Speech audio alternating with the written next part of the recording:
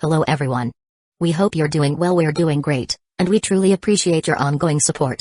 We'd like to briefly address some comments regarding our audiobook series. Rest assured, progress is ongoing. That said, your feedback is vital. If there's a novel you particularly enjoy and want to hear more of, please let us know in the comments. Each chapter requires a financial investment, so we can only continue series that receive strong audience interest. Although we retain core names and plot lines, we make significant editorial changes to enhance clarity, pacing, and immersion. These are not simple recitations. We work hard to deliver a polished, thoughtful listening experience. Without sufficient feedback or engagement, we may need to discontinue a series. So if you're enjoying something, don't stay silent. Your input truly matters. Note, our default audio speed is 3x. If that's too fast, let us know. We're happy to adjust it. Interested in early access to unreleased audiobooks? Visit our Patreon. You'll get to experience new content before it reaches YouTube. Just to clarify, I'm a fan like you. I've purchased these novels and adapted them with care, while respecting all rights and guidelines. For updates, follow us on Facebook and Twitter, X. YouTube update: recently, YouTube flagged some of our content for including mature themes, realistic violence, and darker story elements. As a result, we've decided to stop uploading anything that violates YouTube's guidelines. If you'd like access to the full, uncut versions including the more intense or mature content, you can find them on our Patreon page, where we upload everything first. Available now on Patreon: Shattered Innocence transmigrated into a novel as an extra. Transmigrating over 10,000 years late, I was forced to become a mighty presence. I, the celestial dragon, rule the heavens through the double gate, reigning supreme in countless worlds with peace taming, Tower of God sequence strength, cultivation when you take things to the extreme. Naruto is an Uchiha with cyst. WTF, the centuries-old ancestor in our family take concubine again. Plus 18, Ichi, reincarnated in Bleach as a wizard. Thanks for listening and happy listening. I never see you wearing anything else outside your business suit and home clothes. Rukongai tittered, what do you expect? So far we only met either in the company or at home. Should I wear a fancy gown or dazzling dress in a home? Oh yeah, you should do that. Then we lit up some candle, ordered the best ramen in the city, put on some classical music. Naruto turned his face at her with a teased smile. After that, we walked into the backyard, with moonlight illuminates our path and stars cheer on the background. You and me, we waltzed till our hearts satisfied. I held your waist and put it close to mine, you held my hand and hugged my back, we swayed right and left in rhythm, four eyes gazing at each other. Rukongai couldn't help but projecting Naruto's word inside her mind. There, she saw two people, held closely into each other embrace. She heard the tempo of the music guide their feet. She looks at their face. His smile was so radiant and her glee was full contentment.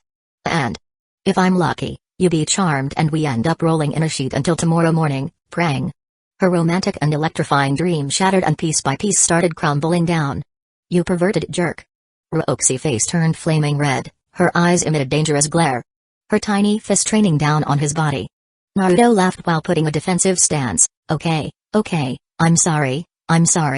After a while Rukongai finally calmed down. She snorted and threw her face away from him. Naruto wryly smiled while scratched his cheek. But seriously though, we should get out sometimes, lunch or dinner. So long, you're the one who paying, she said without facing him. Yosh. I introduce you to the best ramen restaurant in Zonghai. It's a promise. 45 Relationship between two accomplished young master, how was it? Wang Ma occupied the seat beside Lin Kun's bed when Naruto and Rukongai came through the door. She stood up in the instant and approached them with a concern on her face. Father's operation will begin in 30 minutes. They have to assemble the team first, then wait for the rest of supply from the organs bank. Rukongai rubbed her temple. She dealt with a lot of affairs since morning and now's situation overwhelmed her shape. Young miss doesn't need to worry, everything will be alright.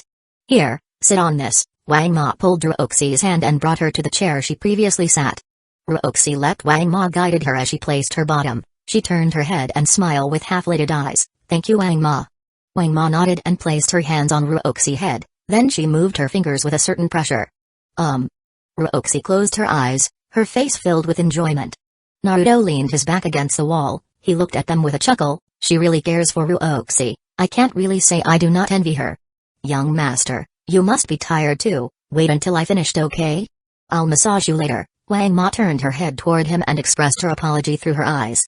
Naruto startled, his face slightly turned red as he scratched his cheek. Andy Wang, you don't have to. Humphrey, why do you act all shy for? Wang Ma's massage skill was one of the best. It's your loss if you didn't taste it. Ruoxi glanced at him and sneered.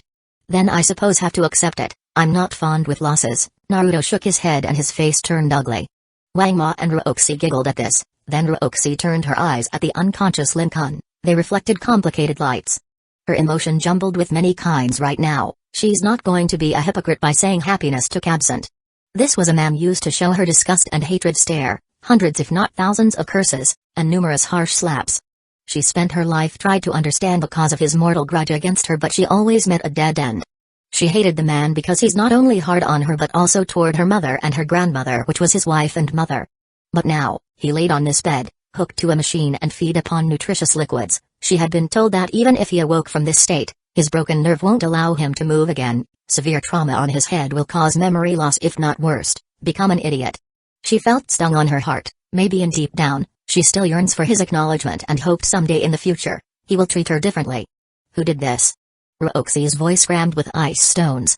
I don't know. Naruto said, what happens when you get there?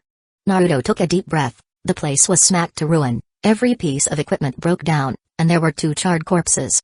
Wang Ma and Ruoxi trembled when they heard there were corpses. The last week incident still lingered in their mind. No normal person would be recovered from such scene in a short time. Ruoxi remembered her hard time explaining to the cops about the situation, excluding Naruto from her statement. She said they were robbers and went crazy from their distributions handling. Of course, the cops won't trust her, but she insisted, so they can only accept it.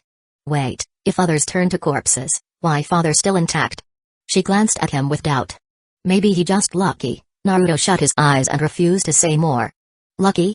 Ruoxi frowned. Her eyes moved to Lincoln, then to Naruto again. Her expression revealed a pondering look, though no one knows what she's on about. Maybe he did. Ruoxi turned her eyes away from him, but tenderness flashed before her eyes. They both went silent, and Wang Ma fulfilled her word by massaging Naruto's shoulder and head. Thought it wasn't best, but it still feels good. At least she knows where to knead and the pressure was right. 30 minutes came in quick. They all waited in front of double-leaf door with a flashy sign on the above. It only turned on if there was undergoing an operation on the inside. Ruoxi laid on the set of blue chairs joined on a steel bar, it placed on either side of the wall. Her head rests on Wang Ma's lap as she stroked her with affection. Naruto stood in front of the vending machine quite far from there. He pushed in a cash and pressed one of the buttons. A sound of clanking came from a hole covered with metal plate near the bottom of the machine. Naruto bent down and put his hand inside. He pulled it back and a latte appeared within his hold. Naruto strolled away as he opened the can's cap and took a sip of what inside. Naruto? What are you doing here? When he turned at the corner, a voice belongs to a woman entered his ears. He quickly put down his drink and glanced at the person. Her height was a few inches taller than him, her purple streak hair hanged one strain in front of her cheek and her smooth lips held a light lipstick on them. She wore a black coat with long bands on below. Sister Minnow, it's a coincidence meeting you here. Naruto smiled and turned his body to face her. Oh please, we are outside of work, just call me Minnow. Minnow chuckled and approached him. Naruto pondered for a moment, then nodded. Alright, Minnow then. What brings you here? She asked while they walked together in the hallway. My father-in-law has an accident and now undergo an operation, Naruto lightly said. Oh my god, that's terrible, what happens? He frowned a while, it's a car accident. She didn't notice his anomaly as her eyes revealed a sadness. I'm so sorry Naruto, I wish for the best. Minnow, thank you. They walked until they found seats and placed their bottom all together. Minnow, what about you? Naruto faced her with a raised brow. Oh, nothing really serious, it's just my brother, she laughed while waving her hand. What happens to him? He got caught in a fight and received light injuries. Naruto wrinkled his brows. How come he be treated in hospital if it was a light injury? Minna's smile faded, replaced with a helpless expression. It's my mother's tantrum. She is worried too much and bothered me to take him to the hospital, despite our protest. Naruto chuckled. It's a fortune to have a caring mother like that. It comes with a grace and blight. For example, she won't stop bothering me to find a spouse. Minna shook her head in enervation. Ahaha, with your current age, you indeed should have one in cradle already. You scoundrel, are you telling me that I'm old? Minna's eyebrows snapped together. She raised her hand and pulled Naruto's ear. Oh, okay, I'm sorry. Naruto groaned as he pleaded. Of course, it's not actually hurt, he just pretended to make her satisfied. True enough, Minna let go his ear and hummed in delight. That's what you get for mocking a woman's age. Yes, I learned my lesson. Naruto rubbed his ear. Annoyance showed in his tone. But seriously though Minnow, don't you have a boyfriend at least? You're beautiful, not to mention has a great figure, no one will have a second thought to reject you. Well, did you just compliment me? Lumina leered at him with flirtatious eyes. What if I have an interest in you? If I'm single, I'll marry you in a heartbeat. Naruto straightened his back and punched his chest. Yet you already married, what would you do? She fluttered her eyelashes. Naruto closed his eyes and crossed his arms. After a while, he looked at her with a solemn face. If you really love me, then I marry you too. Lumina wrinkled her brow. You divorced your current wife to marry me? Naruto shook his head. I'll marry you both. Lumina startled. Her heart skipped a beat when she looked at his resolute face. She threw a mocking smile. The rule said you can only have one marriage unless we having it on a different country. Naruto curled his lips. Screw the rule, and marrying off in a different country was the act of a coward. I just beat up anyone who uphold that rule until they permitted me to marry you. Even if that means you fight the entire country? Even if I have to fight the entire country. Lumina's heart shook like a massive earthquake on a higher Richter scale. She's upset when he said someone who married again in a different country was a coward, but when she heard him willing to fight the entire country just for the sake of marrying her, it's impossible if she wasn't moved. Maybe and everyone thought, anyone who spoke such a thing either a boastful person, madman, liar, or dreamer.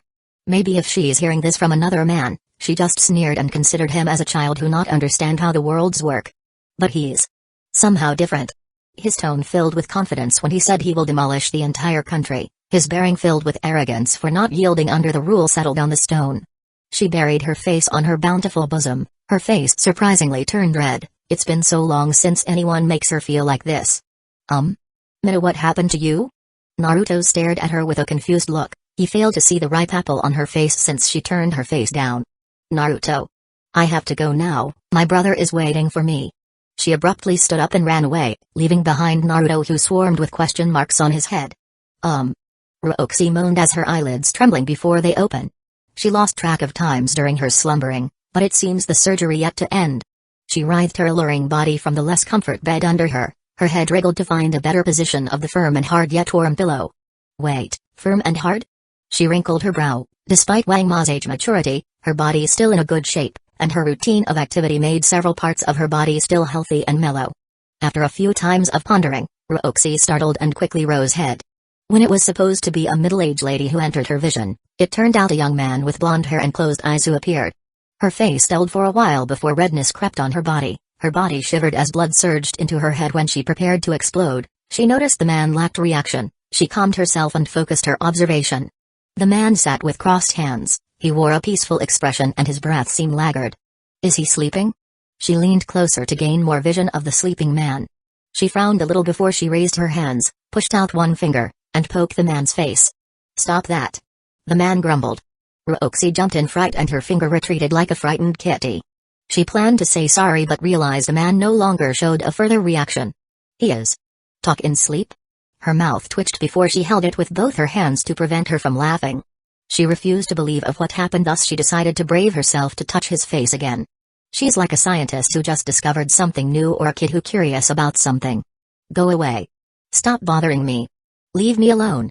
Roxy almost burst out laughing. It seems she found something new and interesting to waste time. But nothing lasts forever. Her new hobby quickly flushed down the toilet when she heard his next rambling. And, I swear if you do this again I'll.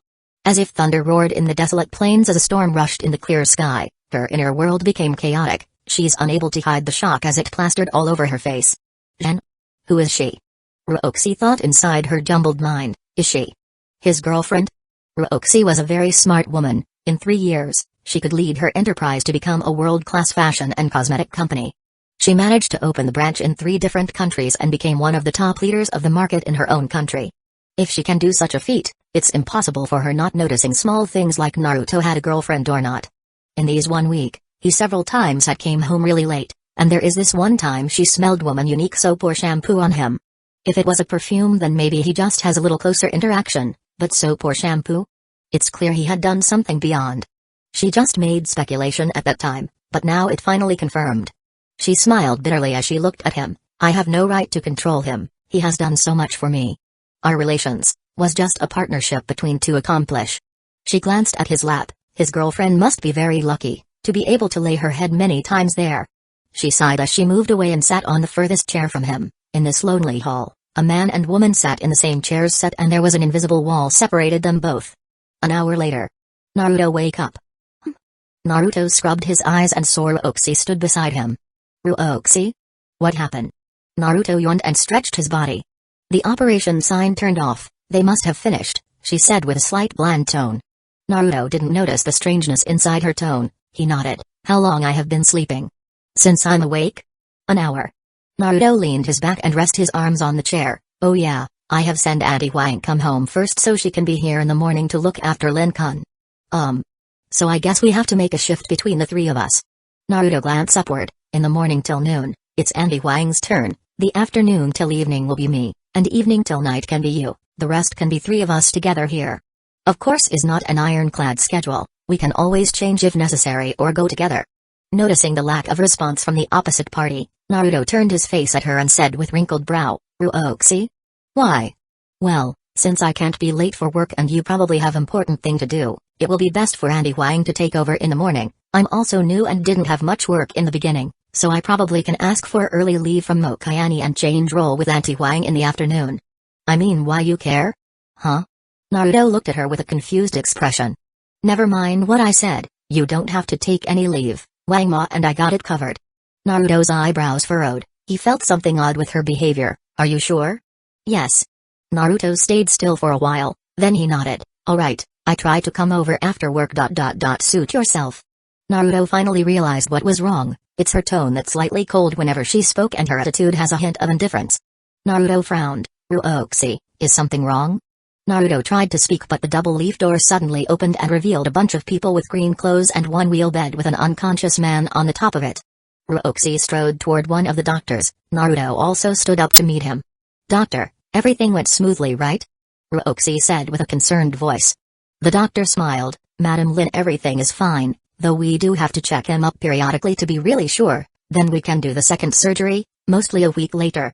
Ruoxi let out a relieved breath. She rubbed her temple. Thank you, doctor, I appreciate the effort. The doctor nodded and excused himself from the couple. The hallway reverted back to a silent place with a man and woman stood there, each deep inside their own thought. Ruoxi, I. Before Naruto finished his sentence, she turned around and walked away in a hurry.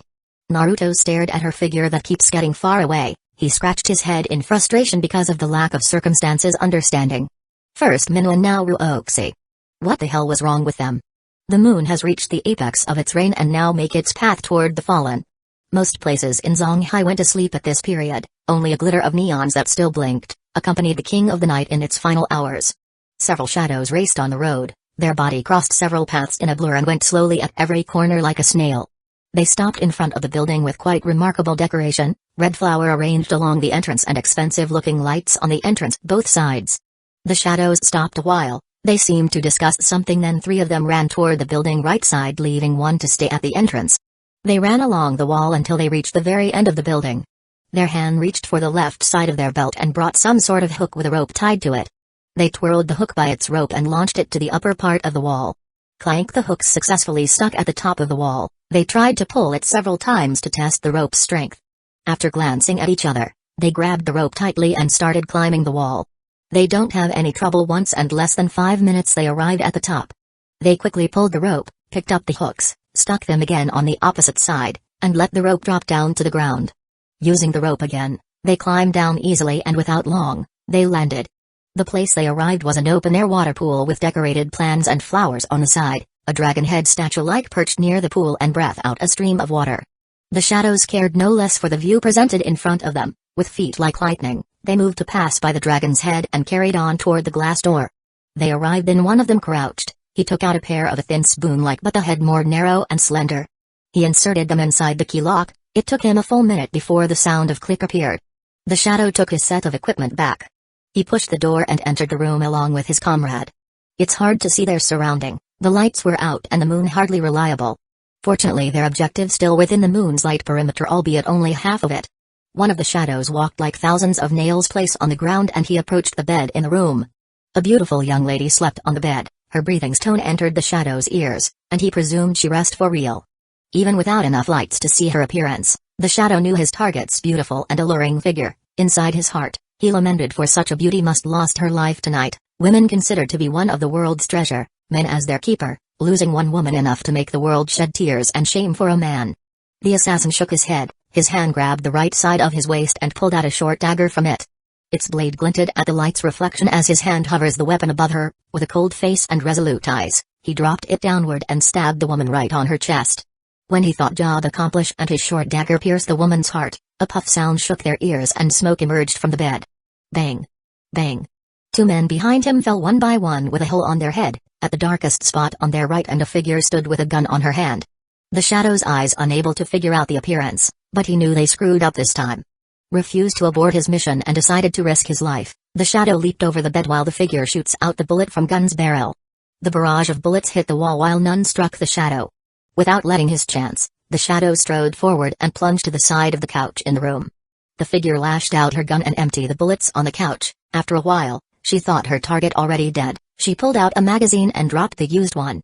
At this moment, the Shadow flushed out from the couch, with a short dagger readied in his hand. He dashed toward the figure and prepared to stab her. The figure became panicked as she's still in the middle of reloading, fasting her movement. She pushed inside the new magazine and cocked her gun, then aimed toward the Shadow. She managed to fire 2 bullets, but the Shadow covered his body with his hand and sacrificed them as fodder for the bullet. The Shadow reached within the short dagger range and thrust it out, his heart filled with pride and sense of achievement. No matter of 1 sacrifice or 2 or an entire team, so long they finished the task, the rewards like a mountain of gold awaited. One indeed easy to dream, but reality's truth always kicking hard. Poth! The Shadow along with his dagger passed through the figure that disappeared in a smoke, his expression full and dazed as he unable to comprehend his situation. Bam! 1 leg hit the Shadow right in his face, he fell backward and banged the floor with a loud sound. Then the suspect pressed his chest with her right knee and her left feet pressed on the man's knife hand. The Shadow felt a cold feeling on his forehead. He opened his eyes and startled because the person who pressed on him possessed an extreme charming face without slightest impurity. Cold onyx eyes, crinkling dainty nose, and sneering thin lips. The Shadow knew he loses the fight against this woman who not only beautiful but also an expert. The man closed his eyes, waiting for his end. Indeed, the woman refused to disappoint him. Bang! Outside the building, the only one left Shadow weighed in impatient. There is no sound beside cats making love in some alley or dog barking in annoyance to these shameless cats. He felt annoyed from chose to be in the watch role and hoped for some action too. Thud beside him, a person covered in rag fell, her clothes tore apart here and there, showing up her smooth and luster skin that lot of women dying to have. The person's eyes became heated, and since he bored, he decided to help her up and maybe get thank you performance. He grabbed her and put her in his bosom. A woman with that kind of skin impossible to be ugly, right? Yeah, no. The woman's face beyond ugly. Her eyes apart too wide from each other, it's like one in the west and another in the east. Her nose crooked too much even reach the twisted level and her lips form a horizontal S. The Shadow too horrified with his new discovery, he failed to notice a small ball she held in her hand with a sort of hook on the other. Bam! The people in Wine Street doomed to unable to sleep in peace for tonight as a big sound broke the peace into thousands of fragment like glasses. 46 I am screwed, ha! Naruto let out a deep sigh as he placed his bottom on the chair of his desk. Last night hardly to be called one of his worst night, but still, he went through it not very well. It's not about getting injured because helping Lin-kun, but his daughter's sudden change in attitude that blew his mind out. He tried to speak with her or at least baited her to speak with him on several occasions, but she shrugged him off with either short ambiguous answer or just went radio silent. For example, when Naruto asked whether she was hungry or thirsty, she replied him with maybe, which confused him. Then he tried to ask her what she's mean by that. She replied with figure it out. So, he bought a cup of noodle and another cup for her, but by the time it was ready, she gave it a glance and retorted with, did I say I'm hungry? Then completely ignored it, leaving him no choice but to eat it himself, and that makes him eating 2 cups of noodle. Not that he complaining. Only in the morning when Auntie Huang came, she melted this ice fortress of her but only let the middle-aged woman in and still kept him behind the wall. Naruto let out another sigh again. It's true when they said woman's heart was hard to predict, like a sailor tried to predict a movement of wind. At least he found it easier dealing with wind than a woman. He met Liu Minu at Yulei's entrance this morning, but she acted like a chicken saw a fox, scramble away the first chance she got. He sighed yet again. That's strike 3. Naruto startled, he looked to his right and found Jonkai stared at him while leaning her body on his desk. She wore a sleeveless suit with butterfly necktie on her shirt. Her purse still hanged on her right shoulder, a proof that she just arrived. You sounds like an old man lamenting about hipster. Jonkai raised a snack-like stick on her hand and put it inside her mouth, then she left it hanging there. Sister K, morning. Naruto scratched his cheek while gave her a half-hearted smile. Jonkai ignored his greeting and continued staring at him. She moved the snack into the corner of her mouth and said, "What's troubling you?" Naruto's eyes avoided her gaze as if he tried to dodge the topic. He glanced back at her with a real smile. "How's your morning?" "It's fine, everything's normal until I saw a duck stuck in the mud." She played with her hair. "That's weird. Are you living in a swamp? Or somewhere around a swamp?" Naruto raised his eyebrow. "Why the hell this is have anything to do with a swamp?" She frowned. "Well, you mentioning a duck, also a mud, I thought you live there." "Who's living in a swamp?" Her body flushed, the stick on her mouth almost fell. "It's a metaphor, you idiot. It means I see you having a trouble." "Ah." Naruto felt like he should dig a hole and put his head inside. "I'm sorry for not having a mood for that. Also, I'm fine, thanks for worrying." "I'm not worried, I'm nosy." She broke the stick on her mouth and chewed the half inside her mouth. The corner of his mouth twitched. He felt she ought to pester him if he kept dodging. He took a deep breath and bitterly said, "My wife giving me this cold shoulder attitude since last night." "Wow, marital problem. This is juicy." Jonkai eyes shone and small flame ignited within those pair of violet eyes. Naruto glared at her, then shook his head. "The thing is, I don't know why she just acted like that out of nowhere. No smoke without fire. It's impossible for her to act without cause, unless your wife has multiple personality disorder, though that also considered as a cause," Jonkai said while putting the rest of the stick into her mouth. "I don't know about the disorder, and I couldn't think of any other possibilities. Maybe she caught you cheating." "Huh?" Naruto eyebrows tensed. "Roxy knows about Zhongli? But, even so, our marriage is not even real in the first place. We respected each other's privacy and not bound to one another. Also, instead acting like a jealous wife, she should tease me all about it. Believe it or not, Roxy has an inborn prankster in her. Last Sunday, she put a lot of pepper inside his coffee, making him literally spouting fire for 30 minutes. He scratched his head in frustration. He asked about this later with her. Perhaps she did know about Zhongwei. "Thank you, Sister K. I think I found the problem." Naruto grinned brightly. "Well, I just mentioned it randomly. No need for gratitude or such." Despite what she said, her nose turned a little higher, then she widened her eyes to their limit. "Wait, is that mean you really cheating?" "SSSHH." Naruto covered her mouth with one hand. He glanced left and right. "It's not like that." "MMPPHH." She tried to brush his hand but to no avail. Naruto frowned. To be honest, he's not really clear. Was his relationship with Zhongwei considered as cheating? But he's not really attached with Roxy. There is no string between them whatsoever. In the eye of the public, maybe he's cheating, but in reality, it wasn't right. He never expects his relationship to be this complicated. He definitely has to talk about this with Roxy. MMPPHH. Jonkai hit his hand that held her mouth. Her face already flushed red. Naruto startled and dropped his hand in the instant. "Pua." She gasped for breath. "Are you trying to kill me?" "Sorry." Naruto scratched his cheek and let out an awkward smile. Jonkai glared at him. Her mouth started chirping. "Look, don't worry, even though I know your secret, I will not be exposing them to anyone. I get it, man needed to release, like a lot, maybe your wife is not enough, thus you search for others. I reminded you." This kind of behavior. Naruto unable to bear her rambling, and quickly cut her talk. "Sister K, I think you got the wrong idea. I did have interaction with some woman and I think my wife misunderstand our relationship." "Really?" "Yeah." Jonkai stared at him with squinty eyes. He ignored it by turning his body away from her. He booted up his computer. "Now if you excuse me, Sister K, I must prepare the document for our partnership with Ice Snow Corporation." She pouted but remembered she also has some work to do. She decided to drop this. Besides, she found it hard to believe a man like Naruto dared to play behind his wife back. Naruto let out a breath of relief when she finally took off. The computer finished booting and he started working on a new proposal since the previous one he brought just a random snitch from the old material since the allowed time kinda too limited. Of course, he's not built it from the scrape. The company provided templates for many purposes, such as employee assessment for human resource, the balance sheet for finance, and of course, partnership proposal for public relation. They all stored in the company database and very easy to be accessed by any employee. He filled the necessary information with no problem but eventually stuck with the partnership detailed including benefit share and working mechanism.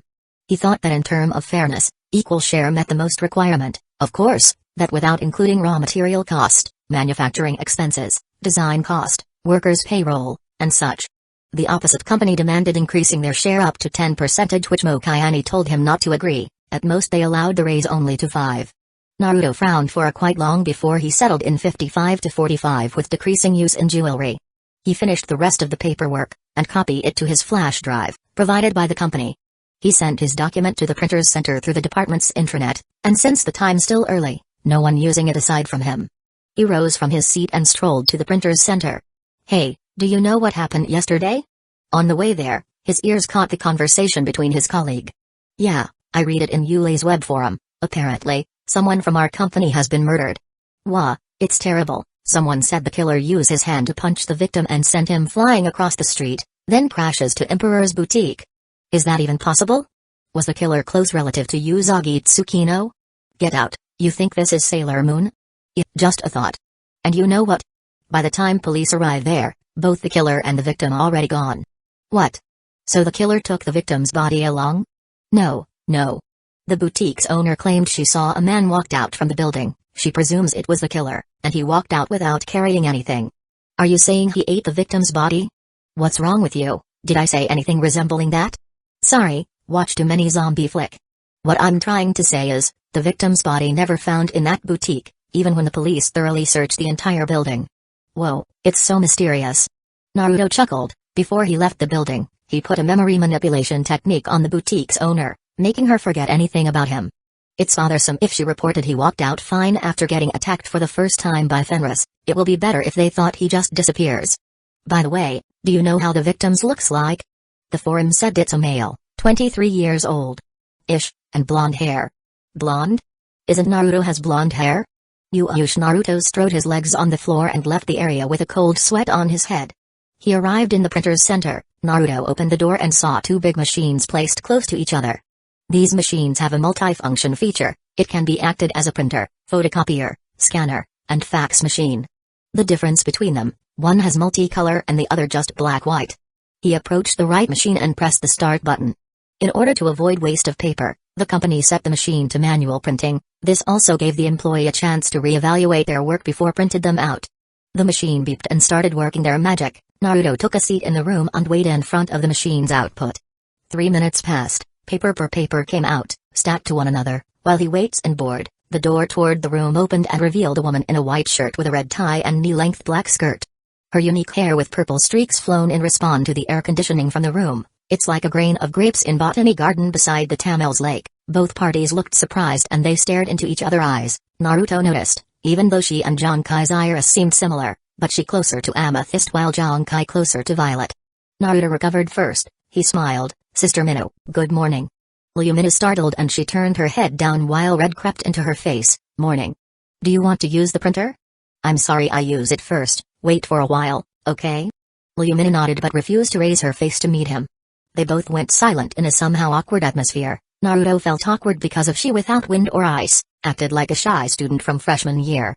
After a while, he realized she has been standing on her feet while he sat on a chair, cursing himself. He stood and said, "Sister Minnow, I'm sorry for being rude. Please, sit here." Surprisingly, she shook her head. "I'm fine, please just ignore me." Naruto eyebrows furrowed. Why she asked him to ignore her? Did he actually do something wrong? "Sister Minnow, what happened? You have been acting weird since this morning. Moreover, you as if trying to avoid me." "Nothing's wrong, I just hope you no longer pay attention to me." "Huh?" His body shook and eyes widened in disbelief. His mind failed to comprehend the meaning of the word she just said. "Why?" Naruto frowned with his eyebrows drew a little. Lumina seemed unable to say anything or come up with a good reason. Looking at Naruto's angry and hurt face, she somehow felt uncomfortable. "I think I'm just going to wait in my desk." She turned around in a swift and about to open the room's door. "Sister Minnow, wait."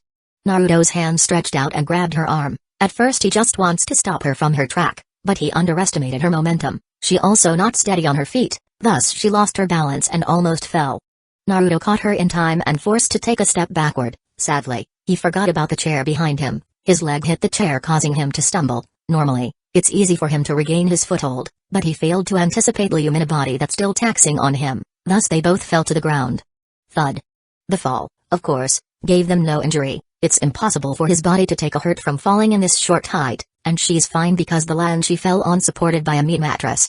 They both slowly opened their eyes and widened them as soon as they realized what happened. Their bodies stuck together without a single space between them. While he felt her soft body pounced on him and smelled her fragrance natural scent mixed with intoxicating perfume she used, she also felt his firm body that radiating a warmth she hated to part with and his vanilla perfume that soaked her sense of smell. They won't be so surprised if that's the only thing that happened. Their eyes lined up to each other without any difference in height, and their lips touched.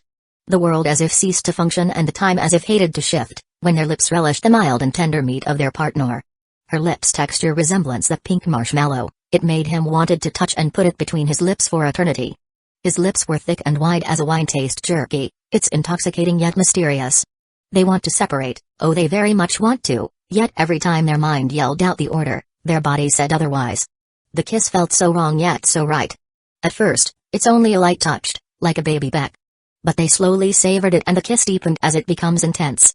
Naruto moved his hands to her back, one pressed her hips and another pressed her torso, her body stuck closer to him until the bulge on her front like a balloon ready to burst out. MMH. Their lips sandwiched each other as if they tried to swallow a rare edible food. Lumina both hands placed on his chest, it's supposed to push her away from him, but instead, it caressed his chest, feeling his hard and firm muscle underneath that charming suit. They slowly went up to his face, they stopped at his cheeks, feeling his smooth face as it gets warmer. Naruto stopped battling his lips, he caught her underlip and started sucking on it. She let out a protested moan but somehow enjoyed his aggression. He sucked until her eyes became moist and her cheek flushed red. Her breathing was as hot as a stove and it heaved. Naruto's hand which on her hips, slowly make their way forward, it reached into her plentiful bottom and gave it a squeeze. Ah! Her gaping mouth moaned and created a perfect opportunity for him. He dashed his tongue and struck her little lamb. Like a lion lunged into a pack of sheep, he wrecked her moist cavern and plundered her liquid like a robber. Her eyes blurred in ecstasy and her body's temperature as if can melt a giant iceberg. At this point, they crazy enough not to care about their whereabouts. Naruto turned Lumina to his right and hovered above her. He placed his knee between her legs and started attacking her neck.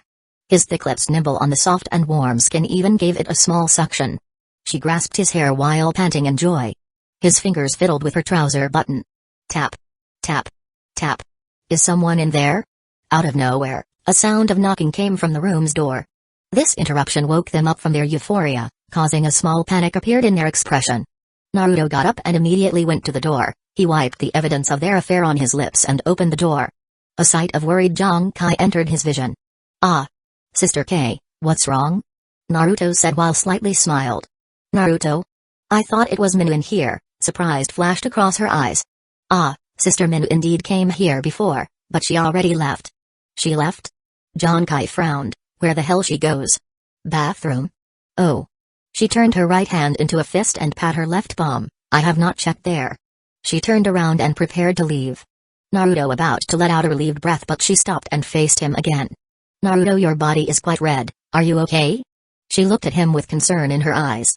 Naruto startled, cold sweat poured from his head. I'm fine, thanks for asking. Are you sure? Look, you even sweating. She strolled forward and about to check his forehead. No. I'm fine, really. It's the room's air conditioner having some trouble. He couldn't let her get closer, afraid if she smelled Lumina perfume on him or worse, caught a glimpse of her inside. Really? Jonkai raised her eyebrow. Yeah. Sister Kai, you better hurry, or you miss her. Oh, yeah, see you later. She turned around and left for real. Naruto sighed. Now after his conscious return, he knew he'll screw this time. Not only they engage in heavy makeout session, they even almost go at it in the printer's center, which was in the office, the most exciting yet dangerous place to engross in that kind of activity. He also knew his relationship with Lumina will never be the same again. No people will make out and still friend like before. Well, except they kinda that type of friend from the beginning. If she wanted him to become her boyfriend, he will not have any scruple with it. He learned his mistake from his past and promised not going to fall in the same hole again. He twisted his body and prepared to say something. Pa. A palm came into contact with his right cheek, his face slightly turned to the left and that's the only thing it does, no bruises or even a mark. Lumina glared at him with tears spilled from the corner of her eyes, a clear and recognizable hatred reflected on her eyes, her face flushed red, her hair messy, and her chest heaved. How could you? How could you? How could you? Her lips shivered, the mark of their last duel still visible on her lips. He felt a little loss for any word since the situation far-fetched from what he expected. I thought you are a different kind of man. She closed her eyes, her hand clenched, but you just the same with them, a bunch of disgusting perverts. Sister Minnow, do not call me that. She said with a slightly loud tone, I'm not your sister, and you're not my brother. Naruto sighed and refused to say anything again. He felt everything he says will just fell into deaf ears. Move away. Naruto slid his body to his left and opened a passage for her to pass. She strode forward without any slight of hesitation. "Sorry," Naruto said with closed eyes. Her body shivered a bit before she continued onward. After a while she left. Naruto leaned against the wall. He looked at the lights in the room. "I'm totally screwed." Naruto returned to his desk with a document in his hand. He picked up a blue-colored thin cardboard and put the document inside it. He dropped the file rather harshly to his desk, his face filled with grim and sorrow. The image of Lumina's hatred face still playing inside his mind. At that moment, he felt rather disgusted to himself. He wished he can ride a DeLorean and drove back several hours ago, then beat his own self. He rather took another curse again than seeing her betrayed face. Naruto shook his head and patted his cheek. There's no use of whine and regret. Everything already happened. If this is mean, his relationship with Lumina reached a dead end, then so be it. Took a deep breath, Naruto picked the phones handled by his desk and punched the number on the pads in a certain order. "Hello, Ice Snow Corporation, may I help you?" "Hi, I'm Mr. Naruto, can you patch me up with Miss Wonky-oo?" "Sure, wait a moment. This is Wonky Uzaya. How are you, Mr. Naruto?" "I'm fine, thanks for asking, I hope you fine too?" "Hee, better than yesterday. So, have you reached the conclusion?" "Yeah, what time do you think we can meet?" "Great, how about an hour from now?" "Perfect, can't wait to meet you." "Oh, you tease, I'll be waiting." Bit Naruto put down the handle, he picked up the file, flash drive, and their company costume design. Looking at the design, it made him remembered Lumina again since she's the one who lends him this. Naruto sighed and put them all inside his briefcase. He grabbed it and put it under his armpit. He looked around to check if he forgot anything, then he nodded before turned around and left. In the bathroom, PR floor. Lumina sat on the toilet in one of the booths, tears flowed from her eyes, created a large stain on her black skirt. Her hand failed to stop even a second from wiping the bead of waters on her face. Paper by paper of toilet wasted on her side and scattered on the booth's ground. "I'm sorry. I'm sorry. I'm sorry." Several minutes later, when Naruto arrived at Ice Snow Corporation, he noticed a lot of truck going in and out of the building, a big trademark painted at the side part of the trucks, its flowers arranged in a circular formation with a piece of rose on the middle. "Hey, it's you again," the fatty security from before showed with a cheeky smile. "Yeah, since our company will be in partnership later, we'll meet quite a lot," Naruto replied with a big grin. "Cool. You seem an okay guy," he laughed till his body shook all over. Naruto nodded, then he looked at the busy-going truck, he said without looking at the fatty, "Company's anniversary?" "Nah, it's young Master Chen tried to court our CEO. "Oh, he must be pretty rich." "Bro, you have no idea, the Chen family is one of the famous family in Zonghai, their asset worth billions."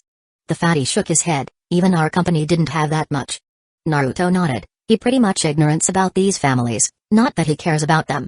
"Alright, I think I should head inside now, see you later." Naruto smiled and strolled past the gate. "Good luck, bro." The fatty waved his hand. Naruto arrived at the lobby and saw Wonky Uzaya stood beside the front desk. There were 4 other persons with her, the previous lady and 3 unfamiliar men. "Hey beauty, how about having a lunch with us?" "Yeah, we treat you in the most expensive restaurant. They also have karaoke and such." These 3 men has height around 178 centimeters, sturdy body, and fearsome face. From their stature, it seems they used to work out a lot. Those biceps inside their tight black t-shirt almost broke out from their shirt. Wonky Uzaya looked irritated as her charming face frowned with disgust. She just wanted to wait for Naruto, thus especially coming here early. After all, they about to agree on partnership, so it's normal for her to welcome his arrival. Then from the entrance, a young man in white Armani suit strutted his way in. His face with high nose line, clean-shaven surface, sharp eyes, and Caesar haircut charmed most of the female employee including the front desk lady. Behind him, 4 people followed in line, they wore a black t-shirt and daunting face. One of them followed this young man to the elevator, while the rest waited on the first. The moment the elevator's gate shut, these people scrambled away and started flirting with the females here. Although they yet crossed the line, this still made a lot of employees felt depressed and escaped quickly toward their work floor. After many unsuccessful attempts, these people finally walked toward the front desk and started hitting on Wonky Uzaya. In truth, they already set their eyes on her, but pretend blind eyes because they want to show off first. "Sorry, I'm waiting for someone, please leave," she said with a fixed face. These men didn't bother with her attitude. They say conquering one cold woman, worth thousands of flattery women. "Come on, pretty, whoever you waiting for is not worth your attention." "Yeah, you need men that can protect you and keep you safe. I mean, check out our stature, who can even compare with us, haha." Their mouths started spouting impolite word without restraint as if they no longer hide their intention. Beauty, I know someone like you need a vigorous man to sate your hunger. Yeah, check out that curves. Big things need big tools to handle. I mean the three of us can perform many things that other men can't do, haha. Wonky Uchiha felt anger rose within her. These men truly dirty and uncultivated, how can they speak such a word in a public area like this? When she ready to explode, another man voice came from the entrance direction. Miss Wonky U, have you been waiting long? The tone was gentle yet as clear as bell ringing. Wonky U's amber-colored eyes brightened. She strode passing these grunts and approached the young man. His hair shone like a sun in the darkest sky, his calm temperament expressed nothing could faze him even if Calamity swooped the entire city. A small curve on his lips told people he's coming for shaking their hands not crushing them. Please, how can be long, as if we just closed our call. She smiled charmingly. Miss Wonky U really knows how to please a customer. You embarrassed me. Naruto scrubbed the back of his head. Oh, you jest. She giggled, then, please this way Mr. Naruto. Naruto nodded and about to walk side by side with her. Boy, wait for a second. 47 martial artists, yes. Naruto stopped and glanced at the person. One of the grunts lumbered toward him, his ugly expression as if someone just farted right on his face. We were chatting with that lady before you show up, is rude to just take her like that. He stood behind Naruto, overlooking him like a king stared at a peasant. The two people behind him cast out their glares at Naruto to express their agreement. Chatting? Naruto slanted his lips. By that, you mean harassing her, right? The man sneered, his chest pushed out. Whatever we do with her was none of your concern. Wonky Uchiha's nose crinkled, her hand crossed over her chest. What did you want? I and he have a business to conduct, please walk away. Wow, beauty, is that how you treat your companion? The man raised his shoulder and shook his head. No wonder your company sucks, the employee's attitude is bad. Please, mind your words. Wonky Uchiha's roared. The man laughed. Beauty, you better watch your tone with me. Soon, your CEO will marry young Master Chen and his company will swallow yours, so your future career's at stake here. She clenched her teeth whilst blood rose to her face. Despite his word disturbed her, there's still some truth in that. She can't jeopardize the company's circumstance, especially in their current situation. And what makes you think this young master will care for a goon like you? When despair crawled their way into her skin, when smug pulled the corner of his lips, a man's word destroyed the natural order. The man's face froze, his pair of sharp eyes drifted into the blonde who stood beside her. Boy, are you looking for death? His hands clenched until blue veins started tearing his skin. Naruto, with his arms crossed and eyes half opened, smirked at the man's question. I'm looking forward to business here, and you have wasted my times. Naruto put down his hands, his smirk has long gone, and I don't like waste something. Pa.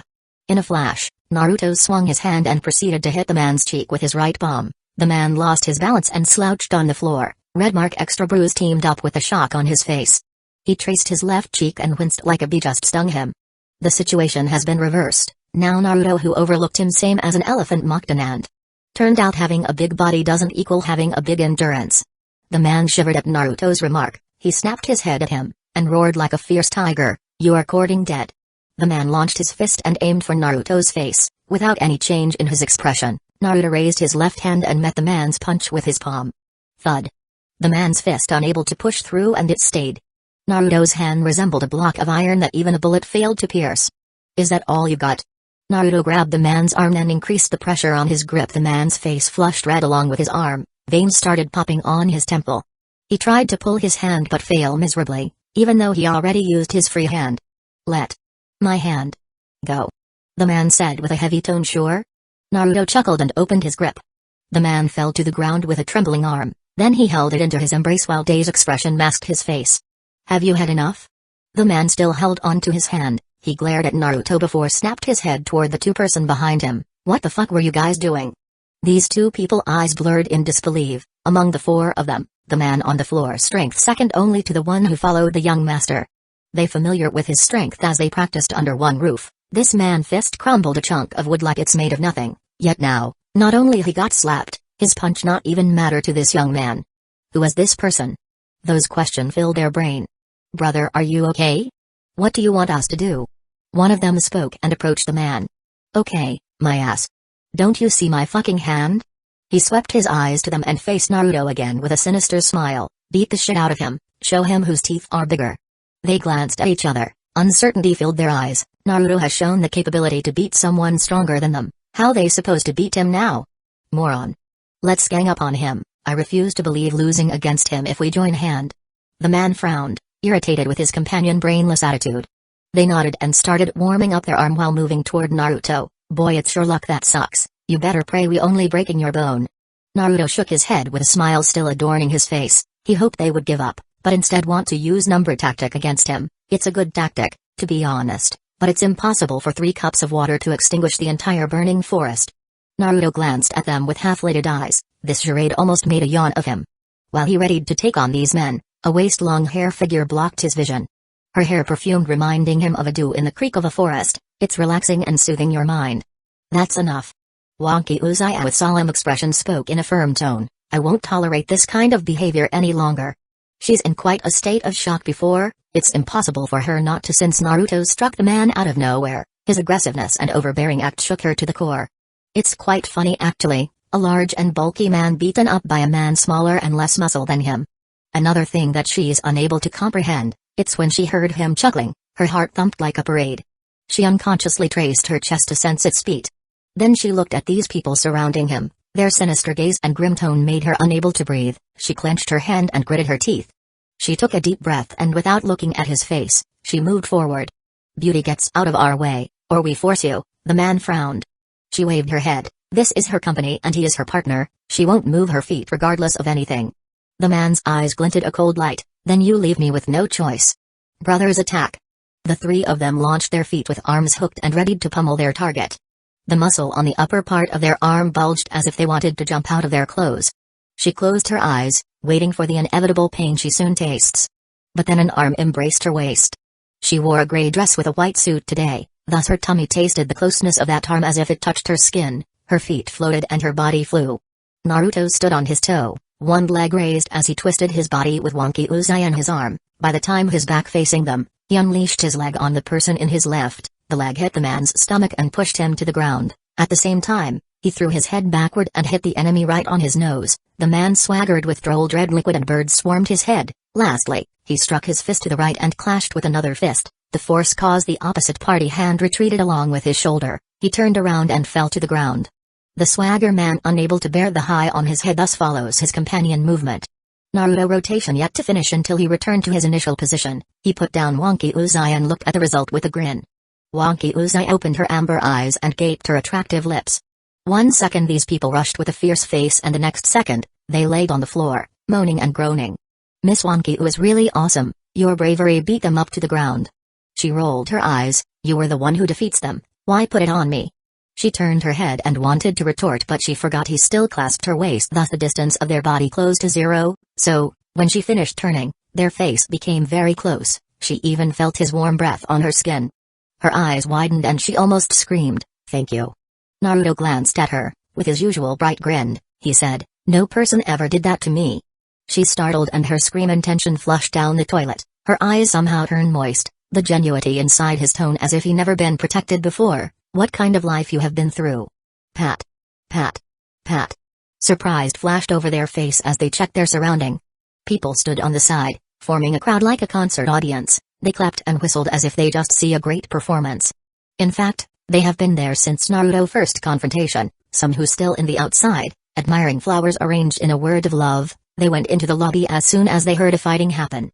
Wonky Uchiha's face turned red, then she remembered Naruto's hand still held her waist. Her face turned redder. She's like a volcano that ready to explode. Naruto, let go of me, people are watching. He scratched his cheek. Hugging her waist felt like touching a surface of the water. It felt so smooth and silky. With a little bit unwilling face, he let her go. I'm sorry. It's fine. She took a step away and lightly smiled. Elder brother. Someone bully us on the first floor, help. One of the goons shouted with a black cell phone on his ear, the one who got kicked in the stomach. Yes, he's still here, elder brother. Come quick, or he's gonna kill us. Naruto and Wonky Uchiha rolled their eyes. The shameless meter of this people must be pretty high. Not only they planned to gang up on him, they even accused him of bullying them. What kind of food did they grow along with? The man laughed after he hung the phone. Now elder brother will kill you. Naruto nodded. Oh, I anticipate that. Joke while you still can. The man unable to cease his laugh. Unlike us, elder brother is a true martial artist. He destroy you in the matter of a second. Wow, what a way to spoil the fun. Now my excitement decrease in half, Naruto huffed. The man thought he's still joking, a martial artist well known as a group of people who gained extraordinary power through sheer and intense training, one punch from them enough to burst through an iron plate. Wonky Uzai also know about martial artist people, she saw them a lot when she met her customer with high status, she even experienced their fierceness when one of her customers encountered a heist, yet the whole crew slaughtered with only one martial artist.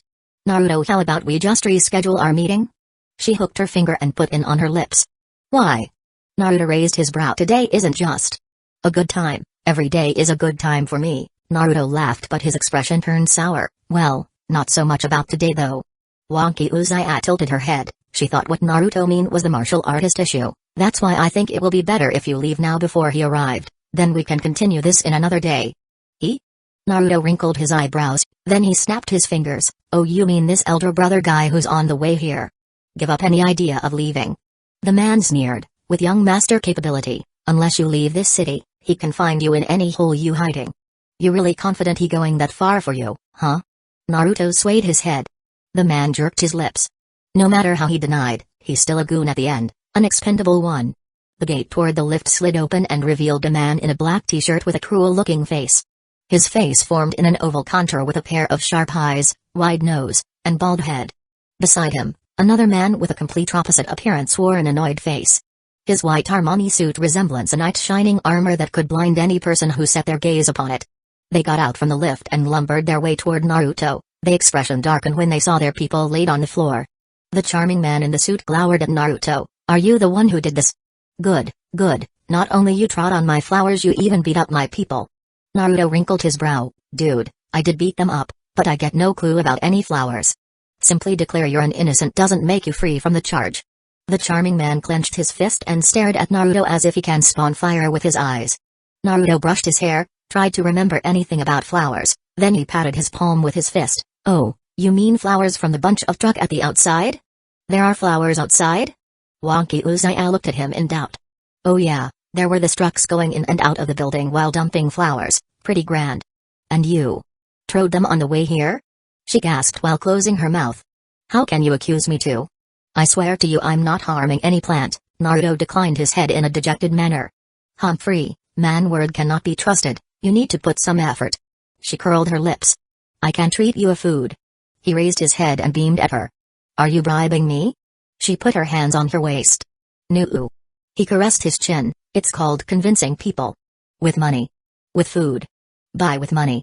Of course, or you prefer me to steal them? Don't steal them. It's just a thought. Watching these duo people bickered like a couple and completely ignoring them, the charming man and his bodyguard face twisted in a very wrong direction, like evil kind of wrong. Wonky, what's going here? From the direction of the lift, a voice with an elegant yet cold tone entered everyone's ears and there expressed varied countenance. The charming man's face turned uglier like he just got slapped by a cow's dung. Wonky Uzai's face turned bitter as she prepared some explaining to do. The crowd's face showed admire and respect color. Only Naruto that remains unchanged. President, this is Zulin, I demand retribution. The charming man snapped his head back then pointed his finger at Naruto. This man responsible for destroying my flowers and beating up my men, I want you to fire him. The frilly blouse woman wrinkled her brow, her face shifted at Naruto. He's not my employee, I don't have any authority over him. What? The charming man startled, his eyes regained their focus on Naruto. Then who the hell is he? He is representation from other company to establish a partnership with us. The charming man laughed. Then this should be easier, I don't want you to agree with the partnership. Young Master Chen, her voice packed with icy tone, I respect you due to our association, but this is my company, and you have no say in this. Young Master Chen sneered, are you sure about that? Our project is your only way out, you know? Zulin's expression remained fixed. I know, but are you sure is not yours too? His face darkened. With a grim tone he said, what do you mean? Don't think I'm a fool. Despite our reputation, there is still a lot more company far superior than us. Why would a supreme corporation of a big family like you insist on making business with us? Zulin. Please call me Miss Zhu. Fine, Miss Zhu. I'm doing this to help your circumstance, okay? I truly care about you. I appreciate your concern, she nodded, but please stay out from our affairs. He gritted his teeth and glared at Naruto, who ignoring him and chatted merrily with anxious Wonky Uzai. Young master, I have a proposition. The bald man beside him suddenly opened his mouth. Speak. This man had bullied and injured my brothers, ruined your arrangement which cost you a lot of money, such action impossible to pass without any punishment, so how about this? Let him receive my 5 moves, if he capable to take them all without losing his ground then we let this slide and forget all about it, but if he failed, not only Ice Snow Corp must cut off their relationship with him but they have to give up 10% of their share from the project. Young Master Chen eyes lighted up, he laughed out loud, great idea. Let's do that. Wonky Uzaya's face changed, her skin drained from any color, that's unfair. Besides he's got nothing to do with the flowers outside. Shut up. He growled at her, what proof can you bring to prove he's innocent? I. Her hand shivered as she unable to come up with anything. Pardon me. One of the people from the crowds rose his hand, but the treading of flowers on the outside still happening. Huh? Everyone failed to hold their surprised face, even Naruto. What did you say? Young Master Chen frowned, this whole situation hurt his brain. The person cowered, his finger pointed at the entrance direction, I just come from outside, there are 2 people who step on your flower, and they still doing it. Motherfucker. With all of the blood rushed into his head, he ran toward the entrance and passed through the gate. Zulin frowned, she glanced at Naruto before she tagged along to the entrance. The crowd also left the room to watch the show held in another area.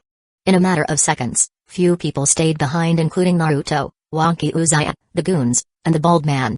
Naruto actually wanted to watch too but the bald man blocked his path, his eyes glared dagger at him and his hands clenched. Even though you, not the one who destroy young master flowers, you still have to answer for my brothers, his hands crackling with bone sound. Wonky Uzaya lips trembled, her hands held Naruto's left arm, Naruto. Naruto sighed, he raised his free hand and placed it on her head, he grinned, trust me. Her heart shook as her eyes widened, she's somehow not exasperated with the hand on the top of her head despite the uncommon gesture that only allowed between people who shared a special connection, for example, a parent to their child, sibling, a close friend, and lover. Well, of course, it also held a lot of meaning, for example, to mock your height, to show who's older, to show dominance. But one meaning that she hoped he tried to convey through this act, an affection.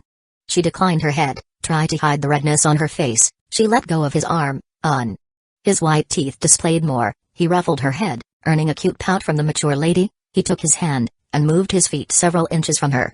You know who I am? The baldy twisted his shoulder and wiggled his neck. Should I? Naruto in the other hand showed lack of preparation by just stood there with slowed expression. I'm a student under one of the martial arts school called Baguba Clan, that means I'm a martial artist. The baldy rose his chin and pushed out his chest. Is that so? The baldy frowned, then he pursed his lips, it seems you lack the understanding of the martial artist. He moved one leg and placed it in front of another. He hooked his arms, forming a fist with both of his hands, right hand placed in vertical position and close to his face, while left hand placed beside his left rib. Let me show you. His narrowed his eyes, our strength. Boom. He dashed forward, leaving a mark of his foot on the ground. He launched his left knee as he floated in midair and aimed for Naruto's face. Naruto brought up his arms, he crossed it and blocked the attack but his feet slid few inches backward. The baldy sneered, using Naruto's hands as knee hold, he turned around and lashed out his right leg toward Naruto's head. Naruto twisted his arms and grabbed the baldy pants then hopped him backward. The baldy somersaulted in midair and landed safely. No wonder you dare to bully them, turn out you indeed have a fighting skill. You also not bad, not a lot of people can make a combo in midair. The baldy squinted his eyes, that's just a warm-up. Naruto grinned, well then come on, let's dance. They strode and advanced close into each other. The baldy delivered series of 3 straight punches which Naruto parried with his forearms. He caught the last right punch, turned and smacked his left elbow to his enemy's face, stunning him and pushed him backward. The baldy chuckled before striding forward and whipped Naruto's right leg with his own left. Naruto raised his and bent them to block the incoming attack but the baldy sneered. His leg hit Naruto but immediately rebounded as he descended and proceeded to sweep Naruto's last standing leg.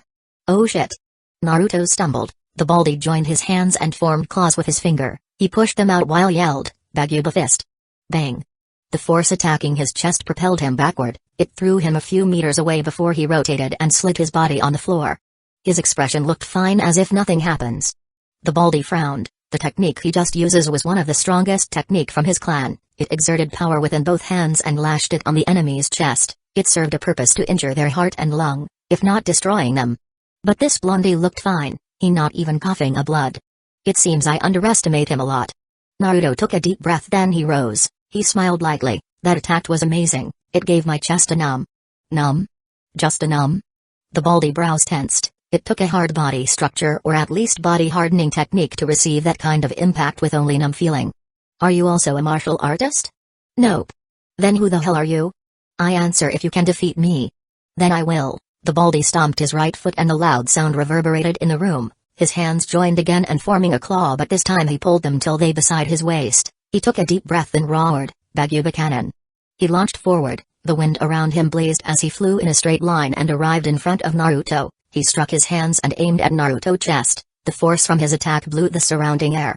Naruto's suit fluttered as the hands getting closer. An impact from the strike comparable to a pair of hand cannon failed to daunt the serene expression he wore, a reminiscent smile adorning his lips. Let me borrow your skill.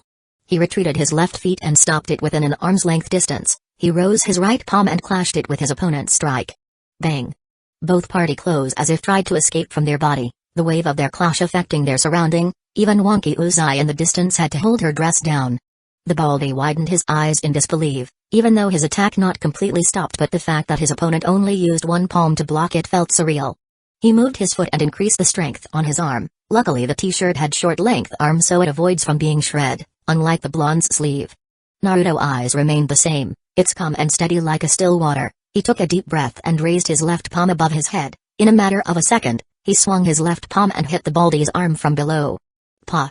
The baldy's arms flew over his head. Without waiting for his reaction, Naruto bent his right leg and moved his left feet ahead, then stretching it. His left palm hovered on his left feet and he moved his right palm in the opposite direction, making a perfect diagonal line with the left palm. Gentle fist 8 trigrams 64 palms. 2 palms. Naruto slammed the upper part of his enemy body 4 palms. He moved his aim downward 8 palms. His hit spreading on his enemy body 16 palms. His feet danced on the floor 32 palms. His hands moved and blurred. He slid his right leg. His palm never ceased to hit their target, 63 palms. The baldy t-shirt tore apart, blood streamed from his mouth, his eyes lost their brightness. Naruto smirked as he ceased to move. He regained his careless appearance, strolled forward, and he patted the baldy's shoulder, 64 palms. Thud. His body crumbled to the ground, passed out on the spot. Naruto chuckled. He said as he walked away, "You're lucky this is the imitation version. The real one and its user would have been killed you." 48 I take the deal. Are you alright? Seeing the baldy collapsed and Naruto came over, Wonky Uzai hooked her finger over her lips and her eyeballs wandered on his body, checking for any possible injuries. Naruto threw a cheeky smile. He waved his hand, not a single scratch. Your sleeve. She held her mouth. That clash happened while the baldy's back within her sight, thus she failed to see the entire process. Naruto also put his right hand inside his pants pocket, making her unable to spot it in the beginning. Ah! Naruto let out a soft breath. I ruined another cloth. Wonky Uzai tilted her head, then she peered at the fallen baldy. Naruto, is he dead? Naruto cut her talking while he chuckled. Her fingers shivered, hitting against her Monte Carlo lips, her pair of thick eyebrows ascended. Naruto shook his head as he kept strolling. He raised his hand and placed it on her head. Why would I do that? All the more here. Then he ruffled her silky hair. Ah, stop messing my hair. She whisked his hand, glaring at him while combed her thread of raven line.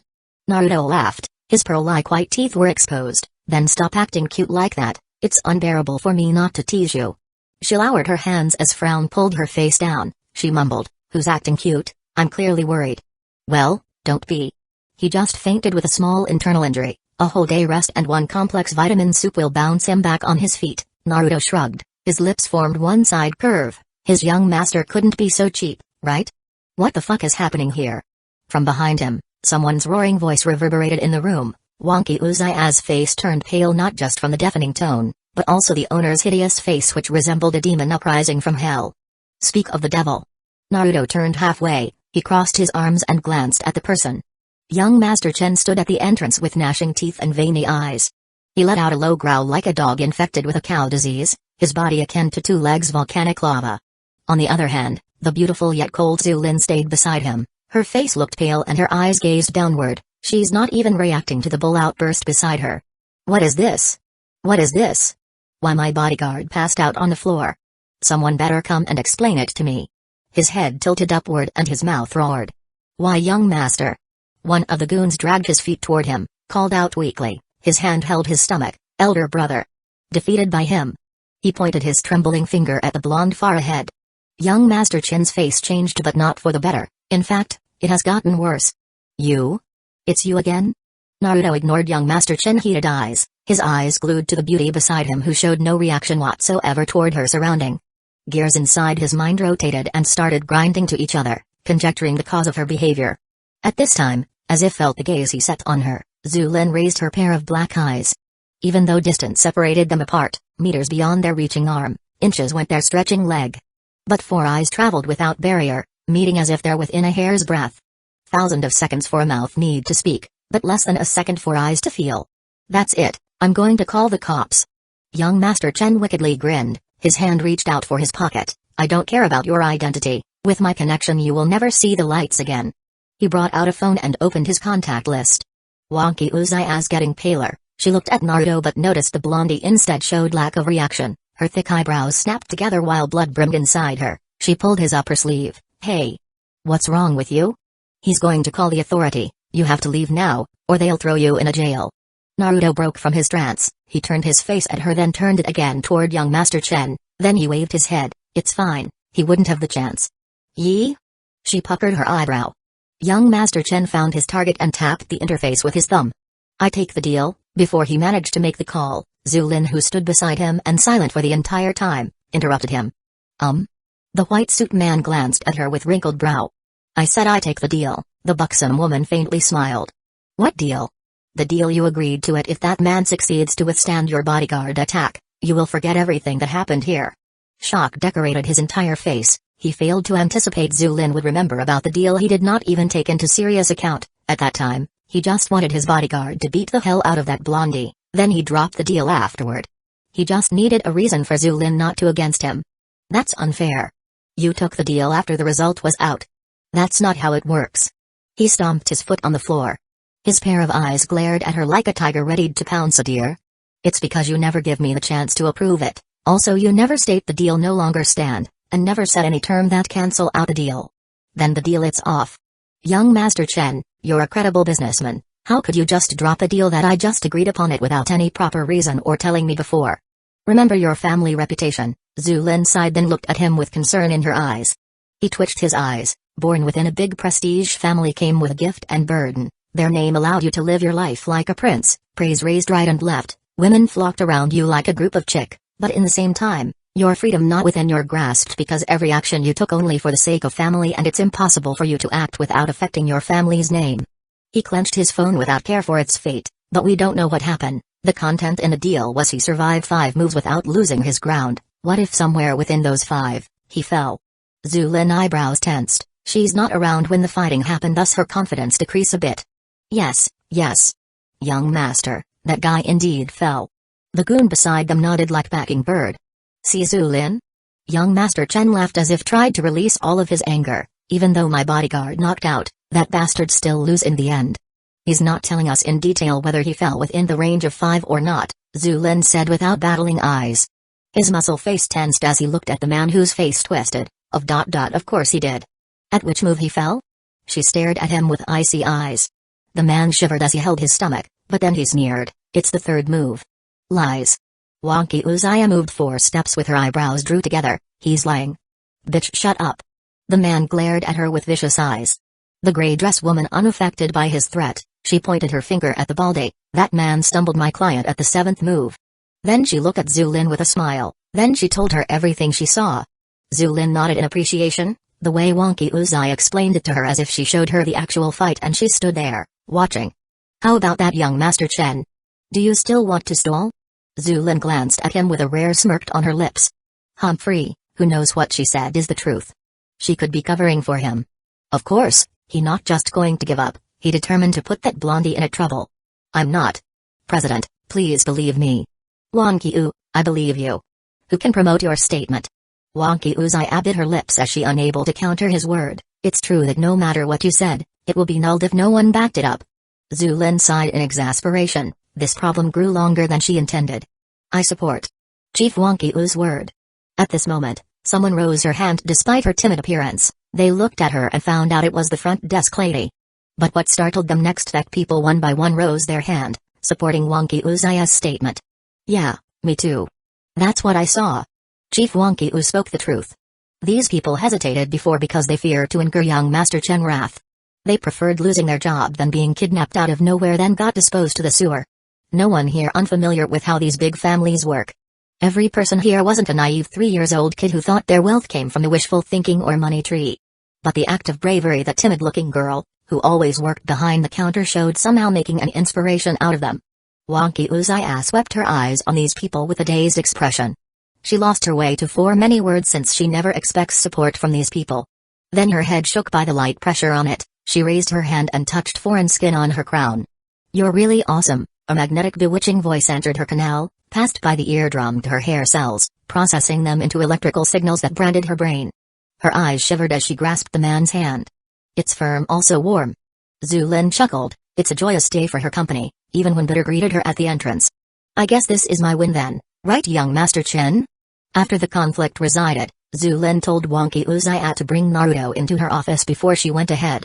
Despite enraged by the entire situation, young Master Chen no longer had other choices besides yielded and carried his bodyguard away. Standing on the elevator, Naruto leaned his back against the wall with Wonky Uchiha stood in his right. "I wonder what President wants." She crossed her arms and looked at the elevator indicator. "Maybe she wants to invite me drinking a tea," Naruto said with closed eyes. "Get out. She's a busy person." She nudged him with her back. "Busy person do busy activities," Naruto shrugged, "and drinking tea is one of them." "How come?" She startled and glanced at him. "Well, because the activity itself required a ceremony that some people considered as a sacred ritual. They portrayed the essence of the ceremony as the act that reflected life. Its fundamental lies in the humility of the guest, appreciating one brief moment, and art of balance from your surrounding area." "Wow, I never know such a thing," she stared curiously. Of course, since people nowadays can enjoy tea at any place at any time, thus the tradition no longer held except in tea houses. "I thought tea house served drink just like a coffee house." She twirled her lock near her ear, then it picked a chuckle tune. Her eyes swiftly glared at him. "Hey, don't mock me. It's not my fault they don't specify their services." "Hey, it's alright, I'm not fond of them myself." Naruto raised his hand in surrender, which received a snort from her. The elevator arrived at the 23 road floor and its gate slid open. Wonky Uchiha got out first while Naruto followed in tail. A room painted in cream welcomed his sight with white patterned ceramic under his feet, simple decoration of 2 couch and 1 thin rounded table between them on his right, and slightly further ahead on his left, a chest-high desk with a pretty glasses woman behind it. "Chief Wonky U, how may I be of your services?" she said as soon as they arrived. "Hi, the president wanted me to bring this gentleman to her office." Wonky Uchiha presented her hand toward Naruto. The woman nodded. "Go ahead, Chief. President told me to let you in as soon as possible." Wonky Uchiha smiled and minced to her right. Naruto bowed his head toward the woman before strolled along. She pulled the left handle of the wide transparent door and stayed herself. She glanced at him with curled lips. "Men first." "How cute." Naruto rolled his eyes as he stepped forward. She giggled while she walked in and closed the door behind. They strolled in a corridor with a lot of jewelry put on displayed inside glass of casket at their right and left: aquamarine, jade, lapis lazuli, moonstone, tourmaline, and other. Some also came in a form of ornament like broch or necklaces, crafted by their own company. The word replica mingled in a name tag among several of them. They paused in front of a white door, then Wonky Uchiha knocked on it. "Come in," soft yet clear voice registered into their ears. Wonky Uchiha opened the door carefully as if she tried to sneak her way in. She let Naruto once again enter it first. In the room with its floor covered in a black carpet, Zulin occupied a seat behind a silverish desk with a cream-painted cupboard held a row of documents and worked items, separating her from full-sized windows that twice her height. Her slender fingers compiled a stack of papers while her eyes wandered on them. "President, I bring Mr. Naruto as you requested." Zulin paused and glanced at their direction, beaming her lips. She said, "Thank you, Wonky-u, today you did a remarkable job, expecting a bonus by the end of the month." Wonky U's eyes brightened. She bowed her figure. "Thank you, President." Zulin waved her hand then glanced at Naruto. The 4 eyes met again, communicating the unspeakable word that no one knows. She closed her eyes as she chuckled. "Now, Wonky-u, can you give us some time alone? We have something to discuss." "Oh, certainly." She nodded like a pecking bird. "Would you like me to prepare any drink?" "I'm not thirsty." Zulin waved her head. "You may ask him." She turned her head. "Naruto, how about you? A coffee might be nice. Hot? Cold? Hot. One hot coffee is coming." She strode to the outside of the room. Looking at the door that closed behind her, he shook his head. "She's one cheerful bird." "Well, after what happened today, it's weird if she remains indifferent." Zulin picked another paper from the pile. I think your bonus gave her a short circuit in the brain, Naruto snickered. Or your flirting fried her nerve, her eyes read the paper in her hand. He raised his shoulder, pretending unfamiliar with her remark. He turned his head and looked at the cold swan in a suit, then he chuckled. What? Zulin wrinkled her thin eyebrows. I think this our first conversation since met, and it's a banter. Naruto laughed while strolled his way in the room. Zulin widened her eyes because up till this moment, their encounter indeed never yielded a single word between them. The first time they met ended up with a staring contest without any winner. And their second time ended up with only brushing each other's shoulder. Zulin stared at him with complicated eyes. She mumbled, yeah. Maybe that's a good thing. Naruto halted when he passed many kinds of frames, hanging in the wall. Those pictures showed Zulin in a variety of events, including her time in sort of competition. She held a piece of antique with magnifier on her other hand. A pin clasped her pocket with a circular object that displayed big number 4. Why is that a good thing? She wrinkled her brow. Her face somehow felt hot. Looking at him admired her notable moment. Because an introduction is one of the most awkward moments in our life, especially with the opposite gender. Naruto glanced at her and scratched his cheek. Really? She tilted her head. I don't think I ever had any problem in that. Well, that's your genre perk, beauty or not. Men literally will deliver themselves to any women they found interesting in particular. I'm not sure I follow. She frowned. Alright, name one time you introduced yourself to any men. Any men you ever met. Well, there was this senior. Old men did not count, he gazed with a deadpan expression. In school class presentations did not count. At the family gathering guy. Kindred did not count. Zulin dropped her leather black eyes, her cherry lips pouted, her slender hands crossed over her bosom. After a while, she let out a sigh. Alright, I give up. Naruto laughed as he strolled at nearby sofa. He placed his bottom on it. Men sometimes struggled with their first liner. Will it be cheesy word or awkward greet? It's fine if the women found him interesting, if not. His body shivered for a brief but still caught within Zulin's sight. PFFT. She held her mouth as she chortled. Hey, it's true. He twitched his lips. Sorry, it just. She calmed herself but the corner of her lips was shivering. It just. I found it hard to believe someone like you would be terrible at picking up women. Yeah. Once I met this French-looking gal, 5.5 feet tall, brown smooth hair, and long eyelashes. I shrugged my shoulder and thought to myself, why not? Then I approached her, greeting her with a French pickup line I found in a magazine. Naruto squinted his eyes, while his face turned to his side and moved backward slowly. She gave this. Like seriously dude? Kind of expression, so I failed, retreated and looked up for an explanation, and you know what? Zulin gave him a fixed stare with eager curiosity. Turn out what I just said, I just realized ceci, mais vous ressemblez beaucoup mon prochain petit ami means hi, I just realized this but you look a lot like my next boyfriend. Naruto palmed his own face. Zulin broke out in the instant, her laughter singing in the closed room of more than 20-floor building. Yeah, my skin turned pale and cold sweats all over my head. I ran to search for that girl to explain everything. Naruto shook his head. That's is pure gold. I can't believe you said you're gay. She held her mouth to prevent the unladylike sound came out anymore.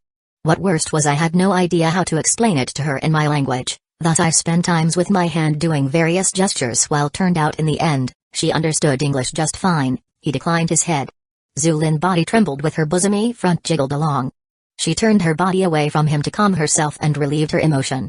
Naruto smiled as he looked at her chair's back. What he said of course not true, in fact, he understood French very well. The image of a woman with blonde woven hair and innocent face entered his mind. She drew something in the ground with a branch, then pointing it while spoke in her language, she smacked that branch into his head if he pronounces it wrong. The door toward the room opened. Wonky Uchiha came in with a plate on her hands. A smell of latte quickly lingered in the air. President? Are you okay? She wrinkled her brows as she looked at Zulin. PFFT. Don't worry Wonky U, I'm fine, really. She turned her head away. Wonky Uchiha tilted her head then nodded afterward. She minced toward Naruto and put down the plate on the short table, then she held a white cup above the plate and placed it in front of him. One coffee served she rose and smiled at him. Now, Ms. Wonky U. Try to add Goshujin-sama after the word served. Naruto faced her with a solemn expression. She frowned. Why should I do that? And what does that mean? Because it's improving your services and it's the same as sir. She pondered a bit before smiled at him. One coffee served Goshujin-sama PFFT. Naruto threw his face away from her as he tried to contain his laughter. Wonky Uchiha wrinkled her eyebrows as she looked at him and her CEO, both hiding face while their body shook as if an earthquake occurred in the room.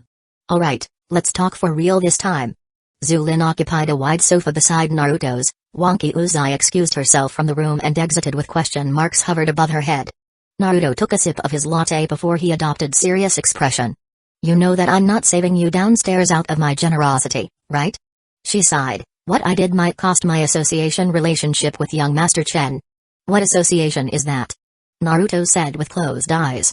She bit her lips. A project that worth 30 million. His eyebrows tensed a moment. What do you want me to do? I need you to convince me that a partnership with you lay worth the same value or might exceed it. The original plan did not hold the value that much. After all, I'm not sure our cooperation will work or not. Naruto shook his head. Let's face it. Just like what you said to him, there was a lot more superior company than yours that might propose us a better deal. You also never try to subscribe gems into clothes, right? Zulin turned her eyes into another side then nodded her head slowly. Combining jewelry into garment required high amount of talent, a precise type of gemstone, and high-costed manufacturing process. It's not about cutting it into small pieces, but modeling it after the design that took an amount of time and money. Her expression became grim, thinking her unfortunate predicament. Naruto sighed, then rose from his seat. He walked toward the window and gazed upon the view of a bustling city. What technology you use in production? Both high-tech and manual tools. We model it with tech and polish it with tools. She put her finger on her cheek. But if it was for mass production, then we will use tech entirely. Which one benefited you the most, single or mass? Well, both have a different way to reap profit. Single stemmed from its rareness and unique style, while mass stemmed from sales. But most of the times, profit from a single release could worth thousands of mass release. Naruto rubbed his chin, his eyes looked at the flowers far on the ground that scattered and unreformed. Which technology cost you the most? Well, of course high-tech one. Every move it made can cost me 2 digits already. To finish one product it required more than 50 moves sometimes, and one batch consists of more than 100 products. Not to mention its operator wages. And other costs. Alright, then let's do this. Naruto nodded and walked back into the sofa. For our deal the share will be 70 hours 30 minutes. Zulin enlarged her eyes. You willing to let go that much? He sneered. Who says 70 goes to Ice Snow? It's Yulei who receives 70. Her face darkened. It regained its previous coldness. Are you playing with me? Naruto raised his finger. I say Ice Snow get their 30% of the share, but I will help you reduce your cost. She wrinkled her brow. How strong the cost will lessen. Naruto raised all of his fingers on his right hand and 4 on his left. Zulin almost laughed but not with delight but contempt. 9%. You think that will be enough? He shook his head. His eyes gazed at her with serious light. 90%. Zulin shivered as her alluring lips gaped. Her sight captured the image of him with slightly blurred. 90%. Naruto nodded. She gulped her oral liquid. Are you kidding? Do I look like one? She calmed herself then gazed at him with narrowed eyes. How you will achieve it? First. He raised his forefinger. I will replace your high-tech with manual tools that can cut a diamond like a butter. Second. His middle finger entered the stage. I will replace your operator with people who don't need to be paid nor need to eat. Third. The sweet ring finger joined the fray. Cold glint reflected on his eyes as his lips curved one-sided. I will eradicate every people who dared to mess with our plan. 49 spots of ugliness, specks of beauty, yeah. Naruto sighed, his hand grabbed a holder hanging below the ceiling of the metallic carriage. The sun already reached the peak of the sky and graced the world with its everlasting flame. His eyes wandered around and caught many meats in a different sack, shirts, t-shirts, uniforms, workers, dresses, and other else. He moved his sight to the scene played on the windows. Every passing view he saw retraced his mind back at the full-sized Windows office and 1 cup of latte. How should I trust her word? He took a sip of his drink when the smooth-skinned woman beside him spoke. He put the drink and looked at her expression full of doubt. You couldn't possibly tell me to just have faith in you, right? Her cherry-like lips pursed. Naruto bitterly smiled. If they ever switched position unless he saw it with his own eyes, he denied the existence of such a thing. A tool that capable to mutilate precious stones seem like they made of butter? Might as well told him Doorman also exist. My charm and handsome-looking face weren't enough? He smirked, which responded by her leather black eyes rolling in their place. He sighed. Okay, let's make it practical. If I fail to fulfill my word, my company will pay a heavy fine. How heavy? Her face remained fixed, but the corner of her lips shivered. Naruto rubbed his chin. 50 million sound right to you? Her eyes glittered, no longer hiding her emotion. The curve on her lips raised. Sounds like a deal to me. Naruto shook his head. His mind already foresee the horror of Mo Kayane's wrathful face when she knows about this later, but he needed this heavy sum to convince Zulin. How long do you need to prepare them? A week, at most. His eyes looked upward. Surprise flashed across her eyes. That fast? Chuckle breezed out from his mouth. Building the tool hardly a problem, finding the blade that quite a headache. What kind that you need? Ancient one, sort of antique knife or sword, he said after a brief pause. Zulin frowned, then she faced him again. Liu Corporation held a grand banquet tomorrow noon. They have an auction as part of their agenda. She put her finger over her lips. I think they have one of the things you mention. His eyebrows wrinkled, and the only way to enter that banquet through an invitation, right? Her face turned grim as she slowly nodded. I might have one of those already, if not. Naruto glanced at her and noticed her hand shivers despite the weather in the room remained the same. If not what? His tone held a hint of concern. She shook her head. Nothing. Anyway, I don't have those invitations, thus impossible to enter the banquet. Naruto pondered a bit, how they selected whom to receive those invitations. Successful entrepreneur, great family background, high government officer. She raised her finger one by one. Naruto expression delayed, then he scratched his cheek before ended it with a sigh. Zulin raised her thick eyebrows at his strange behavior. They chatted a little while longer before Naruto decided to excuse himself. Naruto recovered from his little mind trip as the bus stopped and traded its passenger. The population's size in this four-wheel box as if getting bigger because the room for breathing became harder. After a while, the gate closed and their journey continued. Maybe Roxy also received those invitations? She after all considered as a successful entrepreneur, right? Naruto scrubbed his hair. Should I pay her a visit now or just ask her later? His expression became depressed. I hope her temperament less cold now. You pervert. Naruto startled along with everyone in the bus because of the sudden shrieking voice. Among the crowd between the passenger's body, a girl around 16 to 17 years old faced a man twice her size. He wore a denim jacket with patches here and there, his body a little lanky, and his skin somehow shabby. Little girl, what do you mean? The shabby man frowned. Don't pretend innocent. I know you just groped my ass. The girl's face flushed red while glaring at the man. Little girl, just because I stand behind you doesn't mean I do such a thing. He shook his head. Then whose hand touching me? Ghost hand? It's you, definitely you. His face became darkened. Little girl, you can't casually accuse people just because you're rich. The girl indeed looked like a Joe-sama type of girl. Her skin toned in smooth light pink color without any flaw. Her face painted with a high-quality type of makeup and her hair combed gracefully. Despite the uniform she wore, her accessory still visible to the naked eyes. The people in the bus readied to defend this little lamb but aborting their intention after seeing the girl appearance. People sometimes envy other wealth, especially to those kids who grew up with a silver spoon. The shabby man's statement also reinforced these people's selfish thought. They actually wanted this Joe-sama to suffer a bit. I thought something happened, turned out just a little girl's throwing a tantrum. Yeah, this rich people never ride a public bus before, thus their sensitive skin might tingling all over. How childish. I'm going to continue my sleep. The shabby man sneered in triumph while the girl's face became redder with anger. Her heart hurting in pain after saw no one stood up for her, she wiped her teary eyes then moved her body to get away from that man. She tiptoed between the passenger but unable to go much further. She turned around to stare at the man, discarding his chance to molest her again. The bus carried on, seeing it almost reached her destination, she let out a relieved breath. But as it took a sharp turn at the last corner, the girl body got thrown to the side and almost fell if not for bodies who stood beside her. Snap. She recovered and found a person behind her, looked at his phone and let out a whistle. Rich women really wearing high-grade clothes, from top to bottom, inside and out, haha. The man leered at her. His appearance identical to the shabby man except for his hair which styled in a mohawk. The girl trembled as her mind assumed the picture he just took, her lost redness came back to her face. Hey, delete that. Delete what? The mohawk man glanced at her. The picture you just took. She clenched her hand. What picture? I took nothing. His face frowned. Then what did you see? My girlfriend picture. You think you're the only one rich? Then show me the picture. Why would I? I don't know you. He shook his head, then curled his lips. Tell you what, I show you the picture but you must agree to be my friend. She bit her lips while looked at the other way. She knew this man up to no good. The chance of him not taking any picture of her also exist, but the thought of this man gazing her private place every night made her body shivered.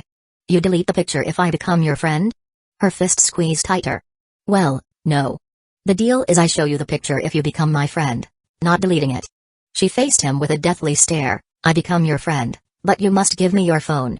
She promised in her mind that she will destroy this man's phone regardless it has her picture or not.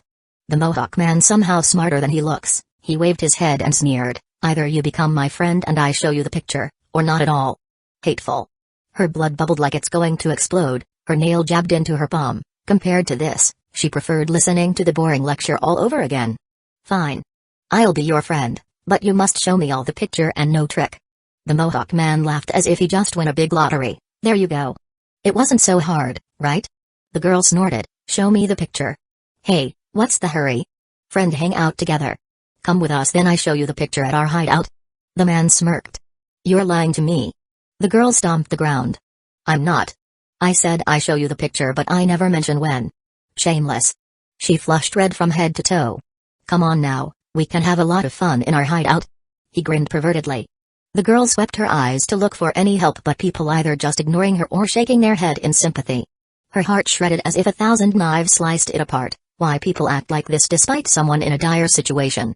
Why they prefer sitting on their couch instead of moving their legs to help? The girl closed her eyes. Haha, look at her, she looked like a pig. Hey, big brain, that bucket fit your head just fine. Look, it's the big brain. Which teacher she plans to seduce this time? The girl's head filled with 1,000 images of a humiliating moment, her hands clenched until it shook uncontrollably, dread filled her guts and sweat drenched her body. She refused to care anymore, whether the Mohawk man kept her picture or not, it's no longer her business. She steeled her heart and readied to refuse the man. Hey, give back my phone. The Mohawk man's angry shout awoke the girl from her stupor. In front of her face, a white touchscreen phone appeared. Her eyes widened as it drifted along the length of the hand holding it. A man with a pair of cerulean eyes and golden hair imparted within her vision. His face showed no emotion as he overlooked her. Check your picture, the man said with a bland tone. His other hand held the Mohawk man by his chest. His hand desperately reached out for the phone. Huh? The girl's eyes gawked at him with confusion. Her mind still adapting to the change in the situation. I said check your picture, the man's face remained unchanged. Oh. She woke up and accepted the phone. Her finger slid through its gallery and find the target she looking for, a picture of her smooth thigh up to her private place clad in white panties. Pale crept within her skin, her tummy as if wanted to eject any food it digested. She unable to bear the thought of this, people gets away with this. She pressed her thumb on the picture, held it till the icon of bin appeared and directed the picture into it. She pressed yes at the prompt message. She glanced at the blonde and nodded. He took the phone and put it inside the Mohawk man's pocket. He looked at him. There you go. It wasn't so hard, right? His voice sneered with a clear mocking tone. The Mohawk man's face turned grim. He burned his eyes toward the blonde. Who are you? Why are you bothering us? The man shrugged. Why should I tell you? We are not an acquaintance. His lips twitched. This good-looking man kept rehearsing his word toward the girl. With a fixed face, he walked closer to the blonde. Get down at the next stop. Let's settle this like a man. I don't have time. He shook his head. Unlike you bunch of dork, I have a job to do. A real job. The Mohawk man gnashed his teeth, vein popping on his temple. You dare to diss us? Oh, you felt insulted? That's a progress. His eyes decorated with amazement. Eyes widened to its limit, the man reached out for his pants pocket. He took out a small flip knife. Don't make me. The girl gasped as she held her mouth. Some people stared in horror. On the other hand, the blonde just curled his lips. Why the hold up? You're chicken? That's the last straw. The Mohawk man flipped out the blade and proceeded to stab his enemy guts. No. The girl jumped on her feet with eyes almost stumbled out of their hole. The blonde just sneered. His hand flashed out and grabbed the Mohawk man's hand, which halted the knife's progress. The Mohawk man put more effort into his hand but unable to bear a fruit. The girl puffed out a soft breath. She patted her chest. This sequence of event heavily burdened her vitality. Other passenger looked at them in awe. They even started taking out their phone and took a snap. Unaffected by his surrounding, he stared down the Mohawk man. If you want to stab someone. He raised a hand along the knife it held. You have to aim higher. It passed his chest and kept moving, reached to their unprotected spot. It finally stops. The Mohawk man's arms slanted upward, like their throat. Loud voices and tons of chattering broke out in the instant. The girl's head almost fell from its throne. This man must be insane. Pointing out such a thing toward his own neck. The next case almost made dozen pair of eyes jolted out from their hole. The blonde pulled the hand and sank the edge of the blade into his skin. Blood trailed down, going beyond his white collar shirt. People held their mouth, prevented it from puking out. Some closed their eyes, threw their face away, or hide behind their seat. They not turning their eyes blind from violence in real life, just never see such a scene outside their flat or box screen. The girl almost fainted in the spot. She retracted her opinion toward the blonde, thinking insane was too kind, maybe psychotic/masochist more proper. The Mohawk man dumbfounded, his hand froze in the spot even though another hand which holding it already gone. What's wrong? A cold yet relaxed tone pulled his consciousness up, seeing a stream of red liquid on the blonde's neck, his body shook while his face devoid of their redness. Don't you want to kill me? Mysterious force as if kept his hand from doing anything besides stuttering. You just have to move the blade. Sweats broke out, rampaging his body. And pierce my neck. Dread piled within his nerve. Artery tear. Strength seeped from his pores. Blood pour. His finger betrayed the thing they hold. Life gone. The steel hit the ground. The Mohawk man moved backward with a terror in his eyes. The blonde gazed at him then took few steps. He leaned forward, reaching up to his ears. You may be a rapist. You may be a scoundrel. You may be a fraud. His tone as if made of thousand blade. But you are no killer. They launched one by one. Because you don't have the balls. Stabbing their soft target in turn, shredding it apart, to kill someone. While looking them in the eyes, the heart had been utterly destroyed, as life abandoned them. Ding. Erg. The Mohawk man screamed his lungs out and tossed the blonde aside. He swept his hands among the people's body to pave his way. The bus stopped and as soon as its gate opened, he launched outside, screaming as if a storm chased his tail. People immediately rushed out too without care for their destination. They caused confusion among passengers who about to get in but also graced them with fortunes since a lot of seats became available. The blonde stood still before turned around, giving his back view for the girl to see. She looked at him with complexity in her eyes, because she wanted to approach him but this is her stop. The girl frowned before she raised her chin. Hey, what's your name? He paused for a while before continued walking. The girl pouted in a dejected manner but her eyes immediately brightened up. Uzumaki. That's my name. I'm Tang Tang. The girl turned around and bounced on her feet. She halted her step, twisted on her feet and shouted, I hope we can meet again in the future. The blonde waved his hand while strolling before he finally took a seat. He closed his eyes and crossed his arms. In his mind, a rhyme played its tune like a broken recorder. Despite their spots of ugliness, a speck of beauty resides within them. Are you crazy? Back at Yule, in the room where jasmine scent lingered in the atmosphere, Mokayane slammed her fist into her table, causing a small tremor upon its civilian. 50 million fine for a nonsense deal like that? Her voice roared throughout on the work floor like a banshee shriek. People's complexion became pale, some even jumped in surprise and messed a bunch of paper to the floor. Not to mention within a week time? A week time? In front of her desk, Naruto stood on his feet while declining his head resembled a child after doing some misdeed. It's impossible for him to cover this up from her. After all, every contract especially big one required his supervisor acknowledgement and later her signature. Only through this way that any deal would become official between two or more company. Chief Mo, please appease anger, I can explain, do explain. He gulped his throat. I make that deal while taking advantage of their company situation, whether they like it or not, want it or not, they already offending one of their possible business partners thus striking the iron while it's still hot. I bargained to reap 70% profit with several premises to make them agree. So you decided to promise them fairy tale? Her glossy red lips sneered. He shook his head. It's not a fairy tale. What I said was real. She slammed her hand into the desk. Who do you want to fool? A tool that cut diamond like butter? A worker without wager and stamina? Sounds like a fairy tale to me. You never heard them doesn't mean they not exist. He gave her a deep gaze. Please trust me on this one, Chief Mo. You asked too much from me. She shook her head. You need basis to put a trust into someone unless you bring me any proof as your foundation. Then I'm afraid that deal has to be cancelled. Naruto gritted his teeth. That will put Yule's name at stake. She rubbed her temple. Not necessary. The deal only known by both parties. In order to make them not spreading this to the public, we pay them royalty. Her eyes cast their glance on him. It still damage our name in their eyes and bear grievance toward us, but at least it's still better than have to pay 50 million fine. Sigh breezed out from her mouth. It's my mistake to let you handle such a business when you clearly not ready. Don't worry, I will handle the repercussion. You just go and cancel the deal. Looking at her face showed such a naked disappointment, his organs trembled with uncomfortable wave. His face darkened. Chief Mo, I did the impossible before, why wouldn't you trust me? Collecting the debt may be something difficult to do but clearly not impossible. Giving it more time, someone else can do it too. She smiled gently. Normally I have to give you severe punishment for a blunder like that but since you have collected that debt, I let you slide this time. Naruto shut his eyes for a while. He glanced at the door in the room. After making sure it properly closed, he faced her. Chief Mo, if I show you something impossible, will you trust me? Mokayane's expression delayed but she nodded afterward. Naruto stayed still and his cerulean eyes gazed at her chocolate ones. Few seconds passed, he waved his head then raised his hand, shadow clone jutsu. Poof.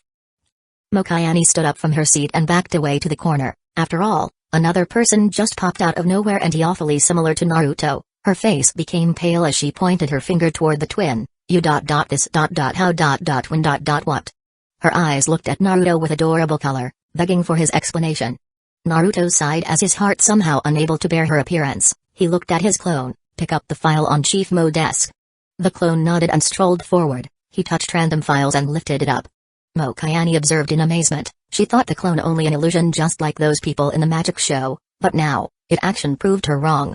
Naruto looked at her, thought maybe it wasn't enough, used transformation. The clone performed a hand seal, then smoke engulfed it. By the time it's over, a cute-looking woman stood there. Ah! It's me. Mokayane gasped while covering her mouth. Her mind swirled with marvelous revelation. She walked toward her twin and curiously checked its every single part. Her hands grabbed its arm and massaged the entire length. She brought down her nose then sniffed it like a puppy check out its food. Heavy lines appeared on both master and the clone forehead. They understood that she curious but why must smell it though? Her eyes looked upward and her lips curled, then she looked at the clone again, she reached out her hand and grasped the clone's bosom. The clone yelped and retreated a step, it brought its arm and placed it in front of its bosom. The clone face flushed red and gave Mokayane a pair of glaring eyes. The size felt smaller, but it's definitely firmer. She startled and snapped her head toward him with an irritated face. Naruto, how dare you make my breast smaller? As if thunder struck his brain, Naruto faced her with flabbergasted expression. Well. This. What? Mokayane ignored his inability to give her a proper answer. She glanced back at the blushing clone, her eyes staring at it as if she wanted to tear its clothes apart and checked out what's inside. She took a step closer toward the clone. Realizing his clone purity about to get assault, Naruto waved his hand and dismissed the clone in a smoke. Shock decorated her entire face, then she pouted like a child lost her toy. Naruto scratched his cheek before clearing his throat. Ahem, Chief Mo, I think we have things to discuss. Mokayane startled before her face turned red. She took a peek at him then returned to her seat with redness right along. So do you trust me now? He scratched his cheek again. He didn't know why things somehow became a little awkward. Yeah. She nodded absent-mindedly, then she tilted her head, looking at him with an adorable expression. Can you do more? His lips twitched, he finally realizes the extent of her curiosity. He shook his head and smiled in a half-hearted manner. How about this? You agree on my proposal then I'll show you other. Her eyes glittered like a sparkle of 1,000 stars, her head nodded eagerly. Alright. Go make the contract and I'll sign it. Okay, thanks, Chief Mo. Naruto let out a soft breeze then bowed his head toward her before strolled out from the room. He walked to his desk, took his seat and booted up his computer. He placed his briefcase on the desk, then waited for his computer. Thud. Naruto startled and turned around, then found his briefcase on the floor. His eyes widened, he felt that he placed it far from the desk's edge, how it still fell. He pondered a while before shrugged it off. He bent down and grabbed his briefcase, but something white from the corner of his eyes caught his attention. White sheet paper trapped underneath his desk, he unable to see what content it held since it laid in reverse position. He reached out for it and grabbed its corner but somehow hard to pull it as if it stuck. Feeling irritated, he gave more effort to pull it. Creak. The paper tore up as he received the other part. He wrinkled his eyebrows then turned it to see its content. Then his eyes widened to its limit because the paper showed a half-image of garment layout, part of his design catalog that he borrowed from Lumino. Naruto. He turned his face toward his side, and fine Jonkai looked at him with a worried face. I think Minnow is in trouble. 50 rotten apple, golden honey why makes you think that way? Naruto curved his eyebrow as Jonkai bit her thumb. In truth, his sixth sense already flashed warning all over his head the moment he saw the torn-up design. This morning she behaved strangely. I met her in the hallway. She's on her way toward the restroom when I saw her eyes turned a little red and her makeup appeared a bit messy. I asked her what happened but she ignored me and just continued walking. A pang stung right on his heart. Knowing the cause of her action, he began to hate himself more, but even though he felt like that, his face remained the same thus Jonkai failed to notice it. I followed her to the bathroom, and I heard a sobbing sound. Her eyes became teary, her face looked at her feet. I felt that I should approach her but my mind said otherwise. In the end, I decided to give her some room to calm herself.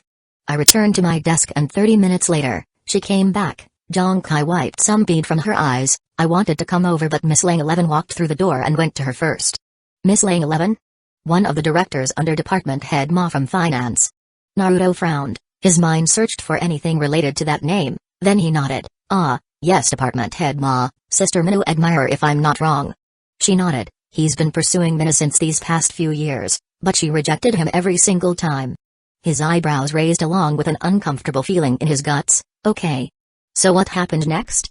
They chatted. I don't know what, but Minu's face looked complicated. Then she packed up some document before following Miss Lang 11 out of the room. Do you have any idea where they're going? She nodded. After they gone, I texted her and asked about that.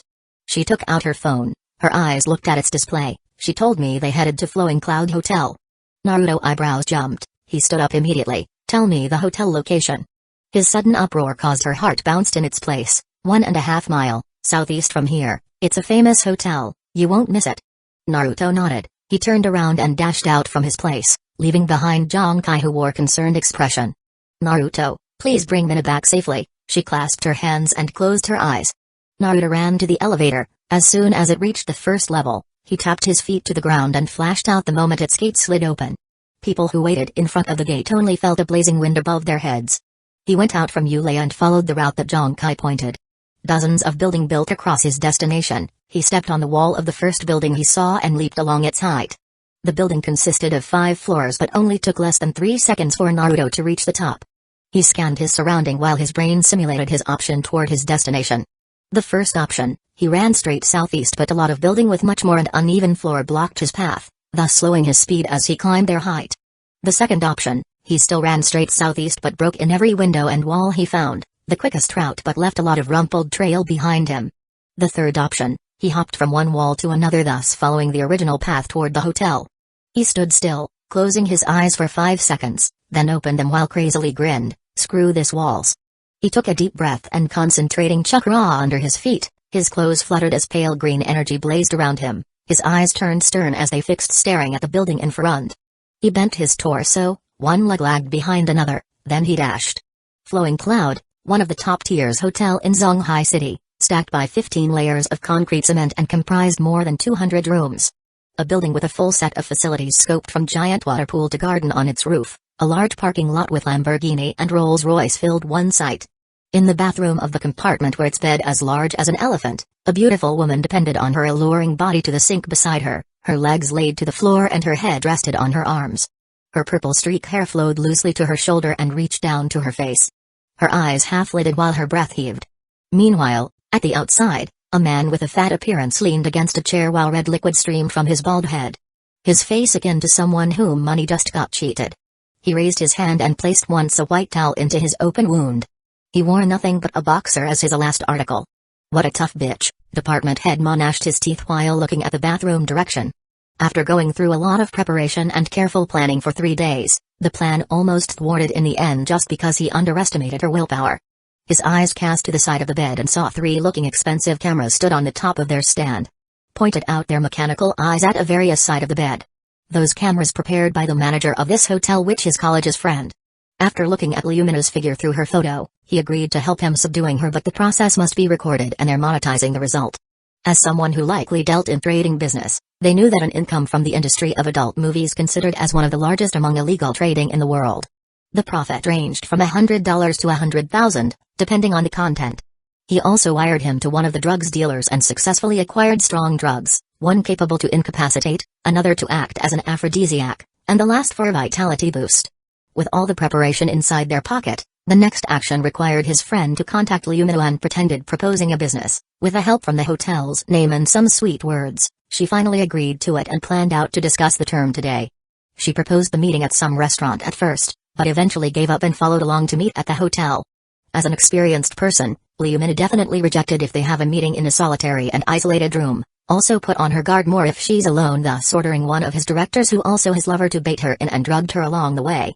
Everything progressed smoothly until they entered this room. The moment she saw Department Head Ma presence, she swiftly turned and prepared to leave but the time for the drugs to kick in finally came.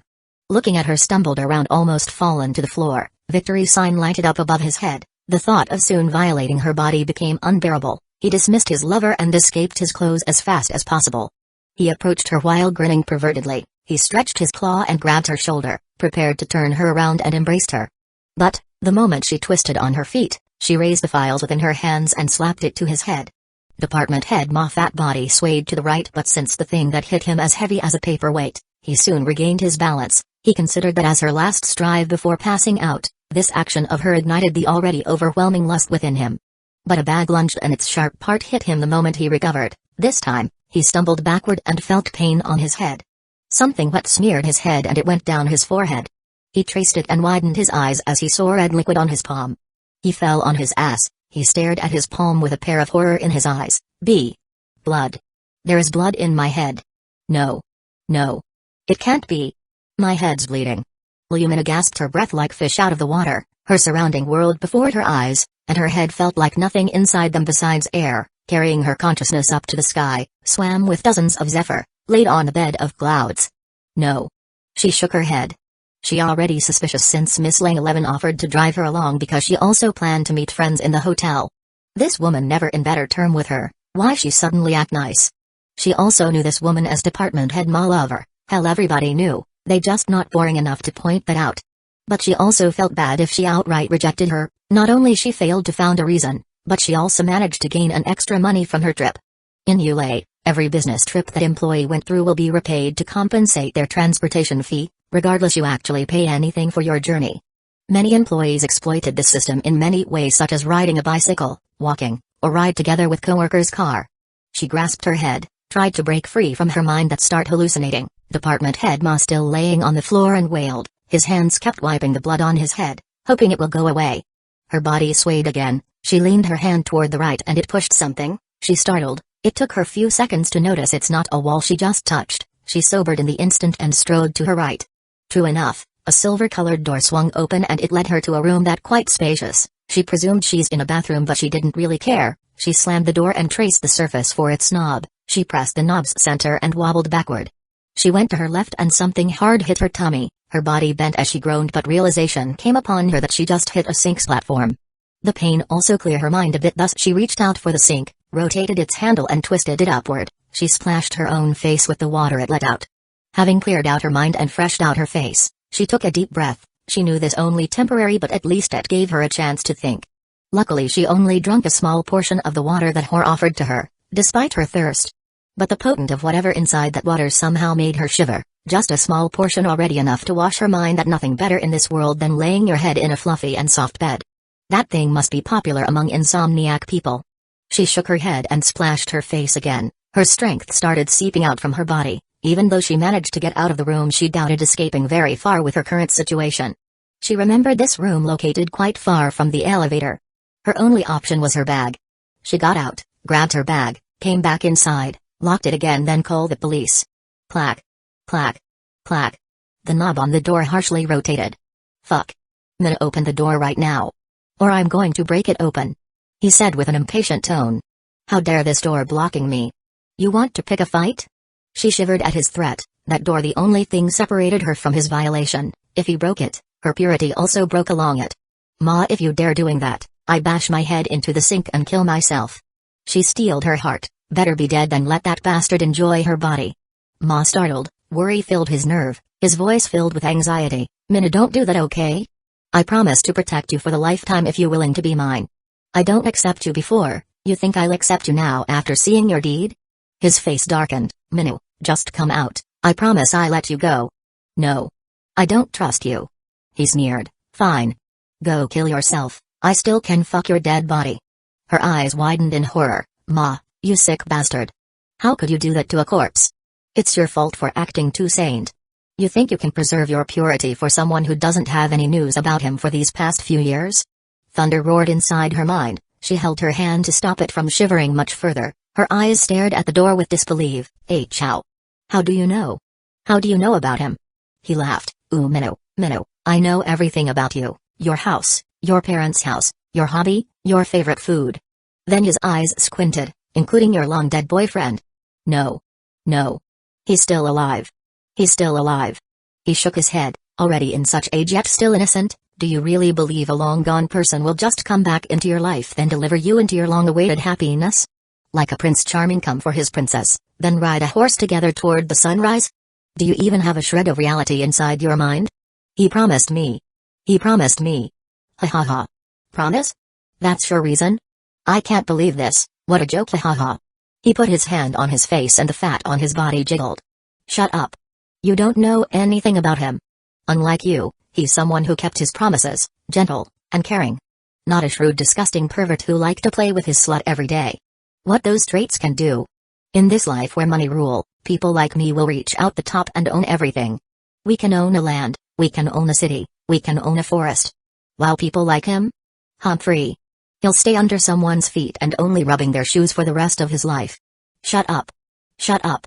She closed her eyes, waving her head while her hand stayed on her ears.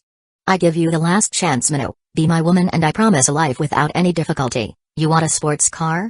I give you a Rolls Royce. You want an expensive villa? I give you a castle. You want a boat? I give you a cruiser. You can have everything you want only with a very simple premise. Be my woman. No. She put down her hand and coldly gazed at the door. I rather eat his rotten apple than drink your golden honey. His face turned cold, but deep in his heart, he admired this woman who stayed on her faith without being swayed by wealth. He started to envy the person who managed to gain such a loyalty and servitude from a woman. Shaking his head, he lamented for such a woman will finally ended up becoming an actress of adult video. Suit yourself, I give you time to enjoy your dead boyfriend memory before you moaning under me later, ha ha ha. He walked away from the bathroom's door. He stopped at her bag, picked it up, he slid it open and put inside his hand. After a while, he took back his hand while holding a phone. By the way, about your phone.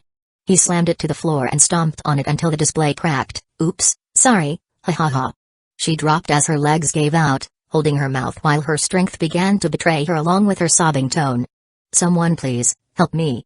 Tears by tears rolled out from their nest, leaving behind the desperate soul, wounded by the helplessness. At the same time, a certain blondie somehow tore up a paper that stuck underneath his desk. Good afternoon, sir. I heard you have a bathroom problem? At the room's door, a man in his 20s clad in uniform appeared before Ma's eyes. His hair cut in short and combed neatly. About the damn time you hear, the door of that thing cannot be open. He snorted with naked displeasure on his eyes. A panic showed before the young man's face. I'm sorry for your inconvenience, sir. I opened it right away. He strode in, passed by the bathrobe middle-aged man, and approached said door. He reached out for his utility bag and fished out a bunch of keys. Ma's eyes twitched upon seeing it. He hoped the key came with labels and not trying them one by one. They were like over 20. You do know which one key to use, right? Don't worry, sir. Just give me some time. He gave him a comforting smile, then looked at the keys as he arranged them one by one. Ah, I think this one. He put one of them inside the keyhole and twisted it. Click. Jackpot. The young man let out a relieved breath. He's about to rotate the knob, but Ma pulled him back and brought him to outside the room. Ah, finally. I almost can't hold it anymore. Thank you for fixing it. Now piss off. He pushed him through the gate and slammed the door behind him. Have a nice day? He stared with a pair of confused eyes. Ma walked away from the door. He untied his bathrobe and let it drop onto the floor. He strolled toward the door, grabbed the knob with his puffy hand, then rotated it before pushed it open. The door crept backward and a sight that almost made a drool out of him presented in front of his eyes. Lumina, both legs placed in a side saddle manner, her both hands reached out from the platform slightly above her, her head rested on her forearm surface with the lids on her eyes almost shut. Bead per bead waters dripped from her face and stranded her hairs. Ma licked his lips and blood collected below his rounded tummy. He strolled forward and crouched before her. No. Don't come. Don't come. She said in mosquito tone, it tingling his sense and made him wanted her more. Hee, don't worry, Minnow, I took a good care of you. He brushed her smooth hair, grasped a handful of them and smelled it. The texture of her hair resembled a silk made from the best material, it's smooth and slippery. A scent of lilies groomed in the late summer and mixed with other herbs traveled through his nasal system, down to his furnace of excitement, fueling the already raging flame within it. He let go her hair, then touched her chin. He lifted it without effort and her face in line with his sight, her face that smeared with ruin makeup yet not hindered the beauty she possessed. Amethyst eyes glazed over, peeked between the gap of her lid, lips parched occasional, as if begging anyone to suck it like a ripe fruit ready to be plucked. Unable to hold any longer, Ma's face went down and captured that enticing lips. His thick meat trapped it and suckled like a baby. His tongue darted out, battering her helpless one and slurped her oral liquid. Puchy. Fuck. He let go her delicious lips and pushed her away, letting her back touch the surface underneath them. He spat the liquid inside his mouth and drops of blood splatter to the ground. His tongue felt pain rained over it and his mouth tasted like iron. Still struggle even until now, huh? Well, whatever, I already tasted your lips, it's only the matter of time before I taste other else. He picked her up and went out the bathroom. They strolled toward the king-size bed and he threw her onto the soft mattress. Her body bounced once then laid without any sign of life. His eyes scanned her body, a plentiful bosom that definitely larger beyond that business suit and slender waist he died to grasp. He walked over the camera in the room and pressed each of their recording buttons, then he returned to the bed and dropped his last of dignity. A piece of ugly stick sprung from its cage and brandished its blade toward her, despite her consciousness trapped between reality and dream, but she knew her body about to be violated by the beast that now looming over her. Her heart cried with waterless tears as pair of dirty hand dug up her precious guarded part for these years. Why did I do to deserve this? Is it wrong to stay true to one belief? Is it foolish to hang on to one hope? Someone, please, help me. Praying. A shadow crashed through a wide window and rolled on the floor. He kneeled among the fragment of translucent glass then stood with a cloud of dust on his cloth. His pair of cerulean eyes swept to his back and bitter tone came into his voice. Yeah, definitely today's breaking news this voice. Why is it so familiar? It's you? Surprise and shock headed all over Ma's tone. Yo, department head Ma, quite a party, eh? How could you not invite me? The familiar voice sounds closer. This beast know him? Who are you? How could you be here? Where the hell you come from? His voice shivered with a clear dread shush. Don't you see a sleeping beauty here? It will be bad if her resting interrupted. Don't come. Or I call security. Bang. An explosive sound reverberated in her ears, followed by a sound of something broken. Just shut up already, the master of this voice spoke with coldness in his tone. It went silent for a while, then she felt like an extra weight put on the bed she laid, then a finger caressed her cheek, pushing some strand from blocking her face. His movement was gentle, making she hated to part with it. I'm sorry for coming late. I take you home after settling this, okay? He said while kept caressing her cheek. This touch. I felt it before. Not long ago. And this smell. The scent of his perfume. Naruto? Shock caused tremor all over her mind. In the brink of darkness almost overwhelmed her fate. A path of radiance pushed through and banished them into nothingness. Through this man's hand, he grabbed her sinking figure and pulled her back to hold her into his embrace. The man that I kissed. The man that I slapped. The man that I flirted. The man that I yelled. I just beat up anyone who uphold that rule until they permitted me to marry you. Even if that means you fight the entire country? Even if I have to fight the entire country. She gave up fighting the drugs, she stopped resisting the temptation to enter her dream space, because he's here, and she's safe in his arm. She closed her eyes and slept peacefully. 51 Your happiness Naruto smiled as he heard her response. He caressed her cheek for the last time before stood up from the bed and walked away. Across the room, below 30-inch flat-screen TV with a cracked surface, a fat man laid down on his left shoulder, both of his eyes closed and part of his body showed no further movement. He crouched before the man, pulled his right arm and made the man sat on his fat ass, then he slapped the man's cheek. Ugh! The fat man groaned against the force, he rocked his eyelids then slowly opened them, dull masked his face before scream pushed through his mouth. Pa! Another blow kissed the man's cheek and forced him to set his eyes upon the ground. Do that again and I'll make your head whirling. The fat man shivered while silence zipped his mouth, he held his battered cheek that started to swell. His obedient action gained Naruto's approval. Department head Ma, I believe this is the second time we met, he slanted his lips while his gaze stabbed the man in front. Ma's face became paler, the blonde's sudden appearance already spread horror into his vein, and now his ruthless slap born dread inside his heart. What do you want from me? What do I want? He raised his eyebrows, then shrugged his shoulder. You tell me, you are the one who gets caught in trouble. Please don't hurt me or report me, I'll give you anything. He joined his palm and kneeled both his legs. Naruto rose on his feet, he paced left and right with crossed arms. Anything? Yes, anything you want. Why you want money? I give you a lot. Naruto shook his head. What? What is it? Woman? I have 3 mistresses, I'll give them all to you. Naruto stared at him with a deadpan expression. Job then? I can appeal to someone in human resource for you. Naruto sighed, do you really give me anything? Ma nodded his head many times. Fine, I want your life. He pointed his finger toward the broken window. Jump. Hey. Ma fell on his ass, tremor rained all over his body. Please. Anything but that. Ah, you said you will give me anything. He frowned then sneered. TSK, So quit going back on one word, I can't be more disappointed. Please. Please. Please. Tears spilled from his protruding eyes, his hand joined together. Naruto twitched his eyes, his mind conceived an old man with a bandage over his head, kneeling with both his knees on the ground, his face akin to someone seeing a ghost. I don't want to die. I don't deserve to die. I mustn't die. I really hate when someone does that. His face turned cold, he moved forward and bashed his knee to the fat man's face, which caused his back to hit the floor. Without waiting for him to recover, Naruto grabbed his leg, then dragged him as he strolled. Ah, no. No. Please, no. His hand waved and thrashed around, searched anything for him to grab. He managed to grab a lampstand, but it got dragged along with him until he let it go. He managed to grasp a table, but it only stopped him for a second before it followed his fate. No. I swear I won't do it again. I have a wife and 2 children. I regret. I regret. Tears and snobs dirtied his face, his plea as if fell into deaf ears because Naruto dragged his body without ever change in his expression. They arrived at the broken window. He swung this mass of fat without effort and crashed into the fragile structure, widening the gap that had been there. Blood rushed into his brain, hands dangled beyond his head, sun burned against his skin. His eyes gazed at the hotel entrance's canopy down below. Tiny little things spotted buzzing around like a bunch of ants crawled on the land. Arg! His undeniable fright failed to lag behind his mouth. With a pair of unimpressed eyes and face that symbolized the meaning of cold, Naruto said, "Let's cut the chase, shall we? I want you to spill everything out, starting from your accomplish." Okay. Please don't drop me," he said before began telling him the truth. Naruto listened with an attentive expression. The arm that held a weight close to 200 pounds never once lost their ground, still stretching firm and strong. A moment later, Ma laid on the floor with sweat drenched his body. Naruto rubbed his chin as he overlooked a dying pig.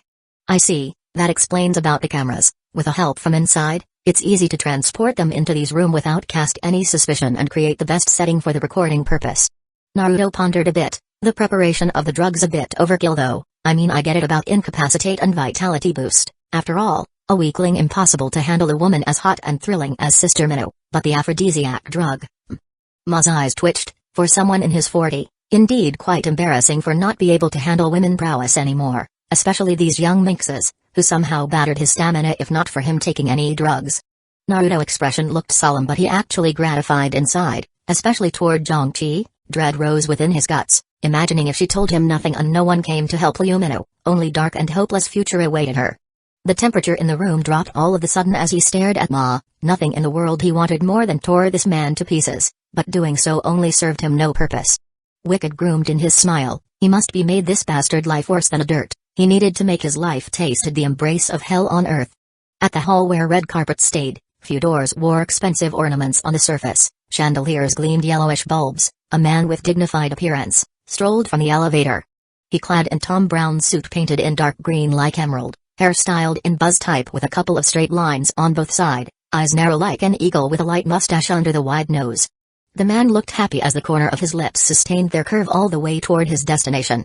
He cleared his throat once, then knocked the door before him. After a while, a middle-aged man with a rounded face opened the door and he smiled the moment he saw his guest. "Ma. How are you?" The man laughed as he strolled and hugged the middle-aged man. "Haha, it's like I'm younger 20 years. Ma held the man and pat his back. The man separated from him and strolled forward. "Of course you are, tasting someone in her calibrate must be rejuvenating." He laughed without restraint. Ma scrubbed his bald head. Hee, damn right. After playing her, I lost my interest toward my mistresses. Yeah. I understand your feeling." He strolled forward and looked at the bed direction. A snow-white and purple streak hair laid peacefully on the of the bed. He licked his lips, but his mind perceived something unusual. Before he managed to point it out, Ma pat his shoulder. He turned around and saw the fat man, smiling in a perverted way. "Come on, my surprise waited for you in the bathroom." "Oh, that's right, you mentioned about giving me a surprise. What is it?" he said as Ma gave him his back view. "You see it for yourself." With a chuckle, Ma strolled to his left and opened the gray door that led toward the bathroom. The man pondered a bit before followed in tail. The white room inside these deluxe compartments, indeed a high-class one. Not only their space gave you quite a freedom in movement, but the facility also magnificent. Sensory toilet, hair and facial equipment sets, and bathtub jacuzzi style. The man noticed 3 cameras in front of the jacuzzi covered in a silver curtain. He frowned, pondering the reason for these mechanical eyes placed in here. Ma walked past the cameras and stopped in front of the curtain. He glanced at him then grinned before reaching out for the curtain's edge and slid it to the left. The man widened his eyes at the scene before him, a beautiful woman in her birthday suit, leaning against the tub's wall with a reddish complexion and half-sobered expression. Body half-drowned with the water's height stopped underneath the heaving twin mountain and a pair of pinkish people. Her hair painted in complete purple and fell loosely into her shoulder, her attractive mouth parched in rhythm with her rough breathing. Who is she? The man said while his eyes set on her spellbound. Minu's sister, Sakura. Ma crossed his arm and curled his lips. Her sister. The man mumbled, no wonder she looks so young. Ma shrugged, she's still in high school after all. He sauntered toward the man and circled his hand over the man's shoulder, whispered in magnetic voice, this is my surprise for you, go fuck her. The man startled and snapped his head toward Ma. Despite the furnace of lust ignited within him, he suspiciously asked Ma, how did you get her here? And why you not do her already? A girl with such bombastic appearance yet you, a perverted fat man not even laying a single dirty tool of you over her? Since when you become a monk? You know sister, they heavily care for each other thus when I called her through Minu's phone and threaded her about her sister well-being, she agreed to come here so long I'm not doing anything to Minu which I, of course, falsely compromise. His expression became bitter, as why I'm not doing her, ha. You know I'm no longer like in the past, one tigress enough to suck the life out of me. I believe she's no different than her older sister. I already enter a realm of heaven if I do her too. Also, I want to show the sincerity of my gratitude toward you. The man looked at Ma with a dazed countenance, touched by his action. Ma, you really my bro, I assure you, our business of monetizing the video gained a lot of profit, even reached those blockbuster movies. Ahaha, I hope so. Now. Here take this. Ma fished out 2 drugs from his pocket. The man recognized what he brought. He sneered, Ma, come on. You underestimate me. I don't need those dopes to wreck the hell out of her. Ma shook his head. I'm worried about you because I already prescribed all the 3 drugs on her. What? The man's face changed in horror, then darkened. Why would you do that? Do you want me to become a dried wood? No, of course not. Panic flashed over Ma's face. I want you to enjoy a glimpse of the best moment in your life. Come on, think about it. You about to hug a virgin body, mangling her puffy and full breast, gnawing her fresh and youthful lips, sucking her curly small ears, and piercing her tight and wet veil. Why waste doing that only for minutes instead of hours? I know we can force her to serve you again for the next time but still, the taste wouldn't be the same. The man frowned, his eyes reflected an interest but his face seemed hesitated. Ma leaned closer and moved his mouth to the man's ears. It's a chance within a lifetime when you be able to have this again? Remember, she's a youth virgin with a super hot model-like body, plucking her cherry and enjoyed it for hours? No human get that chance for a second time. Shiver traveled along his body, his eyes looked at the girl with overwhelmed lust, he laughed like a maniac. Alright. I'll do it. Give me those. Ma grinned as he placed the drugs on the man's hand. That's my man. Oh, the session will also be recorded, don't worry, we block your face with mosaic just as I am. The man hesitated again for a while before nodded. He raised his hand and plunged 2 pills into his mouth. Soon, his body flared with burn feeling all over his skin, his breath became rough and eyes slightly red. Without further ado, he escaped his clothes and joined the purple-haired girl at the tub. The girl seemed to notice another presence inside the space and looked at the man who in close proximity with her, like a wolf. She pounced at him and they started ravaging each other figure. Yes, that's the spot. Oh, you hussy. Take it deeper. Ma pressed the recording buttons less than a second and briskly walked out of the room then closed the door behind him. His face turned pale as he wandered the room and found a trash bin under some desk. He grabbed and pulled it below his face. He ducked and started throwing up. A moment later, he put down the cylinder basket and gasped for air. Pale still lingered in his skin. He smiled bitterly. Thank God I don't have lunch yet. Light moan breezed from her lips. She fluttered her lids before opened them slowly. A man on a chair with blonde hair and tore-up suit entered her visage. He placed his elbows on his thigh and held his joined hand in front his mouth. How long you have been staring? She weakly smiled. 2 hours. Smirk hooked his lips.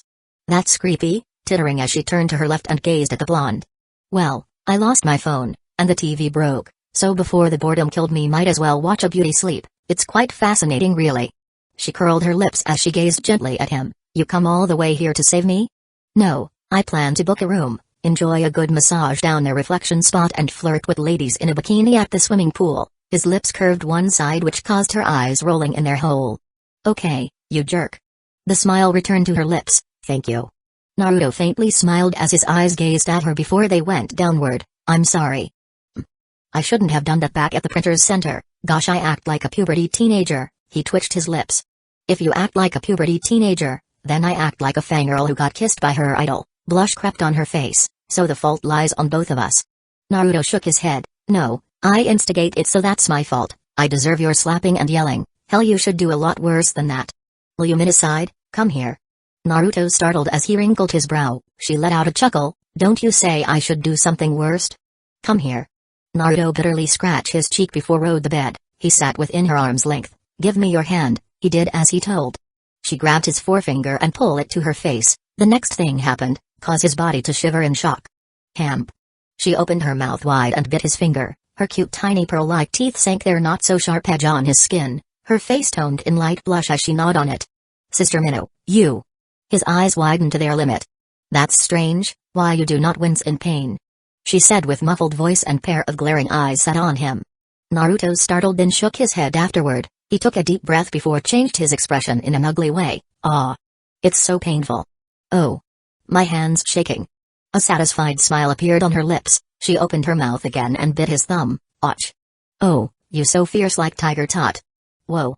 Okay, maybe not a tot, but a cub. Crap. You got some serious fang in you. Shit. This is actually a real deal. Naruto twisted his face in pain. His heart sobbed in waterless tears. His pinky, poor pinky, actually hurt by her teeth. Lumina noticed the difference inside his tone. She looked at him and she realized the realism inside his last groan. She quickly took back her teeth and gave him a pair of puppy eyes. That action alone enough to collapse his inner annoyance. He glanced at the other way. Well, fine. Yeah, I'm fine. PSH, such attack obviously did nothing to me. A smile blossomed on her lips, then she looked at his pinky again. She pondered a bit before her blush reappearing. She brought it closer to her lips, then she gaped before trapped the little finger inside.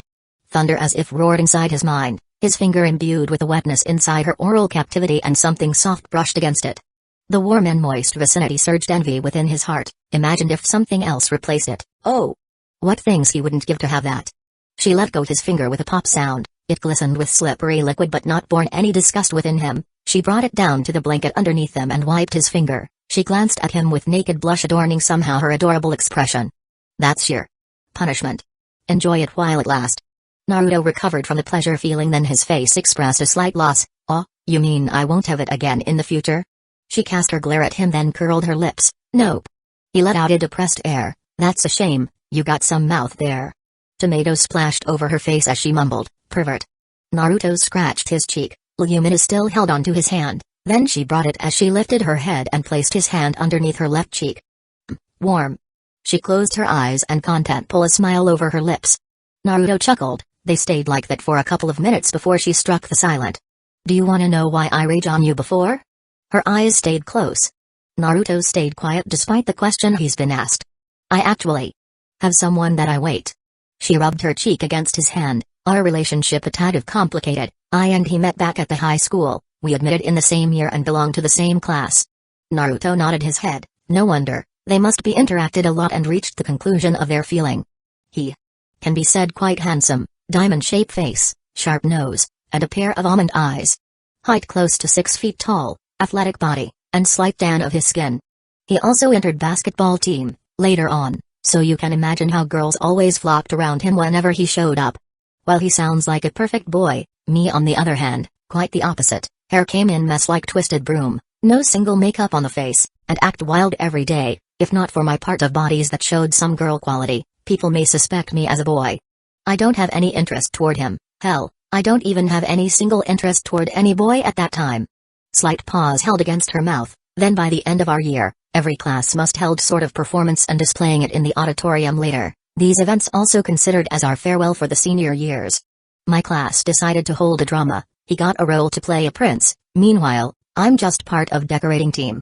Then she snapped her face toward him. For the record, I don't have any desire to play as a princess. Naruto sheepishly smiled as he raised his free hand toward her, gesturing his innocent. She snorted before continued. One day, my classmates having fun with actress makeup, then they decided to play Barbie. Hatefully, they picked me as the doll. And despite my protest, they still forced the makeup on me, and somehow instead look ridiculous. I came out like a model instead, even far beautiful than the one who played as a princess.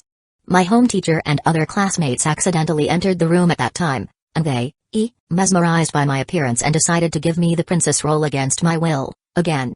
Bitter crossed her face. That event marked my first and long interaction with him since we both were the lead actors. We frequently spend time together, discussing our drama and other stuff. It would be a lie if I'm not attracted to him, but nothing really happened between us, not until our half-second year. After that event, a lot of boys had a crush on me, they flirted, even some confessed their feeling for me. I rejected all of them, and the result was horrendous. Some boys that I rejected became harasser, and girls that once my friends started bullying me. Of course, I'm no damsel in distress, I could just punch them and kick them all, but you don't want to ruin his image of you, right? Naruto softly said, his hand caressing her hair.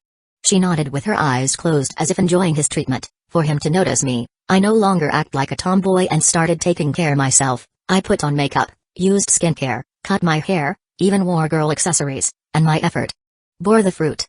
He approached me and we got to know each other far more than we previously do. Because of our closeness, people thought we were a couple and the boys stopped harassing me and the girls ceased their bullying, but in truth, neither of us confessed about our feeling, thus our relationship remained in the gray spot. Time passed by, and we reached our third year. He still not confess anything, not until after the final exam, before we went to our separate way. In the dusk where the leaves danced, line of birds sang, and sun sank at the horizon, he finally said, he loves me. A faint curve showed in the corner of her lips. After graduated from the military academy, he promised that he'll propose me, making me his fiancée, and later ended up in the marriage bed. I'm so happy and touched. I gave him my first kiss at that time. We hugged until the sun finally set, basked in each other's presence. He delivered me home, never once let my hand go, not until my door forced him to. Perhaps tired with her position, Minna right now, sitting in a side saddle manner, and leaned her body against him, her head touched against his chest as she grasped his hand. Years passed, even when distances separated us apart, we still connected to each other, through texting, and the traditional postcard. She giggled, and when he has the time to go out the academy, we met and spend entire day only to ourselves. We went to an amusement park, cinema, sightseeing spots. We cuddled, he let me rest against him, he brushed my hair and whispered love to me, we kissed and hugged, but he never crosses a line. A helpless smile pulled her lips. He said he wants to save my purity for the wedding night, in the nuptial chamber, where the sacred night bestowed our joining with its grace. Graduation finally came, the time I mostly awaited. I stood at the train station, expecting his arrival with an open arms as he received me inside his bosom. Time passed. His train came and he walked through the gate, but when his eyes saw me, his face expressed an apology and regret instead. Bad feeling surged within me. I approached him and asked what happened. He said he, including other 19 people in his years, successfully passed the academy last exam in flying colors and granted the right to enter a training camp overseas, and not going to return until a year later. He wanted to ask my permission and postpone our engagement. The hand that held his shivered in their place. I was sad and furious. But my heart knew that if I forbid him to go, it will cast a shadow inside his heart and became a crack within our relationship. I don't want that, but I also don't want him to go very far. Unlike in the academies, our communication will severely limited and they forbid their cadet to bring any private electronics. Knowing my hesitation to let him go, he only smiled and dropped the subject, for the meantime. Several days passed after that. I knew despite he never mentions it again, he actually wanted to enter that camp. The other candidate already accepted it and only himself that still not gave an answer. His parent hounding him to accept it, his mother even called me through the phone, persuading me to let him go. She ended the phone by calling me egoist and selfish. Selfish bitch. Tears started streaming down her cheek. I don't know what to do. I don't know what to do. In nights, nightmare killed my sleep, sought me to awake every single time. When we met, I only saw disappointment despite his smiling. I asked him once, will he hate me if I forbid him to go? The answer no, before a slight pause. I knew. He definitely will hate me. He will. She shook her head. I don't have a choice anymore. I don't want him to hate me. I don't want our marriage to have a crack underneath it. So I permitted him to go. He was happy and hugged me, telling me he loved me, raining me with thousands of kisses. He promised he'll marry me as soon as he came back from the training. She held her mouth toward his hand, soaking it with her everlasting tears. That promise was made 5 years ago. Naruto startled as he understood her situation. Are you saying he was missing? She heavily nodded. I tried to contact his family but no one answering me. I tried to inquire about him from the academy but to no avail. I just. Naruto sighed. He pulled her head toward his chest, letting her lash out her emotion on it. I don't want to do anymore. My logic keep telling me that he already. She grasped his white shirt, created a colorless stain upon it, Naruto, tell me that he's still alive. Assure me that he's still alive. Convince me that he's still alive, please. Please. Sister Minnow, I wish I could. But none of these will make you feel better, it only hurt you more and more. Then what should I do? Please tell, what should I do? Her eyes shut and body trembled all over. Maybe you should. A slight smile appeared on him, try to let him go, and move on. Her eyes snapped open in the instant, bead for a bead of waters still left their well. If I'm in his position, I would want that from you. Why? Because I want you to be happy, even if that means you to be with someone else and forget all about me. Her face looked upward and gazed at his gentle face. I know someone like you once.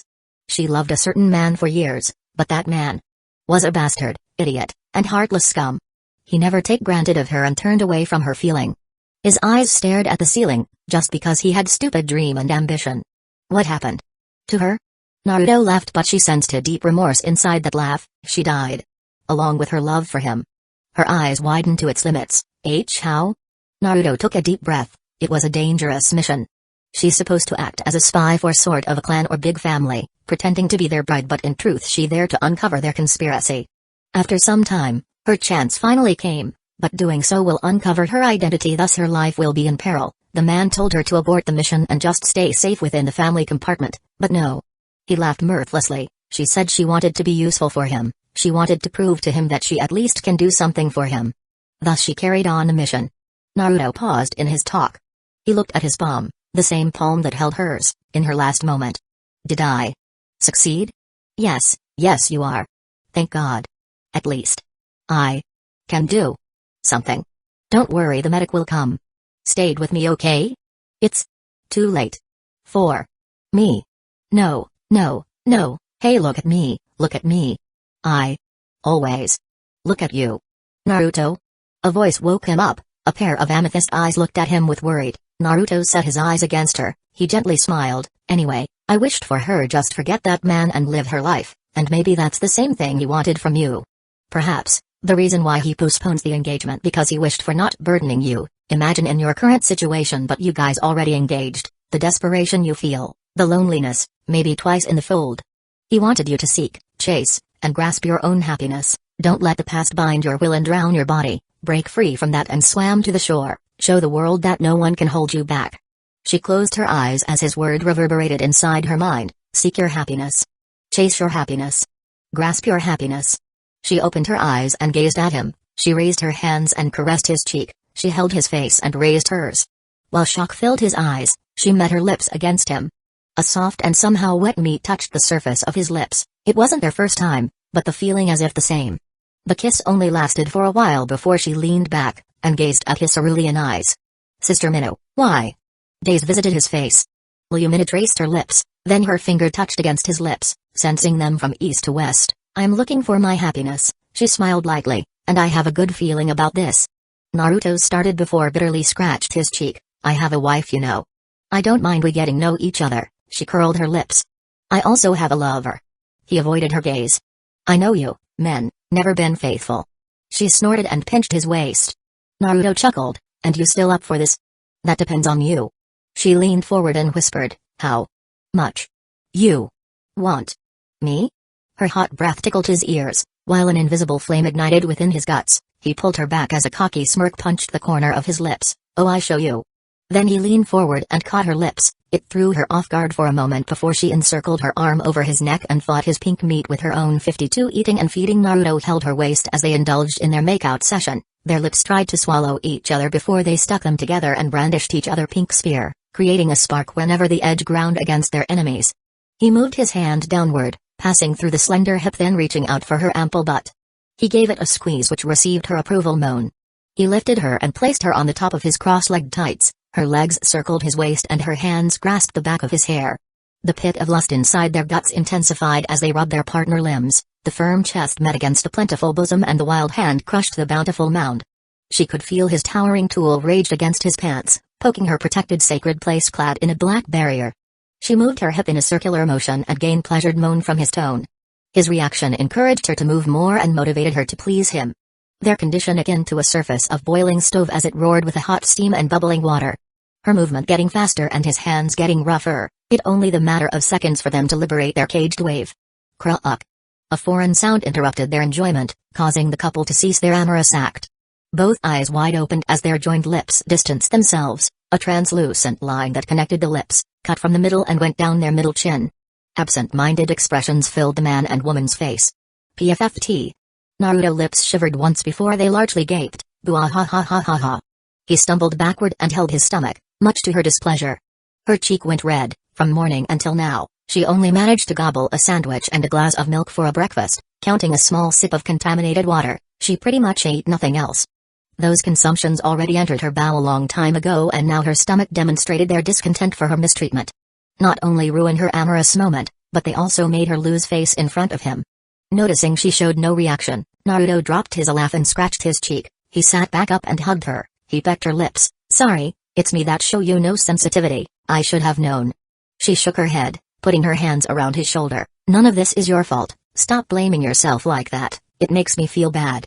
Naruto curled his lips. How about after I done here? We went to the restaurant downstairs, and you can order anything you want? Really? Her eyes glittered with sparkling dust. Naruto brushed her strands of hair and hooked them behind her ears. Then go. Do your thing before I start to drool. She giggled and leaned forward and smooched his lips. Their makeout held for a while before he pulled back, a smirk adorning his lips. You'll be drooling anyway, regardless here or there, eating or. You know. She wrinkled her eyebrow a while, then redness crept from her neck, but instead showed any embarrassed reaction. She curled her lips and fluttered her eyelashes. Ooh, I don't know. I'm not sure you really that good. Naruto twitched his lips. Sneer pulled the corner of his lips. He grabbed her waist and gave it a light squeeze. You this seductress, I make sure you never leave the bed. Her finger touched his face. That depends if you can make me hop onto the bed first, hey? It wouldn't be so hard. Don't underestimate me, Mr. Naruto, she giggled before pushed him. Go now, complete your assignment. It's bad if you make your guest wait. A chuckle came out from his mouth. He went to peck her again before stood up from the bed. Oh yeah, doll yourself up, okay? I want my girl to look outstandingly beautiful. You sounds like a perverted old man. She held her mouth as she tittered. Curves slanted his lips as he walked away from the bed and strolled toward the bathroom. Lumina gazed at his back with a faint smile, then she looked at view beyond the broken window. A light blue sky glistened her eyes with wavering water. I don't know whether you're still alive or somewhere peace, I hope. You can forgive me and bless my relationship. I won't wait for happiness anymore. She wiped her eyes and glanced back the bathroom direction. A gentle smile touched her lips. Let him be the one and the last. Naruto closed the door behind him. The moment he smelled the scent that lingered in the air, his guts automatically turned up. When his eyes saw the scene in front of him, he no longer hesitated to throw up on the spot. The once tidy and clean bathroom now completely messed up with soap and other creams spilled on the floor, wall, sink, and toilet. The silver curtain fell off its hanger with some of the parts took a dip inside the jacuzzi. One of the cameras knocked from its stand and laid sideways, pointing at the tub.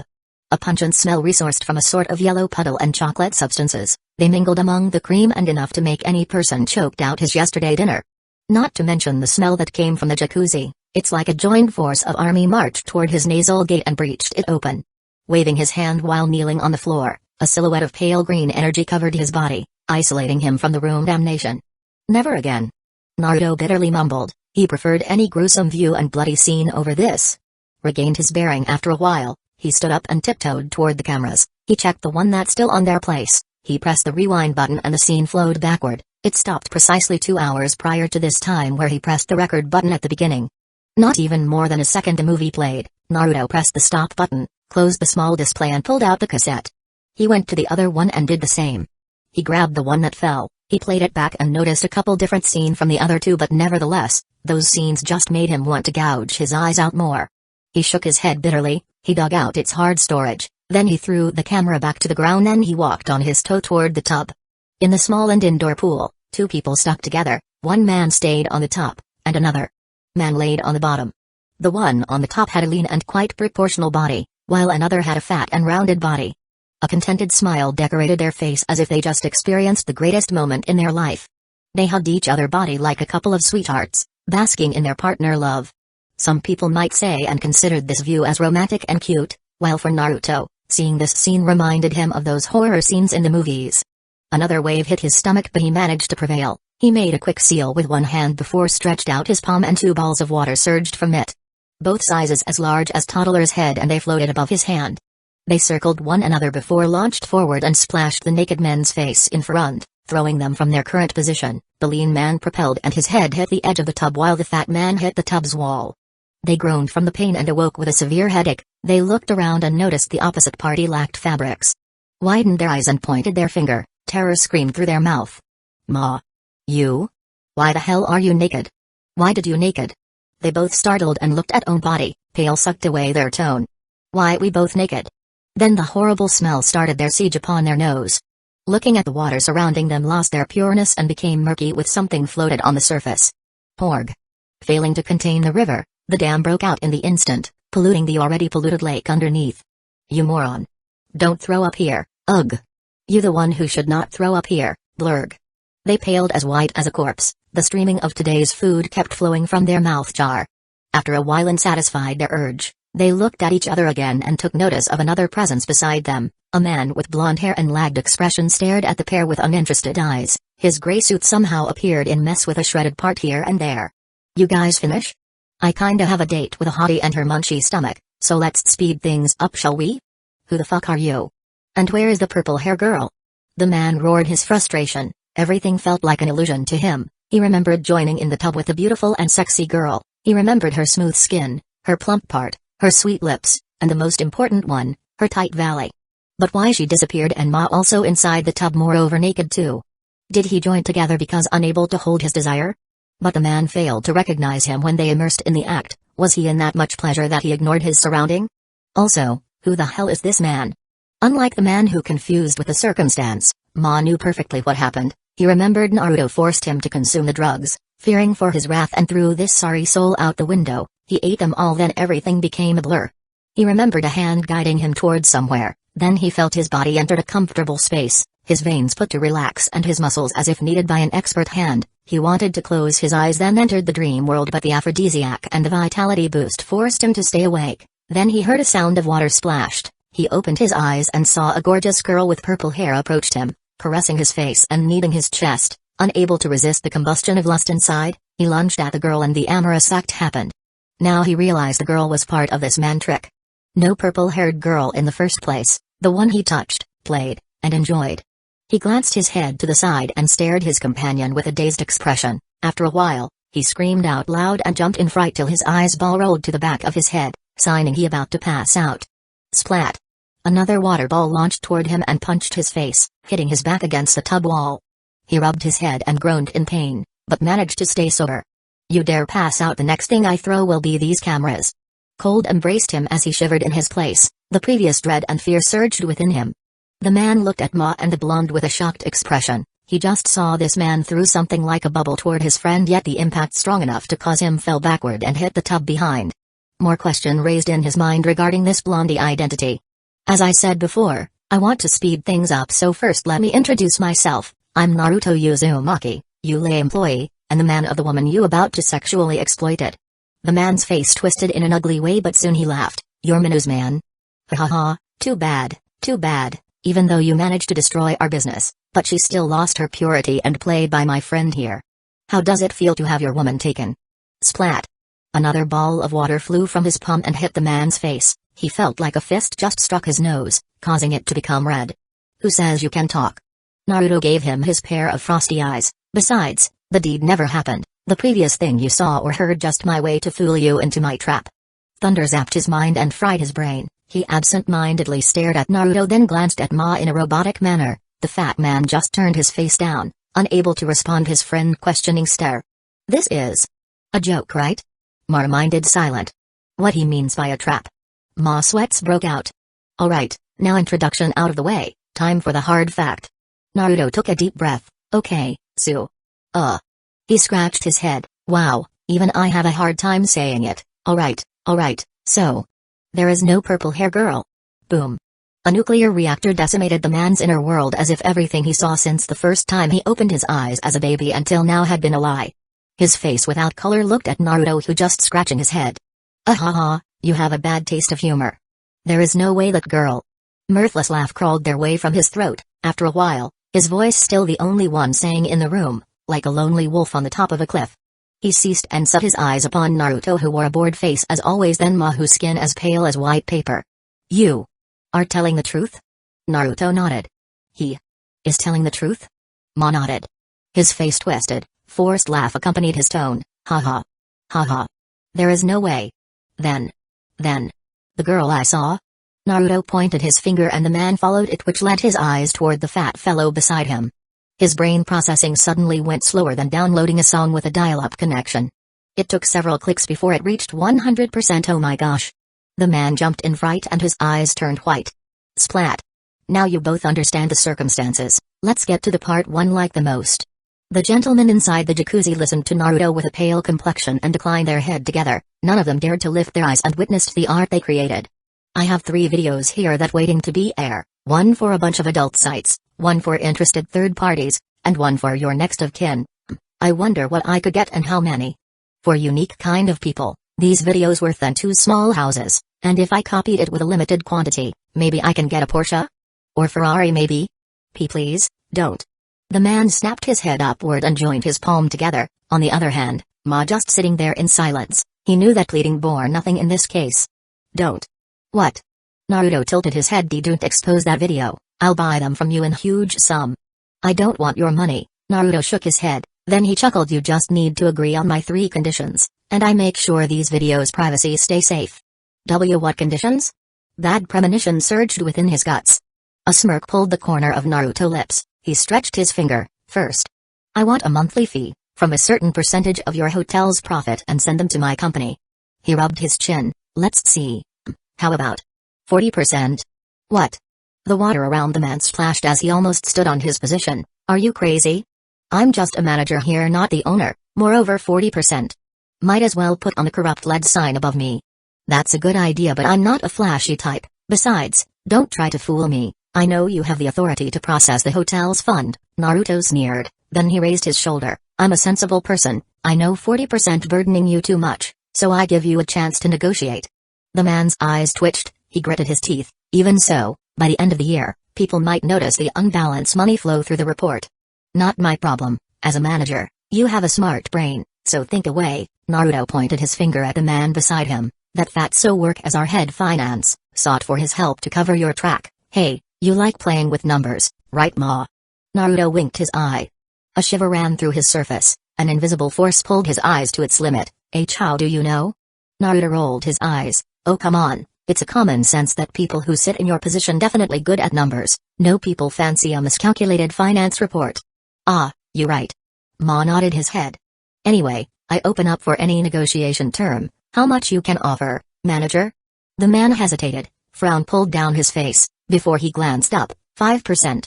Denied. 7%. Nope. 9%. Rejected. The man gnashed his teeth, glaring at Naruto with his pair of laser eyes. 11. Okay, let me cut these nonsense. What you offered to me so far not even worth to buy me a snack, so let me save you the trouble. 20%, yes or no?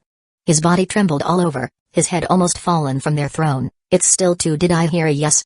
Naruto pushed out his ear, then nodded his head. Alright, you're too kind, a praiseworthy manager. Huh, but I will settle at 20, done and done. Now, on to the next condition. Naruto ignored the man's sobbed expression. He thought Naruto such a bully. Every time Yule and its employee need to use this hotel facility, it must be free from any charge, for a lifetime. Naruto rubbed his chin. Oh, except Ma. The fatty honked his mouth at the differentiated treatment. The man seemed wanting to express his disagreement, but immediately cut by Naruto. Fine, fine, you such a cheap person. Naruto's eyes stared at the ceiling. How about just the restaurant, the bar, the swimming pool, the reflection room, the meeting room, the grand hall, and one president's suite room? This time, tears really flowed from the man's eyes. He felt like returning to a high school time where a bunch of punk students robbed him of his lunch money. He nodded his head in a helpless manner. Alright. The last condition. Naruto crossed his arms. Oh yeah, give me your car. Horror flashed through the man's eyes before he spoke in discontent. Naruto cut him. Again, I'm not robbing you of your vehicle, okay? You can have Fatso car instead. Naruto noticed a pair of confused eyes and another pair of terrified eyes. He shrugged. What? It's not for me, but for Minnow. If she came to the office in Ma's car, people might get a wrong idea. Even in unwillingness, the man agreed with Naruto's condition. His freedom to choose already been robbed anyway. Naruto nodded in satisfaction. I want all of them right down on a paper, with your name and Ma's name as the mediator. Oh, exclude the car part.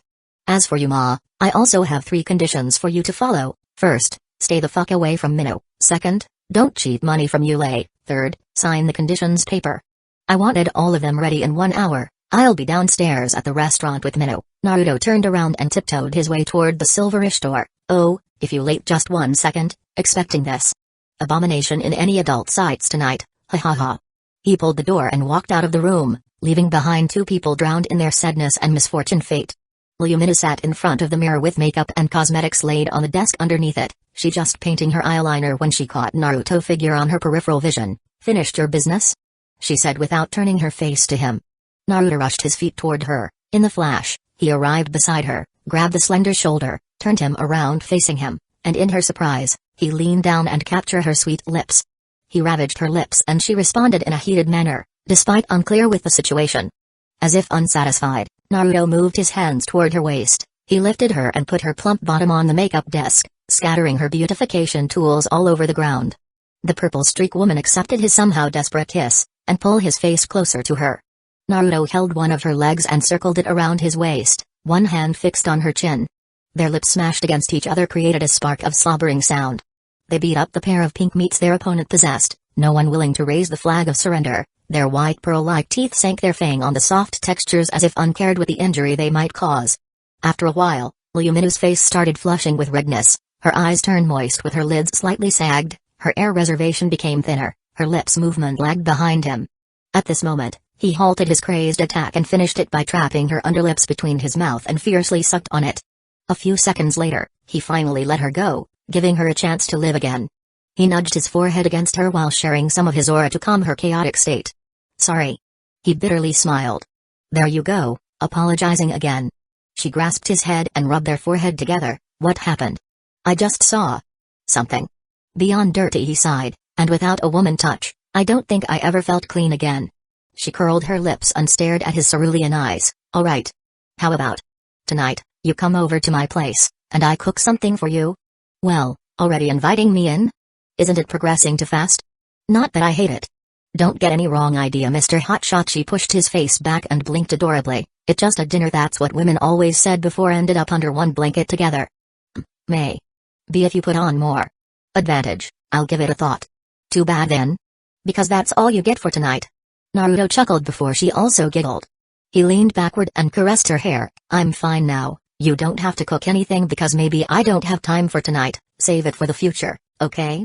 She nodded, enjoying his gentle treatment. You ready now? The food's awake downstairs. What ready? You ruined my lipstick. She pouted.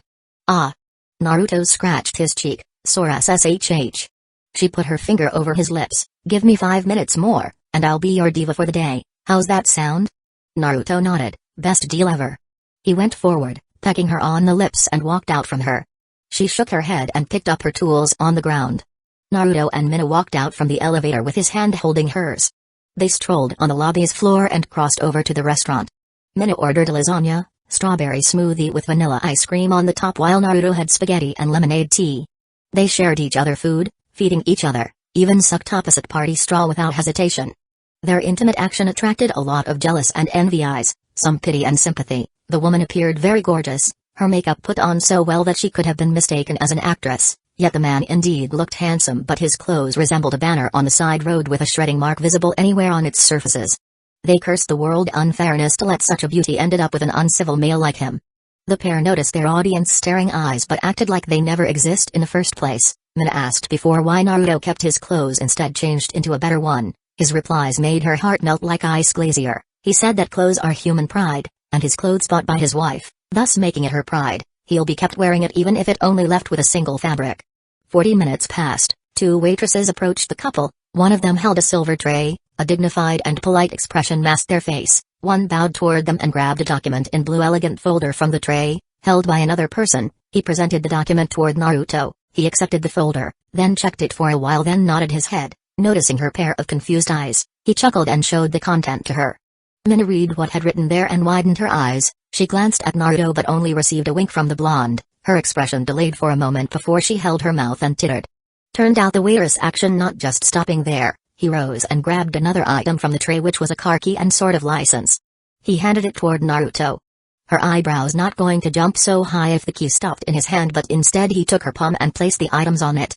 Never her eyes went wide as large as now. A blue trademark with an oval outline and sparkling stars made her realize the kind of car she received, a Subaru BRZ. A car that cost over $20,000 and one of the top 10 most desirable car of this year. While shiver rained all over her body, Naruto leaned toward her ears. For you. Then he kissed her cheek. She gave him her absent-minded expression before she lunged at him, and they entered another heated makeout session, adding the fuel of jealousy to other people in the room. 10 minutes later, they went out from the hotel and Mina got a chance to test drive her newly acquired car. Luckily she capable of driving. Imagine how awkward it was if she's not. Unlike Mokayane, who drove in a gentle manner, Mina raced on the road as if she inside a NASCAR tournament, though she's still within the speed limit. After quite some time, the car arrived at Yule and entered the underground parking lot. They got out from the car and traversed toward the PR floor. Unlike in the hotel, they showed no intimate manner and acted just like a coworker, deceiving every eye they passed, including the sisters in PR. They headed to their respective desk before gave a secret smile to each other. The roaring sob of Jonkai resounded in the entire place as she hugged Mina and almost choked her to death. Mina comforted her and told her nothing bad happened, which calming the shoulder-length haired woman.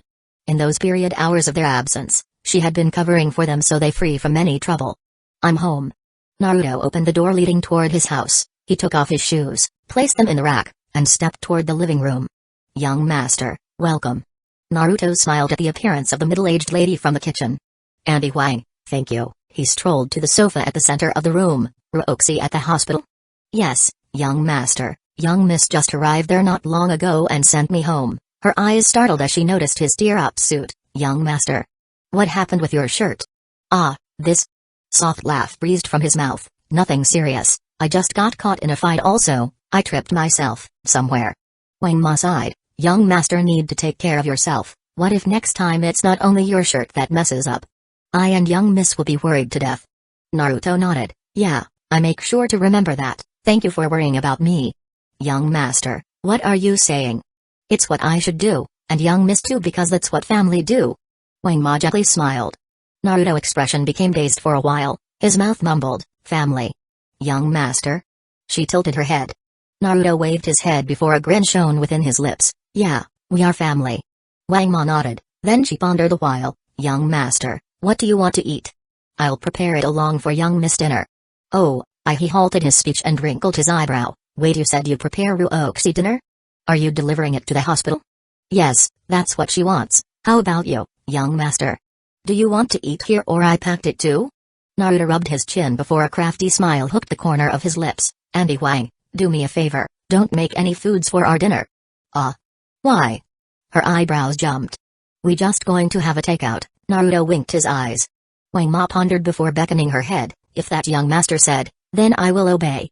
Thanks, just take care of yourself and get some rest for tonight, Andy Huang. Certainly, young master, if you need anything just call me. Then she remembered something. Oh yeah, young master, since you lost your phone, young miss ordered you another one. It's in your room. She giggled before she turned around, nipped toward the kitchen. Naruto scratched his cheek and let out a helpless smile. Oh, Ruoxi. This cold shoulder facade of your making you look adorable instead. Naruto sat on the sofa and turned on the TV. A catastrophe. Several buildings' window and wall have been breached by mysterious forces. Bip. Naruto turned back off the TV. He stood up and left the area while whistling. In the room, where a sound of heart rate machine beeped in rhythm, Lincoln laid on the top of the white bed, thin hose strapped into various part of his body, supplying the man with various liquids of herbs and medicine. Beside his bed, a young woman occupied a small chair and leaning her curvaceous body on its backrest. Her pair of crystal clear eyes drilled on the small book within her grasp. Her usual loose hair tied in a bun, thus showing her thin and white neck. One leg crossed over another, proving their slenderness toward any pair of eyes who gaze upon it. Thud.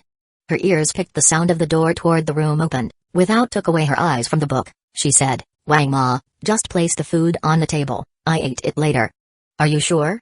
Food tastes better when they warm, you know. Expecting a gentle middle-aged woman voice, she startled as she heard a familiar man voice instead. Wrinkling her eyebrow, she refused to move her sight from the book. What are you doing here? Delivering your food, of course. We don't want our Princess Ruoxi to starve, right?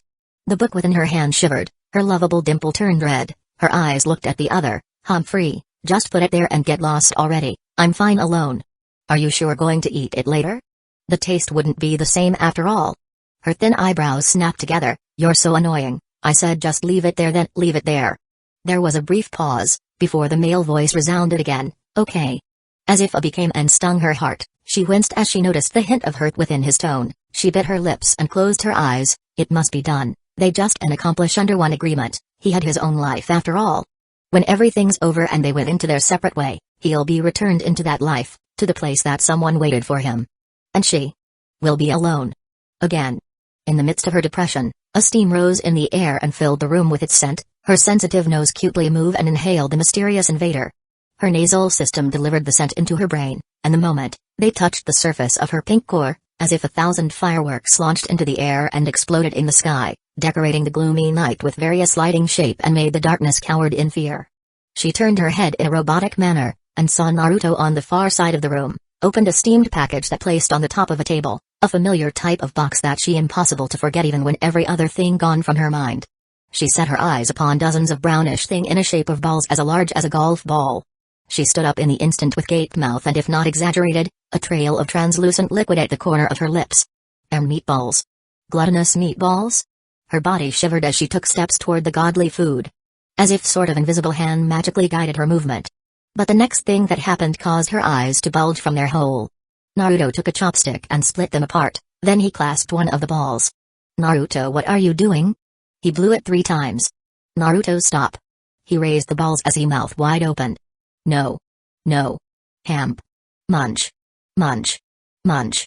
Shockwave blew her inner world, collapsing the city of her dreamland where everything made of meatball. A giant whirlpool appeared and sucked the construction away, dragging every single piece of them into an abyss of eternal nothingness. She like a toy who remained moveless after its battery removed. Oh Ruoxi, why are you standing there for? Naruto said with a muffled sound as his right part of cheek bulged. How dare you? Her face looked at the ground, making Naruto unable to look at her expression. How dare you? Her voice akin to a giant block ice that capable to decrease the temperature in the instant. How dare you? Her body shivered as if a large-scale earthquake trashed the land. You, okay? Naruto gulped the edible food inside his mouth and picked another meatball. He put it inside his mouth and chewed on it. No. My meatballs. How can you eat my meatballs? I hate you. I hate you. She rushed forward and started hitting Naruto with her small fist. Whoa. Ruoxi, what are you doing? Stop it. Naruto raised his hands and blocked her assault. Give back my meatballs. Give back my meatballs. You rogue bastard. Jerk. Pervert. Evil. She bashing her hands as if she tried to fight him till death. Ruoxi, you. Naruto started getting annoyed, picked up one of the balls and pierced it into her mouth. Humphrey? Ruoxi expression lagged as the delicious meat entered her wet cavern, touching the baby dragon inside and smeared it with the barbecue taste of lotion. Naruto stayed his hand, looking at her delayed face. He let out a chuckle. You calmed down yet? She nodded her head but the pair of eyes still glaring at him. Naruto shook his head and sighed. He pointed his free hand to the other side of the room. I placed your food there. This is mine to eat. She followed his finger and startled as another package in similar appearance caught within her sight. Red surged from her toe to the top of her head. She felt like her face no longer capable to appear in front of him. Naruto chuckled and pulled out his chopstick. She chewed the meatballs inside with head declined. She moved backward few steps and fidgeted on her feet. Awkward atmosphere played their symphony in the room where the vital sounds beeping. Ruoxi said with the head still down, I'm just going to eat. Over there. Whoops, not so fast. When she about to walk toward her left, Naruto stood up and grasped her hand. Let go of me. She pulled her hand but to no avail. Nope, Naruto took her hand, causing her body to stumble forward. He circled her waist and lifted her body. He sat back at the seat behind him and placed her on his lap. You'll be eating, and I'll be feeding. She struggled on his arm. Put me down, this is public area. And? They all can go to hell. Naruto picked one of the balls. I'm feeding you with or without your consent. Her heart trembled. Hearing his aggressiveness somehow made her felt helpless but at the same time, a slight sweet like honey poured into her body. Open your mouth.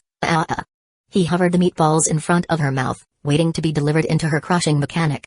Her cheek turned red but she still closed her mouth neatly. Oh, well I guess this is mine. Unbothered with her behavior, Naruto ate the food instead. You.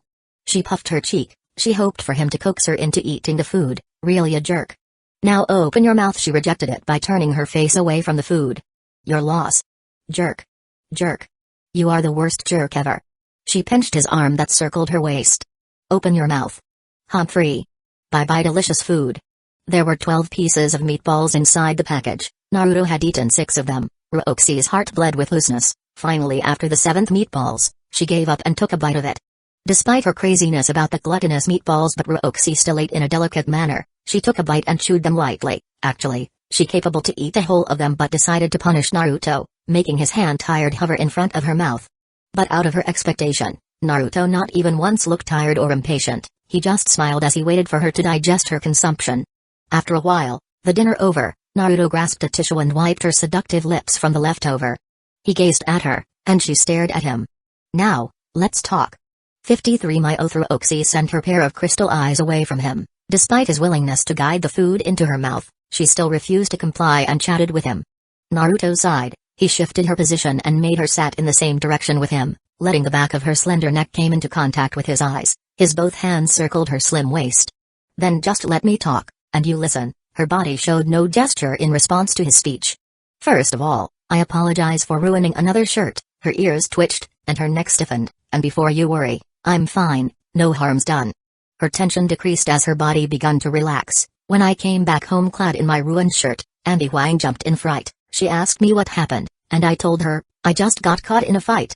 The look in her face became worried and anxious. She told me to be more careful in the future. She feared that one day, I might return not only with my shirt shredded but other else too. I thanked her for the concern and advice, and do you know what she said after? The back of her head waved as he caught the glimpse of her cheek. Naruto chuckled. He leaned closer into her back. She said, that's what she ought to do. Because of she, you, and I. Our family. A shiver on her body sensed through his tights, and the hands that clasped her waist. Naruto closed his eyes. Ryoxi, do you know? I have no parents. The shiver stopped, along with the flow of her breath. No brother, no sister, no uncle, no aunt, no cousin. I have no one. He inhaled a mouthful of air. I spent my childhood know nothing about family, and my circumstances led me to view them as a hindrance. A great emperor, who reigned all over the land, he, who grasped many lives in his hands and many fate in his feet, reduced to a miserable old bone, when his own blood schemed against him, trying to reap the throne he used to sit. A big businessman, who built his enterprises all over the globe, controlling every trade and sales on the markets, reduced to a mere beggar, when his own kin swallowed and plundered his wealth. A leader, who capable to determine a righteous path and leading his people into a bright future, reduced to the lowest criminal, when his own brother stabbed him in the back and stole his follower. Naruto opened his eyes, a gleam of viciousness reflected on them. Family was a poison that corrupted our soil, rotting the ground and killing thousands of trees that cultivated above it. In my eyes, family mean no shit. Ryoxi's face turned pale, the tone he held full of hate and malevolent. She no longer felt the warmth inside it, or a gentle tune his voice used to sing. She bit her lips, held back the urge to turn around and slapped him in the face, waking him from his violent side. But then, her heated ears caught a change in his tone. A giant stupid furball, who hated human the most in his entire life and wanted nothing more than see them all burn, protected me when I'm injured. A perverted smelly old man, who loved to peep on the public bath and drunk booze until he passed out, taught me the meaning of hope. A lazy naive maiden, who just laid on the green grassland and fished from the pond every day, showed me the beauty inside humanity. And 2 people, who prepared me a surprise in the morning, giving me the best ramen I ever tasted in my life, opened their arm widely, and say, welcome to our house. Ryoxi, tell me. Is that family? Naruto leaned his head against the back of her neck, smelling her fragrance that resembled a blooming white jasmine. He hugged her waist closely into his stomach. Ryoxi closed her eyes and enjoying his embrace, her heart thumped like a ripple on a calm lake's surface. You have a girlfriend? She said in a small tone. I do. She's your true family. Ryoxi opened her eyes, a faint smile crept from the corner of her lips. Do you know how I heard my grandmother passing? Naruto wrinkled his brow but said nothing. I was in the classroom, listening to the lecturer's speech about some economic crisis. At that time, grandmother already admitted to a hospital for a week but the doctors said her condition had been improving. Then my phone rang. The lecturer was known for not taking kindly anyone who disturbed his teaching, thus I rejected the call and turned off my phone. After the class over, I'm about to turn on my phone but my senior said he needed to talk with me in a private and little urgent, thus I quickly followed him and forgot about my phone. I went home after our talk, and noticed Wang Ma not in the house. After changed my clothes and settled my private business, I turned on my phone and shocked at Wang Ma incoming call 30 times. Dread rose within my guts, that feeling lurked inside my hearts. With a tremble fingers, I call Wang Ma back and I heard her sobbing on the other side of the line. By the time I arrived at the hospital, they already covered my grandma in a white sheet. I don't even get a chance to say my goodbye. Or hearing her voice for the last time. Or looking at her in the eyes. Or. Shiver played a part on her body, the pair of eyes moistened by a surging tear. Can you imagine? When you think everything is going to be alright, then suddenly things just turned upside down. She should be fine. She should be fine. But why? Naruto, I know. I know you have your own life. I also know that our relationship only based on an agreement. One day, it will be over and you will leave, but I want to hope, just to hope, that there's might be something more to it in the end, that maybe you stay forever with me, maybe we can be a true couple, but, now I know you have a girlfriend and you will come back to her someday. I don't want to feel that pain again, to hope something for the better only to have that taken from you. I just can't. It will be better if we didn't know each other in the first place, just a stranger who accidentally live under one roof. She held her mouth in a sob, pearl-like tears trailed on her cheek down to her chin. I just feel that it might be better that way. Naruto sighed, his nose nudged her neck. So the problem is that you fear that I might leave you alone one day for my girlfriends? She nodded. Surprisingly, a chuckle came out from his mouth. You're really silly. If not for her drowned in her sadness, she might already refute his word. Do you remember, a week ago when I took care for guests at our house? Then we sort of had this misunderstanding? She hung her head while wiped the tears out of her eyes. I went to my girlfriend's place and spent the night there. In the morning, she gave me the advice to see things more carefully before making any assumption. Hey, she actually helping me cleared up my misunderstanding. Roxy startled and turned her face to look at him. She did? MMHMM. But why? Roxy frowned, then glared at him. Did you told her about our circumstances? No. Of course not, as far as I can tell, she only knew our marriage is legit. His eyes glanced upward, though I'm not sure if she already figured it out by herself. She pretty smart after all. Roxy's eyes twitched, her inside somehow felt uncomfortable when heard Naruto complimented another woman, then her eyebrows jumped. Wait, if you tell her that our marriage is real, why she still agreed to be your girlfriend? Isn't that mean she agreed to become your mistress? That she was, Naruto chuckled, she's one hell of a weird woman. Naruto shifted his thigh and made her lean her back more, stuck his chin on her shoulder and his cheek almost grazed her ruddy one. She set her eyes to her front, reducing the chance of their cheek to clash. Their eyes gazed at Lincoln, who remained lifeless on his bed. She said, she didn't need my heart. So long I acknowledged her existence, spared a bit portion of my smile for her, shared a glimpse of my warmth to her, she contented. Roxy's eyes widened. At first she thought this girlfriend quite a weird woman, and told to be truth, gave her kind of low impression, since in her mind, women who willing to be a mistress either be a gold digger or a vixen, but now, Roxy's impression of her rose to a high degree because no mere woman accepted only so much and already felt contentment. How can you manage to attract such a woman heart? She twitched her lips. Naruto sighed before a faint smile approached his lips. I don't know. She's still a mystery to me up until now. Then he grinned and hugged her tighter. Maybe she just silly like you. Roxy snorted, despite the flush on her skin. I'm not silly. Then you thought she's silly? Roxy choked on her own words, her face drowned in deep redness. She gave him her pair of frosty glare. You're really, worst jerk ever. Laughter sang in his mouth, then he gazed at her eyes. My point is, you think a woman like her will let me leaving you behind, much less in a broken heart state? Roxy frowned and shook her head afterward. If she is in her position, and assuming her behavior based on her action told by him, she would rather stay as a mistress than let other women suffered because of her. Human might selfish, but they still have the heart to feel others' pain. She understood the feeling of being left alone, struggling from the storm of problems that whirled you around, smashing your body anywhere it can, leaving you in a battered state that you're no longer able to stand on your own. She glanced at Naruto, observing his goofy grin resembled a sun-tearing army of gloomy clouds after commenced their siege upon the land of earth with their bullets of water. She brought her hand and caressed his tanned skin. She remembered when she wanted to end her suffering and jumped from a high 2-story building only for him to come and shield the impact with his own body. Naruto grasped her hand and squeezed it lightly. Do your problem solve now? She nodded, but Naruto noticed a trace of hesitation lingered in her eyes. He chuckled. Alright, how about this? He shifted her position and now they in face-to-face situation including their body. Roxy's heart beat like they prepared to burst through her chest. Their position copied the pair of couple who engaged in an intimate activity. Naruto looked at her shy gesture and somehow kindled his arousal. He shook his head and tried dispersing such a thought. His eyes in a gentle manner stared at hers. Naruto's finger ignited with a small flame. In Ryuxi's astounded eyes he drew a circle in the air and several words after it. That mark came in a blue color and its texture blazed akin to a fire. The moment Naruto finished, the mark trembled in the air before it split into two half-circle. One moved forward and attached itself into Ryuxi's back palm. Another went into him. I swear you an oath. In the gloomy night or cheerful day, in the hard times or tender moments, in a glaring sun or freezing snow, in a gentle grass or stormy sea, he grasped her hand. Lin Ryuxi. Till my existence no longer you deem to be needed, or you have found me not deserve to be around anymore, I shall never let you feel alone. He raised her hand and kissed the flaming mark on the back of her palm. The burning feeling slowly resided until it finally disappeared, but in her eyes, the mark entered her skin instead. If I break my oath? Naruto squinted his eyes. Let be death embraced me soon. 54 Silver Height Red Wine Naruto. Ryuxi's heart trembled. This scene reminded her of those oaths made in a wedding ceremony when the groom and bride spoke their fealty for their partner and promised to take care of each other for a lifetime. She used to mock those superstitious pacts because they failed to prove any influence whatsoever toward these people's marriage. The man who slept on the white bed behind her not even once fulfilled his duty to his wife. Her acquaintance just married a couple months ago, yet now they already submitted a divorce paper, and many other marital issue.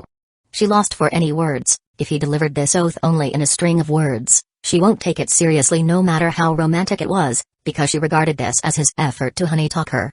Albeit her understanding of his character, she found it hard to believe that anyone would willingly stake their own life in change for other people's comfort outside of their duties.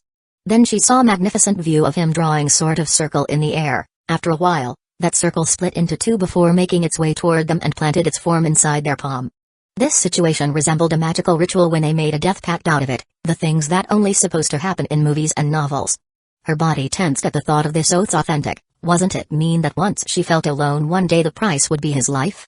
Even if she didn't really mean it, his life would be in peril danger. Besides, she ended up alone anyway if he died. You cruel. She honked her mouth in discontent. He grinned, his eyes smiled along. How come? You basically forcing me not to feel lonely. She pouted her sexy lips and held her hand while rubbing the back of her palm.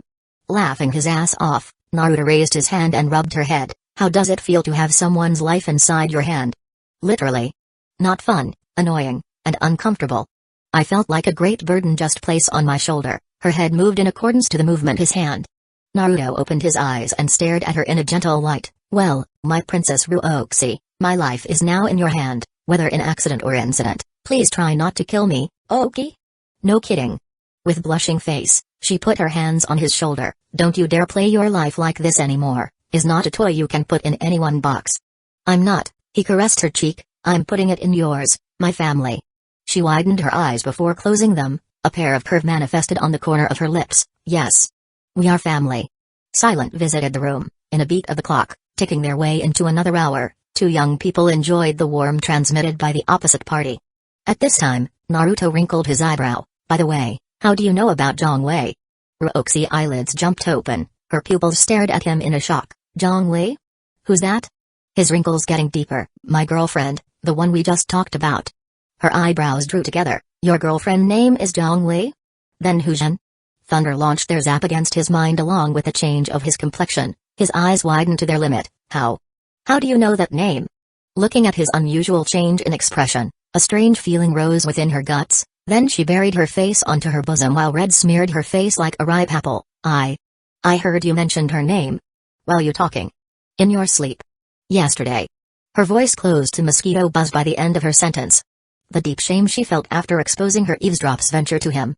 Naruto's expression lagged for a while, his face akin to someone who just lost his soul. Then as if something triggered inside him, his face became red and mouth opened as large as possible. Ha ha ha ha ha. He threw his head backward, smacking the wall behind him, yet was unable to obstruct the roaring laughter coming from his mouth. Ryuxi jumped in fright. She put her hands on his mouth. Naruto, what's wrong with you? This is a hospital, stop laughing so loud. PFFFT, I'm sorry, I just. He paused for a while before continued his onslaught on the hospital quiet environment. Ha ha ha. Goosebump rained all over her chest, her slender hands on his mouth unable to block any incoming loud tune he let out. She turned her eyes toward the door, fearing anyone came inside at any time now. Then she faced him back. She gritted her teeth while her face flushed red. She held his cheek together. Then she leaned forward. The world as if ceased to rotate at his very exact moment. His eyes startled as they saw her closed eyes reached closer almost within a hair's breadth length. The moist texture he felt on his lips resembled a pair of pink tofu steamed in a half-boiled water. It's soft and delicate, he even assumed they'll be crushed if he ever put on the slightest pressure on it.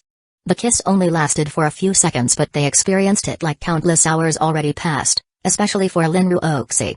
She crept backward with eyes still closed and peace crowned her face as if she within a realm of her own.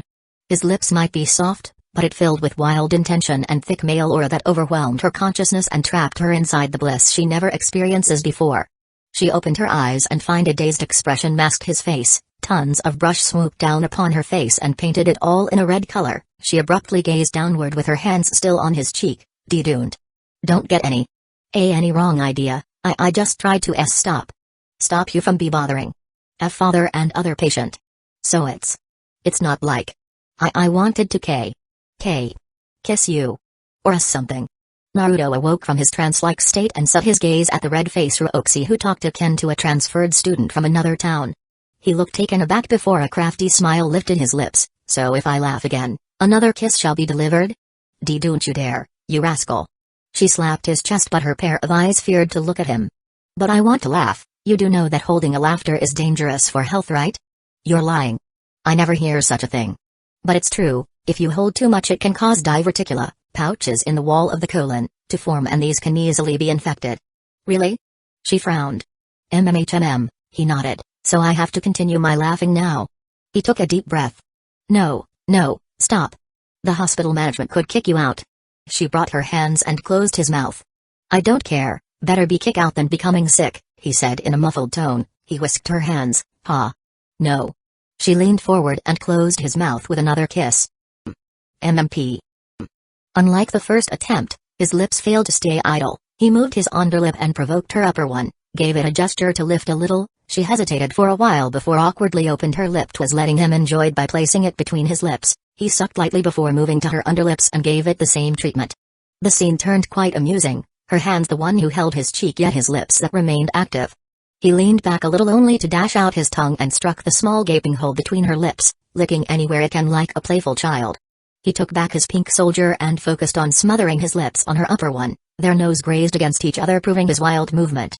Once a while, Naruto retreated and advanced again for another kiss. Time passed for 5 minutes yet they still engaged in amorous activity. His rhythm allowed her to take a breath for a while before resuming the heated session. Her hands no longer take a hold of his face and placed them on his chest instead. She sensed his firm muscle through the thick of his white jacket, giving the pectoralis a push with a small force.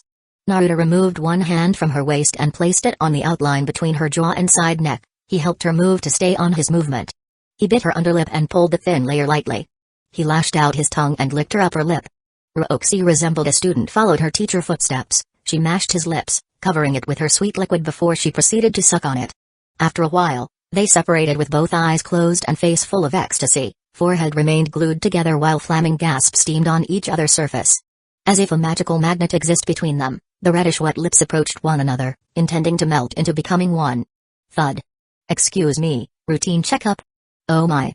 A cheerful tone disturbed the mystical territory created by this two youngster. Their eyes wide opened and glanced at the same time toward the room's door. A nurse in a white uniform stood in the gate with flushed face. She appeared older than them, around 30 years old or so. I just probably come back later. Yeah, maybe 5 or 7 minutes. She grabbed the door's handle and pulled it slowly. Try not to be so loud though and not creating any mess.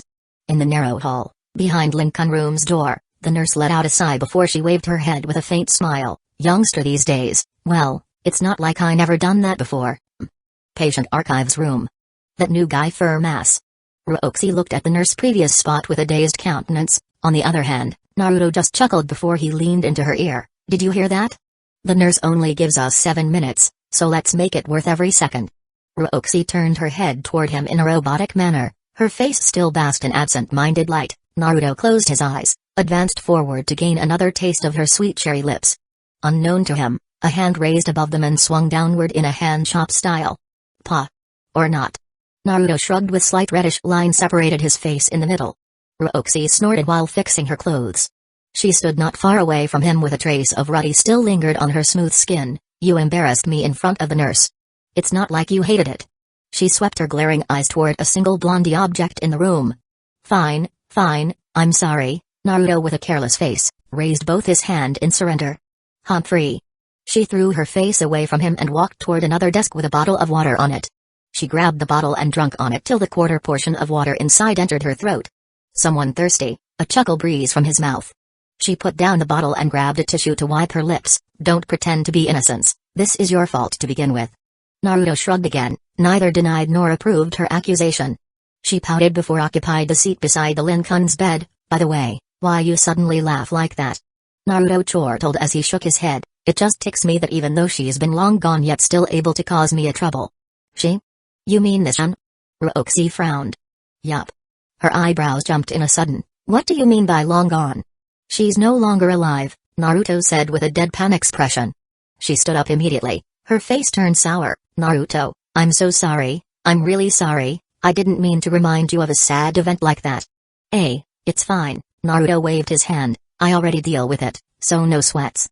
She sat back but her face tuned with a depressed expression. Naruto sighed, he stood and walked closer to her, he raised his hand and rubbed her head. Hey, I'm truly fine, it's sad indeed but I'm not letting it drowning me. Her eyes stared at him in meaningful way before she nodded afterward. She set her face downward. So Zhang is your girlfriend now? Yeah, he scratched his cheek, actually I have another one too. What? She snapped her head upward, her face filled with an anguish. You have 2 girlfriends? Yup. What the hell? Bitter clouded her face. How many do you plan to have? No, there is no plan or such a thing, he twitched his lips. Then you just going to accept any woman that confessed to you? She sneered. He rubbed her head, his eyebrows drew together. Of course not, what are you thinking? I'm not an easy man or man whore who just casually take in any woman I meet. Her heart jumped in her place by his sudden spat. She declined her face and stared at her thighs in a pitiful manner, like a Todd scolded by her pops for any mischief behavior. I'm sorry. I'm just feeling so irritated. Naruto sighed, he kneeled and grasped her hands, he tilted his head to look at her face. Look, these girlfriends of mine? I accepted them not just because they have a face like a fairy or a body like immortal, their gazes lined up, Ruoxi, they have wounded souls, charred by a past that no much people ever experienced, least not in my knowledge. They offered their feeling for me, hoping they would receive a better end for their suffering, and I know if I rejected them outright, it might devastate them. No, I'm not going to be a person who mixed a trouble into a chaos, adding a black tint into a murky water. He squeezed her hands. I'm not going to be a hypocrite or pretended to be a saint by saying I have no desire for them. Hell, I'll be in deep regret if one of them find a better man than me one day and decided to live their life with him instead. I'll admit I'm a selfish jerk and pervert asshole who always lusted for other women despite what I have. Unlike other men, I won't speak any honey words to trick them any comfort. I unable to give them my full attention or my whole heart. I'm not a billionaire who have thousands of cash to support their living. I'm not an artist who make tons of art filled with love just to make their heart flutter. I'm just a man who tried my best to make them happy, no matter what the cost I have to pay. Roxy stared at his eyes. She frowned a while before letting out a sigh. I know. I'm not someone who have the right to tie you down, but as my perspective as a woman, I hope you won't overdo it. We might agree to share you, but it doesn't mean we happy about it. I understand your intention, but if you kept adding a woman into your arm, I fear one day you bound to hurt us instead, or worst, you hurt yourself, way more than you prepared to. Alright. He rubbed her hands. Thank you.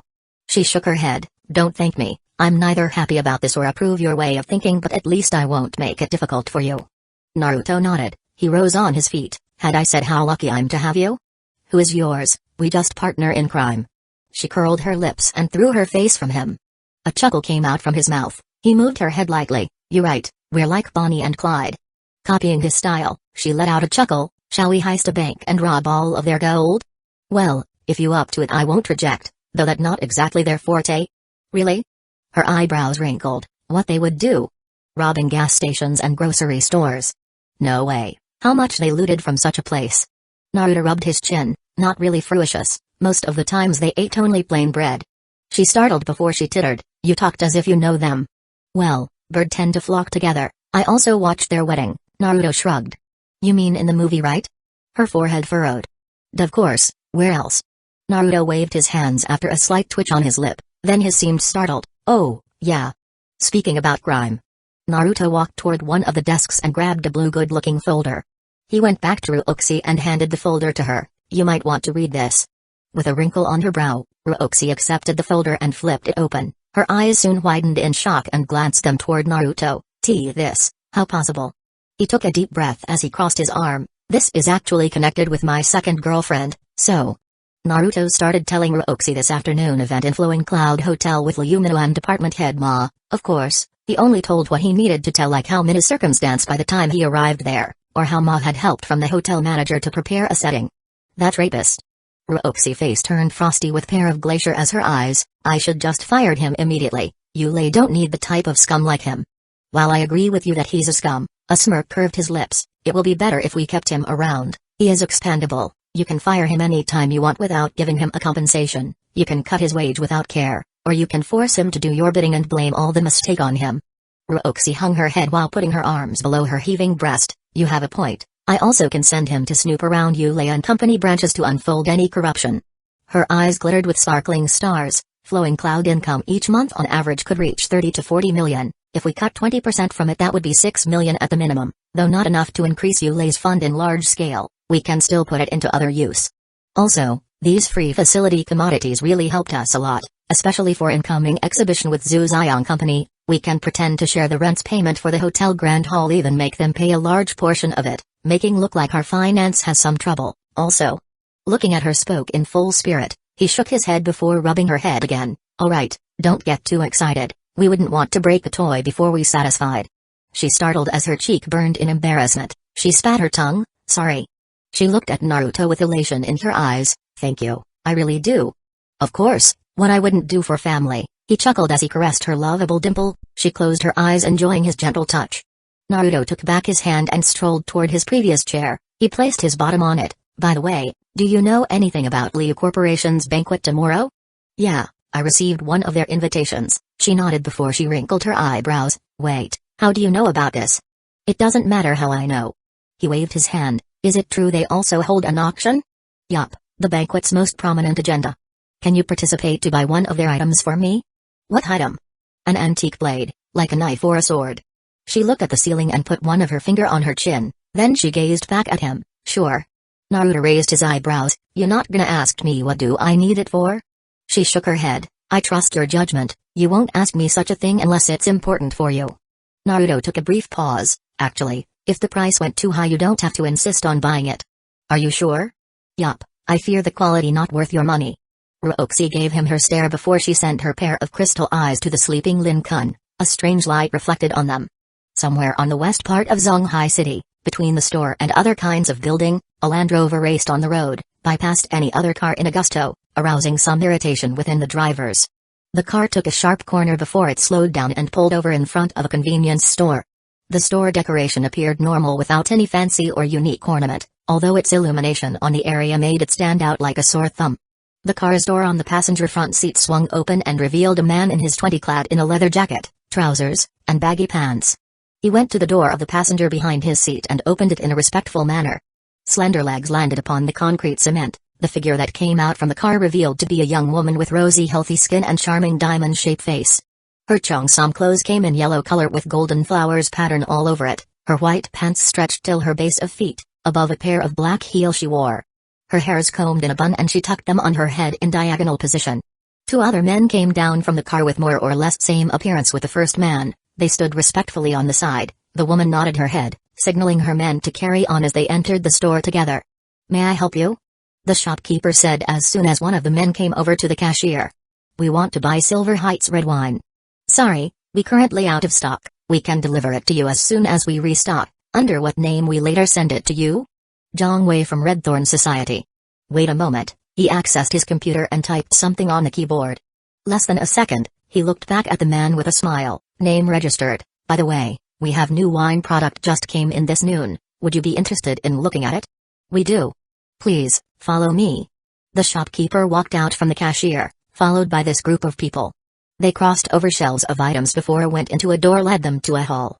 The wall and floor painted in all gray with lights flickered occasionally, giving it a quite bit of dread impression. They strolled toward their right and 3 seconds later they went left at the intersection. The path turned a little problematic with constant turned in right or left, like traversing down a maze. If not for the guide in front of them, they pretty much lost their way already. Soon they took another right turn at the corner and a door painted in black entered their sight. The shopkeeper took out a key from his pocket and inserted it inside the keyhole on the knob. He twisted it and grabbed the handle before pushed the door open. Please, your destination lay ahead. He stood at the sideline and smiled at them. The group strolled forward and entered the door. Their eyes caught a place in square outline with a pair of emergency lamps shone a red lighting. In the middle of them, white curtains block the entrance. They sway toward their direction as if something blew them from the other side.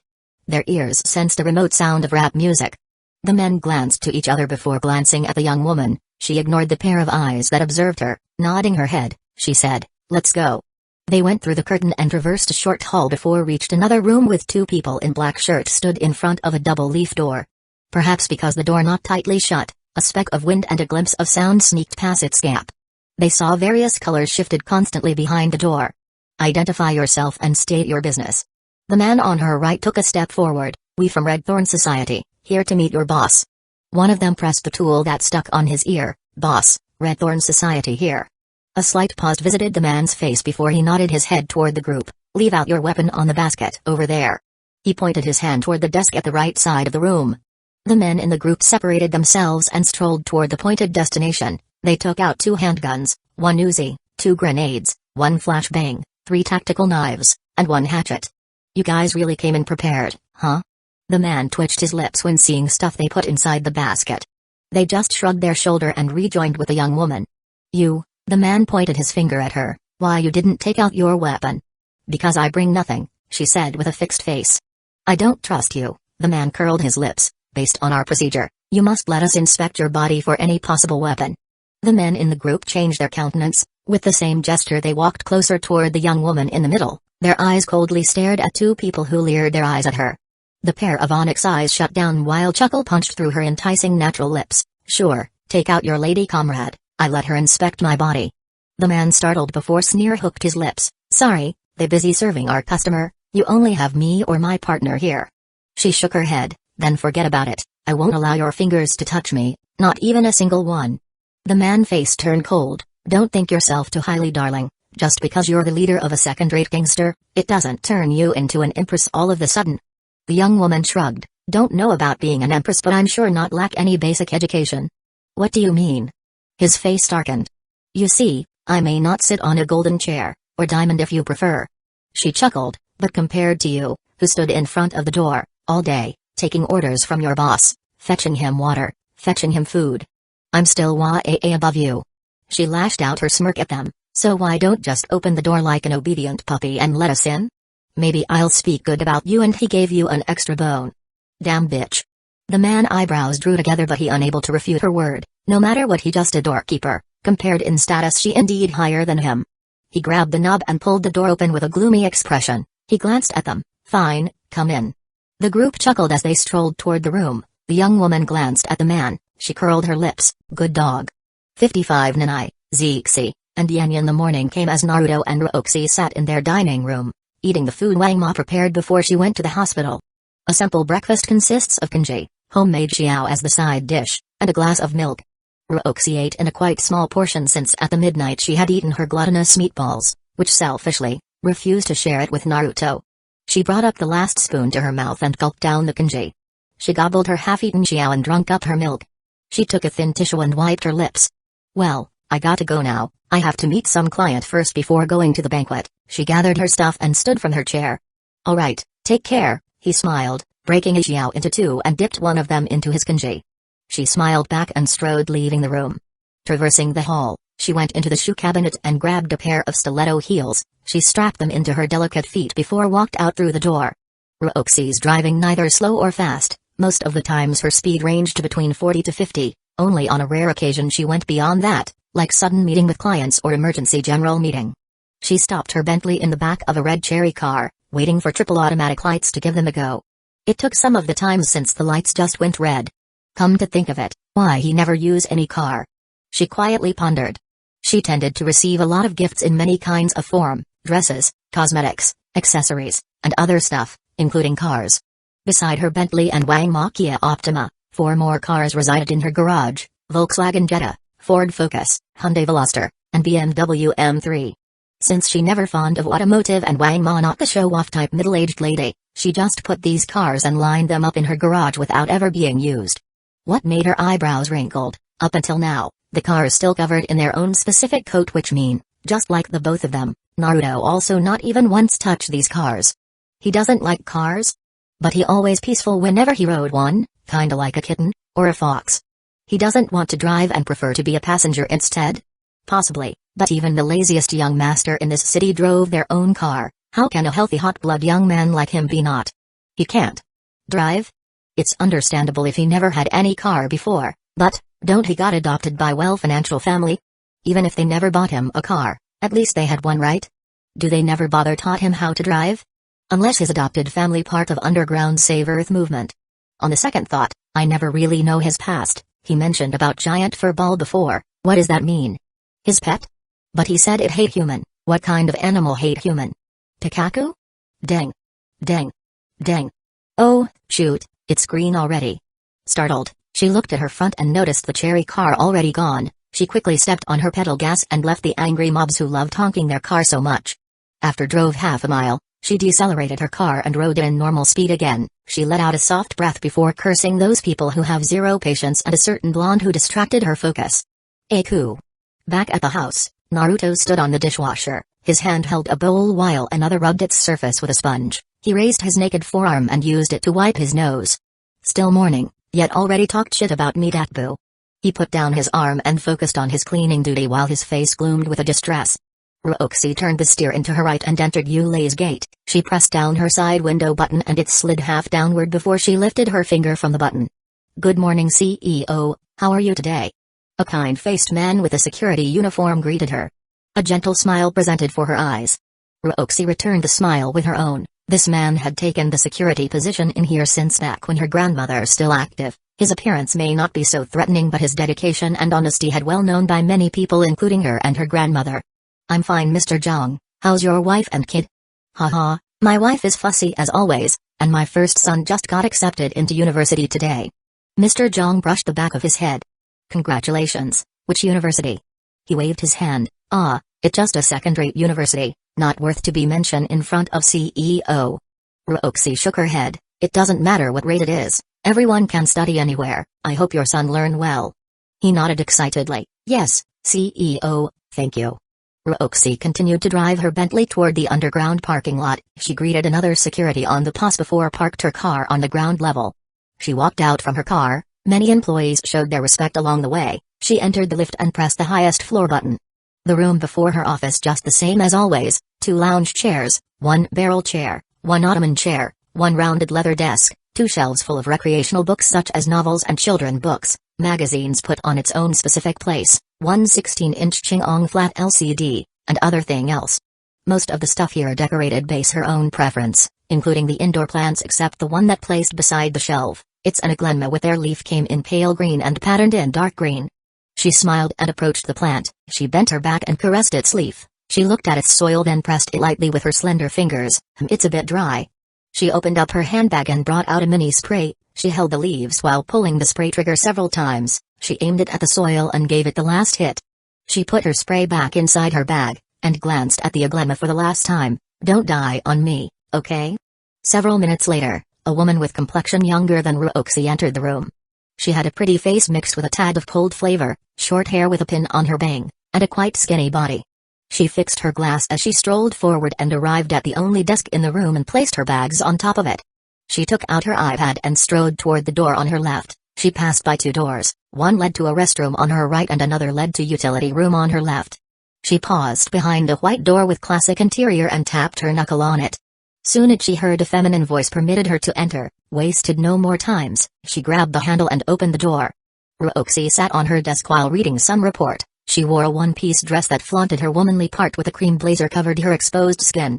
Her raven hair fell loose to her shoulder and the back reached up till her waist. She only put on a light makeup yet already appeared so stunning. She stared at her superior with widened eyes, despite her eyes no longer aversion seeing this. But every time they captured the view as if a fairy flew closer and spread its magical dust on her. Caught a figure on her peripheral vision, Roxy turned her head and smiled upon seeing the person. Woo you, how's your morning? The gentle voice pulled her back from the mysterious land. Her cheek went red as she fixed her glass. It's fine, nothing special. How about you, CEO? You have no idea, though it's not happened in the morning, but still. Anyway, What's my schedule for today? Ruoxi giggled as she smiled at her. She frowned her eyebrows a little. As far as she knew Lin Ruoxi, never once she saw her appear this cheerful. Now she thought about it, her CEO behavior indeed quite strange for the past few days. Sometimes she showed up very happy like a chirpy bird played in the woods at the morning, while the other times, she came in with a gloomy mood like dozen of clouds gathered on her head before pouring their rain on her. Beside the original schedule, Mr. Yan from Creative Mind and Mrs. Ya from Han she would like to meet you in the afternoon, she decided to ignore it. Maybe great people indeed had strange behavior, like Einstein. I can meet them above 3 p.m. because I have to participate in the banquet's auction. Ruoxi eyes set to the ceiling. You want to participate in the auction? Surprise flashed across Wu Yu's face. Yes, an item I need will be displayed there, she nodded in a glee. I'll contact them immediately, she said with a frown, noticing Ruoxi's anomaly attitude for the second time today. Do you require any further assistance? Thanks for asking but I think that's enough for now, Wu Yu. Then, I'll be in my desk. Take care. She turned around and left the CEO office. Ruoxi declined her head, reading back her report.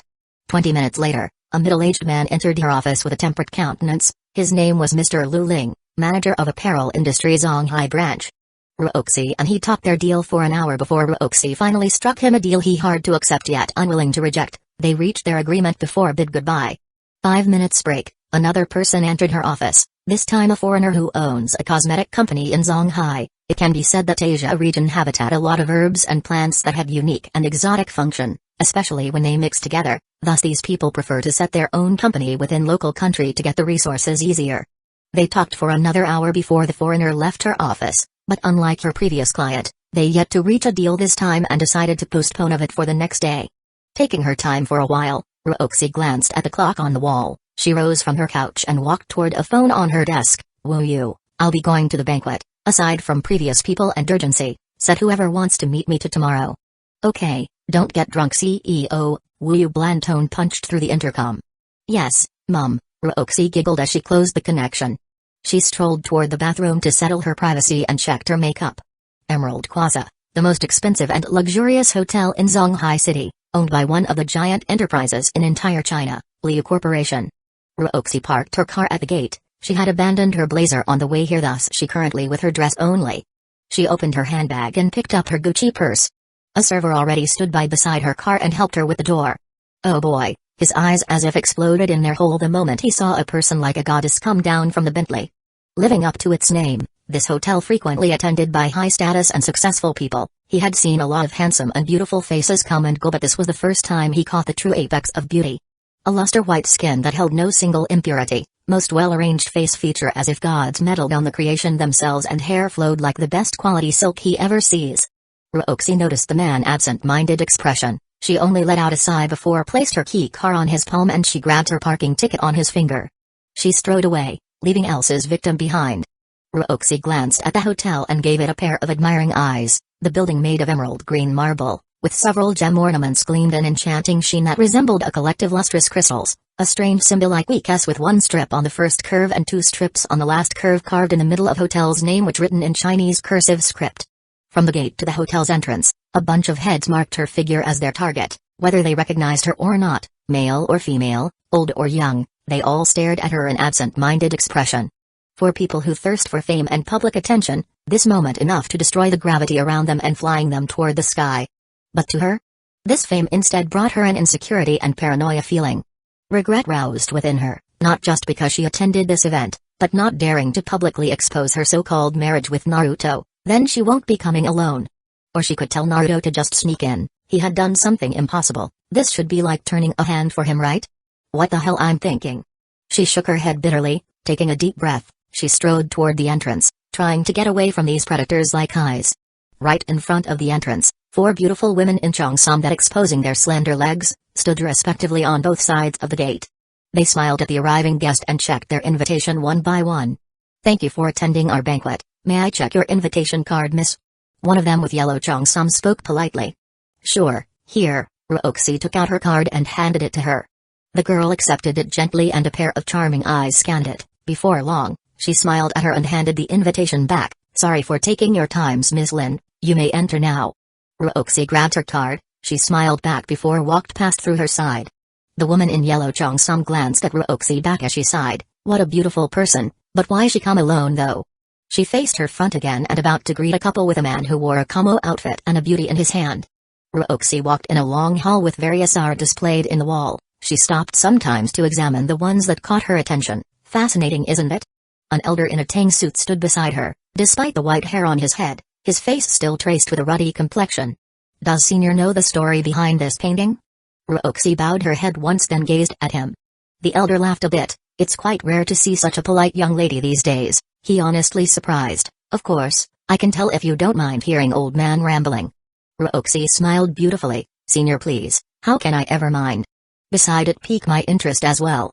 The elder grasped his long beard. Alright, so the story is. The painting in front of them held within a golden frame. It showed the illustration of many people led by a figure resembled a woman with a golden hair and white dress, kneeling and put her hand together as if she commenced a prayer. Stood by her side, another figure also had a golden hair that stretched until his waist. His hand held a black staff, raising it above the kneeling woman as if he tried to protect the woman. The opponent they faced, a big creature as high as a mountain with a dual horn on his head, holding a big sword that had a length almost to the end of the painting. No. It was bigger than that. One slash from that sword decimated the entire country, cut into two any strongest metal in the world, turned people into a bunch of butchered meat. His roar caused a massive earthquake, volcano explosion everywhere, surging tsunami to wreck the land. Everyone scared. Everyone terrified, their knees touched the soil underneath them, but they still have to fight him. No, we have to fight him because he is the thing we need. Kronos. Oh, so you already know the story, huh? Youngster these days really like to tease an old man, the elder sighed in depression. What? Ruoxi glanced to her right and left. Her face seemed confused. Miss, are you okay? The elder wrinkled his brows. This young woman was really pretty yet acted like a weird person. I'm fine. I just... Ruoxi frowned a while before she shook her head and looked at the elder with an apologetic expression. I'm so sorry, Senior. I must be lost my focus somewhere around your story. You can continue now. Haha, it's fine. It was a boring matter anyway, especially when I'm the one who telling it. No, I promise I won't disrespect you again, so please continue your story. Alright, if you insist, so. The elder about to speak when the piece on his ear buzzing. Master Liu, there is a problem at the entrance. Ooh, I'm sorry miss, it seems like I have to handle something. The elder said in a sour tone. Senior, it's fine, I'm the one who should apologize for disturbing your work. Ruoxi waved her hands and quickly said it. The elder nodded his head and excused himself as he strode toward the entrance. Ruoxi glanced at his leaving direction curiously before looked back at the painting. She paused for a brief before she turned her face away from it and strolled down the hallway. The banquet hall situated on the second floor, with landmark more than 1,000 square meters, the entire room paved in crystals, thus the room glowed brightly. Servers hustle and bustle carried a silver tray around, dozen glasses of wine delivered into anyone in the place. A round table placed anywhere with a very long table fixed on the side, a lot of variety of expensive foods ranged from cakes to fruits ready to be gobbled by a hungry mouth, but lucky for them, most of the people in here possessed a benevolent and kind heart, they won't dare to slay these food till the last of their descendant. He'll be roared in madness if knew these many foods going to be wasted, she giggled while her eyes smiling, whether she realized or not, people still placed their gaze on her, the moment they saw her behavior, they cried a tearless tears, they all shared the same thought. Beautiful like goddess but sadly crazy. Zixi, you hear? A valiant yet feminine voice entered her ears, she turned her head in response and brightened her eyes as soon as she saw the person. A female in her 20s, with shoulder-length hair and healthy skin, approached her from the side. Her height close to 170 centimeters, wide shoulder, protruding chest, and beautiful face like an actress, not to mention her pair of green eyes. Ruoxi hugged her as soon they got closer, gliding both bountiful mountain into a deflation. Yan, I miss too much. This person precisely Kai Yan, the chief inspector of West Zonghai City. Whoa, you have gotten heavier, girl. What ya ate these years? Kai Yan rubbed her back and a grin showed her pearl-like tooth. Who's heavy? I just increase few weights, red adorned Ruoxi's face. Kai Yan roared in laughter, that must be because the lack of exercise, without this sister nearby, you slacking around, eh? No. I just busy. Bullshit. You have a set of exercise equipment in-house, it's just you who lazy on using it. Ruoxi sighed in a depressed manner, alright I admit defeat, our Lord Yanyan cannot be defied. That's a good girl. She chuckled, if Nanai here, this will definitely funnier. No. You both will team up to bully me. She took a step back with a shivering body. Kayan's expression delayed for a moment before a light bulb flashed above her head. I know. Why don't we bully her instead? What do you have in mind? Ruoxi's eyes gleamed in excitement. Take the picture of us together and mail it to her. Ruoxi touched her finger before Crafty smiled. Kayane used iPhone too, same as mine. We just send it through Skype, and she definitely vid call me. Great. Sadly, mine's not iPhone. She shook her head, not fond of it. Ruoxi took her phone and gathered closer to Kayan. She aimed the back camera at them before pressed the snap feature. She turned her phone back to check the result. Hey, I'm still prettier than you. Ruoxi smirked at her. Kayan rolled her eyes. Of course you are. That's the reason why you were the Snow White and I'm the Prince Charming every damn time. And Kayane's the witch. She giggled. She opened her Skype and sent the image to Kayane. True enough, several minutes later, incoming video call buzzed her phone. She and Kayan exchanged glances with a crafty smile on her face. Ruoxi about to answer the call before Kayan stopped her. Wait. Reduce the volume first. Ruoxi looked at her in a confused manner before she finally understood. Cold sweat almost broke from her forehead. She pressed the volume button several times, before took a deep breath and answered the call. Yan. A cry roared at the other side of the line. See, we'll become vocal attention if we did not reduce the sound. She chortled before looked at the screen. She happily shouted, Ninai. I missed you too. A cute woman face appeared on Ruoxi's screen, gloss red lips, small nose, a pair of black eyes, and soft tangled eyebrows. Yan. How dare you showed up just now, do you know how much we miss you? Kayane said with tears streamed down her smooth cheek. Yes, I'm guilty as charged, sorry Ninai. Please don't cry anymore, between us, Ruoxi is the crybaby one. Hey. Ruoxi nudged her in discontent. Haha. Kayane wiped her tears. You can always make us laugh. That's me. The jester. Ho ho. How's your parent in Central Yanyan? Ah, they fine, Pop's still kicking and Mom's still spanking. That's parent for you. How about you Ninai? Found a boyfriend yet? Kayan smirked. Ha. I have 11 boyfriends. Candidate. Panic touched her surface. And the result is. No one matched my types. Another tear streamed down her eyes. Told you, your criteria was too much, Kayane, Ruoxi sighed in helpless. But. Ninai, do you want to hear my pieces of advice? Kayan said with a solemn countenance. Which startled both Ruoxi and Kayane. What pieces of advice? Kayane stared at her screen in full of doubt. I think you should just go to a monastery and dedicated yourself as a priest. Maybe gods will ascend you to the heaven and you finally found your ideal man there. Hey, that's a good idea. Kayane mumbled, maybe my man is not immortal. Don't listen to Yan. Ruoxi glared at Kayan before slapped her perky butt. Don't say something weird to her. Kayan shrugged. Hey, I'm suggesting my idea, since she looks pretty desperate. She looked back at Kayane. How about it Ninai? I have a priest friend who might help you. Alright, I'm interested, send me the number, I'll call her immediately. Kayane nodded. Kayane. Ruoxi stared at her friend in horror. The number is. Yan, stop this. Okay, calling her right now. Kayane grabbed her desk phone and punched in the number. Hello, can I apply to be a priest? Yes, I want to ascend to heaven and find the love of my life. Yes, oh don't worry I have no attachment in the world. Kayane, no. Cancel that. Ruoxi grabbed her phone with both her fingers and stuck her face close to the screen, yelled in desperation. PFFT. Ha. Both Kayan and Kayane twitched their lips before they burst out laughing, their face flaming red with tremors shook all over their limbs.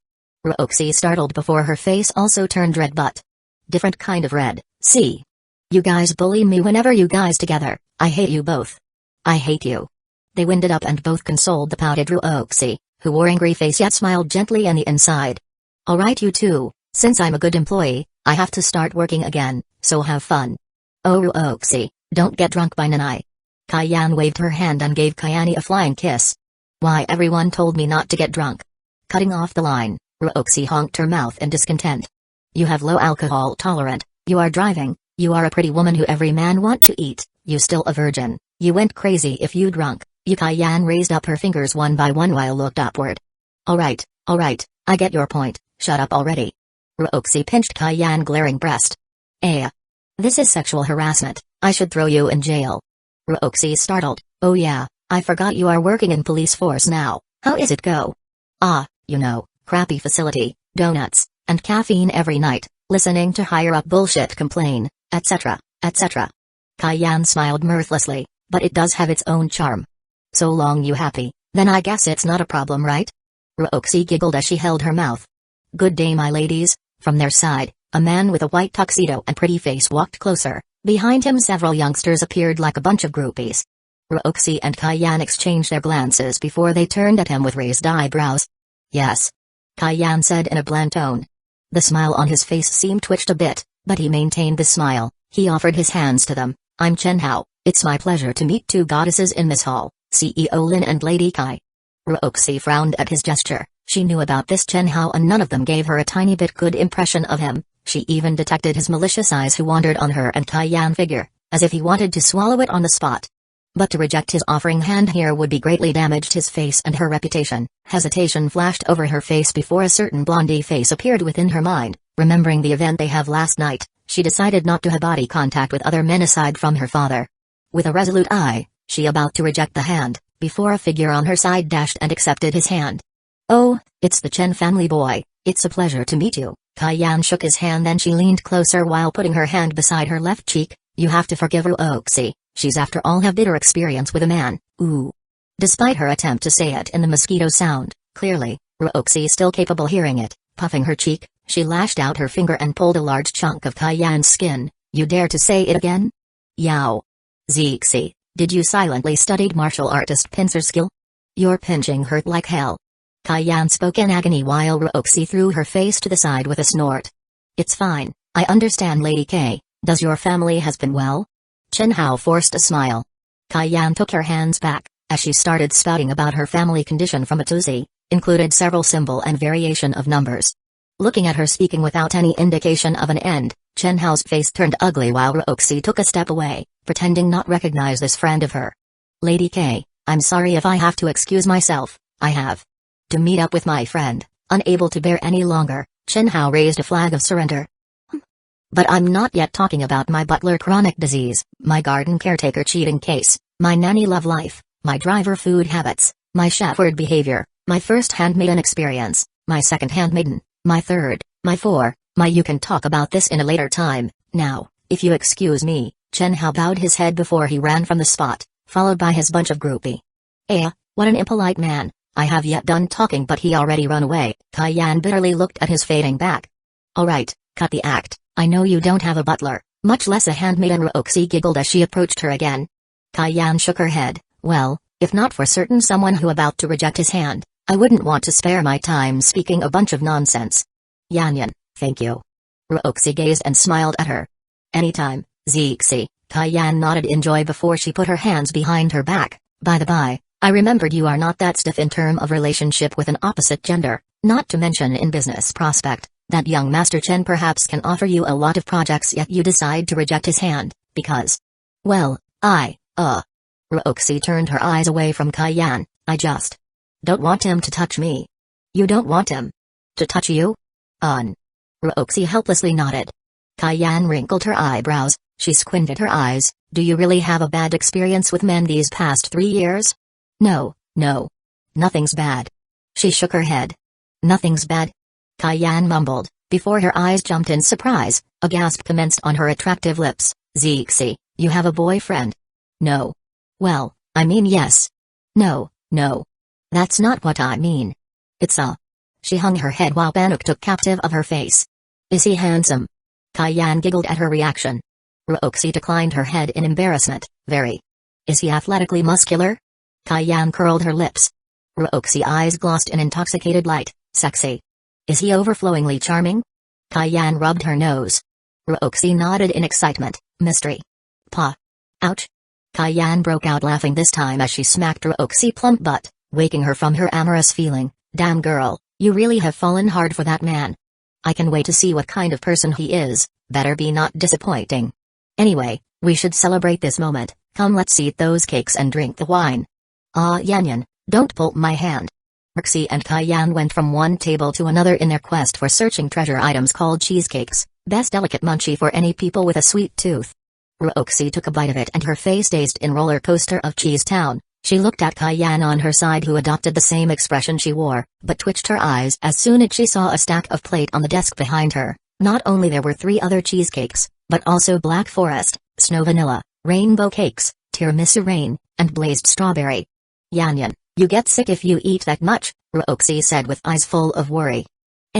Don't worry, I have a steel for a stomach, besides I have you to help me finish them. Taiyan curled her lips as she delivered another cake into her oral cavity. Ruoxi sighed in a helpless manner as she didn't have a choice beside helping her gobble these cakes. She looked around and noticed people gathered on the far side, her eyebrows wrinkled. Yanyan, what's happening over there? Don't know, don't care, she said while her mouth made a chewing movement. Should we take a look? Ruoxi curiously tilted her head left and right, trying to catch a peek. You go, I have the fight to settle here. Taiyan waved her hand as she took another cheesecake plate. Ruoxi gave out a forced laugh at her friend antics. Don't force yourself to eat that, okay? She minced her legs and paved her way toward the crowds. You and a dinosaur look very alike. I finally realized what a dinosaur might have looked like after looking at you. A man voice entered her ears when she was halfway through there. Dinosaur? What the hell is going on in there? Ruoxi pondered as her curiosity getting bigger. Ruoxi, I'm so glad to meet you here. Before she managed to arrive at the crowds, a man in Armani shirts and brandy wristwatch blocked her path. Her face changed in the instant as if a nice sculpture replaced her figure. Hate surged within her heart while her mind picturing how she tore the man in front to pieces.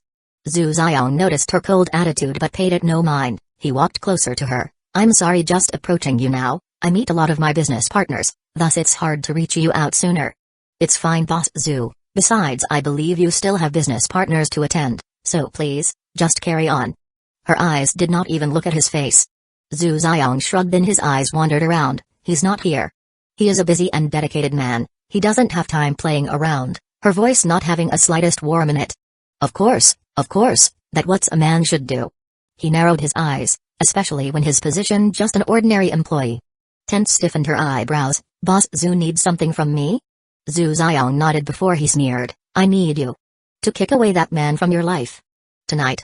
Ruoxi wrinkled her eyebrows. She let out a chuckle. Boss Zhu, are you having a fever or something? Who are you to tell me what to do? He just smiled before calling up a server and picked a glass of wine. I heard your father was bedridden? Shiver trailed down her body, and pale visited her face the first chance it got. You. What will you do to him? Oh Ruoxi, you wounded me. I just simply care about him. After all, we have known each other for quite some time. Haven't you caused him enough misery? Ruoxi's eyes turned red. The image of Lin Kun laid unconscious haunted her mind. Well, I don't actually expect his injury to be this bad. I thought he might just get, a sprain. His head shook in bitterness. Ruoxi's face changed. She took a step back from him. It's your plan all along?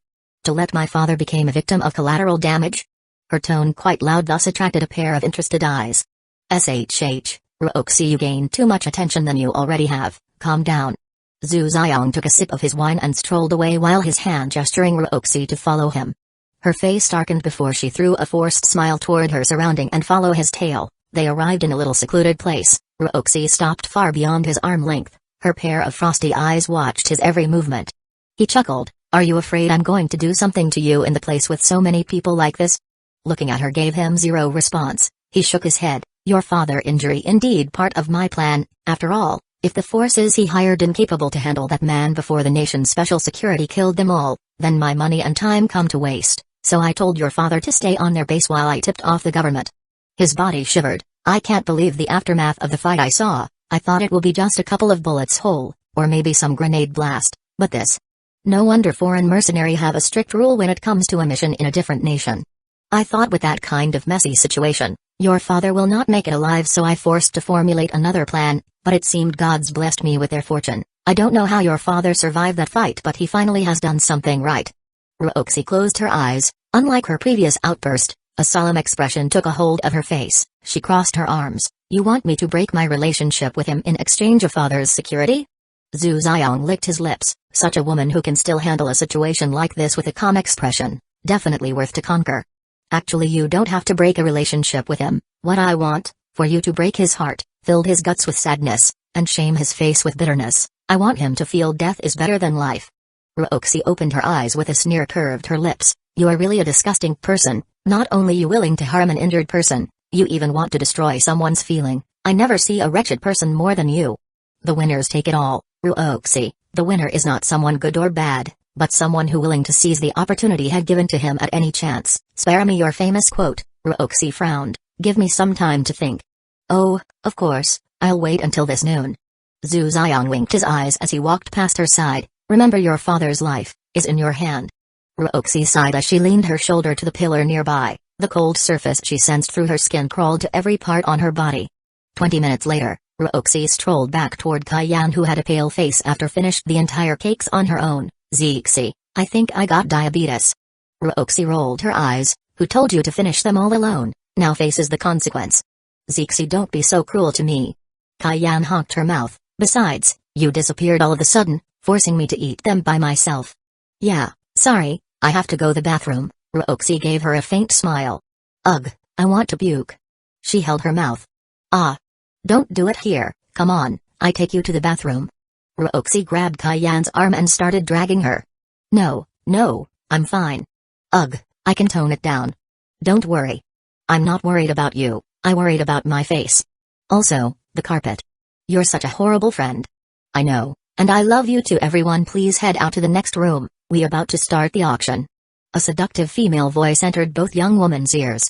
"Yanyan, come on, don't embarrass me." Ruoxi grabbed a hold of her friend's upper arm as they walked along with the crowds. The current theme of the banquet was a charity for Hope schools and orphanages. The profit from jewelry or antique that displayed here will be put in a donation. They sat in a chair made of ebony woods with a red cushion on its top. Everyone also followed their suits and took their own seats. The rows of seats divided into 3 categories: Platinum VIP, VIP, and Normal Guest. Both Ruoxi and Kaiyan received the seats on VIP section, one a successful businesswoman, while another a lady from a prominent background at Central City. Of course, the number of seats between these 3 categories ranged in different amount. The Platinum only has 10 seats, which all reserved for people with high rank in a government or entrepreneurs with assets worth of billions. Despite her successfulness, Ruoxi yet to have that many assets.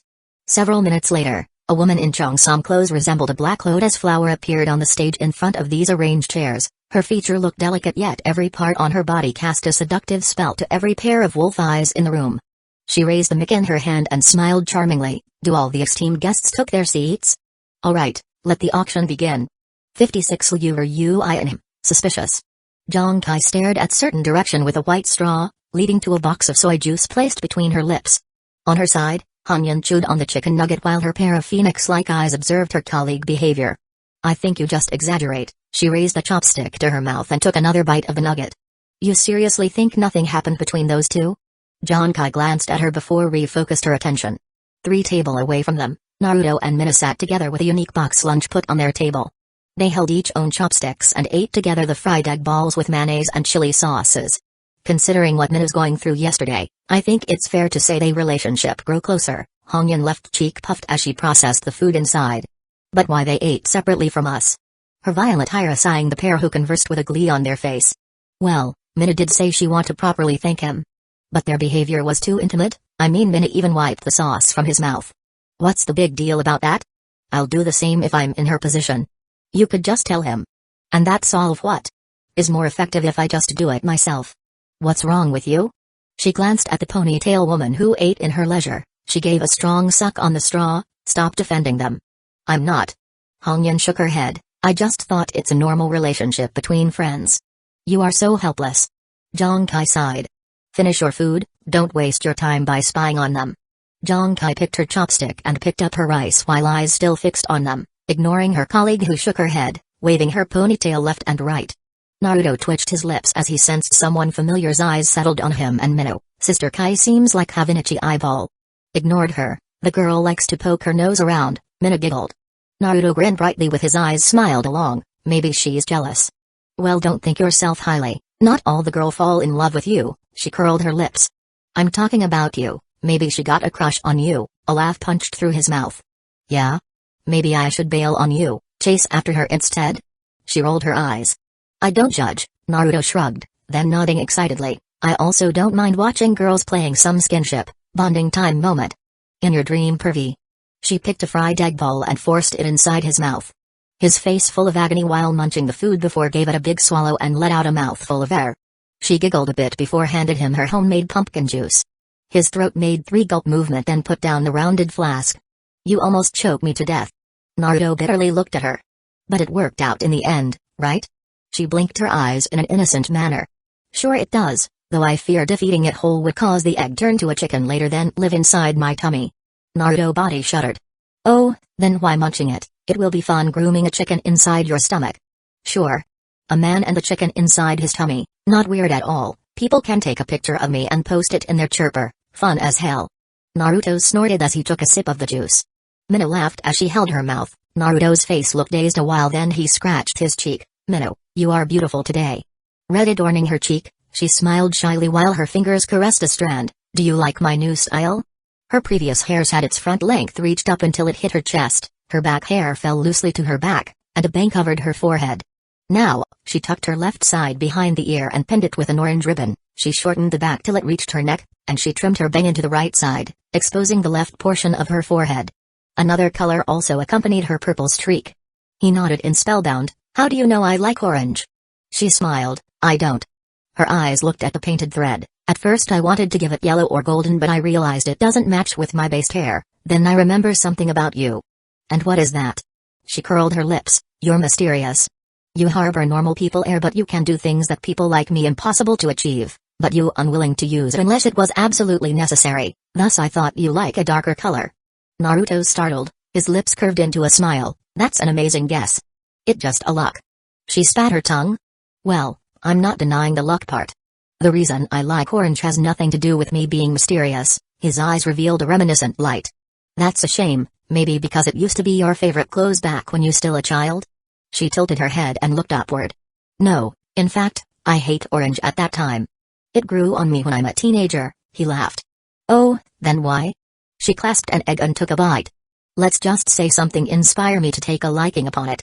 Still playing mysterious, huh? She chewed on her food. Men gotta have their secret, besides, it boosting my charm doesn't it?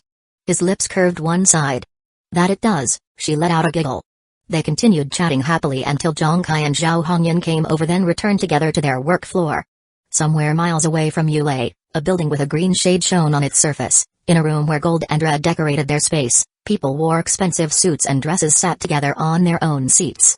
A charming presenter stood on the stage positioned in the front of audience-arranged seats. Before we enter the main event, let us hear a couple of words from Liu Corporation CEO, Miss Liu Ryuian. A figure clad in a red dress stood from the first row seats and minced toward the stairs leading to the stage. Her smoking hot figure and rosy fair skin bubbled every male's blood in the room. She swayed her slim waist as she climbed the stairs, making her heart-shaped bottom enticingly turned left and right, drowning every man with their own drool. The triangular face she owned and the face's attributes that decorating it made some part of the audience thought she's part of goddess lineage while another thought she's part of vixen lineage. Alarm sound rung inside Ruoxi's mind. Despite her careless attitude toward her own beauty, she actually took a pride of it and felt the woman in front possessed the appearance that harbored a threat for her, must not let Naruto see her, ever. Poor Liu Ryuian, blacklisted by every female in the room by just appear on the stage. Ahem, thank you. First of all, I want to say thank you for the city mayor for gracing us with his presence in this hall. I hope you find our hospitalities live up to your expectation. Second. Her voice sang throughout the space, introducing every person who occupied the first row seats. But Ruoxi noticed, out of 7 people who sat there, she only introduced 5 of them. Why she purposely missed the other 2? Charity, a kindness from people who contributing the part of their wealth to those in needs around them. It's not only in a form of green cash but also foods, medicines, shirts, and many other based on the requirement. They donated it individually or through much available organization or event such as Not Alone or White Cross, depended on their own field, but today, we focused on the Hope School and the orphanage, 2 places with different names yet actually correlate and inseparable. They shared the same objective and one objective only. The well-being of the children. The children, who left by their parents on the desolate side road, cramped inside a dirty box blended in with the rubbish around, they cried. Shouted their lonely soul, feeling unwanted and scared, but no one cares, no one. Not to mention a proper study, even a cluster of breadcrumbs they failed to gain. These 2 places are their only hope. I hope for them to regain their human right. I hope for them to rise back on their feet. I hope to be loved. To feel safe and warm. A place where someone put them on the soft bed, coated them with a warm blanket, and sent their sleep with a beautiful lullaby. But these places, they not a miracle worker, they need support, they need our support, money for provisions, materials for walls, books for studies, medicines for healths. Where they could have that beside from our bits of help. Which arms shall help them if not our arms?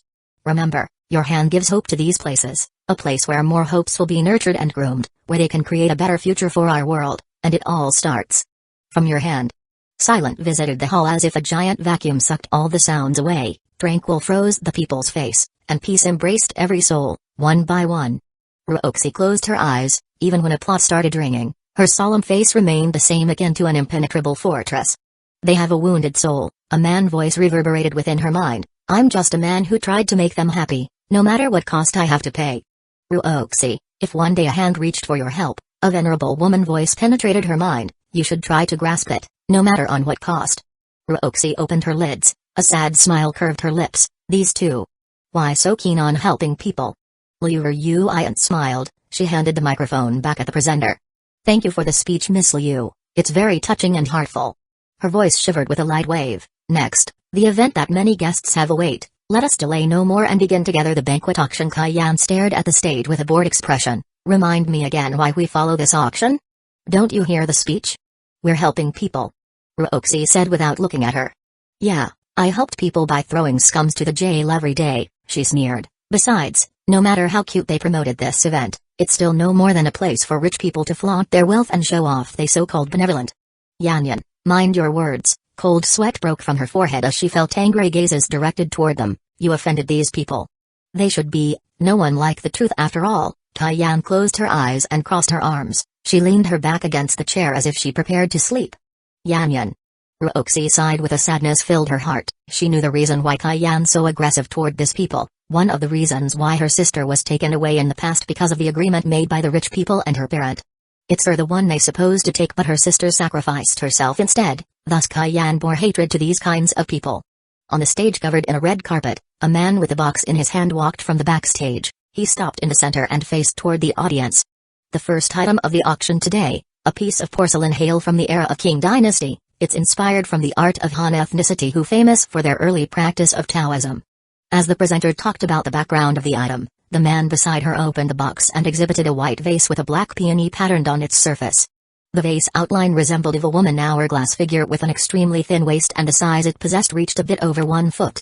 A lot pair of eyes started gleaming with an excitement. After all, the art displayed in front of them, categorized as an antique crafted at millennia years ago, definitely made every die-hard history collector heart rose in enthusiasm the moment their eyes laid upon it. The starting price begins from $100,000 and increment each bid at least $50,000. The presenter threw a charming smile at the audience. You may begin. Now. I bid $150,000. $200,000. $350,000. $600,000. $800,000. $1 million. $4 million. No other people sounded after the last bid. The presenter's eyes swept the audience. $4 million? Is there anyone willing to beat this price? Whisperers clattered at every side of the crowds. Hushing and buzzing entered her both ears. I'll begin the countdown. 5. 4. 3. 2. 1. Sold. The presenter clapped her hand in a cheerful manner. The peony vase go to young Master Chen at the price $4 million. Esteemed guest wishes to claim the item, or we should deliver it into your residence. Deliver it to my residence. Noted. Next, the second item will be. After the peony vase, the auction started selling their items in sequence. $500,000 jade pendant, $200,000 old painting, $350,000 antique flute, and $100,000 pearl necklace. There is little bit fiasco after the selling of jade pendant. Apparently, people dissed the man who bought it, calling him a fool, and started insulting him. A woman with a Zhao-san appearance came by and joining the crowd. Then the man who bought the pendant shockingly slapped this Zhao-san. Then a fight broke out.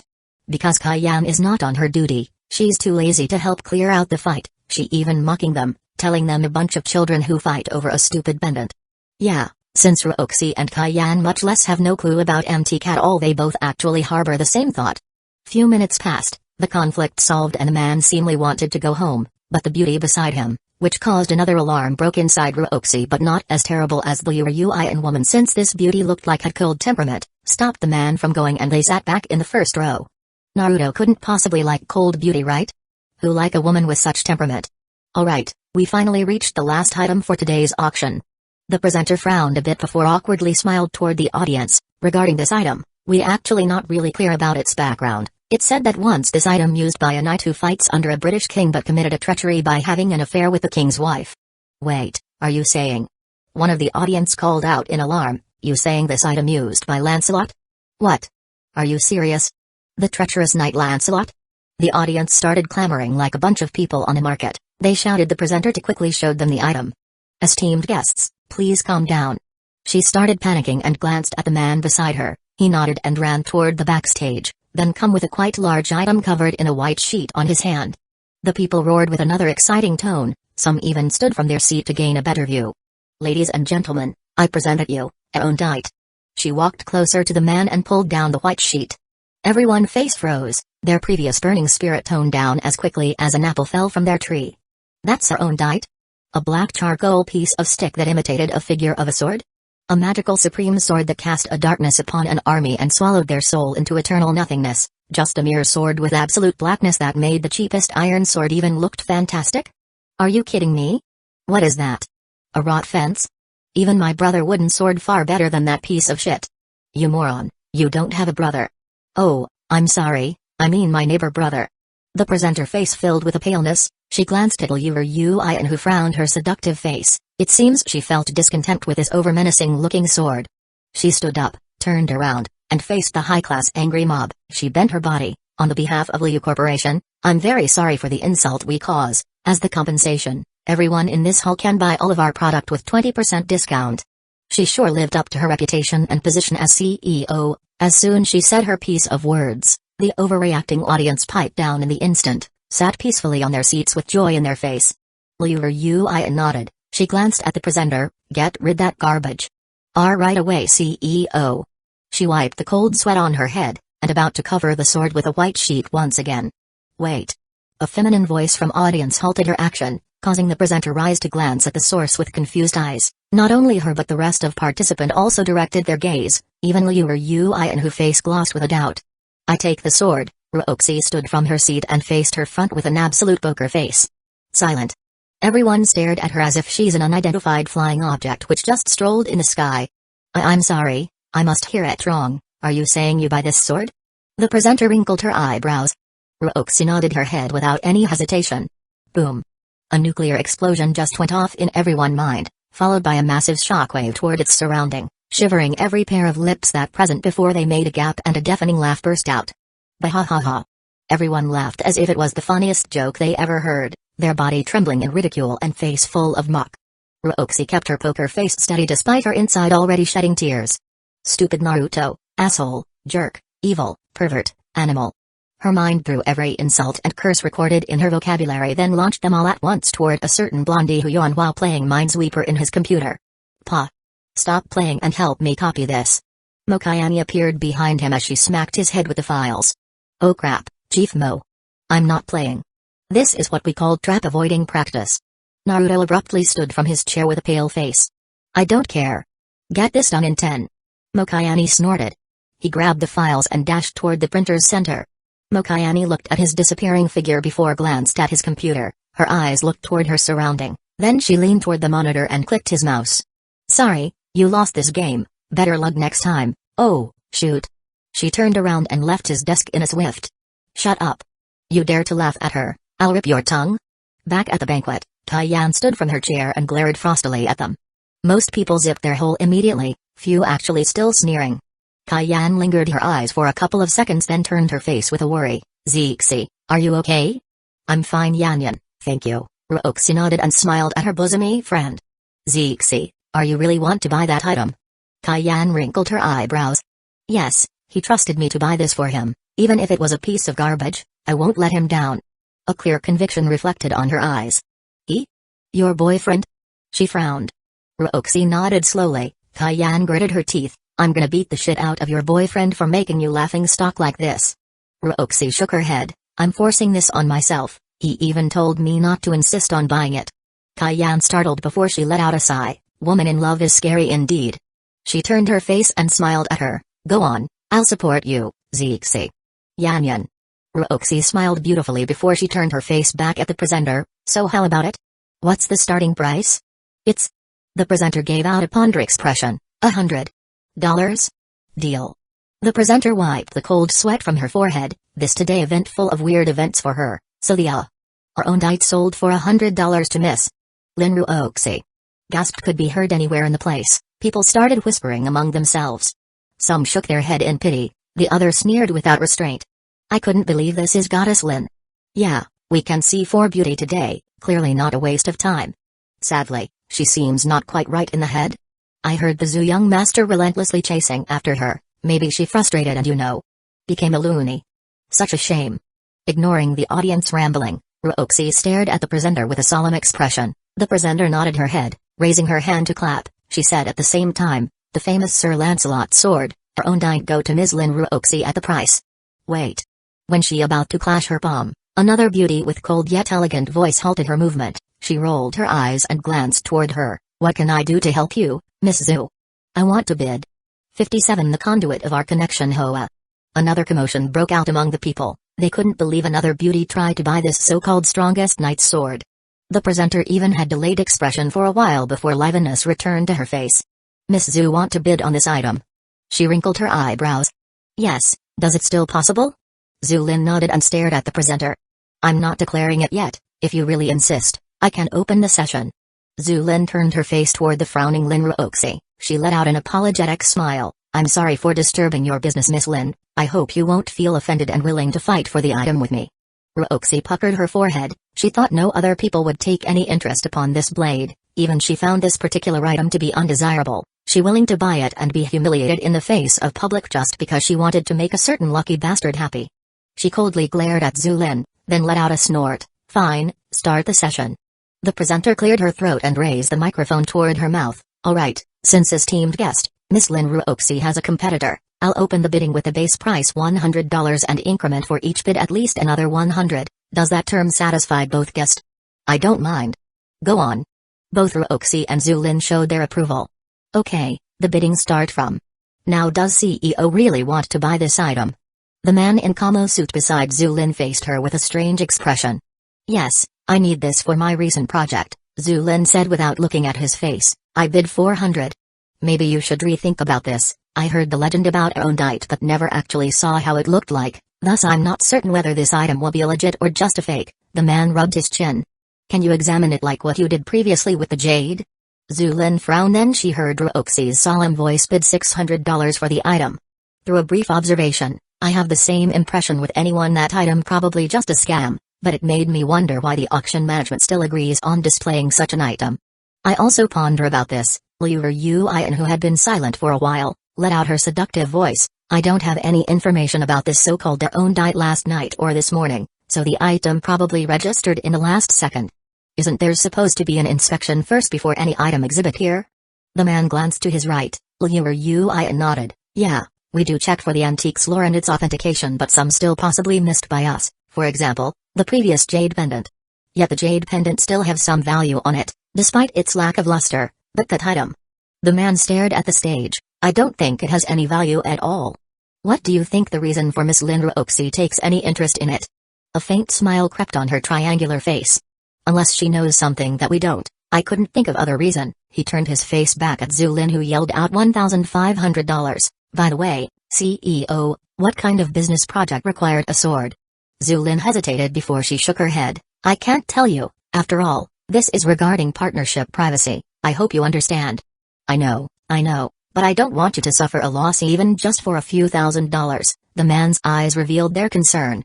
Thank you, but I'll be fine. She smiled gently at the man. Looking at her still insist on buying the item, the man could only sigh before zipped close his lips. The bidding battle still going on for some time since the item started off very low. By now, the current price had reached $3,000, and this enough to create a shockwave to other people's mind. Both women harbored their own reason to struggle and neither showed any sign of raising a white flag. Time went on and on, people started becoming bored and some already left the room. Liu Yuan no longer sat on her chair, instead stood by the exit gate, taking her role as the hostess and sent these people off. Kaiyan already snored on her seat, leaning her head against the backrest while both hands fell on her sides. The man trapped between the realm of dream and real world, as his head swayed front and back several times.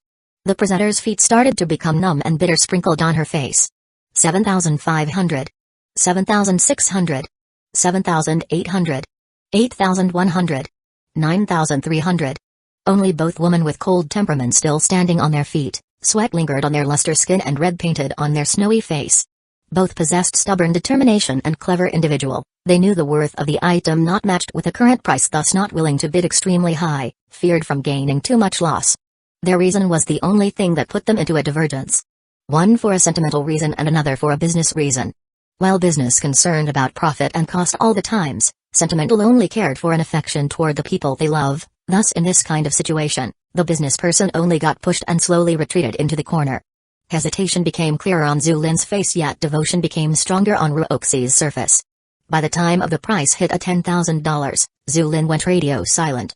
The presenter's gloomy face lit up as she raised the microphone. $10,000. Did anyone want to beat this price? Please give up. The presenter's inner voice cried out their soul. A strong curve appeared on Zulin's forehead as she frowned deeply. People could see the unwillingness within her eyes, but they already foresee her demise. They shook their head, feeling pity for this cold swan. Yeah, after all, who would want to buy such item beyond $10,000? Holy shit, dude, even that price already exaggerate, it way above some Rolex brand. Even if I have 1 million to spend, I won't use a single cent of it to buy a garbage. This both goddess has gone crazy indeed. Some minutes later, Zulin let out a sigh before she glanced bitterly at Ruoxi. I surrender. Pa. People raised their arms and started clapping their hands. Despite a boring and long process of the bidding, but in the end, it's still a good battle. Some people who are veteran in an auction would give their respect for these women who managed to prevail this long. Or some just glad it's over and they can finally go home, like the presenter above the stage, who bounced around and let out a charming smile while inside she hoped to hug Zulin and cried out thank you 1,000 times. Fire. Fire. Where is the fire? Kaiyan stood up from her seat and glanced around in a panic. There is no fire, Yanyan. Ruoxi sighed as she twitched her eyes. You're drooling. Kaiyan startled as she wiped her mouth with the base of her right hand, red adorning her cheeks as she discovered a trace of the stream from the well. She glanced and shyly smiled at Ruoxi. Hee. I think I should go to the bathroom. Like right now. So. Yeah. She turned around in a swift and sprint her legs. Ruoxi's head waved as she looked at her friend Antic. She thought that besides Wang Ma, none of her friends were normal. Esteemed guest, would you like to pick the item on your own or we should deliver it to your house? The presenter's voice brought back her attention toward the stage. I'll take it myself. After the banquet concluded, Ruoxi left the hall accompanied by Kaiyan and hotel staff that carried their own dye covered in a white package. They went to the elevator and ascended to the lobby. Yanyan, I will miss you so much. At the entrance, beside her Bentley, Ruoxi hugged Kaiyan as her eyes glossed with tears. Me too, girl. Hey, least we can still mail each other, right? Kaiyan grinned as she caressed the beauty's back. But it wouldn't be like seeing you in person. Ruoxi honked her mouth cutely. Yeah, I know. Kaiyan's smile faltered. Promise, you come by okay? Wang Ma will be glad seeing you around too. She let out a chuckle. Will she though? She always liked to clutch my ears and spank my butt. Shiver rained down her body. That because you messed with her stuff every single time. You deserve it. Ruoxi put her hands on her waist and glared at Kaiyan. Kaiyan spat her tongue and patted her own head. Oh yeah, it's kinda my fault. Guess I'll apologize to her, sometimes in the future. Ruoxi giggled. She opened her car's door and went inside, placing her shapely bottom on the driver's seat. She pulled the door and closed it softly, turning on the car's ignition. She slid down the car's window. Don't forget to come by, really. Kaiyan bent her body, her smile quite pale. Can't promise you anything, cop's not exactly occupation with holidays. Ruoxi faintly smiled. I know, just stay alive? She nodded. You betcha. Take care tonight for me, will ya? I might not be around but my heart stays with both of you, always. Ruoxi nodded and pressed the gas pedal with her feet. The Bentley drove away as it slowly gaining speed. Kaiyan stayed on her spot until the car's figure faded from her sight. She turned around and headed to her own car. The world's sky shone the world with their yellowish dark brilliance. Workers and students gathered on the bus's stop while Night Stall people was preparing for their operation. Naruto said goodbye with his colleagues and gave Minwu a secret kiss. He walked from the work floor and headed out toward the elevator. As soon as he arrived, instead of punching the ground's level button, he hit the highest one instead, making the small container carried him climbing the building. While awaited in the ascending elevator, his mind flowed backward. Sorry, Naruto. Huh? What's wrong? Back at the 3 o'clock in the afternoon, at the office where many pictures trapped in a frame hanged on the wall, Zulin stared at her own type while she and Naruto sat on the different couch. I got a chance to enter the banquet but failed to purchase the blade you required, her face filled with sour intonation. Oh, never mind, I do not exactly have a high hope from the item anyway, Naruto waved his hand, I just search and find another. Zulin nodded heavily, her face still stuck with a troubled expression. Naruto sighed, he pondered a while before he let out a smile, do you want to hear a story? What story? Her eyes startled as she looked at him in doubt. It's about two women who tried to buy the same item, he let out a chuckle. She wrinkled her eyebrow, is that story supposed to mock me? Well, that depends on how you take it, he shrugged. Then shoot. One time, there was a rich woman who dated a handsome man with no special background nor extremely well finances condition. The man always wanted to have a new brandy wristwatch but he's not capable on buying it, so, the woman decided to buy a watch and prepared it as a surprise birthday present for him in the next day. She went to a particular shop and ordered a very expensive also unique watch. She later discovered another woman tried to buy the item too and sadly, the watch included as a limited edition item and only available in that shop, thus only one of them could have it. The women fight, they slew each other dignities and started a brawl, they scratched, kicked, and pulled hair, the fight only lasted for so long until an officer separated them. The watch, in the end, lost to that another woman's hand because she and the shopkeeper had some connection. With bruises and wounds tattered body, sadness and melancholy heaved heart, the rich woman decided to buy another watch for the man she loved. The next day comes, she and the man promised to meet at a cafe, where they would celebrate his birthday. She waited in anticipation and high spirit despite what happened in the yesterday. After some time, the man finally came but instead sprung in happy and leaped to his embrace. The woman had an ugly face instead, because the man wore a new wristwatch exactly the same as the unique wristwatch she initially wanted to buy. The woman realized that her boyfriend cheated behind her back with the woman from the previous shop. She was furious. Before the man managed to say his sweet words, she slammed his present to his face so hard that the man stumbled backward and plunged toward the cafe's fountain behind him. Then she left the shop immediately. Zulin frowned with disgust in her face before she laughed coldly. Serve that bastard, right?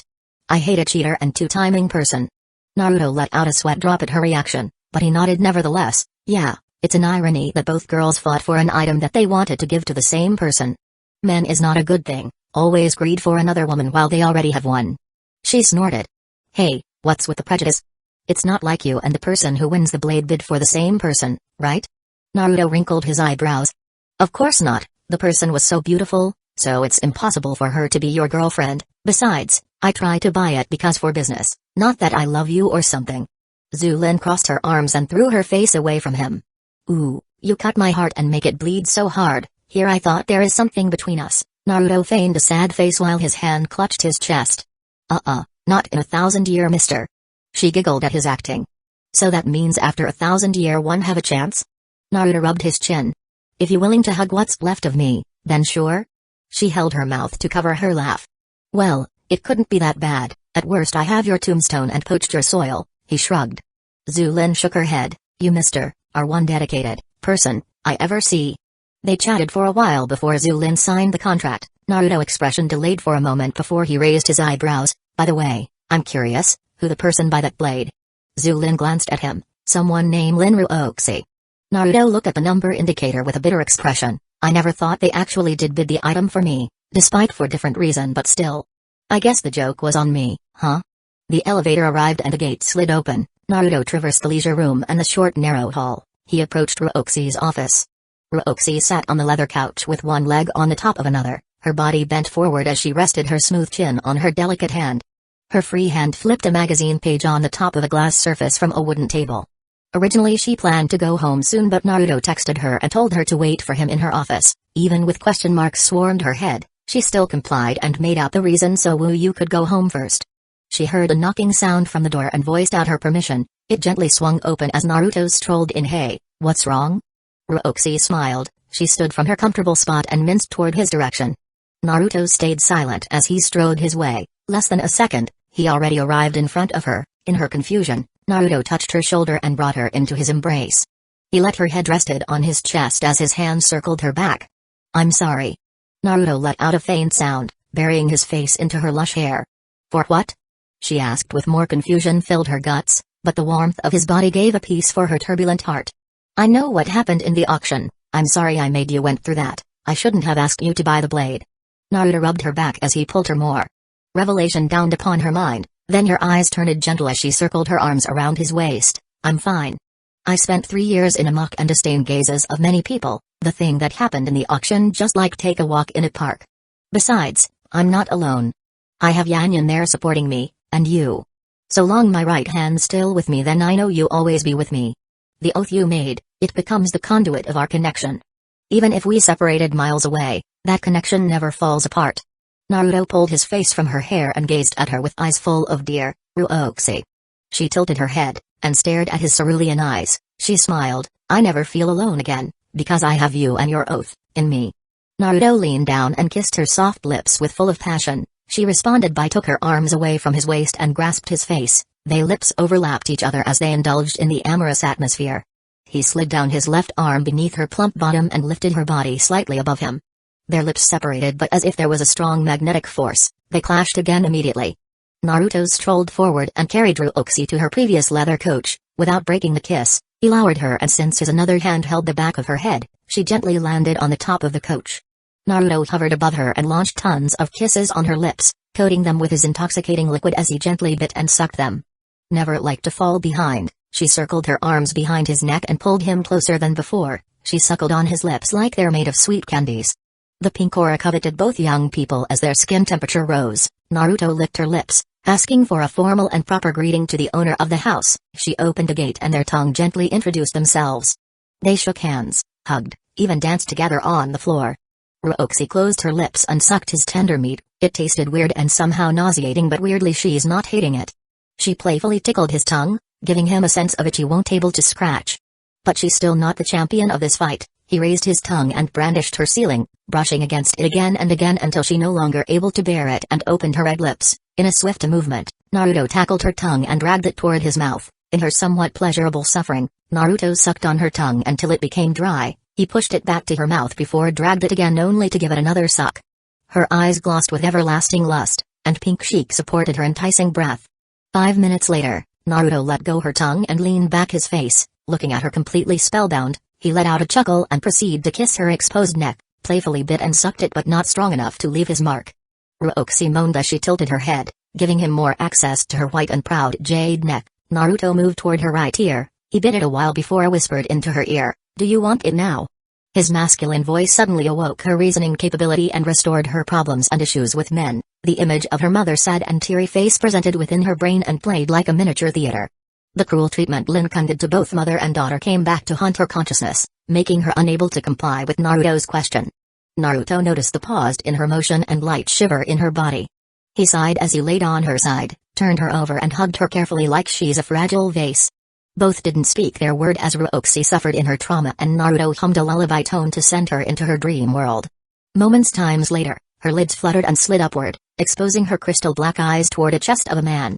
Her ears picked a humming tune that forced her head to tilt and looked at the man with the blonde hair set his eyes upon her. "You okay now?" A smile pulled the corner of his lips. "How long? I have been sleeping," she mumbled. "An hour," he lightly replied. "You have been humming for full 1 hour?" Surprise flashed across her eyes. "No big deal, I can hum for 3 hours straight, you know." He grinned.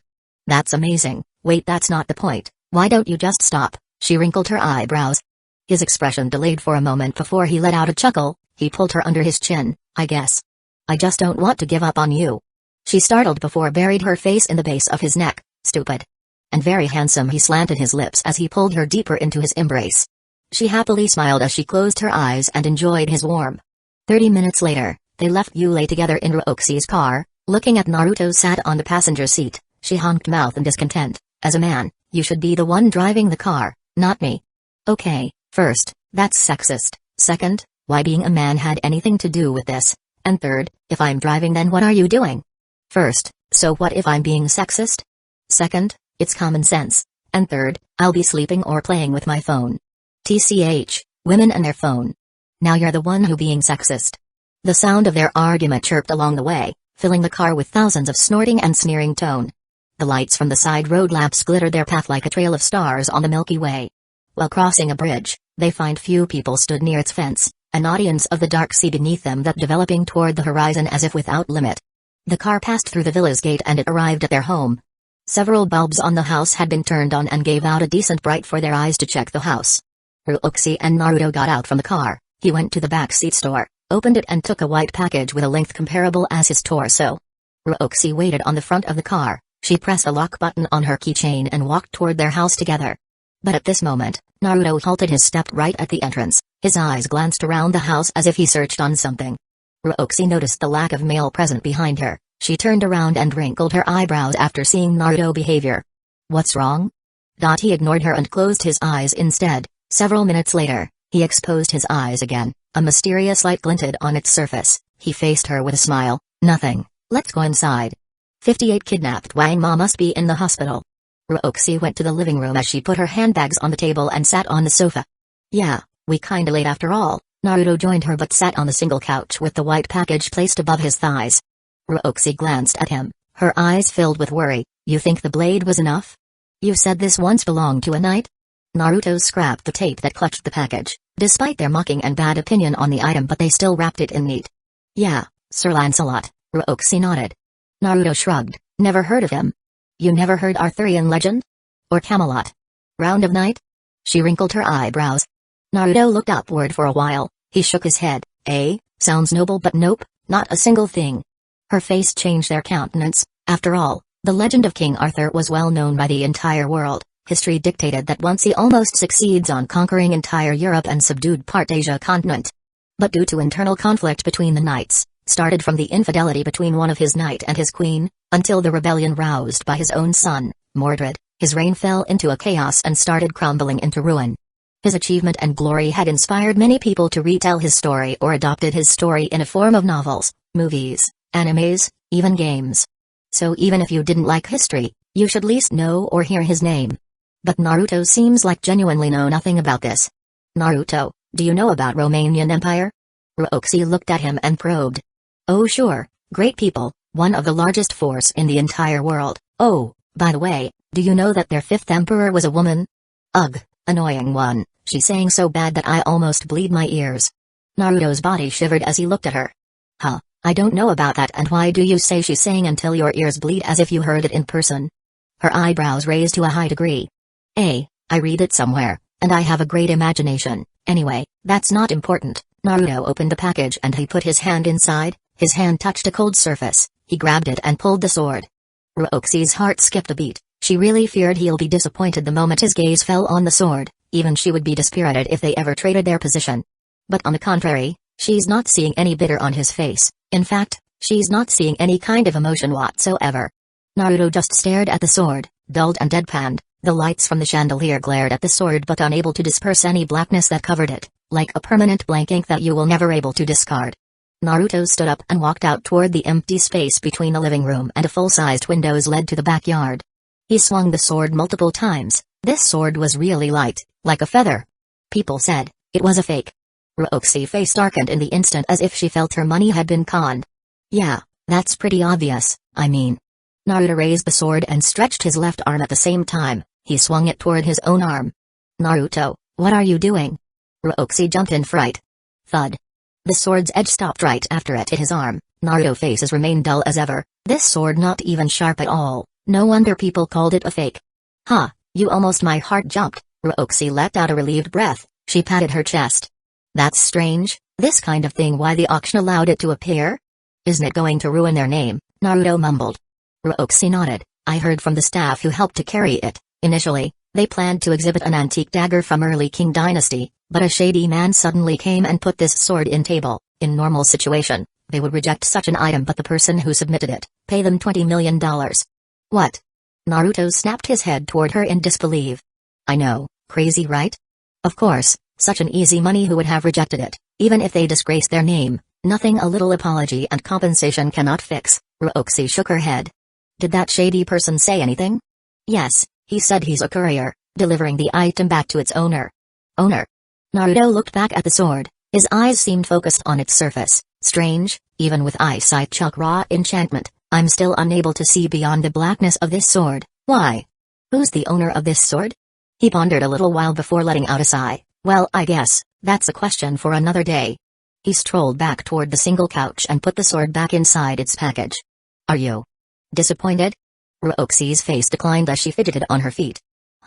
Hell, and Naruto halted his word. He frowned for some time before looked back at her with a bitter expression. Well, What do you think? I'm dying to have that knife, instead they sell a piece of garbage like this. Tell me, Ruoxi, what do you think? Naruto, you. She threw her face at him and stared in shock. It's annoying when you want a certain item but has other things instead. It's like you order a pork ramen yet they gave you beef ramen instead. Naruto snorted. Huh? Isn't that a good thing? Anyway, I'm really annoyed by this development, and you disappointed me, Ruoxi. Naruto shook his head. I had placed my trust in you. Well, what do you want me to do? Ruoxi spat her glare at him. She couldn't believe he actually blames her in this. What a big jerk. You can just bail on it and buy me one from an antique shop. I wouldn't notice anyway. Ruoxi widened her eyes. Her nose became heated. You want me to lie on you? Well, I don't think that was hard, right? After all, how many ears have you tricked? You decided to buy the item because you just like it when all eyes on you, right? No matter where you are, people always pay their respect and carefully act around you, like you some queen of the Crystal Palace. I'm saying this because you don't actually look like what you display in public. You just a manipulative woman who used me against that Zuzyong. Naruto shrugged as a sneer appeared on his face. Ruoxi stood from her seat and strode toward Naruto. She lashed out her palm and struck his cheek. Naruto's face went sideways, but the expression he wore nevertheless remained the same. Don't talk like you know about me. Her face looked at the floor, thus he unable to see her expression. I understand. This whole time, you just pretend to act nice, but you actually just the same as those men out there. You just want my body and my wealth. Soon I'll be thrown to the side like a toy you bored to play. I thought I might love you and your heart was true to me, but I guess I was wrong. Her body shivered before she grabbed her handbag and jogged toward the second floor. She stopped before her room. I actually can't believe I invite you into my room before and almost let you take advantage of me.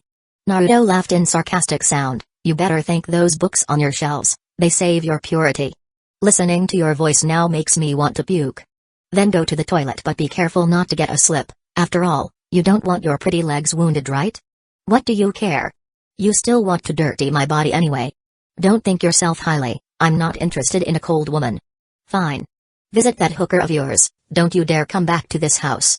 Ha, you don't need to tell me. The bar in the wine street was always my perfect heaven. Goodbye, you jerk. She opened her door and slammed it behind her. Naruto took a deep breath before he waved his neck left and right. He rose from his seat and strolled toward the front door. Wine Street, the best place for people to escape their dull and frustrating life by enjoying the endless pleasure of a touch from many gentle fingers. For those who like an adventurous journey toward the land of obscenity, this place also provided a courageous companion. A certain place with dimmed illuminations, smokes and wines beaten up the atmosphere, amorous giggling and flirting stabbed one ear, exotic and sexy dress spotted anywhere. A young lady with a red sparkling one-piece dress, staring at the man in front of her who looked like about to drown himself in the sea of booze. Why you always came to me in this kind of state? The woman twitched her lips. Because you, my, are my guarding angel that can always heal my heart. The man with the blonde hair raised his drink and gobbled it to his heart content. My sighed. She sat on a stool. Alright sugar, what's your problem? Naruto dumped his forehead on the bar table. I got a fight with my girlfriend. My startled. I never know you have a girlfriend. Yeah, she kinda pushover, thus I don't really like mentioning her at all. Naruto bit on his glass. She wrinkled her eyebrows, waving her hand toward the bartender to fill up Naruto's glass. Why you still date her then? Because she's rich as hell and I'm poor as fuck. It's like dating a walking ATM. Naruto offered his glass as another strong alcohol poured inside by the bartender. His answer clearly caught her off guard. Despite she only knew him for a week times, she had a favorable impression, thus hearing him dating a woman just because money made her unable to adapt in short time. I don't know, you are a gold digger type of man, she mumbled while looked at him with a dazed expression. Hey, I prefer a term functional man after all. I have high-grade man's quality, why not use it as my own advantage? I got gold. She got pleasure, win-win situation. So there is like a contract or deal between you two? Naruto sneered. Of course not, such a thing have limited time. I want to live basking in prosperity until I die. So you trick her? She gasped as she closed her mouth. That's a cruel word. I took her into my love boat, okay? Drowsing her in a gentle sea wave, the boat swayed in rhythm, sailing her into the big moon who appeared in a sky wall. My frowned, her forehead wrinkled so hard that a crevice started forming on its surface. Naruto took the drink, finishing it until the last dripped. He even licked the glass interior as if he wanted to wipe every trace of alcohol left. His behavior somewhat disgusted my, even though her job was to please a man and she had dealt with many kinds of them, with a lot of style and behavior. This was the first time she saw such an unruly and odd one like him. Naruto put down his glass, he leaned back a little wobble, then he turned toward Mai, grasping her hand. Mai, let's make out hick. Naruto, maybe you need to lay down. Mai tried to pull her hand, but he held it tightly. Hick, come on, just a smooch. I need an angle to heal my heart. He leaned closer to her face and pushed out his mouth. Mai avoided his predator's mouth and it landed right on her left cheek, giving it a rubber-like sound that enough to irritate anyone who hear it. Naruto, no. Please let me go and return to yourself. She started pulling her hands harder, her head tried to lean back.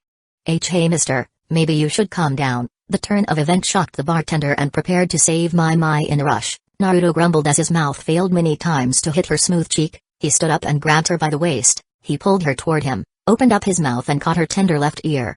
Ah! Mai let out a moan, but her heart denied the desire. She put both her hands into his chest and instilled some strength, but no matter how much she tried, she unable to break out from him. Mister. Let Mai go. The bartender arrived at Naruto's back and grabbed his shoulder. 3 minutes passed, yet they still in the same situation, but Mai seemed already weak as she breathed roughly, feeling Naruto's hot breath on her ear. She felt her ear turned little red and red painted her cheek. Seeing Mai condition worsen, the bartender steeled himself. He rushed toward his bar and grabbed a shotgun from under the shelves. Mister, I warn you, let Mai go or I swear I'll shoot you, right away. He aimed the shotgun toward Naruto. Mai startled, panic groomed her face. She pushed Naruto back and this time she managed to break him away. Naruto stumbled, he hit the stool behind him and fell onto the ground. She placed both hands on her face and sob sounds started to cue. Mister, you're no longer welcome here, get the fuck away from my bar. The bartender said with a rough voice. TCH, fine. Naruto stood from his spot and swaggered away from Mai. After his figure faded beyond the entrance, the bartender put down his shotgun and let out a mouthful of air. What the hell is wrong with him? I have seen people drunk before, but this is just something else. He glanced at Mai who still sobbed. Are you okay, Mai? Do you have any wound? Mai put down her hand. She faced the bartender then shook her head. I'm fine, boss, thank you for defending me. The bartender nodded. He sighed. That man just lost it. Mai wiped her tears. She turned her face toward the entrance. Trace of concern flashed before her eyes. Naruto, be careful, and please stay alive. At the outside of the bar. Hick, stupid place, stupid Ruoxi, stupid Mai. On the concrete pavement beside the main road, Naruto strolled with both hands in his pockets, legs swayed without control. Sometimes he staggered till he almost fell. He even hit a street lamp as paved his way. Brother. Suddenly from the darkness within the alley he passed, a hoarse voice pulled his attention. Who's there? Naruto glanced to his left with a grumpy face. I'm a friend, and I see you have some problem. Why don't you and I have a chat? His figure blended in with the lack of brightness of his surrounding, making Naruto unable to see clearly. PFFT, who do you think I am, a freaking child? I'm not just going to obey you because you throw me candy. But I have a ramen, okay, I'm coming over. Naruto turned his body toward the horseman and dashed into the dark. Bang. Thud. A blunt sound broke the silent coated the community, but it comes and goes like a wind on the green hills. The sound followed by something fell into the ground and no any further sign of sound besides wild cats and dogs' occasional barking. A man stepped out from the shadow of the alley. A sneer pulled the corner of his lips. He took out his phone and pressed the dial. After a while, someone at the other side of the line answered him. How is it going? Easy peasy. He doesn't even put on any fight. The man laughed while waving a brick on his free hand. A blood splat on the ground in the process. He's not dead, right? Don't worry, since the boss said the man's pretty tough then he should be still alive. The man curled his lips. Alright, bagged him up and quickly delivered him into our usual spot. Make sure no one sees you. Don't worry, I know how to do my job. He put down his phone and inserted it into his pocket. He bent his body and picked up a man who laid on the ground. No any life indication gestured from the man's body. He put the lifeless man into his shoulder and strode beyond the darkness. It took few twists of turn for him to finally able saw another exit of the alleyway. A Prius car waited right ahead of him and a person with a cigarette in his hand sat on the driver's seat. He got out as soon as he saw the man came out from the alley with someone on his shoulder. He opened the car's trunk and helped the man put that body inside. This fucker quite heavy for someone at his size. The man gasped for breath as he wiped the sweats with his tanned hand. Come on, we should go before the cops patrol arrive. The person tossed out his smoke and went to the driver's seat. The man followed in suit as he took the seat beside the person. The Prius roared its engine and spun its tire crazily as it drove forward. 59 Go Ape. Inside an abandoned house, 4 people gathered around a wooden table. Their appearance differed from each other but share the same theme, messy and dingy. Each of them held a group of cards and scruples of money laid on the top of the table. A small plate sprinkled with scatter dash lingered within their arm's reach. Haha, I'm gonna win big again. A man clad in a leather jacket with a woolly neck showed his big grin. Bullshit, your luck won't stay good forever. A man in a jumper spat his curse. The other two, who one had a bald head and another with a brown bandage on his nose, expressed their own discontent. Shut your hole, feast your eyes with this. The leather jacket man snorted. He put down his card and shocked filled the others' faces as 3 5s and 2 7s beat their eyes. Motherfucker, full house. The baldy slammed his cards with an ugly face. The jumper man also twitched his lips and gave up his card. Haha, all mine, all mine. He reached out his hand and grabbed the shabby-looking cash, but at this moment, like a lion pounced on a cheetah which lunged at a flock of sheep, someone grasped his hand. You fufu, the bandaged man declined his head, his shaggy hairstyle overshadowed his expression. You, what are you doing? Let go my hand. He widened his eyes as the other two also stared at the bandaged man with surprised eyes. Your days of reign had finished. I'm the new king in town. He laughed arrogantly, scaring the citizen of cockroaches who crawled in the corner. Impossible. Their face looked at him with disbelief. The man stood from his soon-to-be broken chair, his raised the cards on his right hand. The only source of the lights in the house shone on the cards, blinding the eyes of the 3 peasants as they witnessed the born of the new king. The bandaged man brought down his hand and slapped the table with his cards, creating a non-existent shockwave that imaginarily shook the entire structure. The light dispersed and revelation dawned upon these mortals. Ace, king, queen, jack, and 10? Seriously? A fucking royal straight flush? My king. They all stood from the chair and kneel in front of the man. Haha, very good my loyal subject, as long I sat on the throne, I shall bring prosperity into our kingdom, and we will rule all over the world. His figure struck with dazing ray, exposing his golden brilliance into their eyes. Long live my king! Long live my king! Long live my king! Hearing the cheer from his citizen, the man sat back on his chair, his dream finally complete. After a long struggle in a path of hardship, fought against other competitors to win the throne, traverse a road full of rock and nail, leaving behind a village girl who drenched her smooth cheek with tears of sorrow, he finally succeed. Father, mother, your son, finally become a king, Anna. My queen. Eyes welled up as the man bit his lips. Man, you really have some luck. His imagination shattered in the instant, like a fragment of glass, shedding their pieces, one by one. He shook his head and watched the 3 men slumped on their chair with a bitter expression. Laughing his ass off, the bandaged man stretched his arm and grabbed the money. We play again? The jumper man looked at his phone. Nah, I'm tired. Besides, they should have arrived at any moment now. The leather jacket man straightened his back as he raised his right arm. As if hearing his words as a cue, a car parked right outside their place. Its harsh brake sounds entered their hearing sense. At this moment, they dispersed from the table and one of them carried a wooden chair toward the center of the room, right under a hanging bulb. The warehouse's door pushed open and revealed a man in his 20s clad in a long-sleeved black shirt. Behind him, another man slightly shorter than him carried someone on his shoulder. He wore a black hoodie and leather pants. They strode toward the room and the hoodie man placed the person on the chair previously positioned. He walked toward the back of the chair, grabbed the person's hand before he fished out a green rope from his hoodie's pocket and tied the person's hand into the chair. He did the same with the person's another hand and his both ankles. That person turned out to be a young man with office suits and blonde hair. No one follows you, right? The leather jacket man ignited his smoke. The black shirt man nodded. It's clear. Good, let's start it. He strolled toward the blonde, inhaled the short stick between his lips before he pulled it out and clashed its pointy red toward the blonde's neck. Og. The man jolted awake as a smoke trailed from his neck. Pa. The leather jacket man slapped his face immediately, startled the blonde as his eyes wandered around the room. Where am I? There's a trace of fear reflected on that pair of cerulean eyes. Nowhere, the leather jacket man smiled faintly. Who are you people? Why brought me here? I'm telling you I don't have money, I can't even pay my bills. Wait. Don't tell you are an organ harvester. Please, please don't take away my kidney, or my heart, or my brain, or... Pa. The leather jacket man struck the blonde's cheek with his palm. He almost fell from the chair if not for his limbs tied around it. Calm down Naruto, we just met a week ago, how can you already forget about me? Naruto recovered from the blow, his eyes set on the short-hair person in front of him. Who are you? He twitched his lips. It's me, Harry Ball. Harry Ball? Naruto frowned, then he glanced at his face. That's an odd name. Do your parent I went there deciding your name? Or do they hope you'll turn into an ape someday? That's none of your business. He gritted his teeth. Talk nonsense again, I'll break your teeth.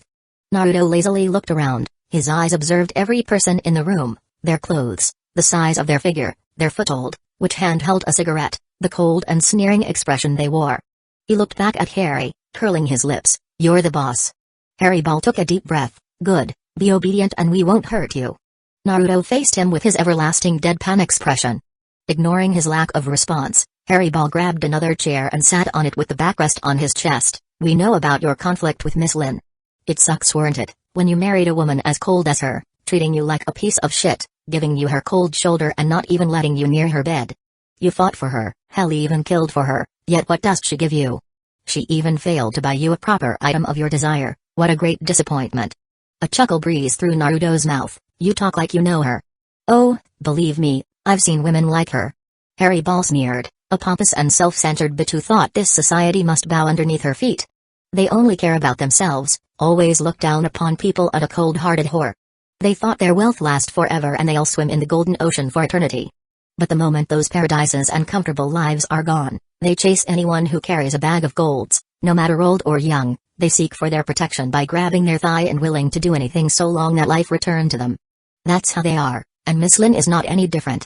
Naruto looked at him with a sad face, his eyes became watery. I could feel your pain. Harry Ball wrinkled his eyebrows. What do you mean? Naruto snuffled, snot even dripped from his nose. A lowly person like you who possess no single good qualities. Your face is ugly, your odor is stinky, your skin is creepy, your cloth is shady, your name even laughably stupid, huh? Not to mention any Ajao-sama, even any poor girl will stay their distance from you. Oh! Truly painful. Bang. Harry Ball threw away the chair to the side. He pranced toward Naruto with a clenched fist. You insult me one time again. Whoa, about to go ape on me, eh? Chill your boots, Georgie. A sneer pulled the corner of his lips. Bastard. Harry Ball let out a roar and strode toward Naruto with his arm already bent in the air.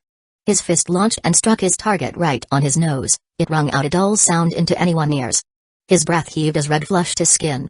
Red veins spread within his eyes. Pathetic. A male's relaxed voice sounded in the room. Behind Harry Ball's fist, Naruto's face looked the same as always, no pain reflected as if the hand inflicted nothing on his face. Everyone's eyes widened in surprise, they knew Harry Ball's prowess, he even fought a boxer once and managed to knock him down. In fist-to-fist combat, they held no doubt in the power within his fist. Harry Ball took back his fist and dumbfounded at the result. What's wrong? One attack and you lost your juice already? Wow, you suck too much, Naruto sneered. You shut up. Maybe you should eat your banana? Or you friend banana? Maybe Zuzayong banana? He probably loves shoving it inside your throat. Shut the fuck up. Harry Ball left leg stomped on the ground and he lashed out his fist on Naruto. He hit his face on and on but Naruto not even once flinched. Harry Ball's strength rose in accordance with his punch. The wooden chair under Naruto started rocking back and forth. At last, he pulled his hand quite far before ejected it forward and sprung at Naruto's face. It let out a loud sound and the force propelled Naruto's body backward along with his chair. Naruto put all of his body weight into the chair and... bam!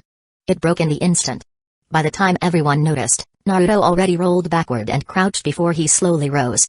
He wiped the dirt from his shoulder before throwing a smirk toward the 4 people in front of him and another 2 on his back. So, gentlemen, shall we? Get him.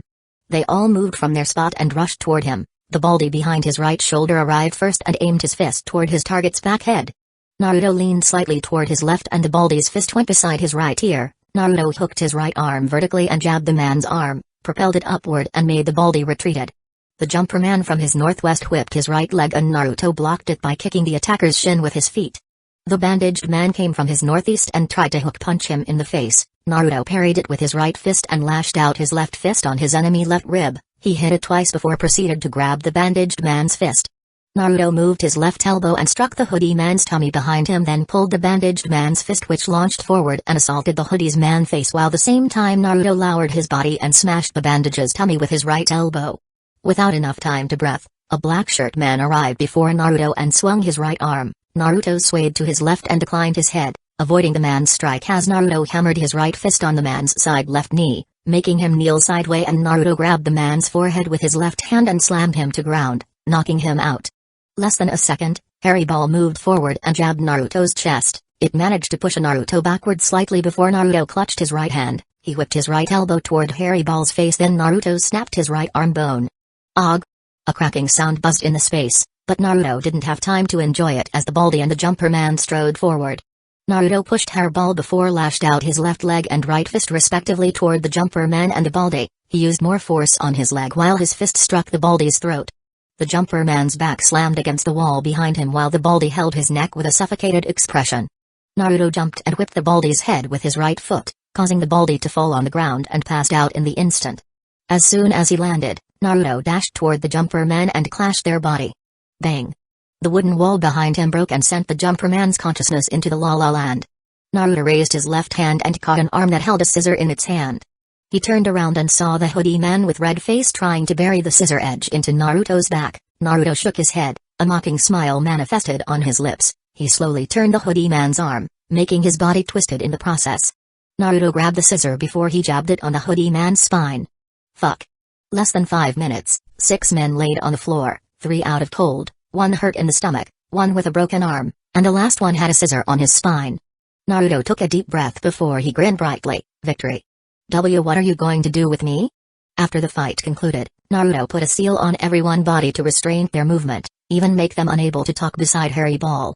Naruto walked around the shoddy house. The place only has 1 floor and 3 parts of the house, a living room connected to the kitchen, 1 bathroom, and 1 bedroom.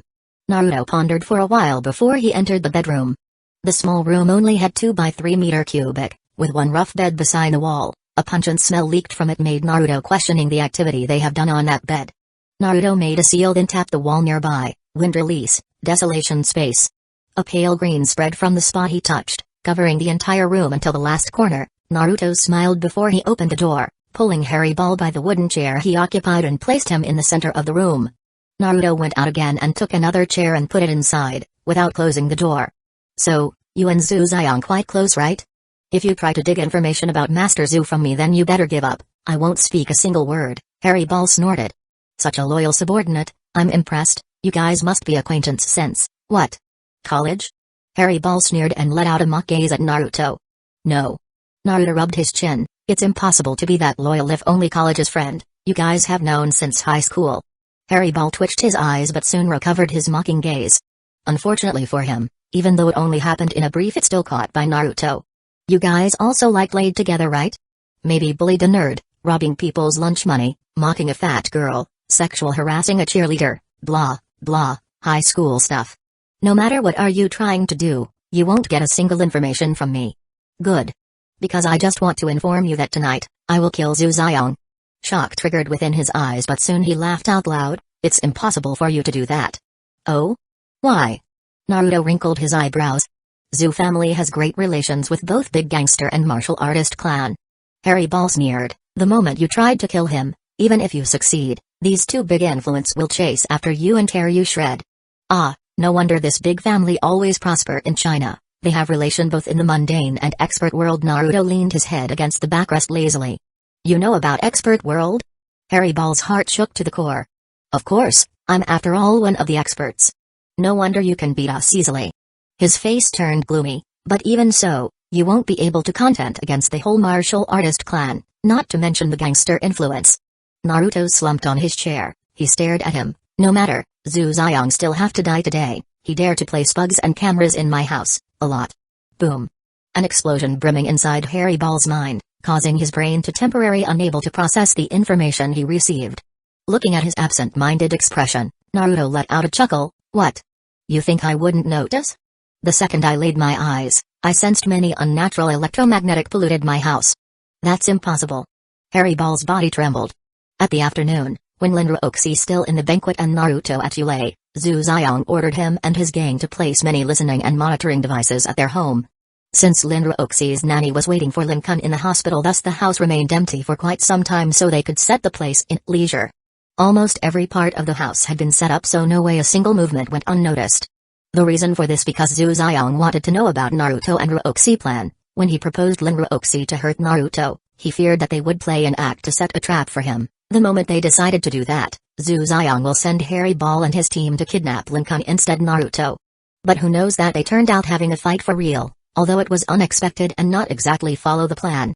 In excitement, Zhu Xiang sent the team to kidnap Naruto, and as if a goddess of luck smiled on them, Naruto mentioned about going to the bar in the wine street so they can go ahead first and not have to tail him. It was really a stroke of luck keep happening. By the time they found Naruto in one of the bars, they saw him drunk and heard his mumbling about sucking Lin Ruoxi's wealth. At first they thought they may have to struggle to kidnap him, but who knows, it actually so easy. In a normal circumstance, it was indeed impossible. After all, they called as spy equipment for a reason, but you put tons of them in my house. It's like you placed a neon sign "We bug and monitor your place haha" in front of my doorstep. Naruto shook his head. Let's picture it like this. I walked on a street and passed by a blue wall on my left side. Now let's put few dots of light blue on its several surfaces. Is it possible for me to notice them? Maybe, if I'm focused on finding them, but if it's just a glance? Or a brief scan? They are no different than the rest of the blue color on the wall. Now let's adding more dots. Hell, we filled the entire half of the wall with it. What do you think? Harry Ball faces darkened. He bitterly said, so you purposely leading us to kidnap you? Of course, why else I would embarrass myself like that? Naruto rolled his eyes. Haha. I admit you are truly great to be able to trick us like that, even not hesitate to hurt two women on your own accord. He laughed provocatively, tried to win the advantage he had lost many times ago. They both also know, Naruto lightly said. His laugh froze. With a confused face he looked at him. What? They know, both Lin Ruoxi and my know. What? How? When? How the fuck did you tell them? Panic flashed over his face. This chain of facts kept hitting him without mercy, his brain unable to bear such a pressure. Well, I explain about my first since it's very simple. Ah. My moaned as Naruto bit her left ear. SSSH. Don't change your expression, don't talk back, just listen to me, and kept struggling. Naruto let go his mouth, he licked her ear before speaking softly. My startled, but she still follows as she told. First, I'm sorry for my behavior, I wasn't mean to hurt you. Second, someone has been watching me since the first couple of minutes I entered the bar and started drinking. They possibly bad guys who will try to kill me or kidnap me. Mai's heart turned cold, her body shivered a while as she grasped his shirt. SHH, I'll be fine. When I said you are my guardian angel, I mean it. So bless my safety and pray for my return, okay? Mister, I warn you, let my go or I swear I'll shoot you, right away. Well, that's about it. Naruto smiled as he thought about Mai. He felt sorry for tricking the hussy. Yeah, he's such a bad person, he had to compensate her later. Then how Lin Ruoxi, how do you tell her? Harry Ball said with a depressed face. Oh, this actually quite tricky. I have to bet in Ruoxi's intelligent and her knowledge about me to understand my messages. In the beginning, I said, well, what do you think? I'm dying to have that knife. Instead they sell a piece of garbage like this. Tell me Ruoxi, what do you think? In that sentence, I want her to think instead of getting emotionally affected. I even repeat the word think twice, but I know I failed by seeing it through her expression. I forced my way with sentences until the word lie appeared within her mind. The next sentence held the word many, ears, and trick followed by the word eyes next. It's a full sentence, no matter where you are followed by carefully act around and don't actually look like what you displayed. The last was manipulative and Zhu Xiang at this point. I just hope she understood. If not, then I'll apologize to her later and explain everything, and you know what? Naruto smirked. Harry Ball already cried out loud inside his heart. This was too much for him. She gets my messages. The sentence "you know about me" meant she praised me for admitting her capability and intelligence. I understand, this whole time, and just pretend. Well, that's pretty self-explanatory. The rest just how she played along with our drama. She even asked whether there were bug and camera too inside her rooms, and I told her it's in her bookshelves and in the bathroom. This time murderous intention rose within his eyes. Zhu Xiang really a gentleman, yes. He does not even hesitate to bug and monitor her in such a private place. Harry Ball face became pallid. He hurriedly said, yes, we just did as Master Zhu said, everything according to his arrangement. A cold glint reflected on Naruto's eyes, his face turned cold. I know you will bail on your master eventually. What are you saying? Zhu Xiang may be a wretched person, but he's still a young master of big family. Morality and noble still run within his blood. Besides, he plans to conquer Ruoxi through shrewd plan and tactics, not a sexual exploitation. In fact, with his wide resources, it will be easy for him if he really wanted to do that. Please believe me. It's really all Master Zhu plan, I'm just following an order. Naruto face still cold as ever. At first I just want to kill you and end your suffering, but I changed my mind because you broke my tolerance thrice. Naruto walked closer. First, you dare insult her right in front of me. Second, you dare accuse her as a whore. Third, you dare mess with her privacy. Naruto bent his body, His killing intent soared into the room. "I'm not gonna let you die. I'm going to break your soul and mind, humiliate you like a piece of shit you are, and I will hurt you in the most painful way." Naruto stood up and walked out from the room. He grabbed the baldy man by his leg and dragged him into the room. He placed him on his previous chair. Naruto unsealed his mouth restraint as he took out a scissor and hovered it above the baldy's tight. "Do you know what the most effective way to torture for information? Please let me go. Harry, please tell him to let me go." The baldy spoke with clear fear in his tone. What are you gonna do?" Harry Ball, also unable to hold his dread. Naruto glanced at him with his frosty eyes. "The most effective way is, you don't torture the informant." Naruto dropped down the scissors. In this small space of a wooden house, a voice of begging for mercy and screamed of pain continuously reverberated without any end. 60 The true lost the beautiful sky, where the countless stars radiated like a citrine, accompanied by the jade moon, who shared its grace while looking with blush.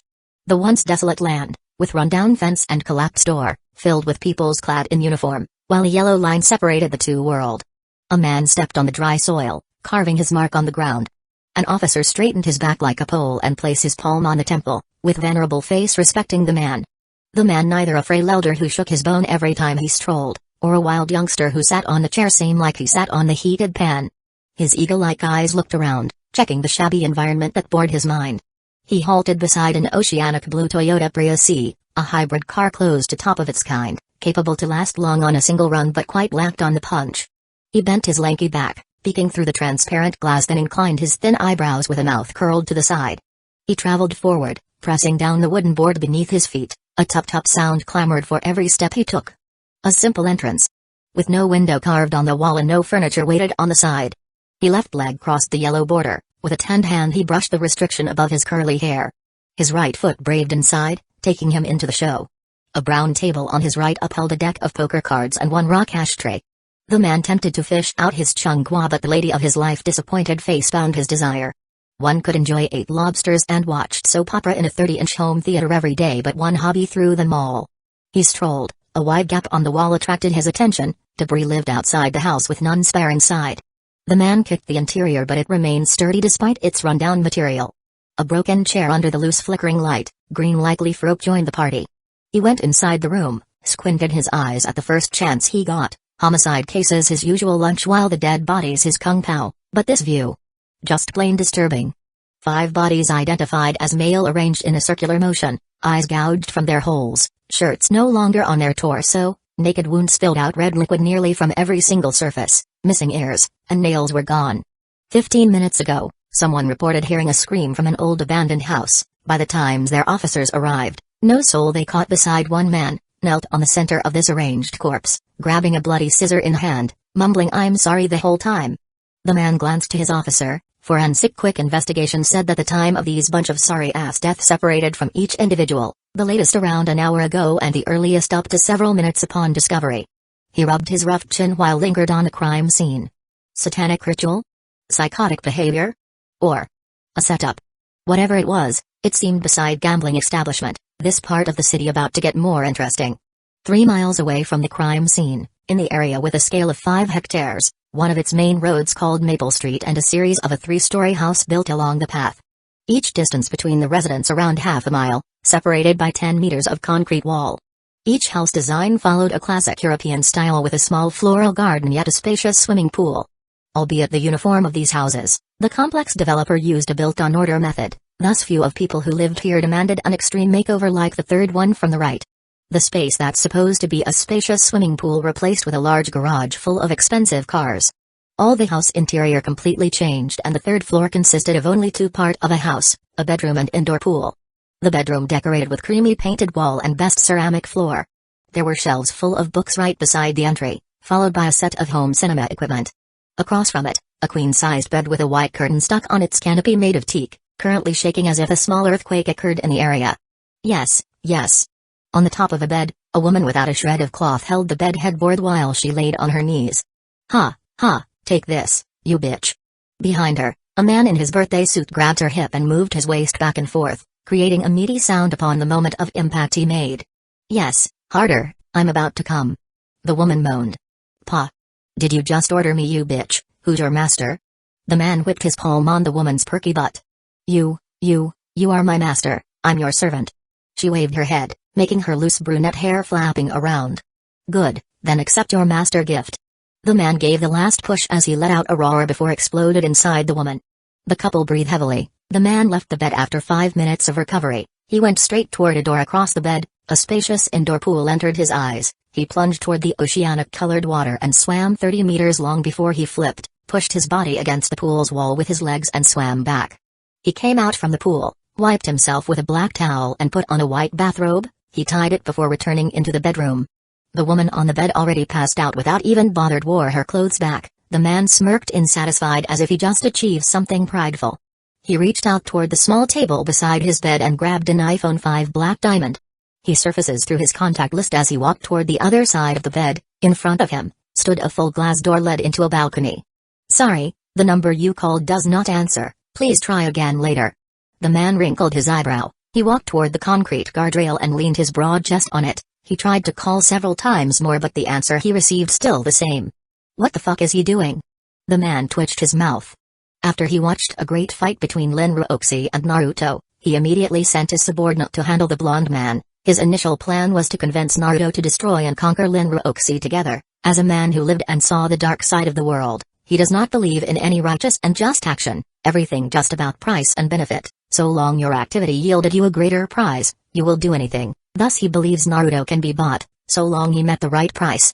But, if he rejected his offer, then he didn't have a choice but ordering his subordinate to take out the trash, eliminating the only threat for him to conquer Rinroku. Remembering her cold temperament yet hot alluring body, his skin flushed red and arousal rose within his guts. If his people still not answering the phone for the last time, he decided to play with his flirtatious woman again while imagining about her. Sorry, the number you.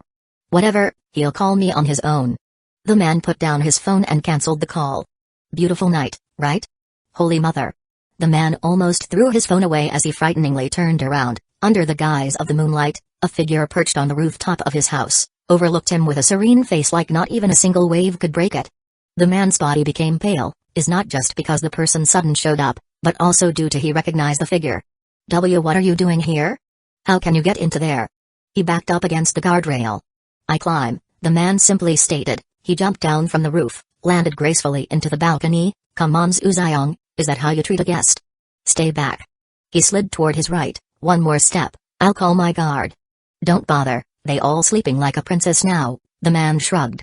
Zuzayong startled, he raised his phone and prepared to check the man's word, but he stopped midway and changed his mind. He wanted to call the authority instead, but before he managed to go far, the man swung his hands. A wind-like small storm hit his hand and blasted away his special edition iPhone.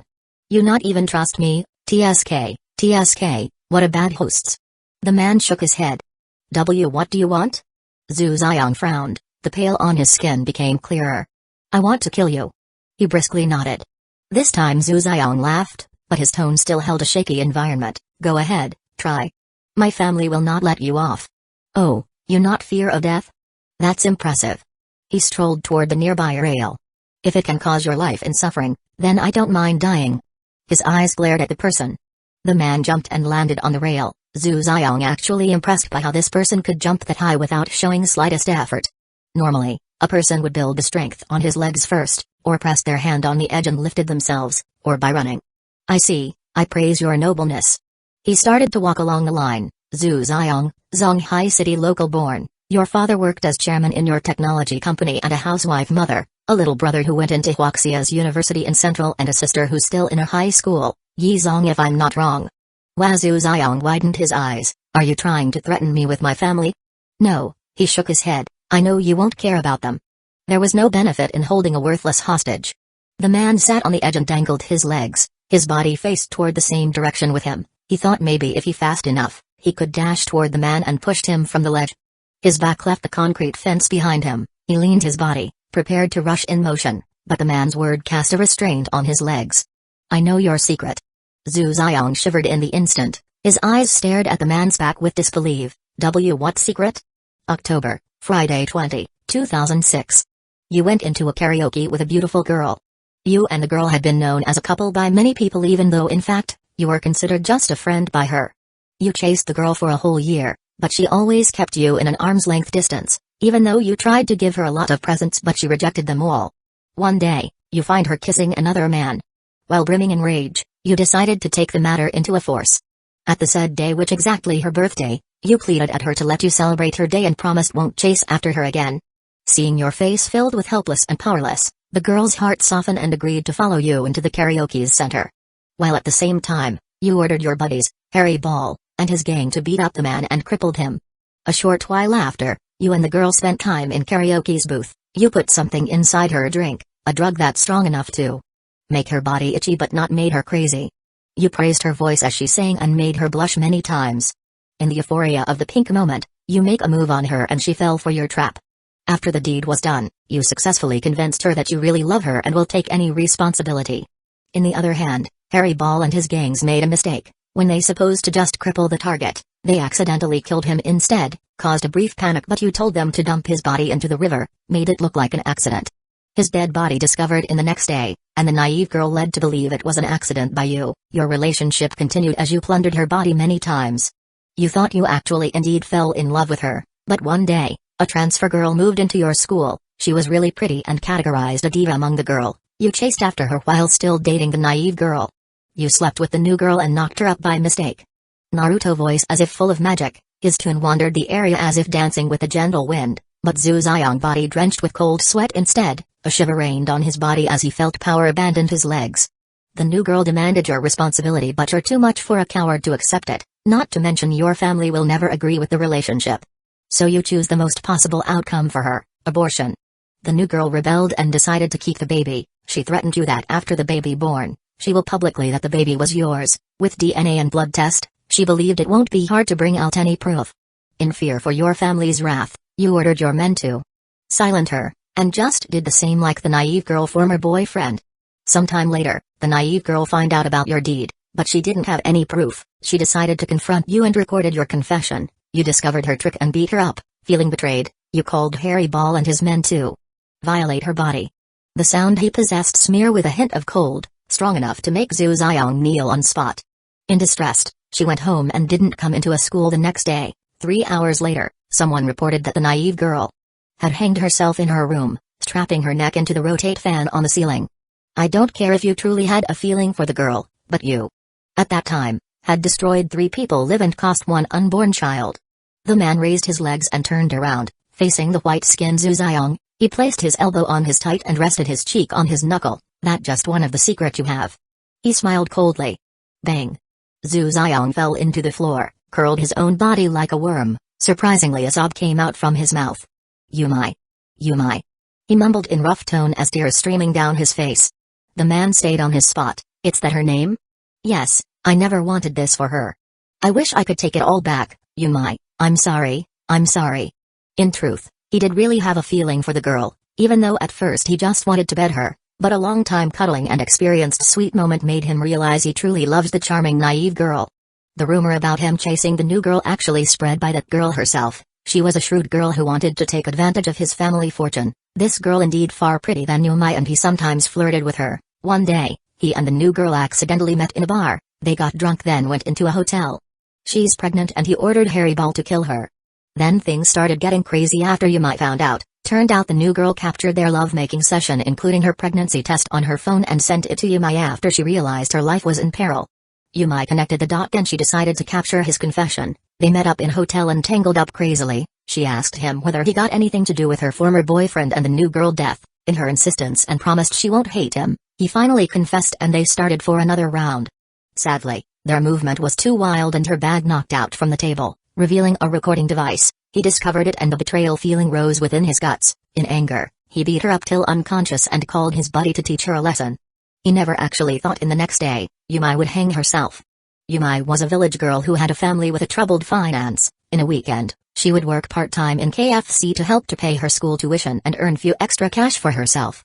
Even after we dated, she always rejected my offer of help, even told me not to waste money on buying a useless thing. She worked herself to death just to buy a present for my birthday. Yumai. Yumai.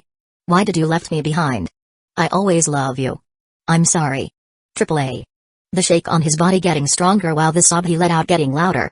The man looked at Zhu Ziyang with pity on his eyes. In fact, he already knew how this man felt toward the naive girl since Harry Ball confessed that after he found out about her news of death. He locked himself in his room for days, and by the time he came out, he changed, becoming more ruthless and gratuitous. He started sleeping with any woman he fancied, even not hesitate to get rid of them if they ever got pregnant.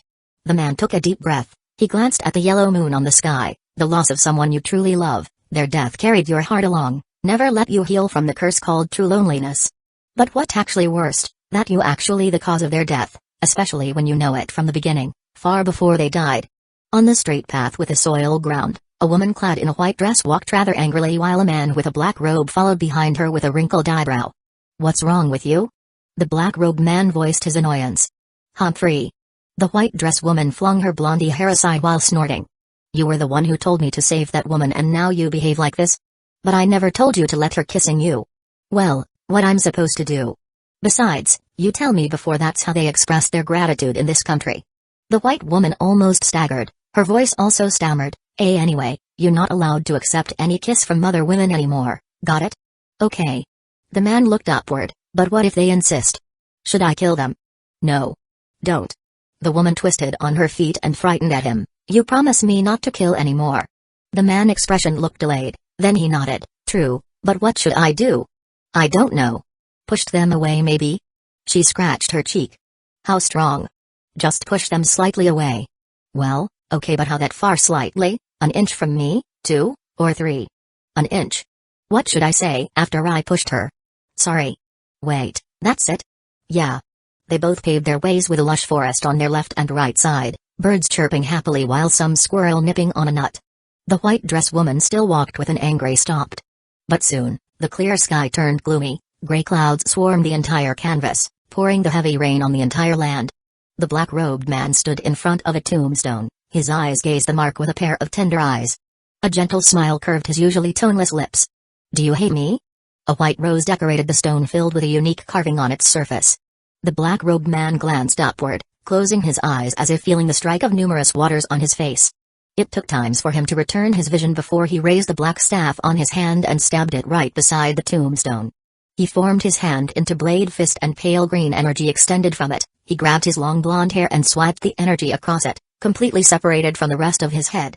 He brought the hair and tied it into the black staff. Strangely, even though a lot of waters poured on it, the hair remained dry as if it was unaffected by its surrounding.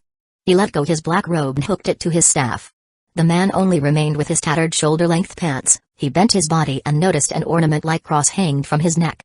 "Ah yes, how could I forget?" He put his hand around his neck and unclasped the rope around it. He stared on the ornament, a mixed feeling roused within his heart. He took out a deep breath before smiled mirthlessly. "I don't deserve to have this." He placed it right on the soil in front of the tombs. "You can have it back." The man stood from his ground, turned around and walked away. He halted once and glanced back before continued his path toward an uncertain journey. Zhu Xiang groaning woke up the man from his memory trip plane. He curled his lips. "Why did you chase after Ruoxi?" "Ha ha." Zhu Xiang laughed bitterly, "Because she reminded me so much of that new girl. Her making and figure, her cold attitude and manipulative tendency." He startled before sneered at the man. "Oh yes. You don't know her. Her true nature." The man wrinkled his eyebrows but he remained silent. "Ooh, you fool. You let her trick you by acting like a righteous and proper woman. Lin Ruoxi is not what she looks like. Her action was far from a good person. You don't know what she had done in these past few years." Zhu Xiang reached up to the guard fence, leaning his powerless body against it. "If you give me 5 minutes, I can show you all the proof and evidence I had on her. Enough to ruin her name, also her company. But you must promise me that you will join my side on taking her out." The man put his lips together, untitled his underlips, then he let out a chuckle. "Don't you realize you just give me more reason to kill you?" Zhu Xiang laughed. "Even if you killed me, sooner or later, someone will find that evidence, and Lin Ruoxi just going to have a fallout, all the same. I could just force you handing me the evidence, it wasn't so hard." "Sure, but what does that gain you beside a couple of files?" "I have a backup on me, somewhere, I can still threatening her." The man wrinkled his eyebrows. He crossed his arm while looking at the confident Zhu Xiang. "If we work together, you erased her evidence?" "Okay, if that's what you want, don't worry, so long she married me, her life won't be difficult and her company will sustain. After all, the money she made from it quite enormous, such a shame if they're broke down." The man turned silent, his cerulean eyes looked downward. "So, what is going to be, Mr. Naruto? Partner?" Zhu Xiang grinned deviously. Naruto's still silent before he finally let out a sigh. He coldly stared at the man. Partner. 61 Blue Eyes White Dragon, come on, stop being hostile.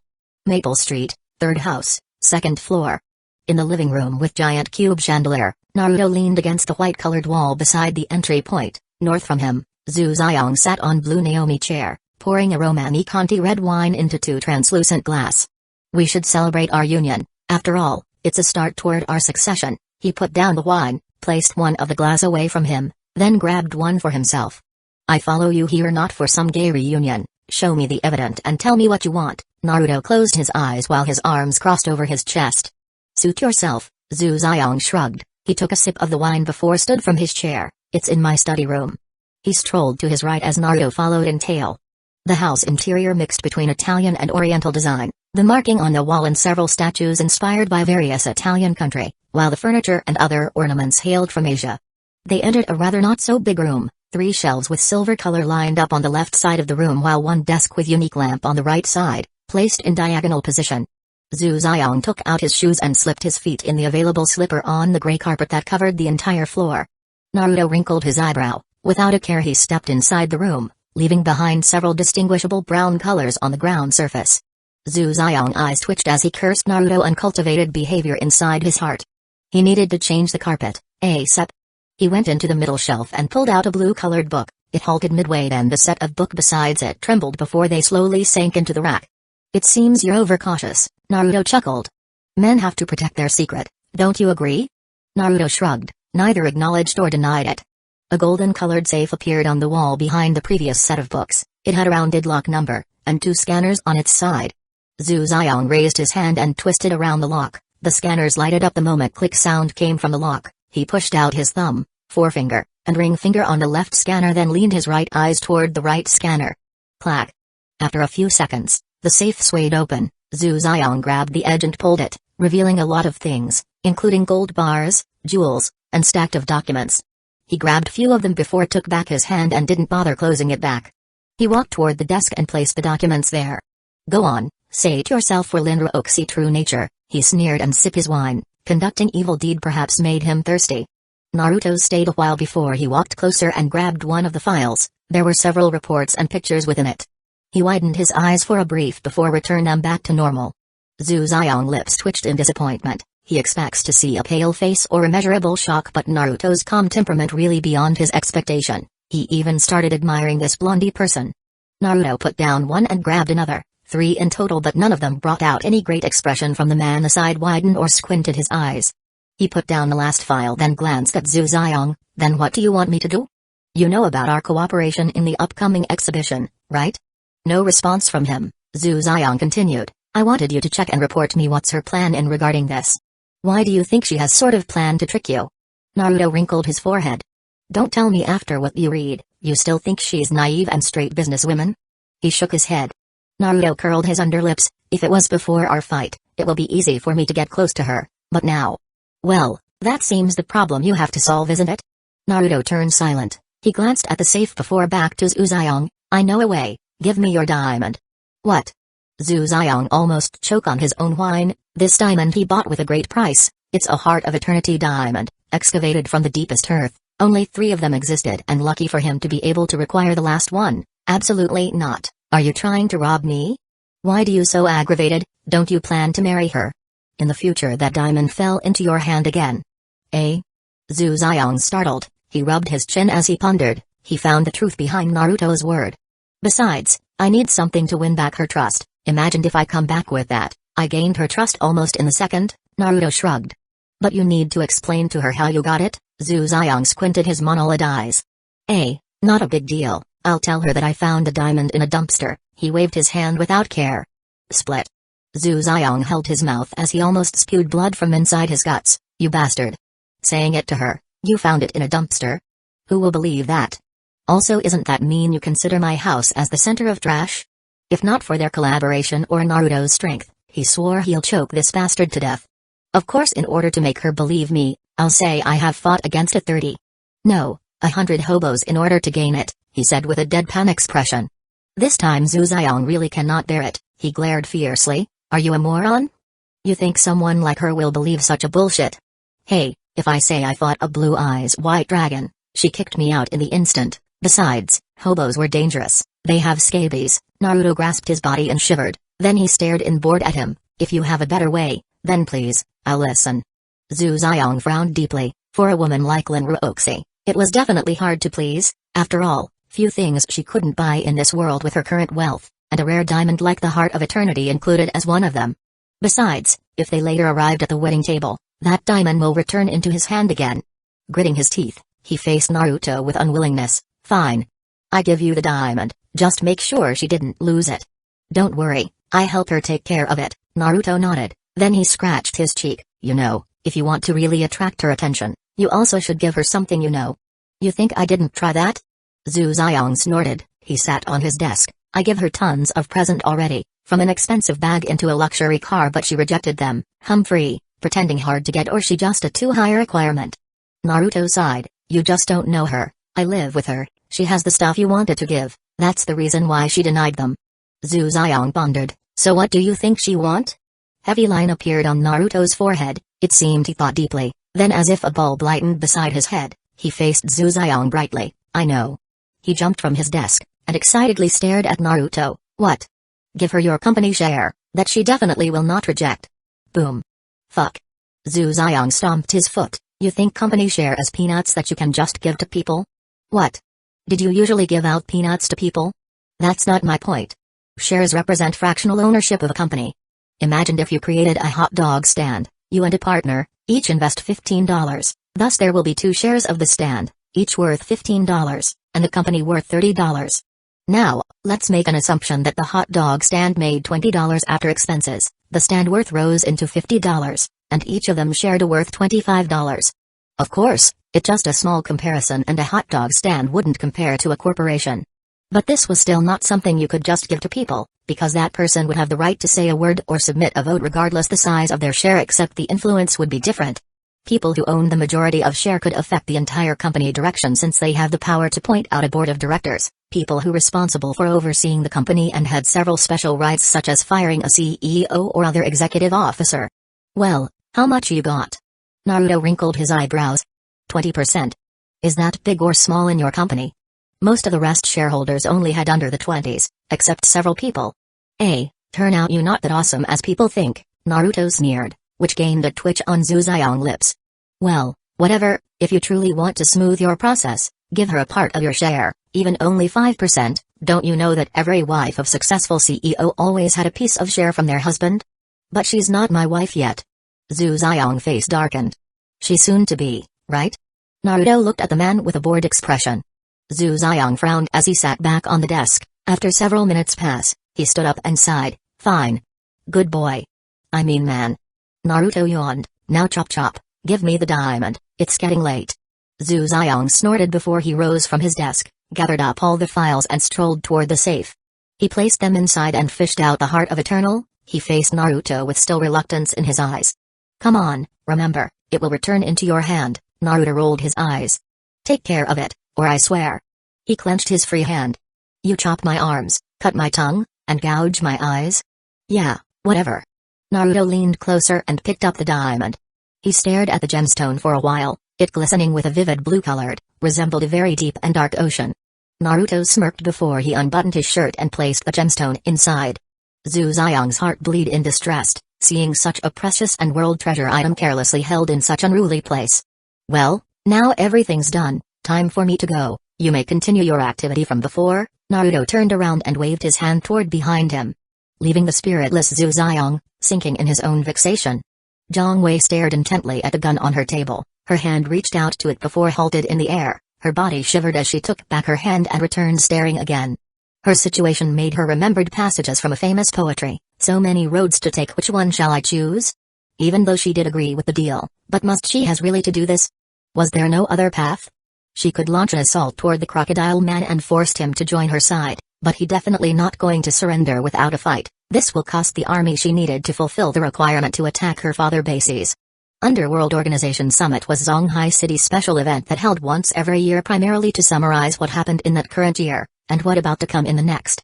This event will be attended by the smallest force till the largest one in the city. An underworld organization could be classified into 4 rank. 1. The lowest would be a community, consisted of many gangs that spread out throughout the region. They still have a different from one to another, thus they're bound based on the agreement to not disturb or attack each other. Their influence ranged very limitedly. 2. Once two gangs abandoned their own idea and agreed to merge into one, the society would be born, and after that, they could force other gangs to join the society or submit under their control. The largest influence they could have was an entire city. 3. The third would be a mafia, a transformation from a society where they managed to spread their influence toward the neighbor city, town, or village. 4. The fourth would be a familia, where their influence reached out into other country and nation, and have their own base there. In order to become a mafia, a society must able to seize the entire city first and take control other influence. They don't have to change their name, so long they willing to submit to the said society. So, even though they have influence outside the city but others still rebelled against them, they still cannot fully transform into a mafia. This event would formally graduate and acknowledge their status based on the fact they received. Each first-rate society influence nominated one person acted as the leading board of the event. Her father was one of them.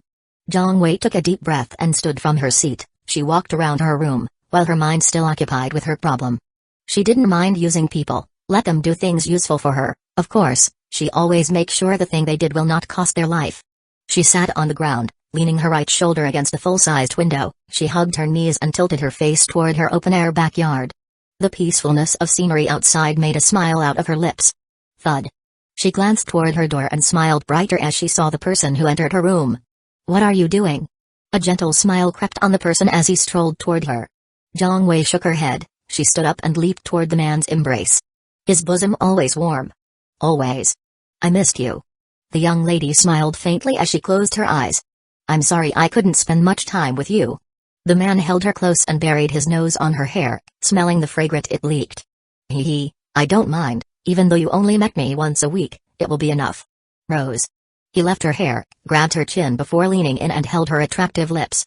The kiss only lasts for a while before he raised his head. "Don't say it like that, you make me love you dearly." "Hee, do you love me?"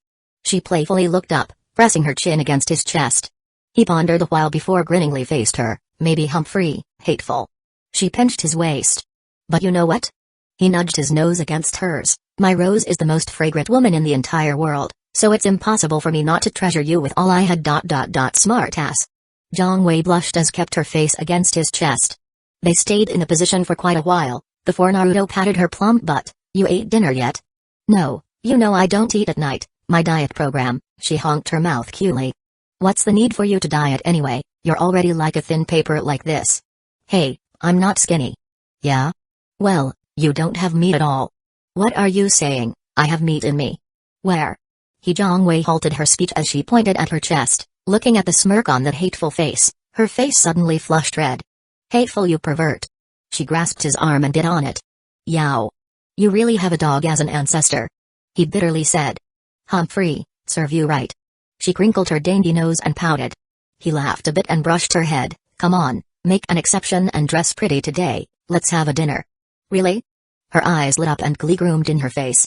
"Yeah," he chuckled and lightly pinched her nose. "Where are we going to eat?"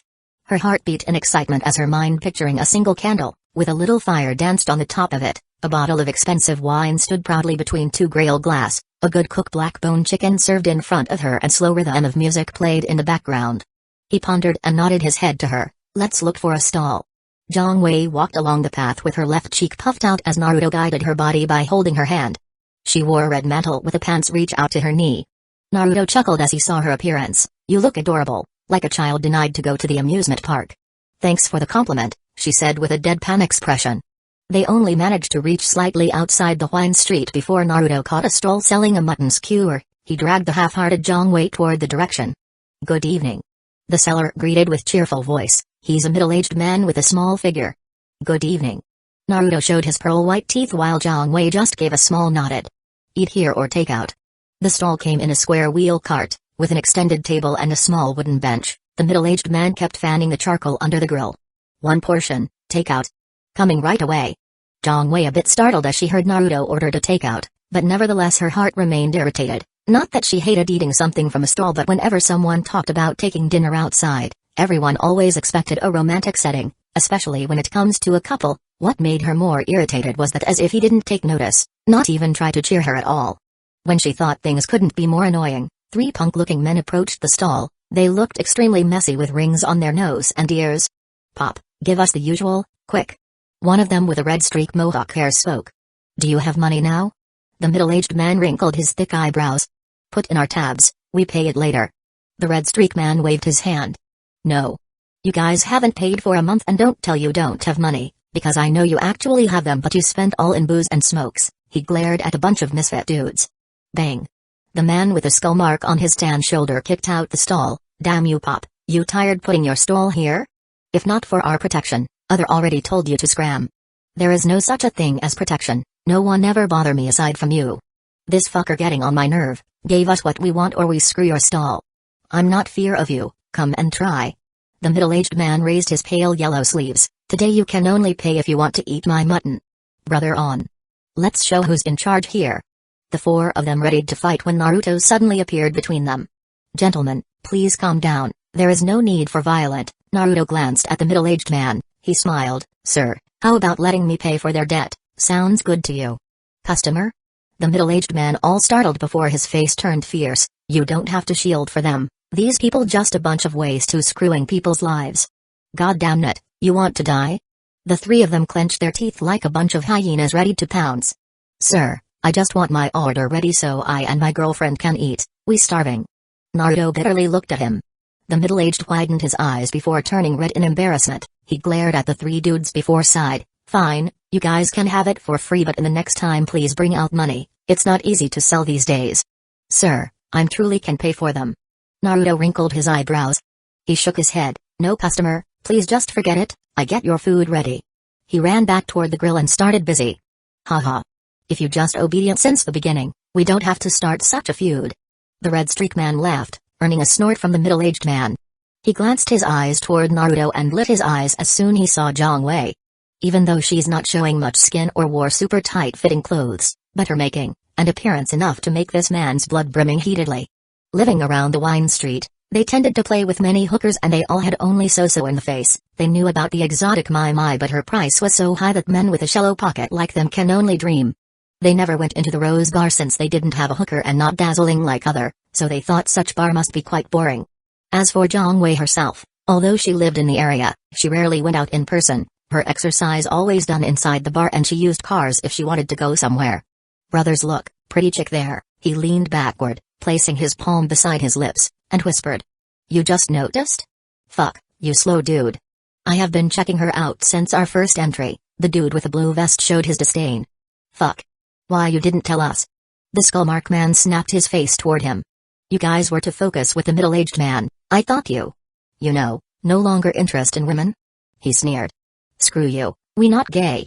They both glared at the blue vest man, causing him to shiver. Alright, what should we do?" "What else, let's bring her home and have fun." The skullmark man nodded excitedly. "Pa. Are you moron? You think she will just say yes and come with us?" The red streak hair man slapped the person behind him. What should we do?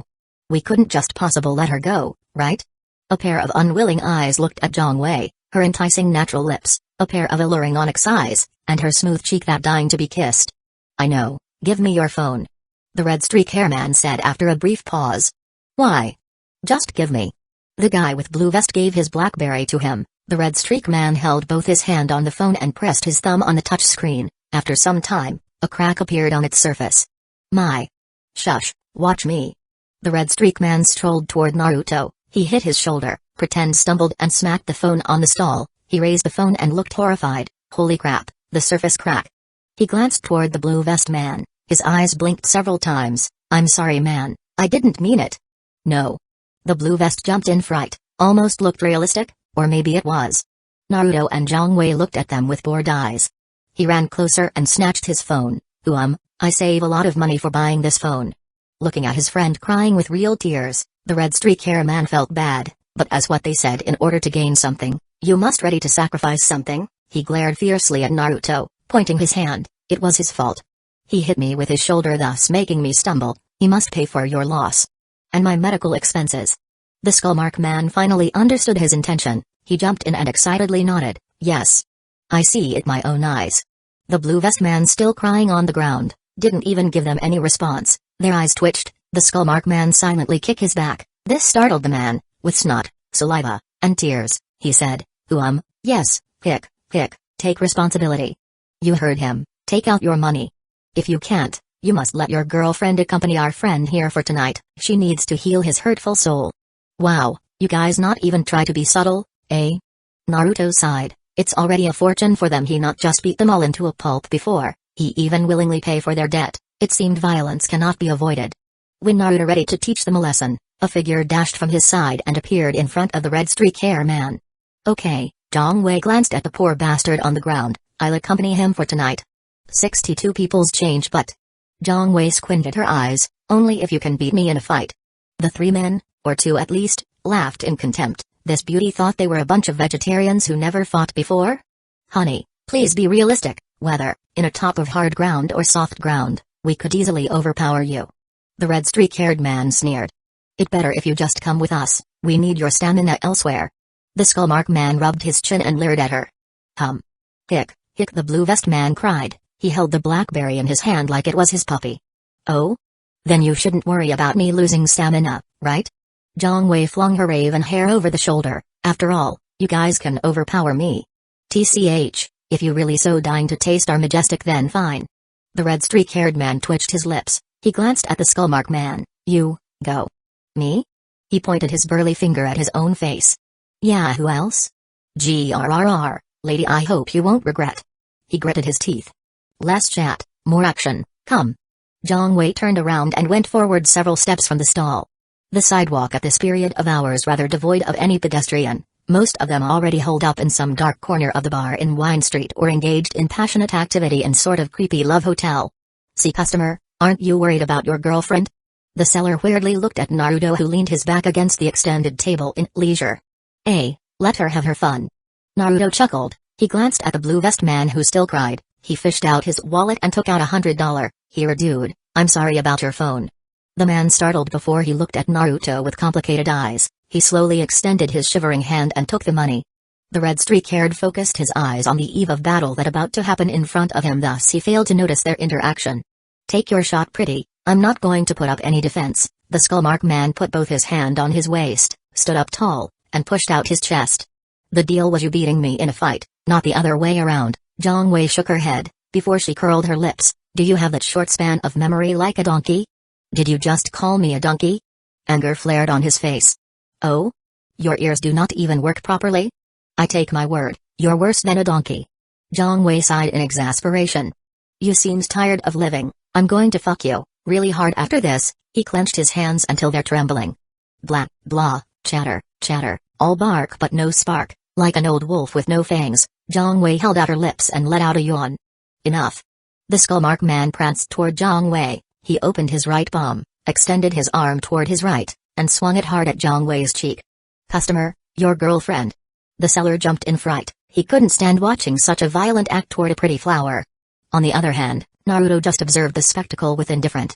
At the moment of impact between the palm and her cheek, Zhang Wei leaned toward her right a little. She jabbed the man's right shoulder, pushing his right side slight backward, also losing his slap momentum. Then she slid her right foot and uppercut his chin with her left fist. The man about to look upward, but she followed quickly with a right elbow toward the man's tummy. She put her arm around the man's head as he bent his body. She hooked his feet and twisted the man's head, causing him to rotate in the air and fell to her side.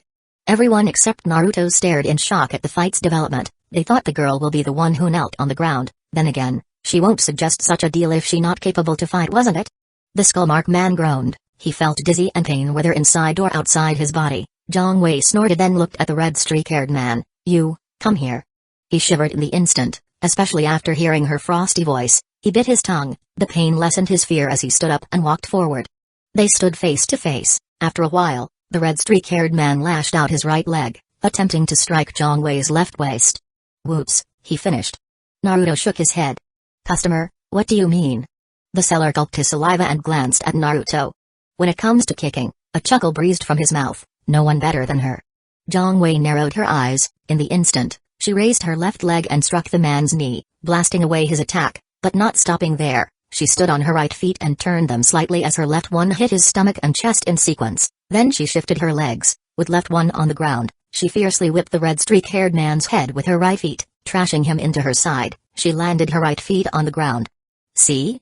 Naruto laughed, pride somehow roused within his heart. That was awesome. The seller watched the battle in excitement. Your girlfriend's such an amazing fighter. Naruto chuckled. He glanced at the seller. You are also a decent fighter, aren't you, sir? He startled. His eyes stared at Naruto with amusement. How do you know?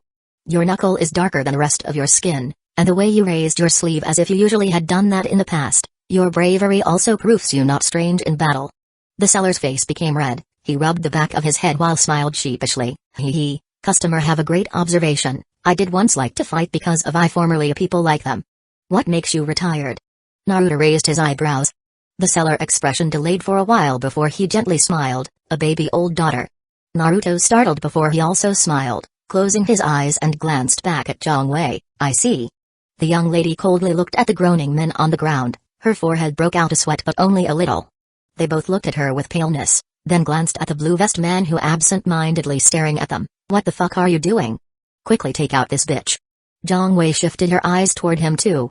The blue vest man sobered. He watched at his fallen comrades with a complicated gaze. He hesitated to fight against her. After all, this woman had easily taken down her enemy. His fighting prowess not even better than his friend. What are the odds for him to win?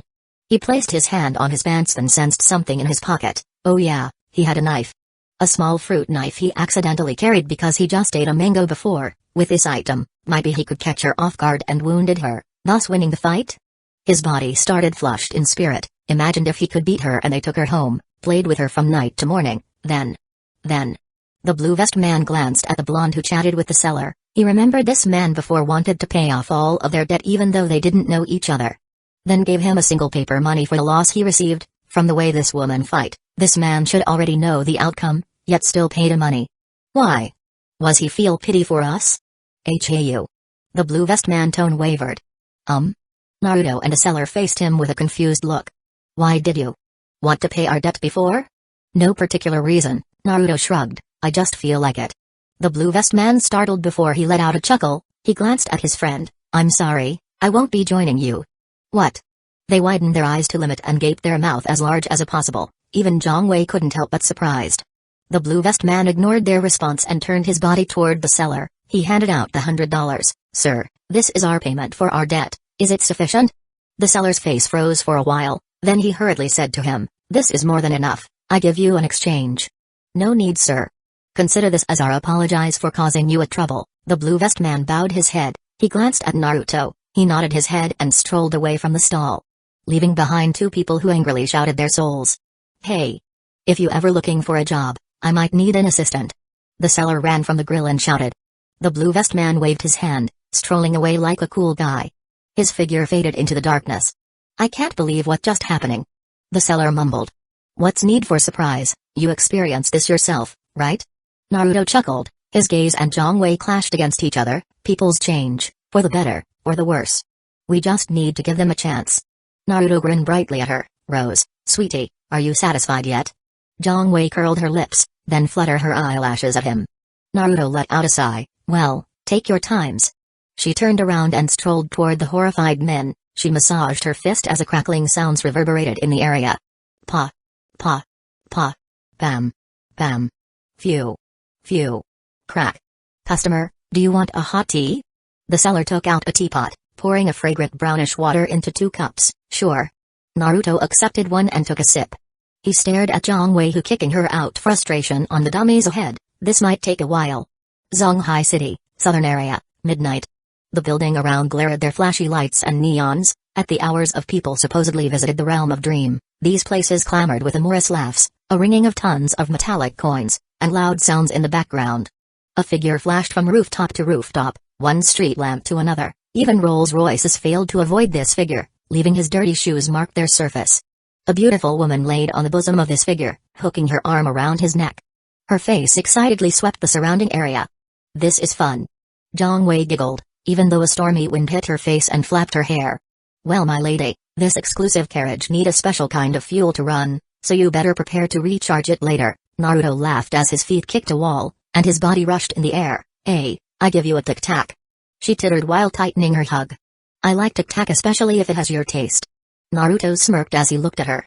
Ah, watch your front, pervert. Horror flashed over her eyes. What would you give, If I can still move perfectly like this while kissing your lips. No way. We might crash into a building. How about 3 seconds of kissing to prove it? Naruto, no, her voice blocked as Naruto already leaned in and seized her moist lips, flourishing her pink land with a rain of passionate touch. At the same time, his speed slowly decreased, he lashed out his feet and tapped on the street lamp. It created a small shock wave before his body launched to the air again. Naruto leaned backward, leaving an unforgettable fruit that was her lips. Her eyes glossed as if charmed, reddish figure smeared on her cheek. So? A landslide caused a slope on his lips. Humphrey, don't get cocky, that's just a small frame of time. She threw her eyes away. Then, let's doing it longer this time, but you must give me a prize if I succeed. He raised her a bit higher, making her face pasted on his cheek. Zhang Wei flushed red, she leaned closer and whispered in his ear. Naruto's eyes brightened then glanced at her. Really? She nodded in small movement, acting very adorable. Haha, then let's start now. Naruto lifted her chin once and savored her lips. Zhang Wei closed her eyes and reciprocated his desire with her own fervor. They mashed their lips in a gentle manner, slowly. As if every second worth more than a gold. When it comes to your mate, kissing them didn't even require an expert technique to make it good, it just sort of happening on its own. Flutter heart and warm emotion, flushed face and thrill senses. All took in this one kiss. It only matters of times before the couple started opening their private place, and let the tongues out of their cage, danced in slow motion, giggling and chuckling until arousal beat down their body. Bam! A strong dull followed by a screeching sound awoke their trance, turning their face only to see a red Ferrari with a dent on its roof took a sudden break on the road. Mission failed. Naruto bitterly said as they still rushed in the air, leaving behind the sports car far away. Hee hee, no prize for you, Zhang Wei giggled. Naruto sighed then slanted his lips and pinched her butt. The fault lies on you, you too hot and charming for me to concentrate. That's sweet but still no prize, she curled her lips. No harm in trying, he shrugged. Back at the red Ferrari, a beautiful young woman stomped her feet in frustration as she bitterly looked at her car's roof. Her age is around 19 to 20 and wore a sexy outfit, exposing her womanly charm in a certain way. Jiao, let just drive away, you make other drivers angry. Another woman beside her worriedly look around. But I need to find someone who responsible for this. Jiao glaring eyes swept the entire area, tried to catch a single suspicious person. Jiao maybe he or she already escaped. Jiao face flushed red, she about to explode like a volcanic mountain but gave in nevertheless. She swore if the person ever found, she skinned them alive. Along the way, Naruto suddenly shivered like unexplainable threat looming against him but decided to ignore it in the end since he didn't feel any significant sign on it. Several minutes later, Naruto and Zhang Wei arrived at the part of the southern side that isolated from the glamour and richness. In fact, the houses in this part looked old and run down, some had single bulb illuminating its entrance, other completely surrounded by darkness. The street lamp on this place flickered, the light they possessed a bit dimmer than usual. Zhang Wei stared the vicinity with sadness gripped her guts, she couldn't bear the condition befell these places. The grave situation in the side market on the western side couldn't even come close. They stopped in front of a small building, her eyes barely recognized the area, not only because she never been here but also the lack of sources for her vision.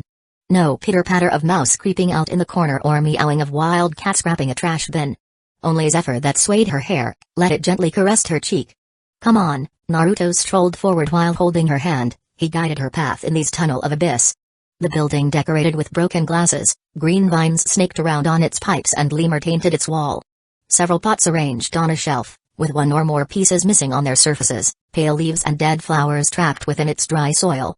Her heart stung in pain, seeing these lives that once blooming beautifully and groomed this place with tons of color. They stopped at the entrance, Naruto faced her and said, close your eyes. Huh, why? She raised her eyebrows. Just do it, please. Okay.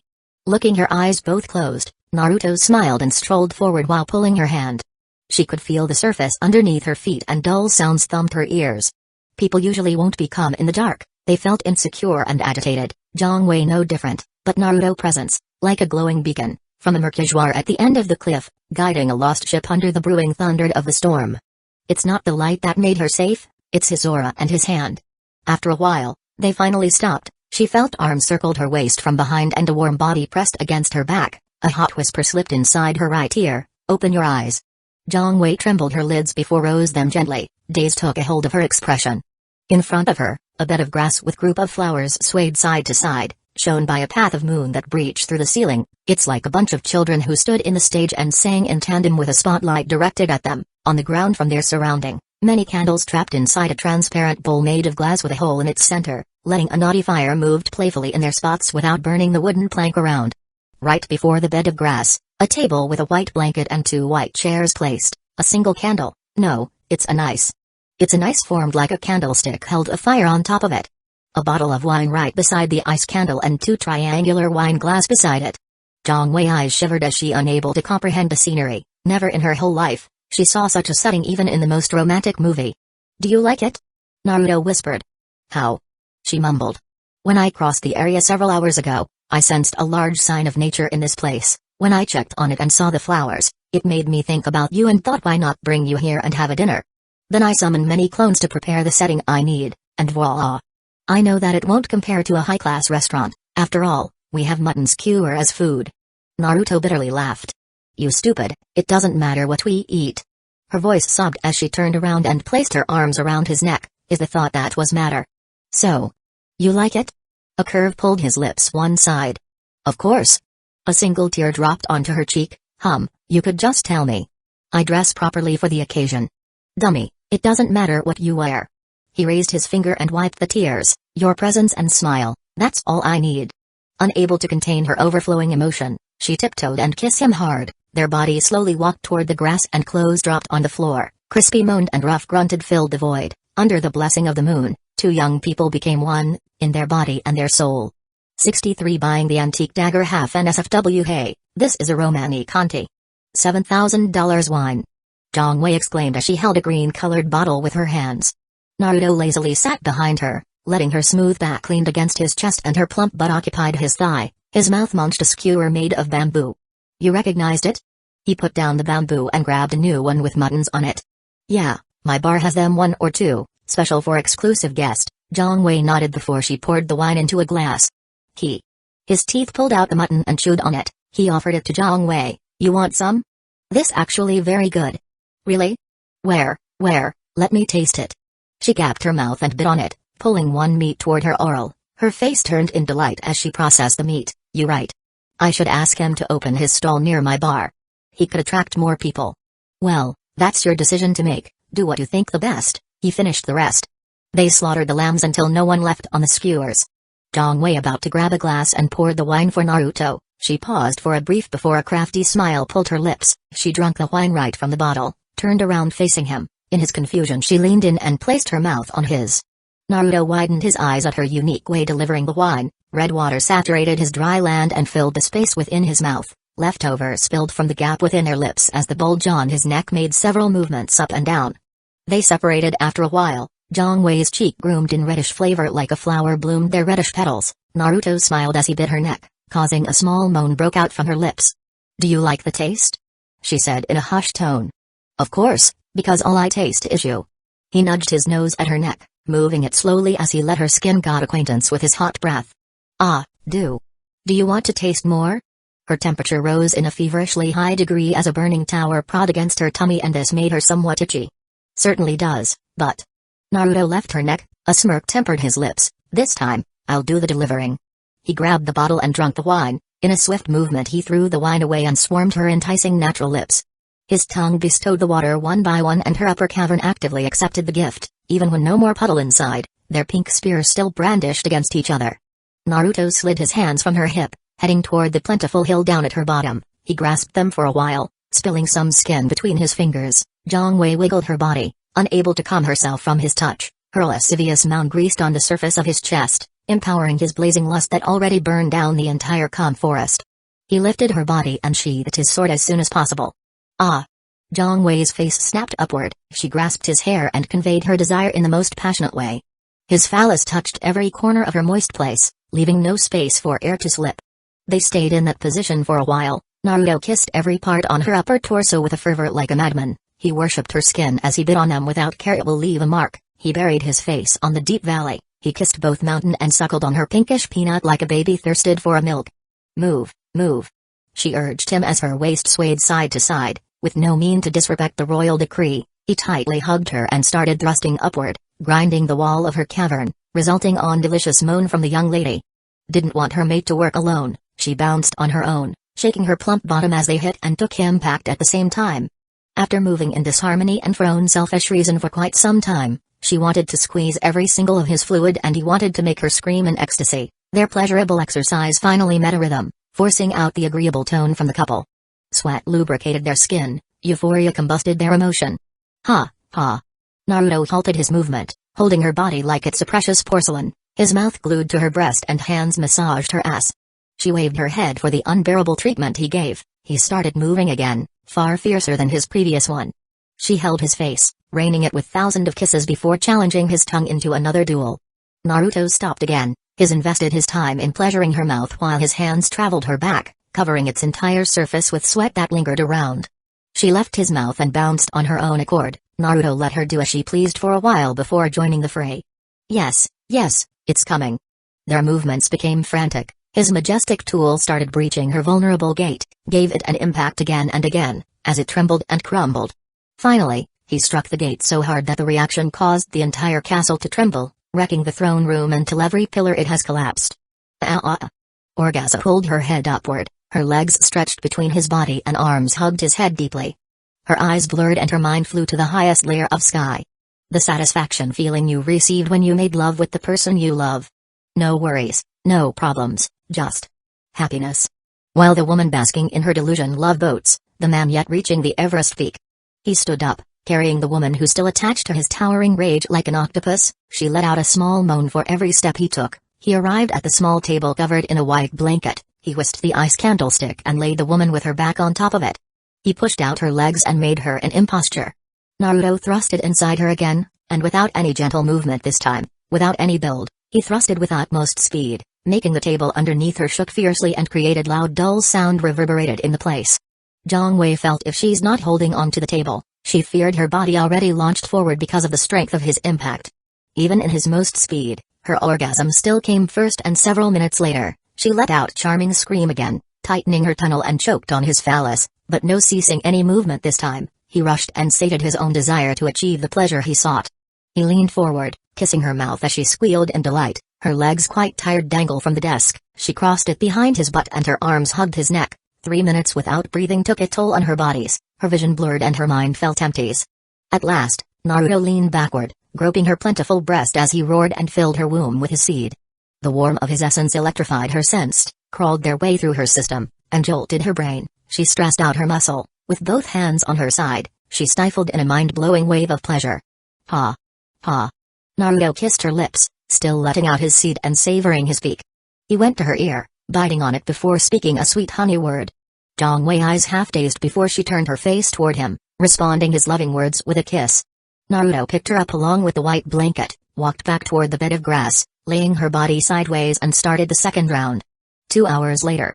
Naruto laid on the ground with his arm underneath his head, his free hand caressed a young woman's smooth back who slept peacefully on the top of his body. He smiled gently as he blew some strand of hairs from her face. You quite laborious today. He sighed, moving his head to kiss her forehead. You could just call it for today and be done, yet you keep going. These past 2 days, he had been interacted with many beautiful women, even engaged in brief amorous activity with 2 of them. It will be a lie if he could remain to stay cool without some desires flaring his lust, though he usually won't be affected if no one provoked it or they stopped before it went too far. He's not a man who lost control even in the middle of a passionate activity and could be stopped at any moment when he asked to. But she just kept going, even when she started mumbling something incoherent, she still moved her waist as if she possessed or something. Naruto shook his head, he closed his eyes and rested his consciousness. Naruto arrived at Yule as usual. He woke up quite late, but still earlier than comatose Zhang Wei who not even budged when he helped her put on her clothes. He carried her home, tucked her in her bed before took a bath in her place, leaving some sweet kiss and good rest whisper. He left the bar and went into work directly. Naruto, good morning. Zhao Hongyan glanced at him while drunk Makakshino, her hair combed in a ponytail as always and today she wore a red beige suit. Heya, Sister Hongyan, you look good today. He took off his gray blazer and put it on his chair. Ah, you and your sweet mouth, I wear nothing than usual. She rolled her eyes but smiled nevertheless. I gotta grab something quick, need a lift. She looked upward for a while, then nodding her head toward him, sandwich, tuna with no cucumber, extra sauces. Noted. Naruto strode away, he greeted other colleagues and asked the same question he did with Zhao Hongyan. Some already had breakfast while other requested small grubs and coffee. I want an ice cream. Zhang Kai curled her lips. She wore a sleeveless coat and appeared cheerful. Really? He said with a deadpan expression. PFFT, of course, I'm just kidding. I want a cornillo. That's also an ice cream. Naruto rolled his eyes. She nodded like a pecking bird. Yup, strawberry. Naruto sighed as he strolled toward the door and met Mo Kayane at the hall. Chief Mo, how's your morning? Awful. She bitterly glanced down. Her once-tile black suit really matched her raven hair. My car broke down and the repairing was expensive. The mechanic did not even want to give me any discount. I left my phone at home, and today bus really cramped with people. Ah. I'm sorry. Naruto scratched his cheek. This superior of him still retained her cuteness even when her face filled with gloominess. Do you want something? I'm going to get some breakfast, including 4 others. I want cheesecake. She mumbled. Huh? Is there one open at this hour? Naruto wrinkled his eyebrow. I don't care. Get me a cheesecake. She growled before strolled away toward the door. Naruto twitched his lips. You're the one who experienced shitty morning, why implicating it on me? Naruto shook his head before summoning a clone. He handed it $600 before it dashed toward the emergency stairs. Naruto strolled toward the elevator and pressed the highest floor. In the room with a lavender smell, Roxy stood behind her office's window, overlooked the scenery of the bustling city in an early day. I still can't believe he dares to put surveillances in my own house. Her frosty face and aura managed to put Elsa into shame. Well, he's scared from getting trick, at least, he has self-awareness. Naruto shrugged, he rested his back against the sofa. Ah, now this is what I call a good rest. Where did you sleep last night? Roxy raised her eyebrows. With Zhang Wei. Naruto answered simply. People always a jealous creature, especially when it comes to women, and if they all your love interest. Don't brag about one of your dates with one of them or a civil war might explode. What the hell she has for a bed? Roxy frowned. There was a hint of disdain in her tone. Not as fancy as President's suit. Naruto waved his hand. It doesn't matter. By the way, you don't have to worry about the cam in your bedroom and bathroom. Zhu Xiong doesn't know anything about it. Really? But why my room's still tagged? She wrinkled her eyebrows. It is subordinates' own dirty intention. They wanted to sneak peek and sell your nude photo in adult websites. Bunch of bastards. She gritted her teeth. Not master or servant, they all rotten to the core. I have not argued in that. Naruto smiled. Don't worry, all taken care of. She nodded. She didn't want to know how Naruto handled them. She's still not comfortable with the idea of killing, so she just assumed he beat them up into oblivion and stopped it right there. Tap. Tap. Oh, it must be Wu. Roxy jumped in fright. Naruto sighed and bitterly shook his head. I should hide again? Roxy startled at his reaction. Guilty lurked within her guts. Shame smacked her in the face. What kind of girlfriend asking her boyfriend hiding from plain sight? Why she still need to cover their status? What she actually afraid of? She parched her mouth as if want to say something, but not a single voice came out. She closed it and opened it again, but still no tone. Naruto closing his eyes with arms crossed. I'm sorry. In the end, that's the only thing she could say. Naruto opened one eye, and peeked at her distress expression. He snickered. Haha, got you. It seems you not the only can act. Roxy widened her eyes, then she stomped her feet. You jerk. But I don't want to hide under the desk, it's uncomfortable down there. Naruto frowned. Come on, don't be shy. She giggled, walked forward and pulled his hand. I promise I'll place a cushion later. Naruto swept her a glare before jogging toward the desk. He crouched and went underneath it. Tap. Tap. Roxy cleared her throat. Come in. The gate swung open and a woman in white blouse strolled in. Her thin figure and stiff expression made her look like a sculpture of ice. CEO, how's your morning? Wu said with bland tone. Fine. Roxy faintly smiled. She sat on the couch. Wu started reminding Roxy of her appointment. From her steady tone, Naruto could guess this woman must be possessed an extremely calm temperament. CEO. Young Master Zhu wanted to meet you in a lunch break, her eyes fixed on the iPad in her hand. Is it about the upcoming exhibition? Roxy frowned. Wu nodded. He already books a table in Red Cuisine restaurant. Tell him to cancel it and move the lunch at Flowing Cloud restaurant. My treat. Roxy let out a crafty smile.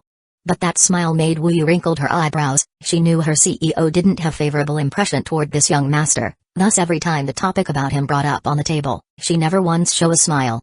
Did she finally get hooked by his charm?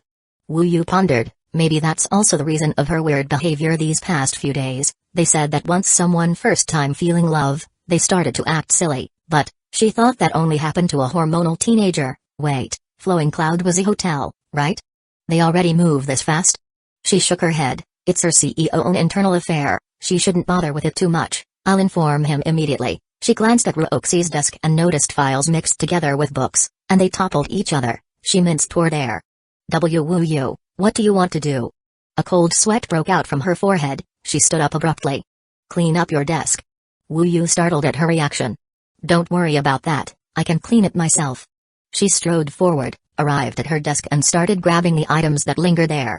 Wu Yu stared at her CEO back. She stayed for a while before nodded her head. Call me if you need me. Sure. She smiled over her shoulder, letting out a relieved breath after seeing Wu Yu figure exited the room and closed the door behind her. Naruto crept out from the desk. He huffed. We should come up with an excuse for our meeting, or I have to hide every damn time. Yeah, sorry. Her face declined. She fiddled her fingers. Naruto chuckled. He strolled at her and pulled her into his chest. Hey, it's fine. Don't go to a date with a depressed face like that, it ruins the impression. She curled her lips, leaning her cheeks on his firm pectoralis. Are you jealous? Should I? Naruto chuckled. Humphrey, what kind of man just relax when his girlfriend having a lunch with another man? She honked her mouth. A kind of man with a high confidence, he smirked. Cocky are we? They stayed for a while in each other's embrace. Hey, you mentioned about an antique dagger in the auction before, right? He lowered his face. She tilted upward. Yeah, what about it? Is there a chance they still hold on to it? Ruoxi slid her mouth into her right. They might keep it for the next event. You think it's possible to buy it? Naruto curled his eyebrows. I think if you have a connection with Liu Corporation, then it's possible. Can you wire me up? Sure, I have a client there, I hook you up. Thank you. Naruto leaned in and kissed her lips. After a while, Naruto let her go and strolled toward the office's door. Oh, if Zhu Xiong mentions anything about a diamond, give him your best impression of liking it. She nodded, albeit the lack of circumstances understanding.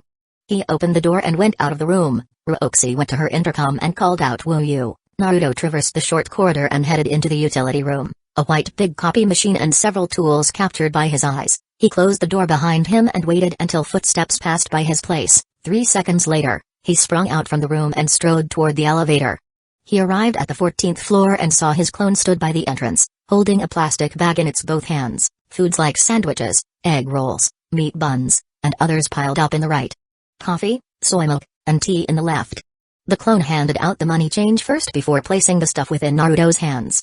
Wow, I can't believe you found an open cheesecakes shop. Naruto gawked while seeing one food in a package with a unique trademark. No boss, all the shops still close. The clone said with a bland tone. Eh? Where did you get this then? Surprise flashed across his eyes. We broke in, steal one already made, and leave some cash. No witness? Naruto curled his eyebrow. A housewife saw us, but we trapped her in reverse harem genjutsu. Good, thanks by the way. Naruto pushed the door with his shoulder and strolled in while his clone disappeared in a smoke. The PR floor already chirpy with many clerks gathered in some spots, talking about their family, dates, Korean drama, and brand new cosmetics. One complained about why Beak must know young love Hisu, another complained her date just stopped at dinner. One of them saw Naruto coming in. What? He comes. Naruto, you are our savior. They cheered then started gathering around him, forming a crowd like a bunch of chicks. Alright, sisters wait for a while okay? I put these somewhere first. He strolled toward the nearby desk and placed the bags there.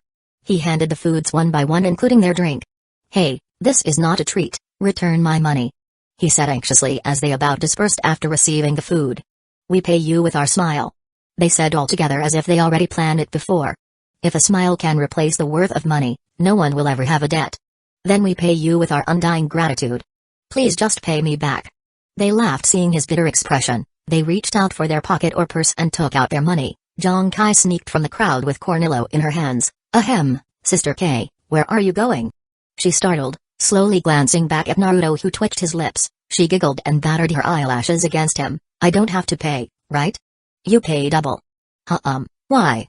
Naruto walked away with a package of cheesecake after they returned his money, even the pouting Zhongqi, but she didn't realize that Naruto had slipped her money back into her pocket. PR head department office, Mokayani meandered in the room, putting her thumb between her teeth. She couldn't believe she lashed out on him back at the hall. What a disgrace action from a superior. She tried to construct words of apologies and conveyed it to him as soon as he back. Tap. Tap. The knock from the door woke her up. Who's there? Chief Mo, it's me. A familiar voice from the only male in this floor entered her ears. Ow, crap. She bit her thumb again, the words not ready yet. What should I do? Chief Mo? Wait a second. She walked in a circle before she stopped and fixed herself. Oh, the hell with this. Come in. The door opened, revealing a man clad in black shirt and gray pants. Smile adorned his lips. Chief Mo, I have you Naruto. I'm so sorry. I don't know what comes into me and made me act like a bitch. Maybe because the shitty morning I have. Maybe because the crowd from the bus. Maybe because the heat. But please don't get me wrong. I'm usually don't act like this, you know. Rise in the morning, brush my teeth, prepare breakfast.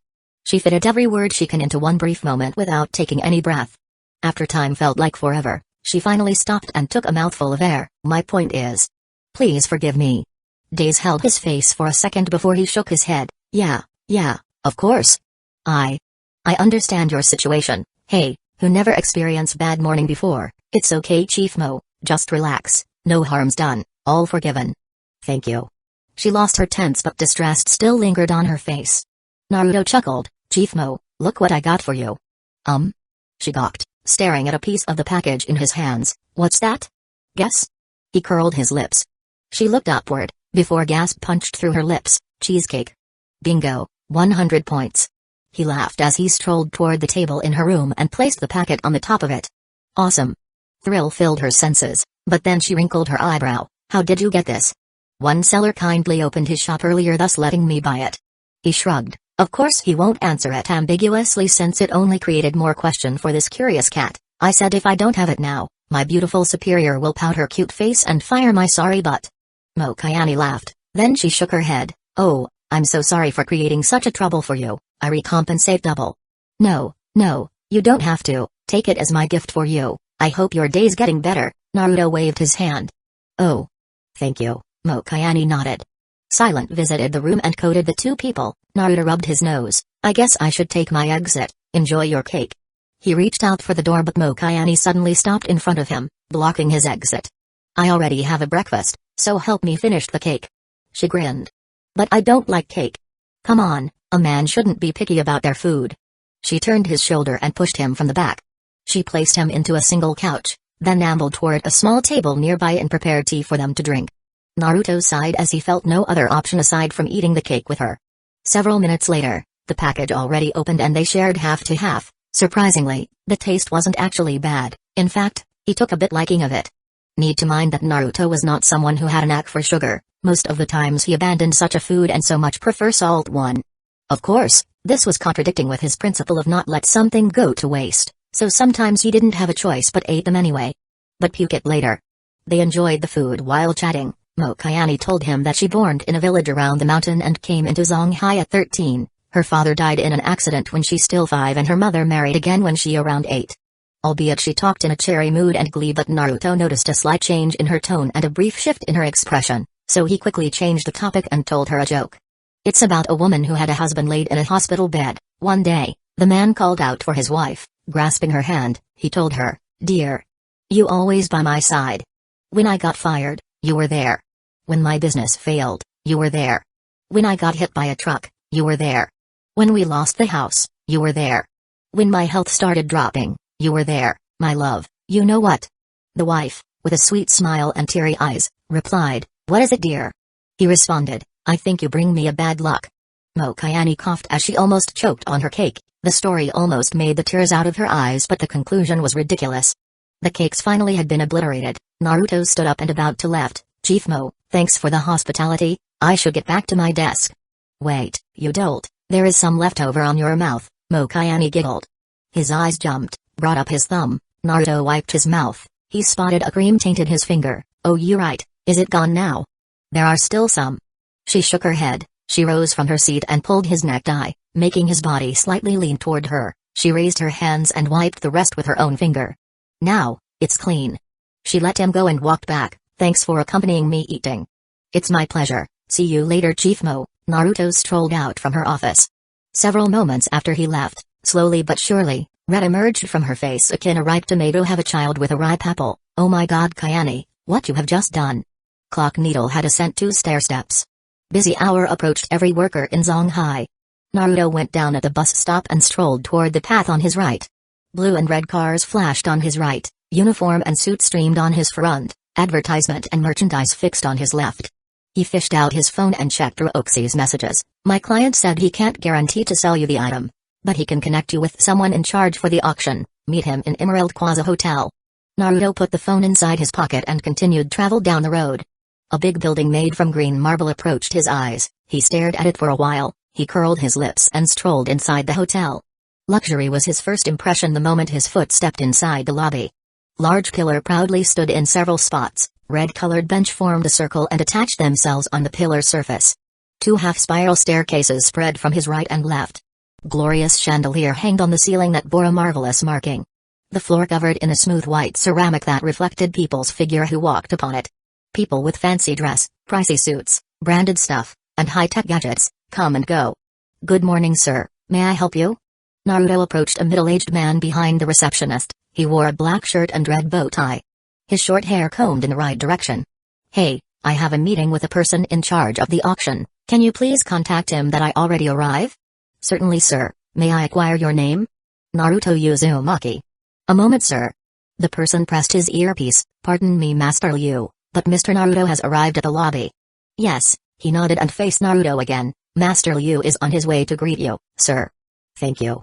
Naruto smiled. He looked around. This place is beautiful. He doesn't understand art, but many men will agree with him when they look the carving on the wall. It must be embossed by a specialist and polished by an artisan. I appreciate your compliment, sir. When this place still on building progress, there were a lot of masters want to pour their ideas on it, thus everything became a mess since a lot of design and style were offered to us. The man chuckled. Several days after that, a duo of an old man and his apprentice came by, presented us their idea of design. At first we bit of skeptical since we never heard their name, but when we see how they prove their skill, it's beyond words. The man sighed then spoke proudly. This, sir, it's the masterpiece of their creation. And our pride to present it into the world. Naruto nodded. He leaned against the receptionist's desk and gazed his surrounding.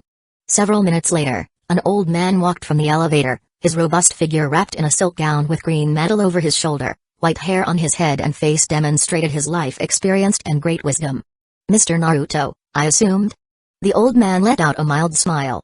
Naruto approached him and joined his palm together, then declined his head. Yes, thank you for your hospitality, Master Liu. He nodded. Please just call me Mr. Liu. Come, let's discuss this in the auction room. Mr. Liu turned around and strolled away. Naruto glanced back at the receptionist. They both smiled at each other before he followed Mr. Liu's tail. The auction room tile covered in red carpet with brownish furniture all around. A staff member poured a hot tea into 2 cups while Naruto and Mr. Liu sat on a different cotton sofa. I apologize first, Mr. Naruto. I actually not the one who directly responsible, but young Miss required the person to help her make an arrangement to deliver the fund for our charity. Oh, it's fine, it's fine. I heard about the charity event. It's pretty noble action if I have to say. I appreciate your understanding and thank you for the compliment. Yeah, you see I'm hail from an orphanage myself. I know how much they require help. Naruto took a sip of the tea and smiled. Oh, I'm sorry.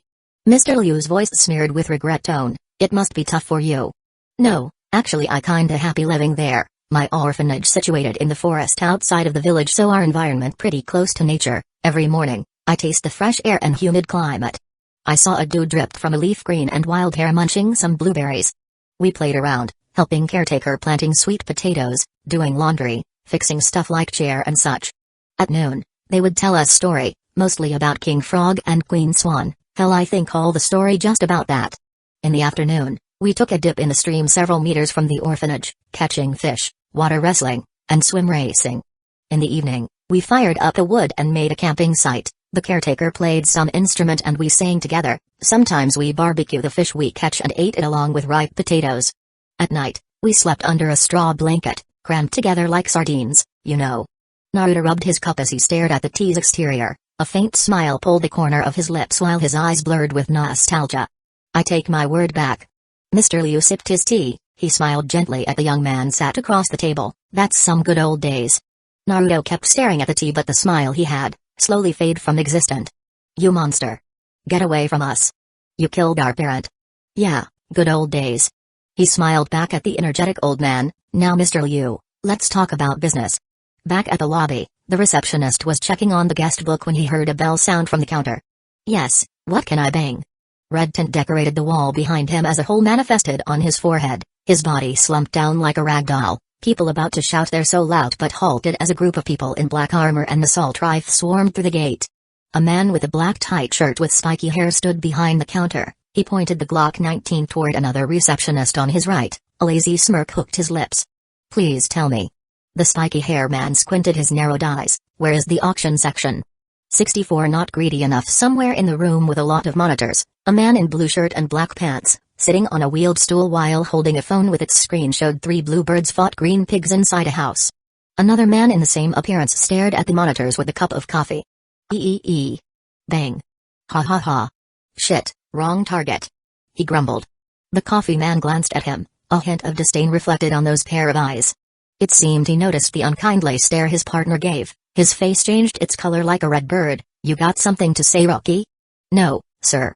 The coffee man shrugged. "Good. Remember your place here." He snorted. He turned his eyes toward one of the monitors, wrinkling his eyebrow. He leaned his body forward before widening his own eyes. "What the fuck? What happened?" The coffee man also looked in the same direction. On the monitor, several people showed to be clad in balaclava mask, anti-bullet vest, and military boots.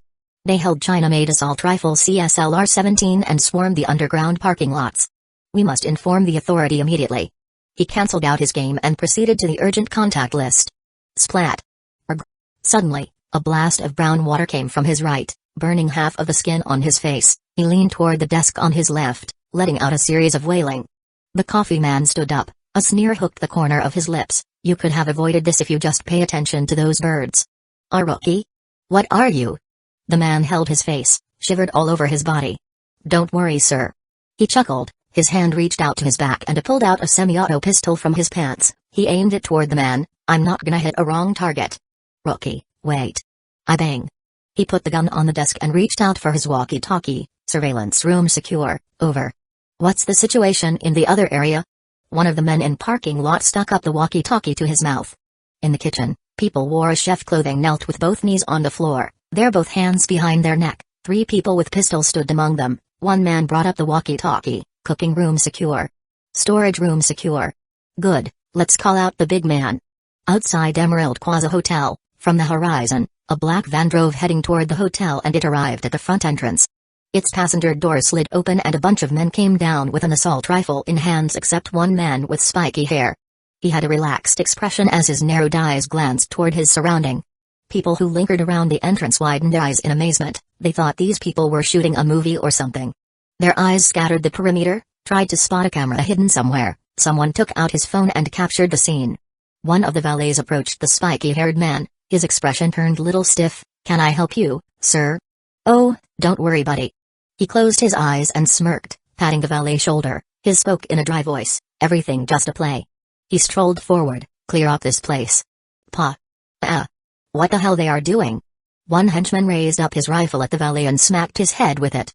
The rest spread out, hoarding the people to enter the hotel and gathered in the corridor. In the auction management room, Naruto and Mr. Liu discussed the business regarding the antique knife. The energetic old man had a wrinkle decorated his forehead. "I'm very sorry, Mr. Naruto." Naruto sighed. $500,000 still a no? "Pardon me, but I'll say this to you again." Mr. Liu wore a firm face. "Unless you tell me your reason for buying it, then there's no deal." "I already say I'm a fanatic knife collector, why wouldn't you believe me?" Naruto shook his head. "Huh?" Mr. Liu curled his lips. "Which land is I created from?" "Oh, so we play a Who Wants to Be a Rich Man show now?" Naruto rolled his eyes. "Yes, humor me." The old man nodded. "Fine, but you must promise me you sell the knife if I answer it correctly." He put a solemn face. "I'll think about it." He closed his eyes and sipped the tea. Naruto wrinkled his brow. He knew this old man was not someone easy to trifle. Word said that with age comes a great wisdom. Sai was famous in Okinawa with its own technique called Sai Jutsu. Naruto paused. He turned his underlips sideways for a moment. "But it's originally created in China, around the era of Ming Dynasty." "Correct." Mr. Liu nodded. "Our country produced a plenty of arts and antiques, but most had been lost throughout the war. Such a shame it's actually flourishing in other countries." Naruto kept tight his mouth. The conflict between countries wasn't his problem, be it in the past or the present. "Alright, second question. What are the materials that construct a Jambia's handle?" "Jambia?" Naruto frowned. He closed his eyes, trying to dig up his memory. He opened them after a while. looked at the old man who wore a temperate smile. Is it animal horn? Albeit you not specifically correct, but you still got it right, Mr. Liu chuckled. Precisely from the rhino horn. Back at the early 60s, they could also be used for alternative medicine. Oh. Naruto nodded, his face became bitter. Are we done with the question and answer? One last question. The old man coughed a bit, if you don't mind. Do I have a choice? Naruto shook his head. Shoot. Tell me the history behind Mercurial Rain, Wang Yuanji's favorite knife. Rg, kill me now. Who the hell was Wang Yuanji? Naruto's face almost fell flat to the floor. He actually didn't have any fancy toward weapon, okay? His knowledge only based on what he knew and saw, back in the days. Call for backup? Naruto twitched his lips. Sure, call any of your acquaintance if that can help. Mr. Liu coughed again, preventing a laughter broke through his mouth after seeing Naruto's expression. Naruto let out a mirthless laugh. He fished out his phone and surfed his contact list. No mogul, the elder drunk his tea. I know, sheesh, Naruto snorted. He slid back and forth his contact while pondering who he should call. Ruoxi? Rose? Minu? But he doesn't even know about this Wang Yuanji. And he didn't think that history was these women's favorite lesson. Wait, regarding some antique, maybe Zulin knew. Naruto quickly focused his search and tapped the display as soon he found it. He brought it toward his right ear. Huh? No services? Naruto squinted his eyes as he heard no single beep in his phone. He glanced at the old man. Mr. Liu, is this place isolated from cell phone signal? No, this room only has soundproof. Why? This time a wrinkle managed to creep into his venerable face. My phone couldn't connect. He presented his phone. See? The old man leaned forward and saw a red cross mark on the phone upper corner. His eyes jumped in surprise. He took out his own phone and noticed the same mark. Maybe the phone tower has a problem? Or server maintenance? Mr. Liu pressed his earpiece, but he only heard static on the line. His face darkened. He glanced at Naruto. Mr. Naruto, please give me a moment. I have to check on young lady first. Wait, Mr. Liu, let me try something first. Naruto closed his eyes, and he crossed his arms. Seconds had passed yet Naruto still closed his eyes. Foreboding rose within the elder's guts. His expression began to show impatient color. At this moment, Naruto opened his eyes and faced Mr. Liu with a grave expression. Jam. His eyes turned frosty. Someone jammed the hotel signal. Bang. Lay on your knees and all hands in the air. What's going on? Who are you guys? Pit-pat pit-pat pit-pat. Murder. Murder. One more sound, I pop another body. Right at the outside of the room, a distant sounds of guns rapid fire and a male voice sneaked its way in, causing both elder and youngster change their expression. Young miss is in danger. The elder stood up and prepared to rush out, but Naruto quickly blocked his path. Mr. Liu, please calm down first. There are 4 people outside with automatic firearms and perhaps in complete gear. If you just attack them, not only you endanger yourself but also staff in that room. I'm sorry Mr. Naruto, but young miss safety is my first priority. I won't hesitate to sacrifice them, including my own body. Firm expression masked the elder face. He strode forward but Naruto held him by pressing his chest. I know, just answer my question first. How's your vision capability in the dark? I'm good. My eyes had been trained beyond normal human. The elder nodded, then ascending his eyebrow. Why did you ask? Just trust me. Naruto rushed out toward a cupboard and grabbed several golden forks inside. He threw them at the ceiling and broke all of the lustrous bulbs in the room. Darkness engulfed the space, but the 2 people inside, as if still able to see their surrounding, find a place to hide. The old man finally understood Naruto's intention. He dashed beside another cupboard and positioned his body there. Naruto jumped and grabbed the brownish furniture's edge. He swung his body, landed on its top surface and stayed there. Bang. Freeze. The door toward the room smashed open and revealed a man in his getup. There were several windows in the staff room, thus it brought a bit of light inside but not enough to shine the whole place. The henchman looked around with difficulty since he not equipped with a flashlight. His left hand reached out for the wall and pressed the switch, but still no luck.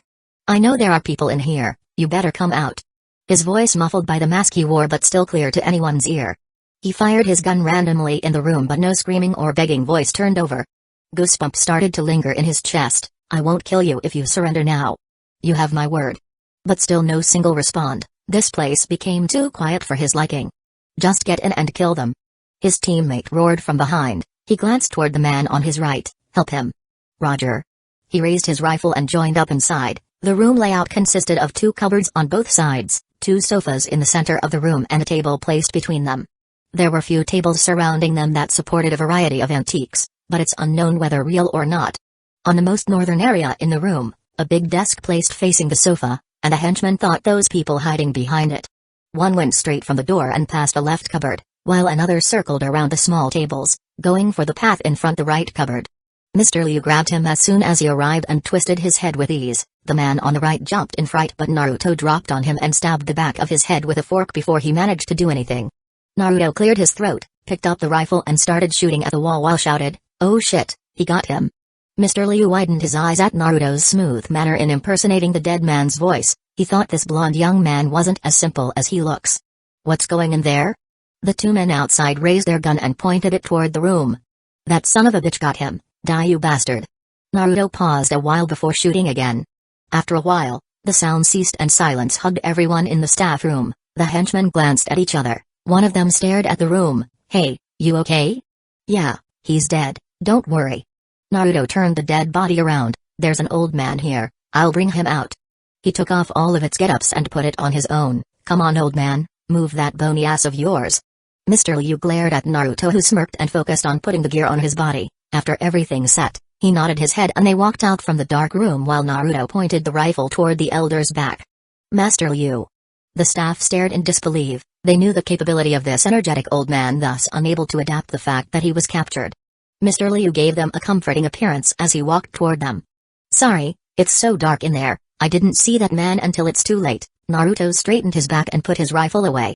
"It's fine, so long he's dead," the nearby henchman said. He looked toward the door on the right side of the staff room. "Just have to wait for the other two, then we hauled them into the grand hall room." Not long after he said that, the door swung open. 6 people strolled into the room, 3 more staff, another 2 henchmen, and one hell of a lady. She wore a white JoJo dress that wrapped her whole curvaceous body, down to her knees. Her triangular face and seductive eyes brought heat into anyone's system. The 2 henchmen that already in the room couldn't help but stare at the alluring figure for a while. Naruto nodded while secretly thought, this woman must be the young lady Mr. Liu mentioned.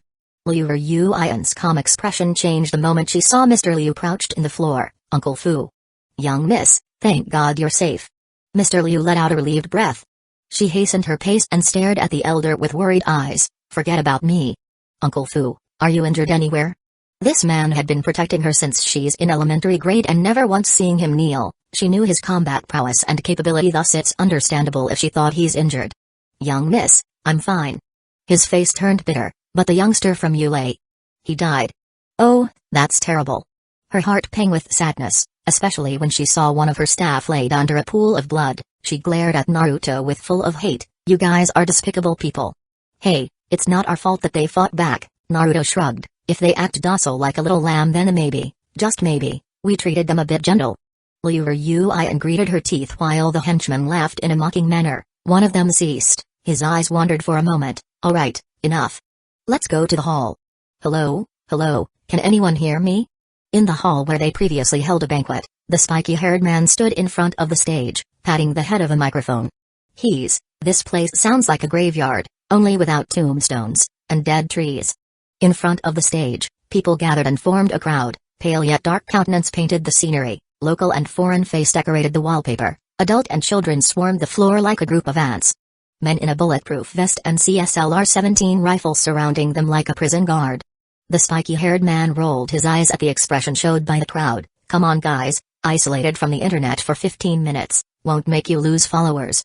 I'm kindly standing up here, entertaining you bunch of rich and lucky person, hoping you won't get bored as my men do the task that had been assigned. Don't be an asshole and make me seem like a clown here." Static. "Ugh, this is killing me. Do you guys know that people could die from immense frustration?" He walked around the stage. "So there's this one time, a man, lurking in the wood, hunting for a bear. He met a fox along the way and asked the fox where he could find a bear. The fox said, 'Get me a chicken if you wanted information from me.' So the man went to a chicken ranch back in his village. The chicken owner said, 'Get me a corn if you wanted my chicken.' The man went to a farmer in a neighbor village. The farmer said, 'Get me a chunk of wood if you wanted a corn.' The man went to a deep forest to meet a lumber. The lumber said, 'Get me an axe if you wanted the wood.' The man went to a blacksmith in the city. The blacksmith said, 'Get me a coat if you wanted the axe.' The man went to a tailor, back in his village. The tailor said, 'Get me a bear pelt so I can make you the coat.' Haha, get it? After traveling from one location to another, from one occupation to another, the man, in the end, returned to his initial position, Hunting the bear. Bravo. Everyone stared at the man with poker face expression. He twitched his narrowed eyes. Come on guys, not even a chuckle? Bang. At this moment, the door toward the hall opened. 3 henchmen came inside the room. 2 of them dragged the man and the woman by their hands. The man dressed the same with him, but the woman, she only wore a nightgown, tattered one. Her face and hair proved she's not local people, maybe a tourist or an immigrant. There is a bruise on her cheek and her makeup totally messed up. The spiky-haired man wrinkled his eyebrows as he saw his men strolled inside. They brought the couple up to the stage. The crowds gasped as they saw what befell the woman. There were red tainted her thigh and other bruises in her skin. The females twisted their face in an ugly way. An earthquake occurred in their body. The parents started putting their children out of view. Guys, what is this? The spiky-haired man twitched his lips. We find him inside one of the room. Thrusting inside this woman, they threw the man to the ground. Boss, please, I could explain. His face turned pale as he forced a smile. Cannot hold your little bird in check, are we? The spiky-haired man meandered, shaking his own head. As she came and offered herself to me when I went into her room. A cold sweat broke from the man's forehead. He's lying. The woman sobbed. She spoke in rather rough Chinese. He raped me. Shut up. The man about to lunge at her, but the other henchman held his body down. Ugh, get the woman down, find her some proper clothes or something. I don't need this kind of drama. The spiky-haired man crouched several meters from them. One of the henchmen nodded and dragged the woman away. Boss, please. You have to believe me, that harlot seduced me. The spiky-haired man sighed. Take out your knife.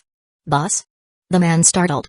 Take out your knife and fight me. He rose on his feet. A lazy smile smeared his face. Kill me and you'll live, or not and you'll die, your choice. Everyone except the henchmen surprised by the word he said. They couldn't believe this man willing to kill his own people. Are you sure, boss? The man said. There's a doubt in his tone, but a trace of ruthless appeared on his eyes. Lying is not my trait. The spiky-haired man shrugged. So what it will be, life or death? I fight you. Shiver gripped his tone. Bravo. Let him loose. The spiky-haired man smirked. The henchman took his hand from the man and strolled backward several meters. The man stood up. He took out his knife, its length comparable to one forearm. I am sorry, boss, but I want to live. The man hooked his right arm and hovered the knife beneath his left hand.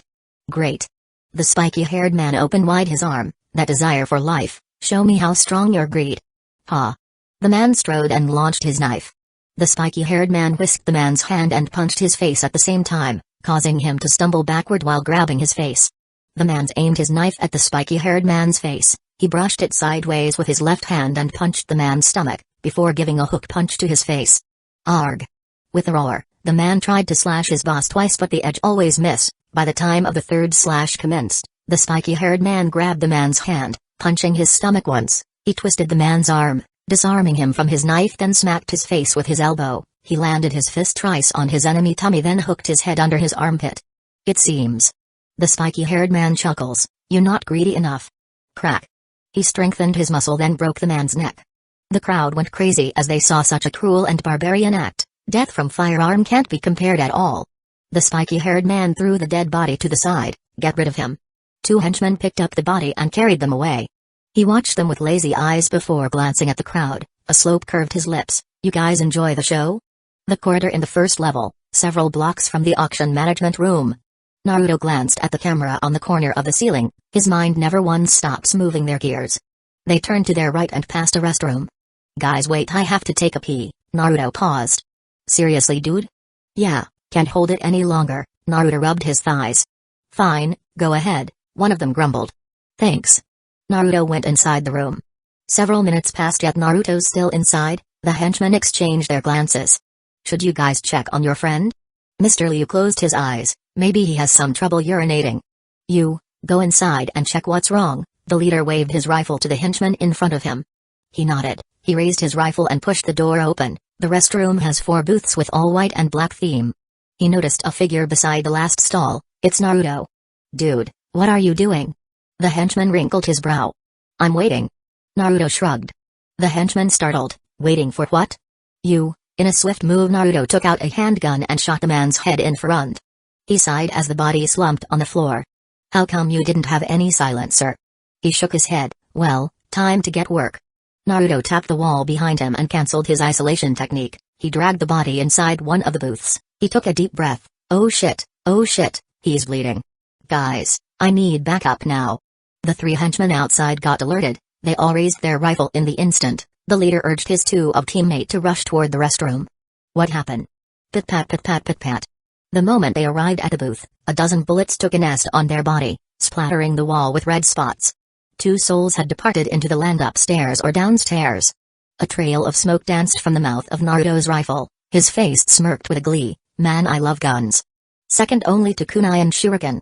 65 They are delicious. Naruto dragged the two bodies inside the booth and stacked them together. He went to the restroom's door and opened it slightly. Hey, you got to see this. What is it? The leader raised his eyebrows. His posture stayed on alert. This. I really can't explain it because it's too weird. You have to see it yourself. Naruto's eyes showed hesitation color. But what about the hostages? The leader frowned. Just take the pretty lady with you. A chuckle breezed from Naruto's mouth. I believe the old man will mount your duty, willingly. Really now? He squinted his eyes, staring at Mr. Liu, who closing his eyes. You do that for me, old man? A pregnant pause masked the elder's face before his venerable voice pierced through it. If you promise won't hurt the young miss, then I'll do it. Oh? You willing to kill any of this staff if they attempt to escape? Mr. Liu became silent once again, then with both eyes still shut, he nodded his head. Uncle Fu. Liu Yuan stared at the old man with horror in her face. The staff's countenance also turned grim, bitter gripped their heart and dread filled their senses. The leader curled his lips, he unsheathed his knife and offered it to Mr. Liu. Prove it to me. Everyone's eyes almost blurted out from their socket, except the leader, Naruto and Mr. Liu. The elder raised his lids and fixed his pupil on the knife. Liu Yuan's hands held her red lips, her body shivered as her mind went into a tumult. She has seen the elder killed people before, but only those that tried to assassinate her. She turned toward the leader, face full of entreaty replaced her seductive perk. Please, please, don't make him do this. They get the message, I promise you, none of them dare to escape. Yes, we won't dare. Please sir, don't make him kill us. Looking at her all sappy and soppy, made the leader less fierce, but his intention still hard as steel. Fine, at least wound one of them to convince me. They let out a mouthful of air. Better be wounded than losing your life, except Liu Yuan still looked sad, akin to a pitiful child. No, that won't do. A wound can cause a permanent change in ladies' reputation. It causes damage for a lifetime, then make them hard to find a future partner. Okay. Then don't hurt the women. Liu Yuan shed tears, but large wound on man also bad. It makes them look so terrifying, like a bunch of biker gang with tattoos, chain necklaces, bleached hairs, and nose ring. You understand my point, right? What's wrong with bleached hair?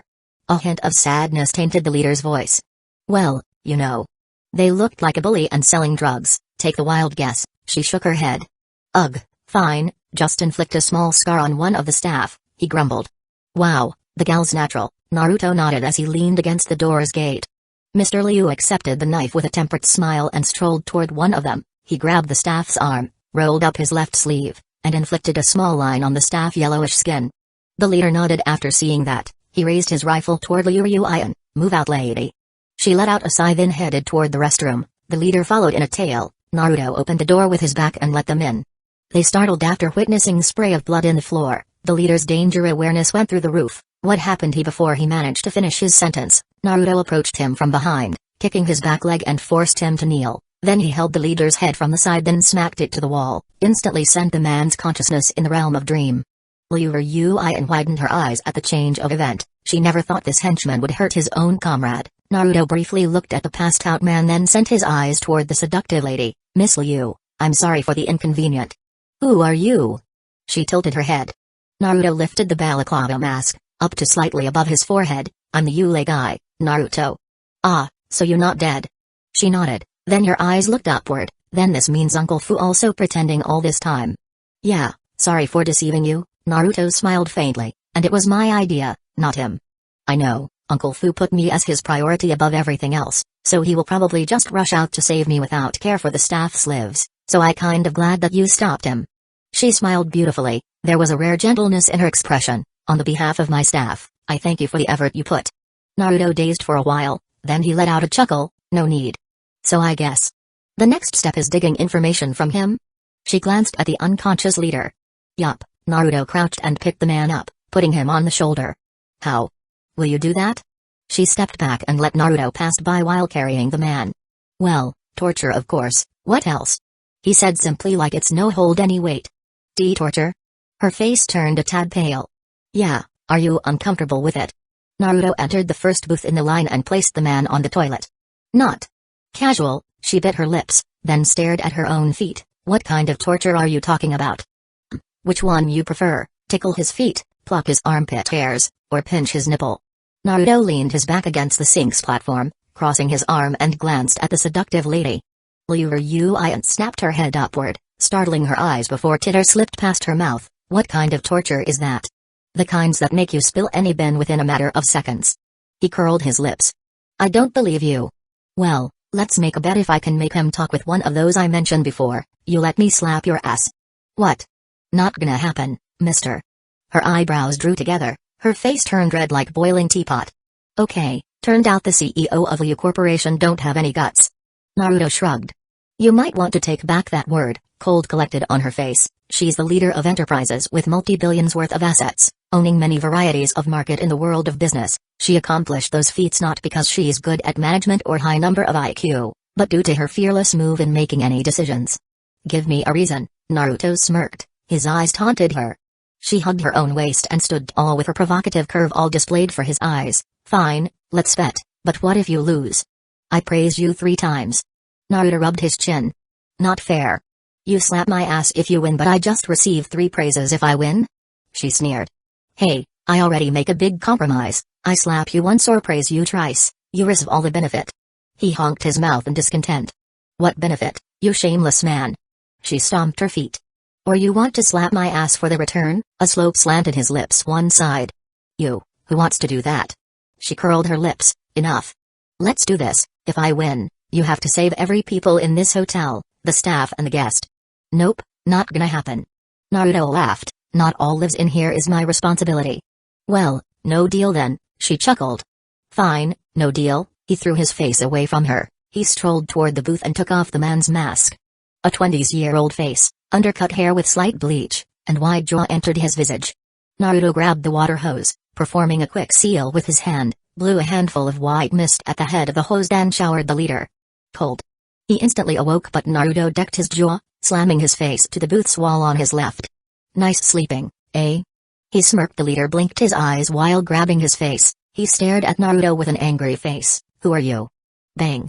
Naruto punched the leader's nose and made his head snap backward, then hit the toilet behind him. He recovered, but Naruto punched him again. The same process happened until blood smeared the man's nose and crack appeared on the toilet. Liu observed the situation from outside the booth. She winced every time a bang sound occurred in this room. She started to think maybe she should just take his deal from before. At least a tickle will make her heard laughter instead. Please. Don't hit me again, the leader pleaded. His sickly voice cast hurt within her heart. Then you know what to do. Naruto's face devoid of any emotion. What? What do you want to know? His breath heaved because the difficulty his nose experienced to inhale without choking on his own blood. Everything. The leader opened his mouth, telling Naruto and Liu all the information they need to know. He said he originated from Iron Hand Gang, a low-reputation underworld organization who was part of community in the northern side of Zonghai City. They used to operate at Pingan Street, collecting protection money, selling drugs, and extorting merchant. One day, their leader, Ling Yao, decided to expand their influence by breaking away from the community's agreement and challenged other gangs around the area. One by one fell into his hand until no one left, and Iron Hand Gang was the only one in the vicinity of the area. Ling Yao refused to make a society. He rejected to share his influence with other leader and forced them to abide under his reign. He was planning big, desiring to conquer the entire north, but he knew his current gang capability wasn't enough, so he planned a heist towards several small banks. Out of 5 operation, he succeeded in 4 of them, while the last one managed to prevail by the authority and caused him a big loss. Since that, Ling Yao forced to lay low for quite a while. After receiving an information about the charity banquet in this hotel, Ling Yao decided to visit the hotel but know that the event must be under heavy protection, thus he postponed it till tomorrow. He invested a lot in this operation, even didn't hesitate to buy a jammer and hired people from outside his gang. Naruto and Liu listened to the leader's words with a dignified expression. Despicable. She gritted her teeth. Those sums of money are for orphanages and hope schools. Their chance to receive a well-being life and expectant future, and you dare to rob that from them. Hey, we just follow order, okay? The leader snorted. It was boss the one who desired it. Hey, but you just followed his wishy-washy intention without even considering it. What makes you different than him? Then you don't know the difference between brain and hand. If the hand punched someone, would you blame it for executing the action or the brain who stimulated it to do the action? Your metaphor held no meaning because hand had no control over its action since it can't think for itself. But you are a human being, you have a brain and a feeling, you have an emotion, but you threw them all away with such a selfish egoistic excuse that is following orders. The leader shook his head. He glanced at Naruto, who just stays silent. Talking with women is annoying, they just a bunch of emotional farts, but you understand me, right man? The way you conduct your action, you had a soldier kind of experience, you must know how it feels to be under pressure of an order. You dare to insult me? Her face changed greatly. Am I wrong? He glanced at her. I wonder why such a creature like you be a leader of a large corporation, you couldn't even differentiate between two different positions and you dare to claim you are a CEO? TSK, you must be using your body to reach that kind of position, right? You. Take that back. Her hand clenched while shivering. He laughed mockingly, even with a red snob dripped from his nose. I lamented for those who fell under your leadership, they must have received a lot of blame for the faulty that you caused. No, I'm not. How many had you sacrificed in order to cover up for your mistakes? Hundreds? Thousands? No. She covered her ears, her heartbeat speeded up like an overpumped piston, a faint pain slowly crept up in her heart. Alright, that's enough. In the brink of a moment, she felt a hand touched her slender shoulder and warm aura rushed into her system. The pain began to dissolve while her complexion gradually returned to normal. She turned her head and saw a blonde with fixed face stood at her side. Tell me, are you part of Iron Hand Gang, or just a mercenary? The leader startled, then he curled his lips. I'm Iron Hand Gang. Naruto nodded, his hand still stayed on her shoulder. While I agree with you about following an order, but there is one thing you need to know and understand. You are not a soldier. Naruto left her shoulder and strolled toward the leader. You just a thug. You don't have military rules set upon you and sure hell won't have soldier dedication even if there is. Follow orders without any objection? Sure, but that's what soldier do, not you. Escape from the army camp? It's called desertion, punishable by death, their name and family marked as traitors and shames for centuries. Refuse to shot the marked target? It's called aiding the enemy, and they can be executed anywhere at any time. I could keep going and list all of the rules, but my point is, all of these rules bind these soldiers, forcing them to give their soul, fame, and body for the belief or country. The leader declined his head. You can say this because you don't know Ling Yao. Naruto crouched, then make me understand, what kind of person he is. He is ruthless, very ruthless person, he sighed, his tone held a shiver in it. Back at the hall, Ling Yao laid lazily on the edge of the stage, his left hand and leg dangled. Ooh, this is boring. What the hell took them so long? He yawned. Boss, the surveillance said the hostages were held up in front of the restroom at the corridor. One of the henchmen approached him. He sat up and squinted his eyes. And you just thought about telling this to me now? I thought it wasn't something important, so. Hey. Ling Yao chuckled. He stood up and approached the man. He curled his lips before leaned to the man's ear. I can smell it on you. What? The man took a step backward. You didn't tell me not because you think it's not important, but because you want to postpone it for a while. He sneered. You enjoyed it, didn't you? The feeling in control, watching this bunch of deep pockets people cornered, staring at you with fear in their eyes. Yes. That greed, I love it. In a swift movement, Ling Yao pulled out his knife and stabbed the henchman through his bullet vest. The audience gasped while some children screamed in terror. Get, boss. His stuck-up voice unable to cease Ling Yao's murderous intention. SSSHH, it will be over soon. He pulled out the knife and stabbed the henchman again in his chest this time. He held the body until the henchman no longer showed any further movement. He pulled out the knife, wiped the red tint into the body's shirt, he let go the deceased henchman and threw his body aside. Sent 2 men there, get them here immediately. He sheathed his knife while strolled toward the edge of the stage. In the restroom, Liu Ian held her mouth while her body shivered. She felt the churned within her guts as if she stood at the top of a ship in the middle of a storm. That man killed 10 of his henchmen in front of the hostage? Even Naruto couldn't help but frown deeply. In our last heist, boss ordered us just to take the cash while ignored the gold and other stuff. The team that designated to clean up the vault swayed by the mound of gold bars inside and decided to take them without the boss knowing. In the main hall, things seemed okay at first, but boss suddenly kills one of them in cold blood, then exposed his treachery. They convinced him that he's the only one that committed such treason, but boss knew they're bullshitting. He killed another. Unable to just give up being slaughtered by him, they instigated other to rebel together and took all the golds along with jewelry. Some of us including me refuse to do it while others agree. The leader face turned bitter. In a brief of time, boss. Swept them all up, he killed them all without blink once. Cough. Liu Yuan turned around and threw up on the sink, she unable to stand against such a picture of cruelty.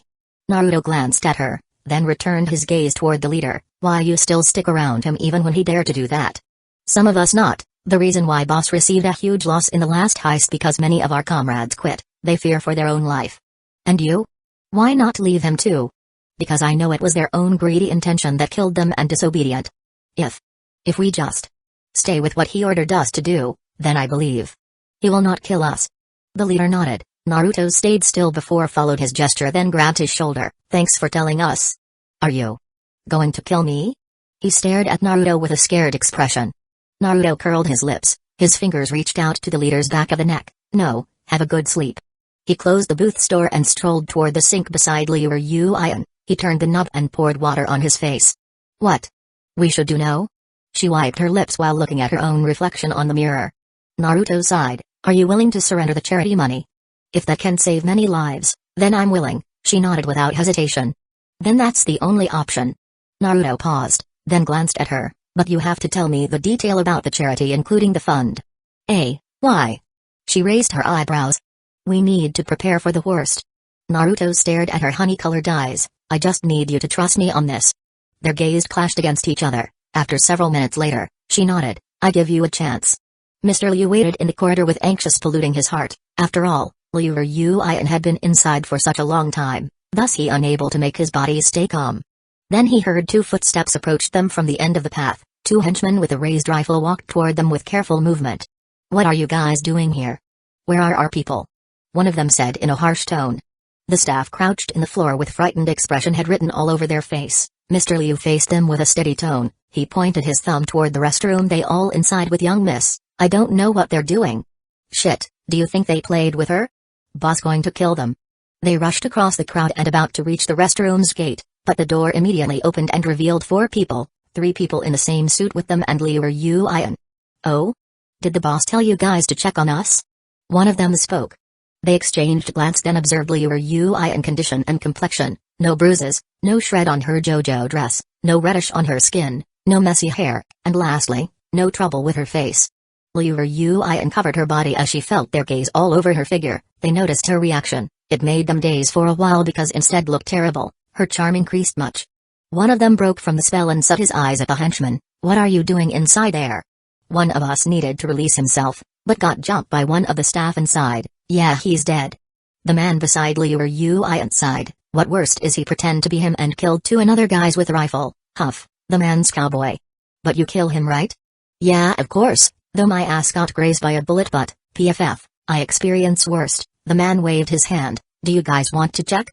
Nah, boss just kill another person again. We don't want to be added in his dead body list. He shivered. Move out. Liu Yuan minced as she joined the group. Mr. Liu approached her. Young miss, are you okay? Yeah, don't worry, Mr. Liu, she nodded. The elder expression became delayed for a while but he still kept walking. They went through the gate led to the lobby, walked across the place into the half-spiral stairs, climbing them then headed toward the 2nd floor. The banquet hall's door several meters to their left, there were 2 henchmen waited in front. What the hell took you guys so long? One of them grumbled. My ass got grazed by a bullet and I shot the guy. Enough? He snorted. Okay. They flabbergasted by the response. The group burst through the door and entered the hall. At the stage, Ling Yao did some sort of yoga, then he turned his face in response to the sound of march from the hall on his right. His narrowed eyes lighted up in the spot. He rose from his spot. Oh, finally. The main guest had arrived. And other insignificant people. He faced at the audience. Please everyone, let's welcome her into the stage, Miss Liu Yuan. She swept her eyes into the room before mincing toward the stage, escorted by one of the henchmen. Every step she took created a spark of jealousy within any person who observed her. I want that curve. I want her wealth. I want that face. I want her. I want her fame. Ling Yao grinned getting wider as he anticipated her present up in the stage. The hand that held the microphone somehow shivered. I'm so glad to finally meet you, Miss Liu. Ooh, imagine my friend's ugly face when I show them our picture together. Ha, I slapped them in the face, virtually. Liu Yuan stopped quite far from him. She hugged her own body and said without looking at him, and you are? Oh yeah, where is my manner? I'm Ling Yao. My friend liked to call me Ye Yao. I know sounds girly, but you know, that's why punch and kick exist. He bent his body and rotated his left hand, making a polite introduction. What do you want from me? She closed her eyes. What do I want from you? Ooh, this is tough. From a woman so rich and hot, beautiful dynamite like you, I can ask a lot of things. He nodded, but first, let me know, why did you care so much about orphanage and Hope School? Liu Yuan raised her lids while wrinkle decorated her eyebrows, because they deserve care and proper attention. They had been in the dark and it's our job to guide them toward the light. Oh. Beautiful, truly beautiful. Ling Yao wiped the tears. Smart, rich, beautiful, and good-hearted, you are one hell of a perfect woman. Whispers started clamoring among the crowd of the audience, talking about how she's a generous and sympathetic person. They craved to be like her, desiring more about the things she had. What is your intention? She felt uncomfortable with all of the staring eyes, it's like they worshipped her or something. You see, Miss Liu, greed is not only about money and power. He strolled closer, stopped right beside her, his narrowed eyes revealed their purple color and cat-like pupil. Everybody wants something that they don't have. His mouth grew closer into her ear, and it's delicious. In the surveillance room, Rookie glanced at the monitors with his both legs on the table, even with a dead body beside him. He acted as if he didn't care. At this moment, the door leading to the room swung open. One of the henchmen strolled in. What are you doing here? Rookie puckered his forehead. To kill you. The henchman raised his rifle and rattled the rookie's body with tons of bullets. His body dropped dead into the floor. The henchman strolled without care. He crouched and checked the body, then grabbed his walkie-talkie. No suspicious activity. Over. Copy that. A voice punched through the walkie-talkie's speaker. He rose up and observed the monitors. A smirk pulled the corner of his lips. Guys, time to do this. 66 The Ultimate Shield. One of the henchmen walked up to the crowd. A Japanese family consisted of 2 adults and 2 children stood ahead. The henchman greeted then chatted with them in a fluent Japan. The adults jutting their chin at first, then they widened their eyes before the lips they possessed stretching to their limit. Only a few from the crowd that listened to their conversation but failed to understand due to the lack of language's comprehension. The henchman crouched and spoke with the girl from the family. Her cute face listened attentively to the henchman's word, then she nodded her head in excitement. The henchman stood up and strolled away while leading the girl by grabbing her hand. Where are you going? They interrogated as soon as they came out from the room by the 2 henchmen who guarded the entrance. This lad has the urge to take a piss, he said simply. The guards observed the girl who wore a pitiful expression. She rubbed her thigh and tears spilled a little from her eyes. There was reddish complexion on her face. Oh. Both guards' heart flutter as if charmed by the lily. The man rolled his eyes at their obvious pedophile tendency. Can I go now? Quick, man. Yeah, how dare you make her suffer? Whom's stopping us in the first place? He snorted before pulled the girl's hand and rushed toward downstairs. They went through the gate that led into the previous corridor. Another henchman already stand by in wait. He crouched beside the girl. You go with Asuna-chan, Kay? He will accompany you to a safe room. Una-san must be careful. The lily nodded. She strolled into the corridor and grabbed the henchman's arm. He closed the gate, then with a fast movement, he summoned another him who joined his hand immediately and transformed into the lily's appearance. How do I look? The girl checked her own body. Cute, the man nodded. Let's wait for some time or they'll be suspicious. She bounced around. The man stared with a deadpan expression. Why, looks like he's enjoying it. Banquets hall, 2nd floor. Ling Yao praise after praise kept boggling Liu Yuan's mind about his intention. She could feel the feverish gaze from the crowd gathered in front. He cheered her look, glorified her fortune, and celebrated her compassion. He talked with such an awe that even the most antipathetic person impossible not to move. Oh, what you did with that child was truly amaze me. It's superb that you managed to monopoly the local foods market. Your hair texture really smooth. Is it natural or a professional care? Her irritation couldn't be bigger than how far a dolphin could jump. She glared at him. What are you purpose here, Mr. Ling? Oh, I'm glad you ask. I actually don't know how to end a topic without making it awkward. Ling Yao sighed in bitterness. Her eyelids closed halfway and her lips twitched one side. You not really smart, are you? Yeah, that's why I always ended up in a supplementary lesson before tests, he laughed. Oh, the teacher kinda hot though, little temperament but hot. Now that I think about it, maybe that's the reason why most boys failed the test intentionally. Please tell me your reason for this operation, Mr. Ling. Liu Yuan sighed. This guy knew how to squeeze every drop of irritation from her. I want your charity money. He squinted his purple eyes. It seems what the man said was true. She glanced upward. To focus only one orphanage, he curled his lips. What? Every person in the room including the rest of the henchmen jumped in surprise. Liu Yuan widened her eyes even further than possible. Are you serious? She narrowed her eyes. Do I look like someone who has a fun in playing with people? He shook his head, but then he cackled. Never mind, I actually do like playing with people. Mind game 1. Hey, be serious. She bared her angry face like an agitated vixen. Yeah, I am. Put all the money into a single orphanage. He threw his arms up. But why? And which? She raised her eyebrows. Because I'm a loving man who dedicated my life into one hottie. Why should this be any different? He chortled. I'm kidding about a hottie though, I have 5 of them waiting in bed. Ugh, forget the why question. Which orphanage? She rubbed her temple. Radiant Future Homes. He nodded. People went uproar immediately. Radiant Future Homes had been known for the most funded orphanage, from government into corporation mixed the place into their budget balance sheet. The children who live there have a good and comfortable environment with a flourished stomach and refreshing brain. The reason for the all contribution still up for debate, but most people assumed probably because the orphanage's founder once a great hero in the past war. But like the most orphanage, Radiant Future Homes had a limited quantity of accommodation, thus not all of the homeless and kinless children experienced such luxury facilities. An already fine place received such a sum of money. It will definitely not going to sit well with other of its kind, especially the one that far from prosperity influence. Are you crazy? Do you know what impact you might cause if I do that? Her eyebrows snapped together. I know. Ling Yao wandered around, his lean body pranced on the stage. There will be a huge amount of negative emotion combusted in the air, rampaging the entire city with the darkness that no one anticipates its arrival, but what most important is. He licked his lips, there will be greed. The one that consumed them whole, and plagued the entire city. At the outside of the banquet hall's gate, the girl and the man rode up the stairs and met the 2 guards outside. How's the PP, little one? Are you satisfied? One of them stared at the girl with love in their eyes. The short and tall figure exchanged glances. The girl pulled the man's hand and signaled him to bend down. She went into the man's ear and she whispered something, then the man somehow let out a chuckle. What did she say? The guards wrinkled their covered eyebrows. You wanna know? He curled his lips. Of course we do. Was she say something good about us? One of the guards exclaimed. All right, listen closer and carefully. The man waved his hand, gesturing for them together. Without held suspicious conscience, the 2 guards strolled toward their right and left respectively, then leaned their head. She said. Demonic illusion, cajolery of glamour. Their expression became delayed and the lights on their eyes began to fade. The man smirked while the girl curled her lips. We shouldn't wasting time. This Ling Yao becomes weirder and weirder by a second. Yeah, come on. The man nodded and they both pushed the door opened. The girl went into her family as soon as they joined the hall, but she wandered among the crowd after that. With perfect cover from the tall people around her, her figure managed to avoid most of these henchmen's observation. Despite getting caught by the pair of eyes, but the owner still ignored her since a little girl couldn't possibly generate any threat for them. The girl tiptoed between the feet of people and mingled her lily body among the population's high density.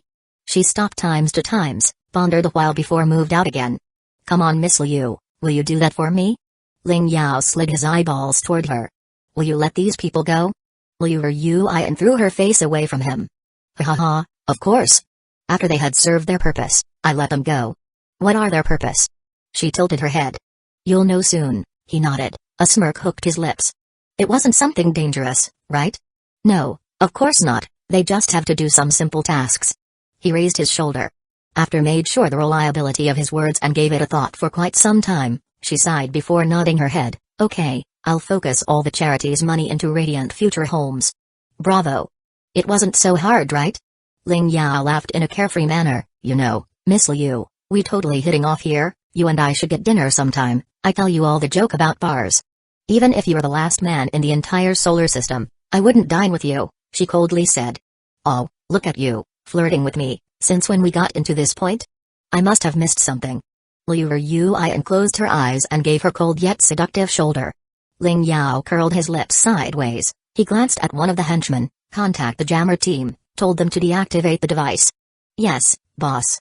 The man nodded. He raised the walkie-talkie. Jammer team, copy. Affirmative. What's the order? Deactivate the jam. Are you sure? Yes. Somewhere in the hotel, 4 men with assault rifles surrounded a machine with 2 antennae like a pair of horns on an ox head. One of them crouched in front of the machine that shared the same size with him. He fiddled with the panel on the machine before it whispered a tune, then on its display, a word standby appeared. In the hall, handphones started singing and shaking, letting out a relieved breath from a various individual in the crowd, as if there were part of burdens had been lifted from their shoulder. Ling Yao nodded. He glanced at the healthy skin woman beside him. Miss Liu, my. Other language is never been so well, and I'm sure none of my henchmen here know other words besides fuck and shit, or kimoki and yamat, so.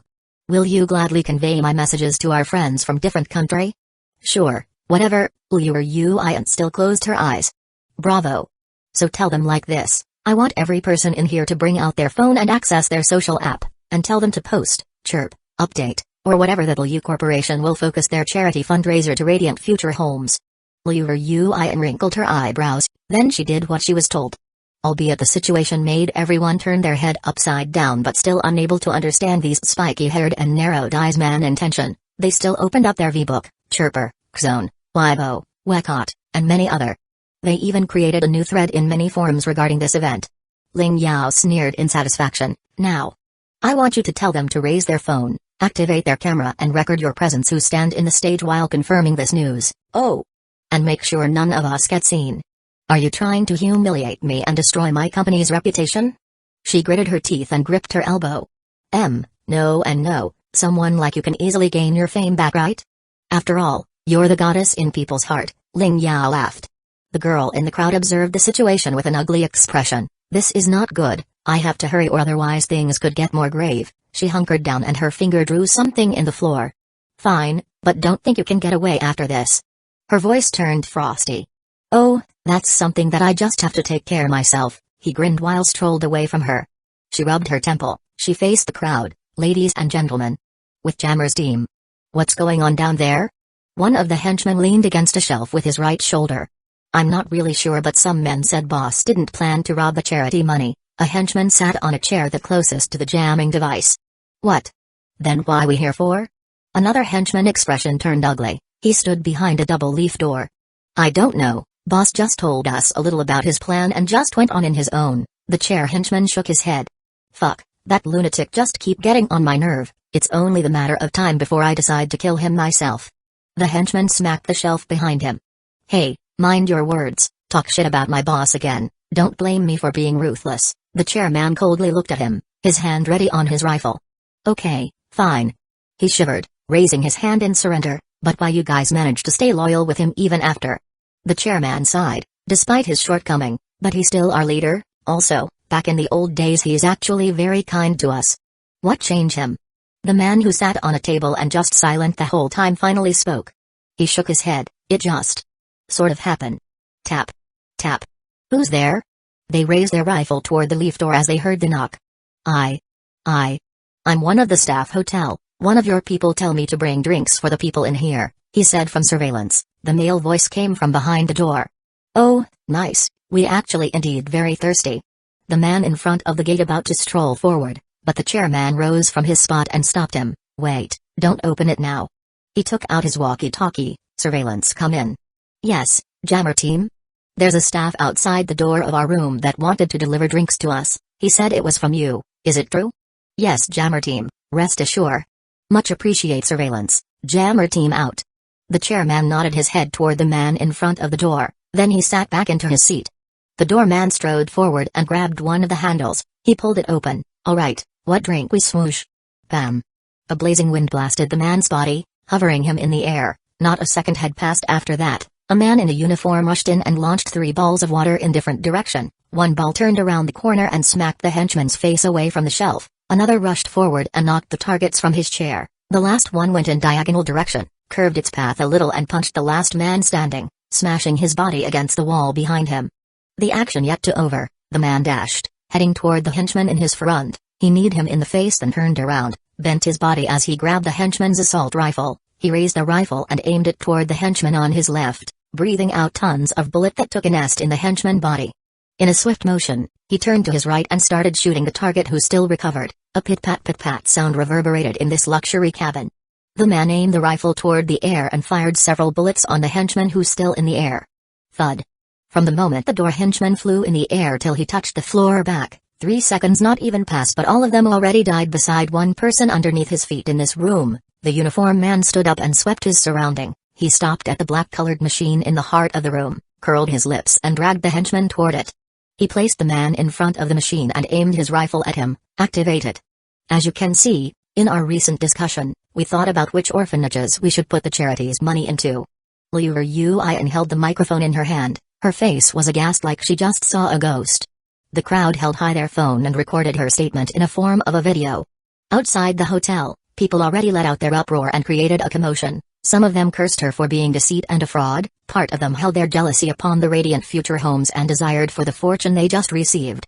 Of course, without any foundation to support the rumor, some people still unable to just believe it, even the news press unwilling to trust the media since they had no reliable source and Liu Corporations was not something you dare to mess with, just a rumor. At Yulei International Headquarters, in PR department work floor, Minnow, Zhongqi, Zhao Hongyan, and the rest of the sister were chirping. "This is hot." Zhang Kai scrolled the middle of her mouse in a rushly manner, surfing through tons of flames and waves of anger of netizen response. "Yeah, I literally could feel the heat in my chin. That comes from the steam of the hot noodle cup you currently eat. Oh yeah, hee hee. I wonder what makes the Liu Corporation's CEO suddenly decided this. Is not that the Radiant Future Homes didn't require any support, but there are a lot of orphanages that deserve it more." Hongyan touched her jaw with her finger and glanced upward. "I agree with Hongyan. There is this orphanage nearby my house and their rooftop tend to leak if big rain swoops down. That's sad. Why no one from your house area helped them fix it? We try patching it once, but it happens again, and now we tried to collect a monthly fee for their renovation." Hongyan turned her head only to see a purple-orange streak-haired woman dispirited expression while looking at her phone. "Minnow, what's going with you?" "Hongyan." She mumbled, "Naruto didn't answer my message." She rolled her eyes. "He probably busy, give it some time." Minna shook her head. "I have sent this since an hour ago, how come he still not reply?" "Well, maybe he required a bit of time to text you back. What message did you send?" She said. There was a pregnant pause in the midst of chirpy conversation among the sisters. "That's it?" Hongyan screamed, her shrill voice almost jumped out other people's heart. She smiled awkwardly and expressed her apology. She snapped her head toward Minnow. "Are you seriously just send him that kind of message?" "I just want to be playful," she bitterly sighed. "Is that bad?" "Well, not really. But it just... Okay, I lost for any words." She ignored her and conversed with other sisters. Minna huffed as she stared back at her phone, waiting for any incoming messages from a certain blonde. Back at the Emerald Plaza Hotel, up above the hall stage. "Thus on the behalf of Liu Corporations, I express my sincere apologies for the sudden change we made. I hope people can forgive me." Liu Ui and put down her microphone. Her skin turned pale from the depression she suffered. People put down their phone and about to upload the video. Ling Yao grinned in satisfaction while watching from the far sideline. "Huh? No service?" one of the people in the crowd exclaimed after witnessing the video fail to upload. Then after his outburst, one by one from the crowd started following his footsteps and roared their result. "Hey, there is no connection here." "Yeah, you block our signal again." Ling Yao expression turned ugly. He glared at one of the henchmen who turned pale. "What the fuck is going?" "We don't know, boss. The jammer team failed to answer our call." The man brought up the walkie-talkie. "Surveillance, do you read me?" "Surveillance. I hear you. There is a problem in the jamming room." The vid suddenly went dark and the radio went silent. A panicked voice resounded from the speaker. "Fuck, what the hell they are doing? Send men to check up on them." Ling Yao's voice choked with murderous intention. "Certainly, boss." 6 people dashed out from the hall. They didn't notice the lack of response from the 2 guards in front of the gate. Ling Yao brushed his spiky hair. He meandered in the stage. "I'm really sorry. You know I don't really like a surprise, so please have some understanding toward my outburst." He waved his hands. "Well, since the internet down, and you guys possibly couldn't connect with your friend from outside, then I guess we should play some game, to waste some time? Or you could just let them go, and they'll upload it in different places?" She curled her lips. "Oh, please, you let the goats out and they will start eating the neighbor leaves." He chuckled. "What exactly you're going with that comparison?" She faced him with a poker face. "Shut up, woman," he grumbled and walked away. 10 minutes later. "Okay, this taking too long. I'm not a patient man, even though that's not my main trait, but still." Ling Yao rose from his spot, his usual grin no longer visible on his face. He stretched his body, do some warm-up, and strode off from the stage with both hands inside his pockets. "I take care this myself." He stopped right before the next hall. He turned his head over his shoulder. A devilish grin decorated his face. "Look out for this, people. If someone turns naughty, you guys know what to do." "Yes, boss." Everyone watched as his figure slowly disappeared from the hall into out of the banquet completely. They breathed out a relief air. To be honest, even though he somehow goofy and weird, this man as if spread a hideous spore from his body. Even Mr. Liu all the time had 3 layers of wrinkle on his forehead. As long as he lives, he had seen many things that mysterious and unspeakable. For example, he once saw a man punch the entire metal sheet and made a hole out of it. And he could vaguely see someone's aura, this Ling Yao's. Has a complete pitch black. Ling Yao strolled toward the elevator. He got in and tapped the number 4 button. He hummed while leaning his back against the ascending box's wall. Ding. The gate slid open. A wall made of expensive wood with orange woolly carpet and green long rug entered his eyes. A medium-sized portrait of greenish landscape hanging on the wall, above a classic stool table with bright yellow sunflower inside a Chinese theme vase. His face remained unimpressed by the luxurious view presented in front of him. He moved his military boots forward with a mysterious air cloaking all over his body. He passed through the elevator and turned into his right. A 6th body of his henchmen laid on every part of this long passage. 2 dropped dead on the floor, 2 another on both sides of the wall, 1 stuck in the door's gate, and the last one dragged quite far from the rest. He curled his thin lips, continued strolling forward without even bother by the corpse of his men. His lips slanted one side and his purple iris glinted cold reflection. He passed first door, second door, third door, then... Pit-pat pit-pat pit-pat. A rapid fire from assault rifle came from the room on his right side, but in fluid movements like water. Ling Yao bent his body while pushed up the gun's barrel with his right hand. He pulled the rifle and launched his left fist to his attacker on the right but got blocked by the attacker's knee. He swung the rifle downward, stood on his feet, and he struck his left fist again, hit the attacker's face, then back-kicked the attacker while robbed the rifle away. Ling Yao sneered. He wanted to look at the enemy's appearance but sadly an incoming hard knuckle smashed his cheek and turned his body around, hitting the wall with his back. A fist bashed his left rib and incoming attack about struck his right rib but Ling Yao wrapped the hand under his armpit and slapped the rifle in his right hand into the enemy's face. The attack managed to throw the enemies off but at the same time, he lashed his feet and knocked back Ling Yao under feet, making him knelt. Ling Yao prepared to shot the rifle but his enemy held the weapon sideways and got his face elbowed by the enemy's left arm. The rifle changed owner again. His enemy turned around and shot Ling Yao, but no bullets came out. Ling Yao laughed as he threw the rifle's magazine to his enemy face, beat his body to the side, then Ling Yao rushed forward and tackled his enemy body down. He wasn't clear his enemy gender since the person clad in his henchman suit but from the groan, Ling Yao finally knew his enemy was a man. He sneered, straightening his back and beat the shit out of his enemy with both hands alternately. The man blocked some Ling Yao's fist while other hit him pretty hard. He eventually smacked the incoming fist away then lashed out a revenge strike toward Ling Yao's face. The man rolled back as soon as he free and stood on his feet. Cerulean eyes and purple eyes stared against each other. They readied their stance then walked closer. The man swung his fist and Ling Yao bent his body to dodge it then uppercut the man but missed his target. They exchanged punch and kick for several engagements, either both get deck or miss. Finally, the man caught Ling Yao's arm and he did the same, with 4 hands restrained and after a little dance with their legs. The gents used the last capable part of their body and bashed their forehead. The man stumbled backward, he's still on his feet but the way he retreated seems wobbly. Ling Yao smirked inconfident, he pranced forward. He swung his hand toward the man's face, swayed his body to the side and dodged an incoming attack. He hit the man's back waist, decked the man's tummy with his forearm, and uppercut his chin. The man fell backward but one leg managed to put it into stop. Ling Yao crouched then hooked punched his left knee, making the man knelt.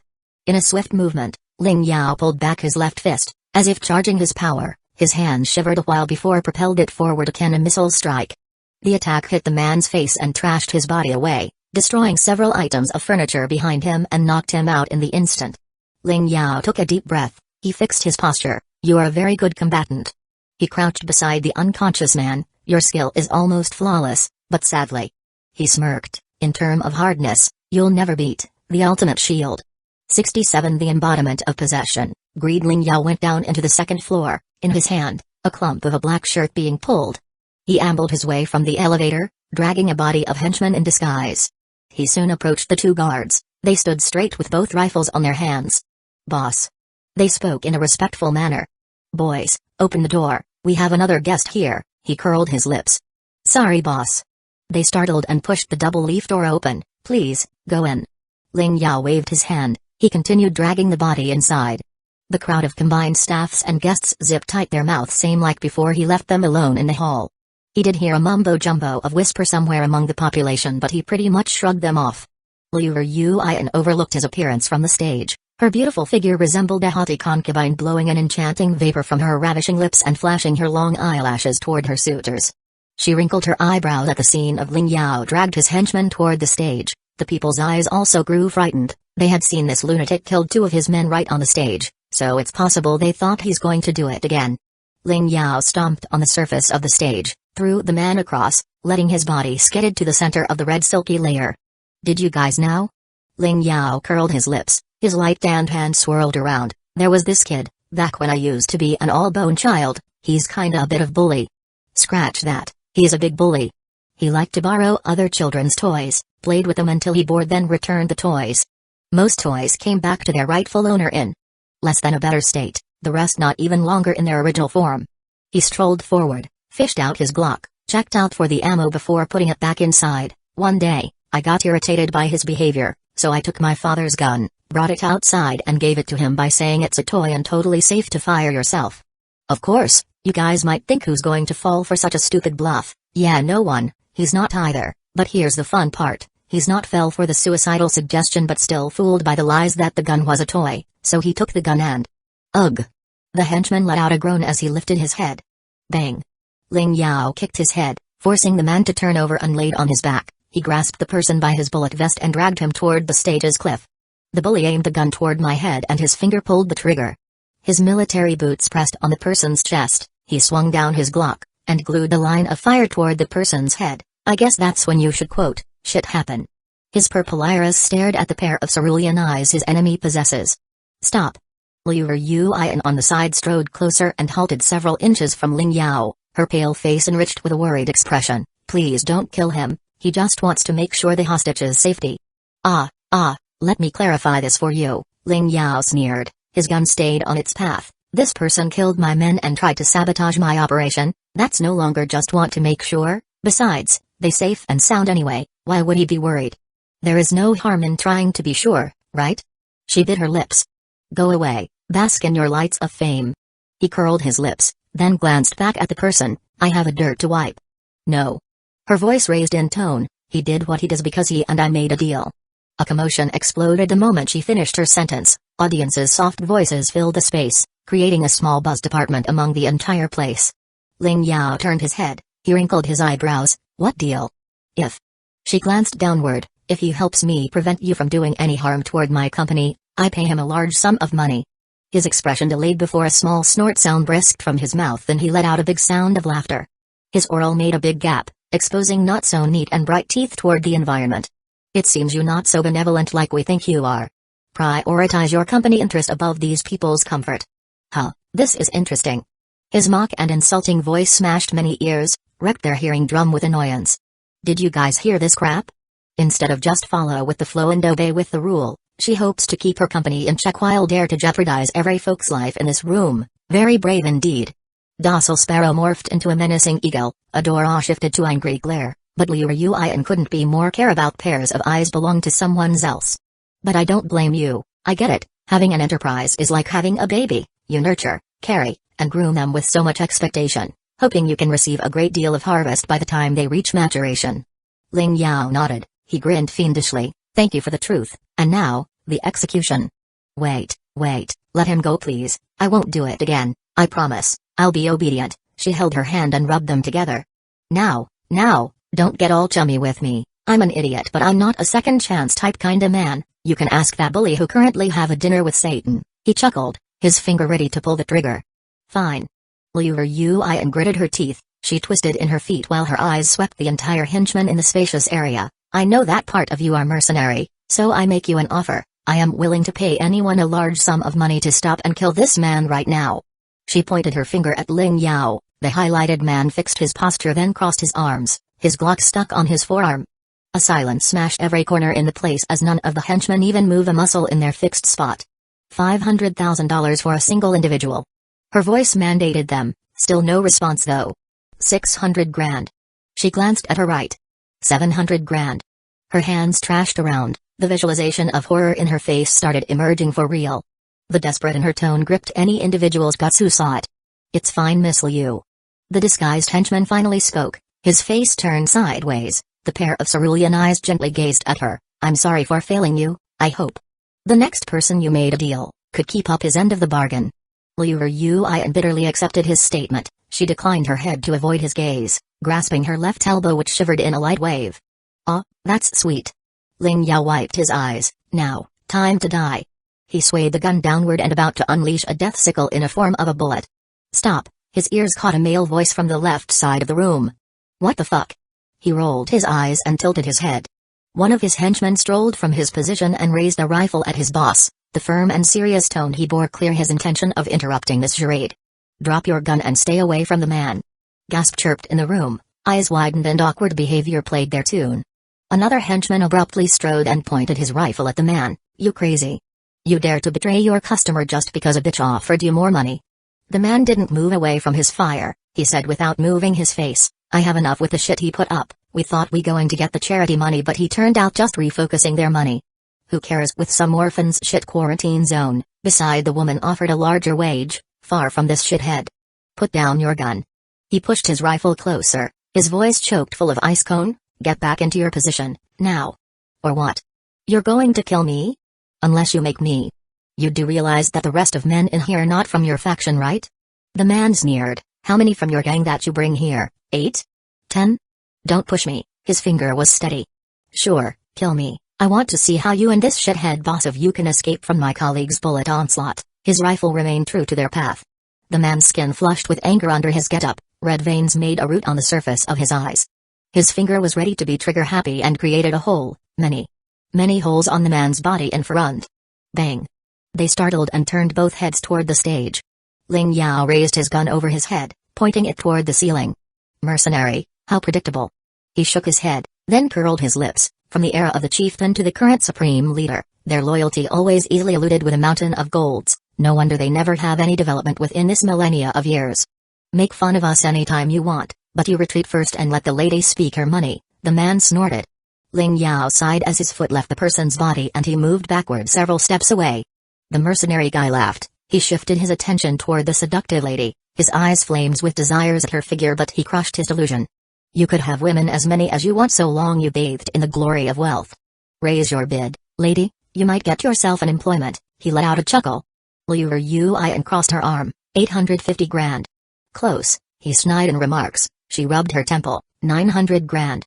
"How about we sum it to 1 million? The price made her eyebrows wrinkled. "How many are you?" "This operation brings out 30 personnel, 10 from their own and 20 are mine, and if that person in the stage killed so many already, from the 12 people left in this room, 9 of them are mine." He nodded. Liu Ui slid her underlips. She bit of dazed for quite some time, then she looked at the man again. 950 grand, that's my last offer, take it or not? He rubbed his chin, glancing toward his men. They exchanged glances before he faced her back. "Fine, $950,000, for each of us. Deal." The mercenary guy pointed his rifle toward Ling Yao. The rest of his men sieged Ling Yao's people and roared them into the stage. They gathered in the stage. The person rose up and stood beside Liu Yu. Ling Yao never once showed dispirited expression. He went on with the mercenary instruction with curled lips, even willing to bow his head and put his knees on the stage. People might think when someone's like Ling Yao cornered, he will fight back or at least rebel a little, but the way he behaved make the situation seem surreal. It's akin to watch a lion doing a circus willingly without being trained first. "You guys can go to hell. Betrayal is punishable by death." The mercenary set them on the side by side with Ling Yao in the middle, their hands tied and placed behind their back. Two slap of the rifle on their head shut the men's trap. The leader of the mercenary nodded his head and circled them before strolling toward Liu Yu. "I'm assuming that you agree to put all the blame onto them, right?" "Yeah, but isn't this a bit too easy, don't you think?" She wrinkled her eyebrows. The mercenary shrugged. He snickered. "Don't worry, he's no longer in charge here, outnumbers in both men and firearm, that's why he surrendered easily." She hugged her body and gave Ling Yao a glance. Her eyes stared at him with complicated light. Something tells her that the veil is not all yet uncovered. The mysterious bearing he had was too strange to let it go unnoticed. "Lady, shouldn't you be ready to give us money?" "Yes, wait a moment." She minced forward and halted in front of the narrow-eyed man. She curled her lips. "So much for an operation, right? I predicted things like this would happen." He shrugged and clicked his tongue. "I never trust mercenaries before and never trust them now." Her eyebrows raised. "Why you bring so many if you didn't trust a single of them?" His purple eyes glinted in a cold reflection. His lips slanted quite steep. "What more easy to get rid, 10 brother-in-arms or 10 expendable soldiers?" Her eyes jumped in surprise. "You plan to kill them all in the first place?" He opened wide his mouth and eerie laugh breezed out. Hire them then kill them, effective and efficient. How are you going to do that? A shiver tickled her senses. He revealed his untidy teeth. He chortled like a dying woodpecker bird. Kaboom. She took a step back. An earthquake shook the entire land of her body. Her eyes expelled a terrified color. You're joking, right? Oh, baby, when it comes to an explosion. His tune clattering then meandered around the room. I never joke. The mercenary leader also heard Ling Yao's talk. His face twisted in an ugly manner. The heavy trod on his footsteps caused a large dull noise. You try to blow us up? I'm not trying, I'm sure. He closed his eyes. Where did you plant the bomb? He placed the rifle's barrel on his forehead. You think? Ling Yao's giggled. How much you will put up on a stake to make me tell you where I put the bomb? How about we just kill you and get the fuck out of here as fast as we could? Sorry, I don't think that's possible. You see, I can still activate the bomb, even when my body takes a deep root in a dry and black soil. Liu and couldn't believe what's happening. This man prepared to blow up the entire hotel? What kind of madman doing this crap? Also, what he means by can denotating it even if he's dead. Are the triggers trapped into his heart? Ling Yao glanced at her and saw her reaction. He jerked his lips. I know what are you thinking? No, it's not that complicated. Besides, heartbeat sensor was too expensive to implant so. Black lines stripped her forehead. Her lips held tight altogether while her eyes squinted. Ling Yao shrugged at her frustrated countenance. I just give the trigger to my trusted man in surveillance. Told him to trig the bomb if the situation here has been compromised. Huh? She startled before daze took a hold of her expression. The person beside her let out a chuckle. His voice attracted Ling Yao's attention. His purple iris widened between the narrowed gap of his eyes. Ooh, that's not a good sign. Yeah, I'm sorry if I have to break it with you, but the person is your surveillance already dead. The one that had been your eyes this whole time is somebody else. Well, somebody not from your league. The man curled his lips. Darn it. Ling Yao drew his eyebrows together. No wonder this place still standing. Haha, I'm sorry, Mr. Ling. Liu and giggled. Her melodious tune joyously danced in the hall.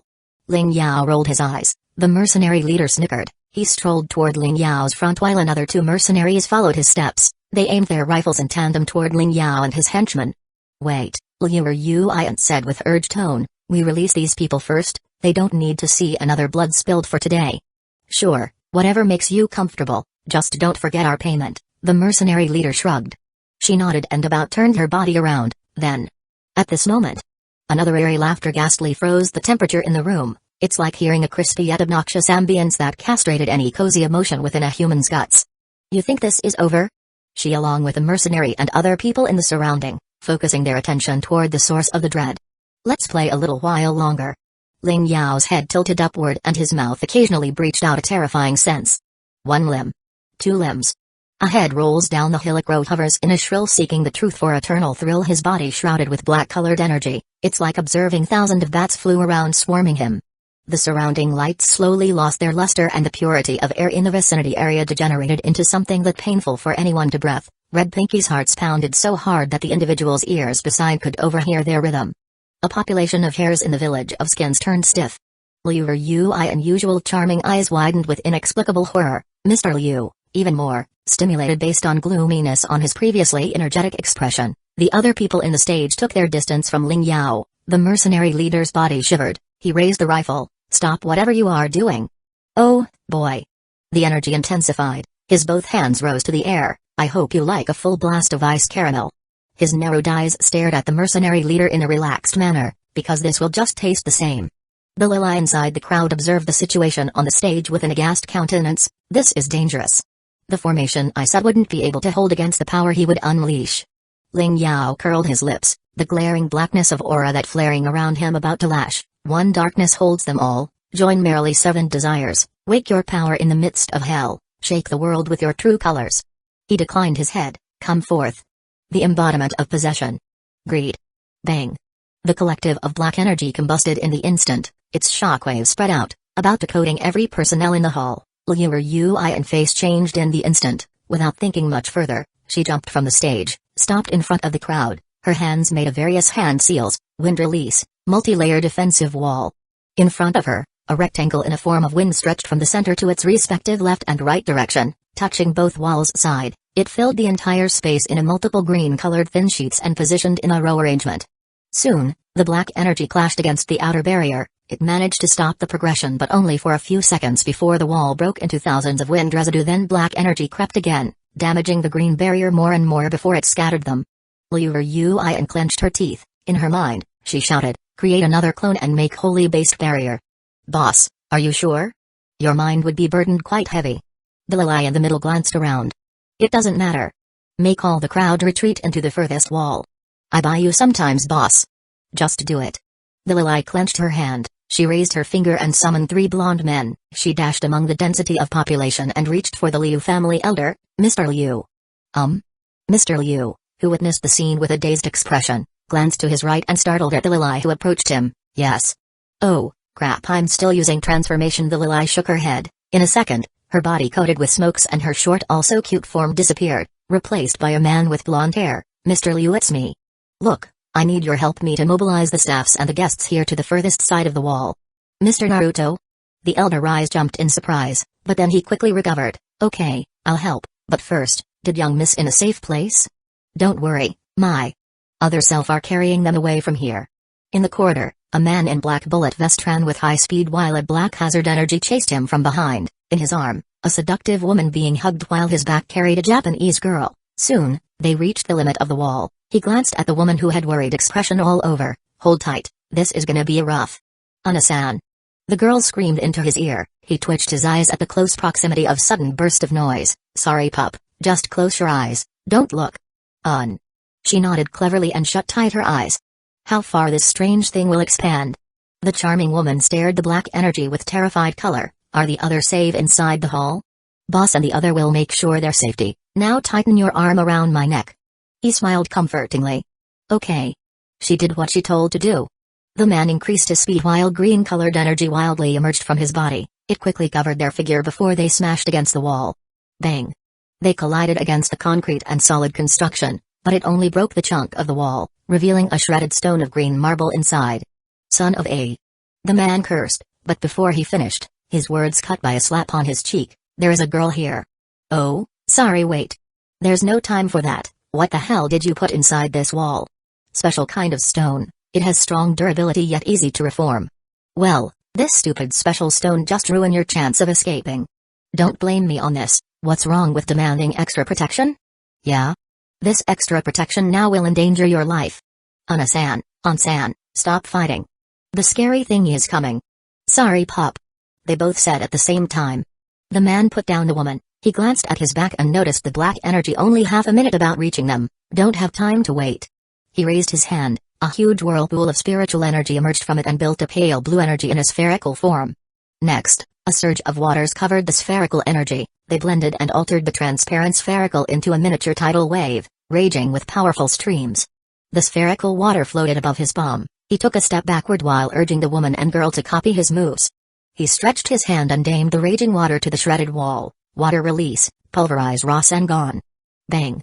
The power launched forward, like a rocket pierced through the sky. It hit the green marble wall and smashed it open, teared up and scattered every piece of stone, trashing them to either side of corridor. Like a blasted explosion, it quickly smashed a hole as a new path toward another part of hotel had opened. The woman and the girl stared at the gap with dumbed expression. If not for the ghastly and grim aura shivered their body, maybe they still stared at the new path until root grew on their feet. "Wah, Ana-san is powerful." The girl cheered. The man shook his head. "Keep tight the compliment for now pup, we need to run, now." He picked the ladies and tapped his feet. He sprung toward the hole. 68 Naruto vs. Greed Part 1. I give you a chance. Many minutes ago, Emerald Plaza Hotel first floor, inside back corridor's restroom. Naruto and Liu Yui leaned their back on the platform sinks, the large mirror behind them reflecting their outline figure. "Thanks, but first, do you recognize the term, expert world?" Naruto curled the corner of his lips. "Oh, yeah, of course." Liu Yui gawked at him, her eyebrows tensed a little. "The expert world, an appellation for anyone or people who capable on accomplishing various extraordinary feats beyond the performance of ordinary man. They managed to perform those abilities after had gone through various hardship and torturous training. In general, the expert world divided into 4 categories. 1. Martial artist, any people who skilled and practiced unique technique and fight hand-to-hand combat. 2. Arm dancer, any people who skilled and practiced unique technique in utilizing one or more than one weapons. 3. Mashu maestro, Any people who skilled and practiced in magecraft or mysticism. 4. Mystero player, any people who skilled in any other than mentioned above. While these 4 indeed separated the expert world, but that doesn't mean that anyone couldn't master more than one. Hell, if they wanted and dedicated, they could master them all. For example, a man could be a master of boxing but also great on using machete, while another person could be skillful in conjuring flame out of thin air but also capable of mixing pills. Alchemist. Like other descendants from an old and large family, Uchiha had been introduced to the people from the expert world since her earlier days, including Uncle Liu, who a master in martial artist and dabbled a little bit in Mashu Maestro, Taoism. Are you a martial artist? Uchiha tilted her head. She concluded that by judging him through his age and manner, also the way he handled melee combat, despite she yet to see his technique. No, I'm what you call Mashu Maestro and Mystero player. Naruto shrugged. He's good at some punch and kicks, or basic taijutsu performance in shinobi's term, but he didn't harbor any special technique. The imitation palm technique he commenced previously in Snow Ice Corporation, just him moving his feet and struck his palm many times on his enemy's body. He also doesn't have any special technique in using weapons, unlike Tenten with her unlimited tools and weapons trick or Shishui with his ninjato flash speed beheading trick. Other than taijutsu and bakijutsu, the rest of jutsu pretty much classified as Mashu Maestro or Mystero player. Surprised filled Uchiha's honey-colored iris, her mouth turned agape. What kind of mysticism skill you could do? Naruto raised his both hands and intersected his fingers. Shadow clone no jutsu. Poof. Uchiha jumped on her feet and almost fell into the floor, the appearance of another Naruto enough to scare her out of her wits. There are 2 of you. Yup, both of them nodded. Naruto pointed out his thumb. That's my clone. Is he solid? Or just transparent figure floating in the air? She regained her composure and rubbed her jaw. You can touch it if you want. Naruto lightly curved the corner of his lips. Wait, let me make this easy for you. The clone nodded, raising his hand. His finger formed dog boar ram hand seals, transformation jutsu. Poof. The clone engulfed by a collective of smokes. After they were cleared, the tall and blonde figure disappeared, replaced by a white Persian kitten with a pair of blue sky eyes and fluffy fur. Meow. Cute kitty. Uchiha grasped her hand before she strode forward, squatting her body and lifted the kitten, holding the lucky small fellow into her bosom. It let out a purr and snuggled itself deeper. Men, maybe if I transform myself into an animal, she'll crib me too. Naruto stared in a daze, his eyes accidentally fixed on her full chest that smothered the white creature's soft body. When my turn comes, I'm going to shift into a frog. She can put me whole inside that slender JoJo dress and keep me warm. Hey, eyes up here, pervert. Uchiha took a step back, placing one arm over her chest and glared at Naruto with flushed cheek and blazing tempered eyes. Naruto abruptly glanced his face upward and stiffly smiled. Wait, you got a wrong idea. I'm not staring at your chest, I'm admiring the cute kitten. She snorted, her face twisted in disgust. Shameless man. At least have the guts to admit your deed. He sighed. Fine, I stared at your chest. Happy? Pervert. The heck? His eyes stared at her in disbelief while his jaw dropped slightly. It seems whatever he said, it only came out wrong to her. He rolled his eyes. Never mind. Let's just move on with the topic. Uchiha nodded. She approached the sink again while brushing the kitten's fur in her bosom. Naruto rubbed his jaw. So the plan is that I'm going to transform myself into you, going into the second floor banquets hall, and meet this boss. You, on the other hand, have to wait here for a while till my clone later take care of the person in the surveillance room so you can stay there later. She curled her underlips sideways, her thick eyebrows wrinkled a little. You can copy my appearance? He chuckled. You just see my clone become an animal. What's so hard about turning into you? Excuse me? In case you failed to notice, but animals didn't wear any complex man-made apparel, and I don't want you to change into my form in Nak. Oh my god, you turn into me. She gasped as she put one hand to hold her mouth. Naruto's body covered in a faint smoke, but the figure hidden inside was no longer a 5'8" footman with bright yellow hair and black getup. Instead, a young curvaceous lady with fair skin and tied-up ponytail wavy hair replaced him. Uchiha's absent-mindedly grilled every part of her counterpart, from a single thin white thread on her dress till the pinkish nails on her thin fingers. Remarkable, Uchiha mumbled. She sauntered her white mid-heels and approached her own self. This strange technique he used really superb indeed, every aspect in the figure almost identical with her own, except, certain part on her body looked over-sexualized. She crinkled her nose, glaring at her with vicious and deadly stare. Naruto brought down her forehead, twitching her own lips. Hey, in my defense, I don't know your 3 sizes, okay? And it better stays that way. Also next time, tone it down a little. She clenched her teeth. Why do I need next time? Naruto rolled her eyes, she raised her hands again and another smoke popped out. Is it fine now? Oh. So handy. Her eyes widened while sparkled with tons of glitters. Her mind pictured and imagined how many things this man could do with the technique alone, added up with the previous word clone technique. For example, he could become a model that can preview a lot of designs with a variety of size and style. She reached out her hand and grasped the dress, rubbing it between her fingers. It's fabric. This is basically creating something without available raw material at all. The quality far different though. It's like comparing between gold and bronze metal, maybe because he never touched or least have a knowledge on the material in the first place. She glanced upward, her burning passionate eyes successfully stroke a cold sweat from her forehead. She took a step back with a ghastly face. What's wrong with you? Work for me. Her body shivered. I'll give you any salary you desire, just quit from Yulei and came to my corporations. What? No. Naruto shook her head. Come on. What Yulei give you? I'll give you more, please work for me. She grasped Naruto's arm and waved it around. If I said no, then it's a no. I give you a luxury apartment in one of my hotels. Not interested. I introduce you to my cousin, she's a pretty woman who likes to play cello. Also not interested. How about my other cousin? He's charming and elegant. Absolutely definitely perfectly not interested. I'm a straight man, okay? Says someone who changes his appearance into a woman. I'm changing because of circumstances, and this is you. The white and black theme restroom filled with numerous alphabets that formed tons of heated arguments. The ludicrous sentences kept dancing, attracting, and enticing the man in woman appearance. In the end, Liu Yuan couldn't manage to lure and poach this hard-head and strong-willed man. Miss Liu, please, no matter how hard or sweet you offer, I'm not quitting Yulei.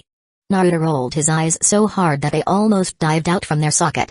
Her muscle face twitched in annoyance. Fine. But I'm not letting this go. After this whole trouble over, I'll dig you up until the source of water flushed out. She roughly breathed while her cheek painted in red. Yeah, you do that. Naruto stared in deadpan expression. In the meantime, tell me about this charity and the structure of this hotel, especially the location of surveillance room, underground parking lot, escape routes, and other things. Liu Corporation planned to contribute the funds by trading most of them with foods, clothes, and books. The monies left over will be given indirectly to each designated place. Most places destination still within Zonghai City's domain, while few in the villages around the perimeter. The furthest one was close to Shaanxi Province borderline, in the village called Nen. Liu Yuan finger tapped on the sink's platform. Regarding the hotel outline, surveillance room located in the west wing side on this floor. This location is on the east wing, so you have to walk past the door that led into the main lobby, follow the path until you arrive in the cross path, turn left, then you will find the room. The emergency doors to underground parking lot built in the main lobby and another in these back corridor, each one in both wing side. Naruto nodded. Okay, this information is enough, thank you, Miss Liu. Liu Yuan smiled. You're welcome. And I want to say something to you. What is it? Naruto raised one eyebrow. She took a deep breath, then faced him with a complicated face. I know that.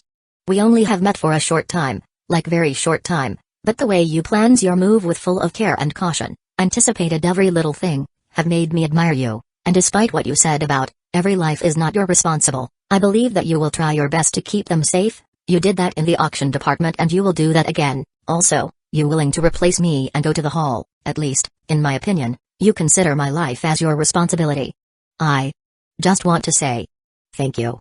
Naruto's face turned delayed for a moment. She raised her finger and rubbed her cheek, throwing a pair of eyes from Liu Yuan and stared on the opposite direction. Don't mention it.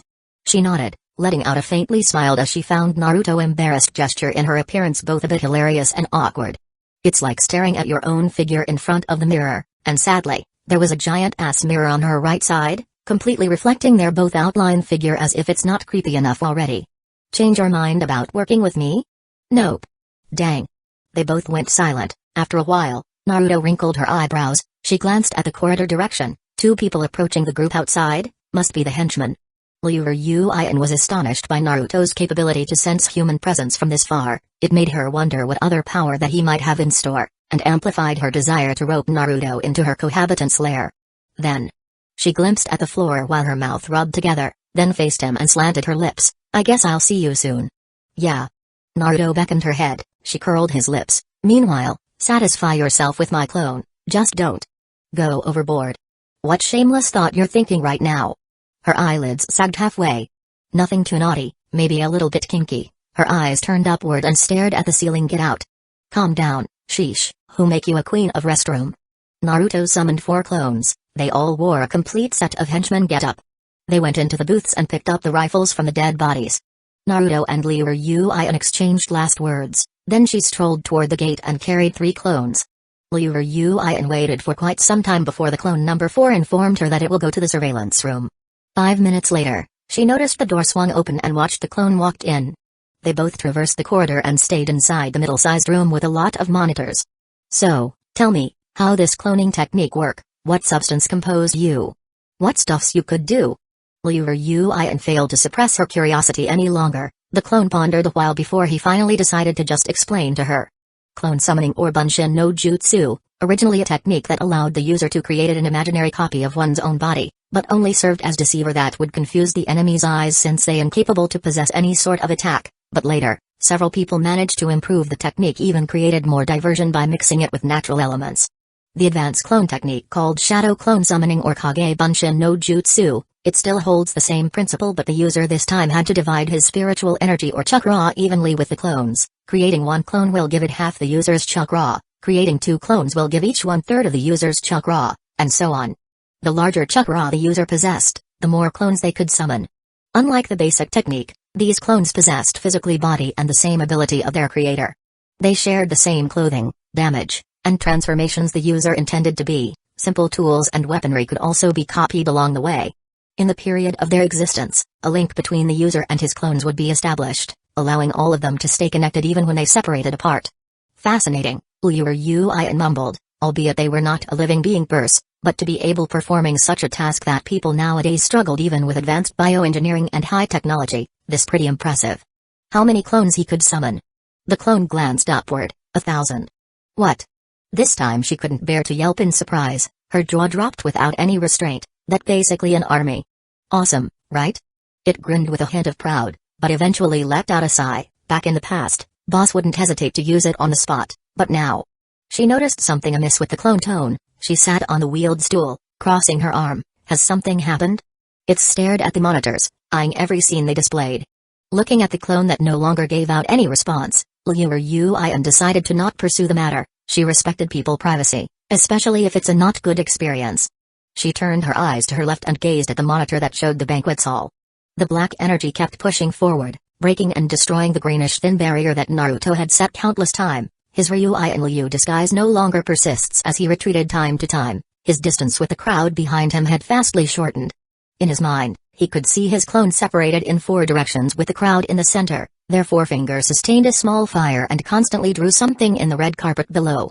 Scream and wail for help loudly shattered the room's quiet environment, accompanied by pale faces and desperate eyes. Luckily, Mr. Liu managed to keep them staying in a group and not scattered in panic manner. He assessed his surrounding, surprised by the appearance of 5 identical people inside the room, not just the face but also the clothes. The green and black energy in the room made 3 lines scratched his forehead. He could feel the spiritual power they emitted and the element they possessed. Naruto jumped backward, his hand stayed in the front of his chest while his finger not even once stopped flashing seals. The black energy contained the element of darkness, an element that held a superiority over 5 anima power: fire, water, wind, earth, and thunder. No matter how strong or powerful the anima, their effectiveness will decrease into half the moment they clashed against darkness, so, unless your anima is still above the darkness even after it had the debuff, they provide no chance at all.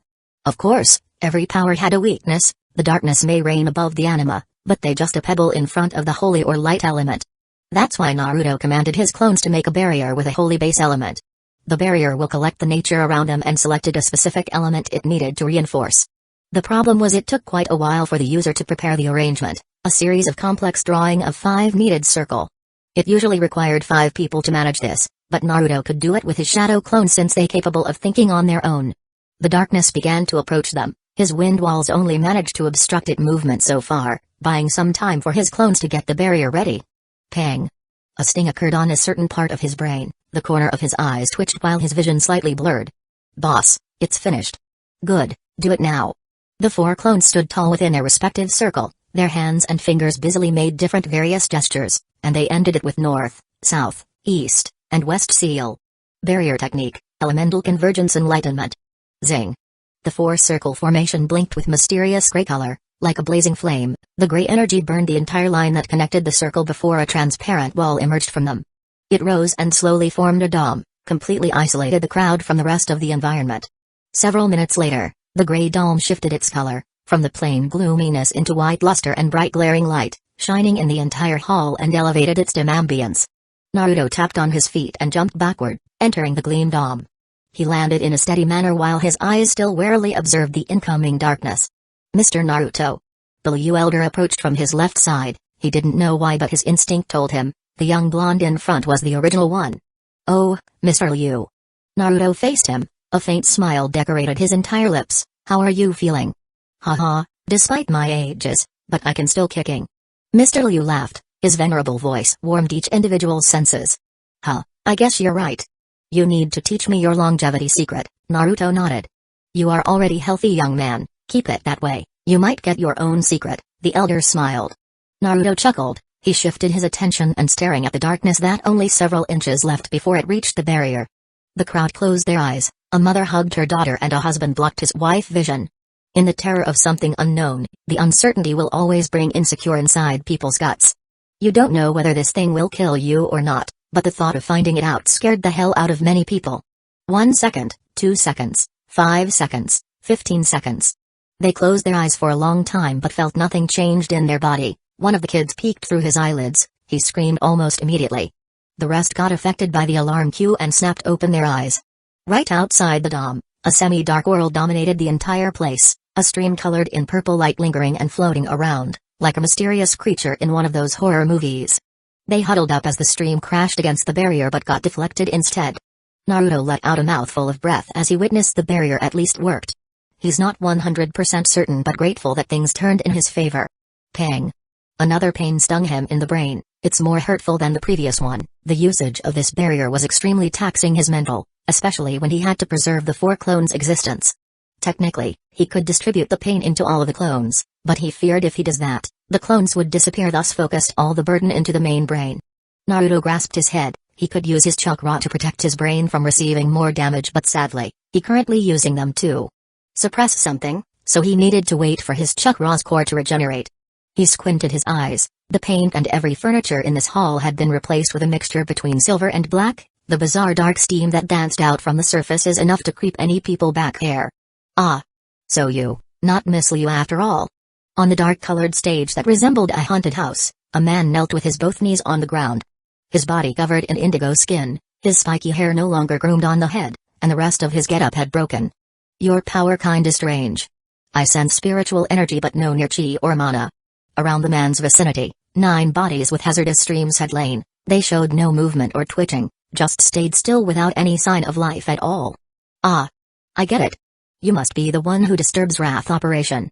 His eerie voice shivered and shook the people's heart, gripped it tightly as if ready to squeeze them into a crumple of carton box.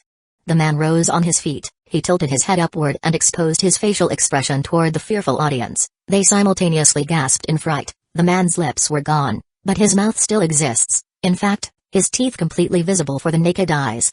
His eyes were pitch black with 2 sets of crimson iris embedded on them. His appearance really reminded them of a demon that crawled from hell. What, it will be hotshot. He strolled forward, the deep footsteps he bore clanking a dull sound in the entire dark space. Are you coming here or should I walk over there? Naruto's face remained solemn despite other people's panic manner. Even Elder Liu had a pale within his healthy tan skin. His practice in Taoism allowed him to see other people's aura and felt them with his heart. The aura this man possessed completely overwhelmed his guts, made him felt dreary and suffocated. Naruto stayed silent for a while, he raised his finger and small flame ignited. He wrote several words in the air before they strode forward and entered his body. The light element that collected inside the dome gathered around him and stuck few into his body. Mr. Naruto, be careful. His power was extremely terrifying. Thank you, but I had dealt with something far dangerous. Naruto strolled forward and exited the dome, traversing until he stopped only a few meters from the man. What should I call you? Naruto twisted his shoulder and waved around his hand. Greed, the man rubbed his finger, his crimson eyes stared on it, greedy, avaricious. Interesting. Naruto nodded, he pressed his nose, sneezing a bit. 7 desires? Oh, you know your stuff, always happy to make the introduction short, Greed laughed. What happens to Ling Yao? He had served his purpose and his soul now on his way toward the underworld river, so this body belongs to me now, he shrugged. Ah, that's too bad, the dude started growing on me. Naruto sighed in genuine pity in his tone. I feel bad now separating you guys, but no worry, you will meet him soon. Greed narrowed his eyes. That is kind of you. Silent groomed between them. Bang. In a split of a second, two figures disappeared from their initial spots, two fists met in the air and shockwave blasted out. Naruto flew backward and crashed against the ground, tore up a piece of the concrete surface beneath him. Greed meanwhile, landed heavily, his expression showed no change as if the previous combat weighed nothing. Naruto fixed his stance and hunkered down, his right hand turned numb, feeling like he just punched a very hard steel. He even thought the bone within his hand cracked a bit. He tapped his feet, a green-colored energy wildly shot out from his body, with conviction in his eyes. He launched forward, lashing out another fist toward his enemy. Greed raised both hands, didn't even try to put up any guard. Bam! Naruto struck his enemy's torso, dull sound sparked out with wave of wind whipped their surrounding. Greed slightly slid backward but his body bore no injuries. In a swift move, he formed a claw with his both hand and slashed the right one toward his target. He missed as his enemy bent down and commenced another slash with his left hand in a vertical manner, also missed since Naruto fell to his left and dodged roll. Naruto clenched his left fist and instilled some chakra in it. He launched forward and smacked Greed's left waist, but still no effect whatsoever besides a dull sound. Greed swung his right hand and backhanded Naruto's cheek, taking the opportunity. He propelled his left claw and aimed toward Naruto's left shoulder. Poof! Naruto summoned a clone. It grabbed Naruto by his shirt and whirled him around while avoiding Greed's left claw. Naruto prepared his left knee and banged the back of Greed's head. Albeit it still bore no injury toward his physical, but the attack managed to stumble him forward. Naruto quickly made a seal with his hand, wind release, vacuum sphere. Naruto took a deep breath and burst out small winds from his mouth, blasted Greed few meters away, but his body still fit no matter what, not a scratch at all. Naruto landed on the ground while keeping his stance ready. Greed turned around. It's hard to discern the expression he masked right now. Wind element. Fascinating, and your fighting prowess really marvelous. Greed let out a chuckle. Thanks, your defense is not bad too. Naruto curled his lips. Greed widened his legs stance before dashed forward. Naruto breathed out more small winds but this time in larger scale, the effect somehow unable to affect Greed movement whatsoever. He kept running without obstruction, both claw hands ready to scratch. Greed whipped out his claws, cleaving and slashing every part of Naruto's body, but they failed to land a single hit. Naruto bent his body as the claw passed above him, his hand flashed another seal, wind release, whirlwind fist. Naruto's right fist clad in a typhoon and he unleashed it upon Greed's abdomen, the result showed his body getting pierced by many blades of wind and threw him to the air, but on the contrary, his body only hovered a little although dents marked his abdomen. Greed's eyes smiled, he brought down his left claw and impaled Naruto. Puchy. A speck of blood spilled to the air. Since his right hand still occupied, he's unable to summon his clone this time. With a fast-thinking Naruto gave up his legs, letting his own body hit the ground thus distancing himself from Greed's deadly strike. He rolled his body again but Greed's action was too fast. He managed to scratch Naruto's right waist. The suit Naruto wore tore up immediately. They both separated, their breath not even heavy. Weary never know them at all. It seems, the wind really had no effect on him. Naruto frowned, his hard skin wouldn't be able to get a slash. Pang. Another pain struck his brain, the muscle on his face twitched again. Can't let this fight prolong much longer. Naruto rose on his feet, his countenance completely unfazed by the claw mark on his waist. Greed brought up his nails and rubbed them together. He seemed unsatisfied with the result of his strike. He faced Naruto, their gaze clashed in the midair. Both people strengthened their foot and dashed toward each other. Greed moved his claw and slashed Naruto horizontally. Naruto leaned back then a spiral attack from Greed claw threatened his left chest. Naruto swayed to his right and the danger only managed to graze his left shoulder. Naruto joined his hand and made a series of seals, water release, running water spear. A group of water manifested from thin air. They formed 3 spear edges and stabbed toward Greed's body. Greed didn't try to avoid the attack. He had absolute trust in his own hard skin surface. After all, his ability didn't come with the ultimate shield for nothing. Puchy. Greed's eyes widened, red blood splattered, tainted the blackish floor. From his proud hard skin, dropped tons of red beads, flowed from the punctured spots. How? He's unable to imagine that someone managed to break through his defense. Even round of bullets, tons of knife, a massive explosion, and biochemical effect couldn't do it. Yet this 3 water-made spears easily passed his stronger than steel skin and stabbed him on the spots. I didn't plan to stab you with water, but to destroy your skin. Naruto chuckled, He curled his lips. When it comes to destructive power, water rule all other elements. 69 Naruto vs. Greed Part 2, The Conclusion. Flowing Cloud Hotel, first level floor, the lobby.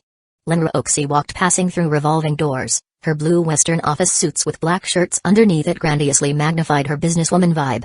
She went straight toward her northwest, strolling without any regard of her surrounding. The way to raise one customer appetite? You seduced their senses of smell first. That was the first thought she came up with when the Italian Susan's fragrance daunting her aquiline nose. The creature resided within her deepest internal abdominal, let out a lonely howl. Her crystal black eyes scanned the entire land, observed the mahogany makeshift tables and chairs with a patterned white rag. She soon twitched her eyes. In the calm and harmony field, one ugly creature wearing one pretend harmless human suit occupied one of the tables that positioned nearby a wooden column with a decoration plan spread from above. Despite the upper-class visage the man's face exhibited, he is nothing but a real-life Freddy Krueger to her. She crinkled her nose in disgust before strolling her way among the seat. The man currently on his phone, but he put it down the moment Lin Ruoxi arrived at the table. Ruoxi, it's a pleasure to have a lunch with you here. He showed an attractive smile that could entice thousands of pure and naive ladies. Young Master Zhu, Ruoxi nodded. The cold countenance on her face dispelled the evil charm the man tried to cast. Please Ruoxi, have a sit. Zhu Xiong pulled the chair at the right side of the table. Ruoxi ignored his good-intention offer and pulled the one across his seat instead. She placed her bottom on the leather cream cushion, then put down her handbag on the silverish carpet. Zhu Xiong's smile twitched a bit, anger flushed out from his heart, but he quickly repressed it. Patience was you need to conquer a cold woman's heart. How's your family, Ruoxi? Your father's condition is improving, I hope. He curled his lips, stared at the otherworldly beauty with affection in his eyes. Ruoxi narrowed her eyes. After a while, she heaved her breath and creased her forehead, glimpsed to her right before returning her vision back at the man. Young Master Zhu, I had thought about a sort of proposal in regard of our future exhibition that might catch your interest. Zhu Xiong chuckled. He leaned his body to the backrest. Of course, I'm sure whatever you say must be good. I like to call back our reservation deal on Red Planet Auditorium and intend to hold the event within the grand hall of this very hotel, Ruoxi said. Zhu Xiong wrinkled his eyebrow. His eyes showed difficult expression. Ruoxi, I don't understand. In term of quality, Flowing Cloud Grand Hall indeed superior than Red Planet Auditorium, but a bit too expensive for the scale of our collaboration project. You said it yourself that Red Planet matched with the balance of your company expenses. Besides, my company had pay half the payment in front. Ruoxi nodded. Her face expressed a hint of awkwardness. I'm sorry about your loss. I take responsibility by covering 60% of the rent. The Grand Hall rent cost range from $3 to $4 million, and you willing to pay at least $18 million? Zhu Xiong frowned. The last expenditure for the Red Planet building only cost $1 million, yet you bitchly haggled over it until we settled in 50-50. Yulei recently got a big revenue in our sales, ergo, I thought why not invest some more for the exhibition. From the news I heard and few experiences, Flowing Cloud Grand Hall has better equipment and conducive environment to proceed. Ruoxi smiled faintly while closing her eyes. Zhu Xiong's mind went blank the moment he saw her lips curled slightly. In the event of their first meeting until this exact seconds, she never once sell out any kind of welcoming gesture, always with the frosty face as if she devoid from any form of happiness. Young Master Zhu, what do you think? You dally in the technology business, you should have known this better than me. Ruoxi peeped one eye. Beauty trap. He who had been immersed in the world of juvenile and playboy realized what foul trick this woman crafted to play. She tried to use her beauty to force him into making the decision. Slaving his consciousness into her will, let her do anything as she pleased with him. A common case where a rich and handsome man like him fell into the hand of a manipulative self-centered woman. You witch! You shall not have me. Zhu Xiong sneered. He waved his hand. Ruoxi, your idea is good but not entirely reasonable. How so? She raised one eyebrow, crossed her arm underneath the bosomy chest. Well, first, I already pay half of the price for the auditorium's rent, and I don't think they're willing to give me a full refund since the booking had been going from the last month. At most they return me 0.25%, but still a big loss to me. Second, despite the better upgrade in quality of the sound system, lighting control, organizer vendor, and the rest of other technical support, it's unsuitable for the exhibition show that prioritizes the quantity of their audience. We will require a lot of space with enough mobility to stroll around, and the auditorium is the most perfect choice. Ruoxi's expression delayed for a moment before she let out a chuckle, a ridicule chuckle precisely. Fine, let's do it like this. We had assumed and estimated that the end cost around 10 million, so how about if you pay 4 million for the grand hall and I pay the rest 6 million for other necessary commodities? Zhu Xiong's eyes lit with delight. The play around business always about a cost and a profit, and the better thing about a collaboration was an agreement of portion and share. 4 million perhaps big but incomparable to the profit he would receive, which around 10 million or so. Unknown to him, Ruoxi snickered in contempt inside. 6 million literally mean nothing to her since the hotel's manager pledged to give Yulei at minimum 6 million monthly fees. This basically freed her from any loss of the cost for the upcoming event. Also, this 6 million not entirely fixed costs such as free consumption for staff and customer, thus there's a chance for her to pay even less. Ruoxi could offer to pay for the Grand Hall since the use of this hotel several facilities spent nothing for her company, but this will cause major flux in the hotel later finance report and perhaps aroused suspicion sooner than she intended. After all, as Naruto stated before, we didn't want to break the toy before we satisfied in using them. Deal Ruoxi. Yulei is really lucky to have such a brave and responsible CEO. The man laughed as if he won a great lottery. Ruoxi curled her lips, pretending flattered by his rotten flower words. Oh, young Master Zu, I heard next month the hotel offered a lot of discounts if you become their regular customer. You might want to take benefit from it. Haha, I appreciate your great news. I'll make sure not going to waste it. Zhu Xiong feeling bloomed in joyous color. This day seemed turned better and better. Maybe Lady Luck currently smiling at him then bestowed her blessing. His senses accelerated in excitement. His eyes stared at Ruoxi with flaming passion. Maybe, if he tried this time. Ruoxi. He leaned forward, his arm placed in the table. Please marry me. Ruoxi startled a bit. She wrinkled her forehead. Young Master Zu, are you feeling well? I'm already married. Ruoxi, the man doesn't love you, but I do, from the bottom of my heart. You are the only one I want. Please be my wife. His tone filled with pleading and a little begging. Ruoxi snorted. Her face remained unchanged. Then I believe with such devotion you can find any better woman than me. I congratulate you in the order. Look, I'm even willing to give you part of share from my company. You practically have the power to say in there. He smirked in confident. No one would reject such an offer to have a part in a big company such his, especially for people who deep in business trading. Ruoxi widened eyes. Her cherry lips gaped in astonishment. I can't believe you go that far. You see, my dedication for you is I feel happy for the woman you give that share. Please deliver my best regard. Ruoxi nodded. Zhu Xiong sighed before he shook his head. Ruoxi, I know your marriage just on paper only, you yet to take a proper wedding arrangement. With a point of view kind of man like him you will impossible to you better watch your words. That's my husband you just diss. Ruoxi froze her temperament in the blink of eyes, her voice enough to cause a shiver ran down his spine. His gulped down the fear and braved a sneer on his lips. Ruoxi, you better hear my advice. Get away from that man as quickly as you can. What blasphemy you're speaking. I'm sorry, I better get back to my office. Ruoxi grabbed her bag and stood up from her chair. Zhu Xiong abruptly rose. That man was a psychopath murderer. His voice roared in the place, disturbed many people who at the moment enjoying a bunch of Italian pastry. Eyes glanced at their direction in annoyance plus curiosity, wondering what craziness befell that decent-looking man. Ruoxi halted her movement, her face dimmed and her eyes heatedly stared at him with deep hatred intention. Not only you mock my husband's finance but also accuse him of such ridiculous ramble. You already overstep your boundary, Mr. Zhu.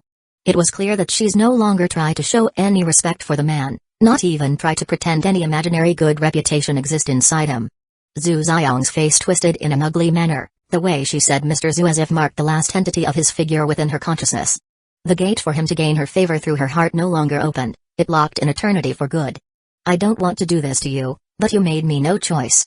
He sneered, no longer care for the cold beauty in front of him. If I can't possess you then no one will. If your heart no longer have spot for me then I made sure no one can. He had enough with gentleman attitude. The bitch don't deserve it. He fished out his phone and fiddled on it. I have sent to your email few deep classified files regarding Naruto Uzumaki. It was tough. Even my personal connection took a long time to search for it. Enjoy yourself with the darkest secret about your so-called husband. Ruoxi's expression turned delay for a while. She turned around in the instant and left the restaurant without any hesitation. Zhu Xiong sat back, waving his hand to the waitress and ordered some dishes. He looked at the direction of her leaving. A creepy smile crept on his face. Several miles away, a building with complete green marble shone attractively under the glaring of the mighty sun. People who passed by around the vicinity stopped time to time, admiring the masterpiece of man creation since the last built of the biggest building in the world at Sichuan. But these people also mostly wrinkled their eyebrows, albeit today's not a weekend but the building usually not one for the lack of guests who walking out and in the gate. In fact, no valets seemed to appear on duty. They witnessed a lot of luxury cars approached the building but turned away almost immediately. In a few minutes ago, The internet assaulted with news about Liu Corporation redecisions in the matter of charity fund. It nucleared the city of netizens and brought up a lot of protest within the media. It already went cool by now since no valid evidence had been turning in to confirm the rumor. Many reporters tried to cover for the story but apparently no response from the corporation.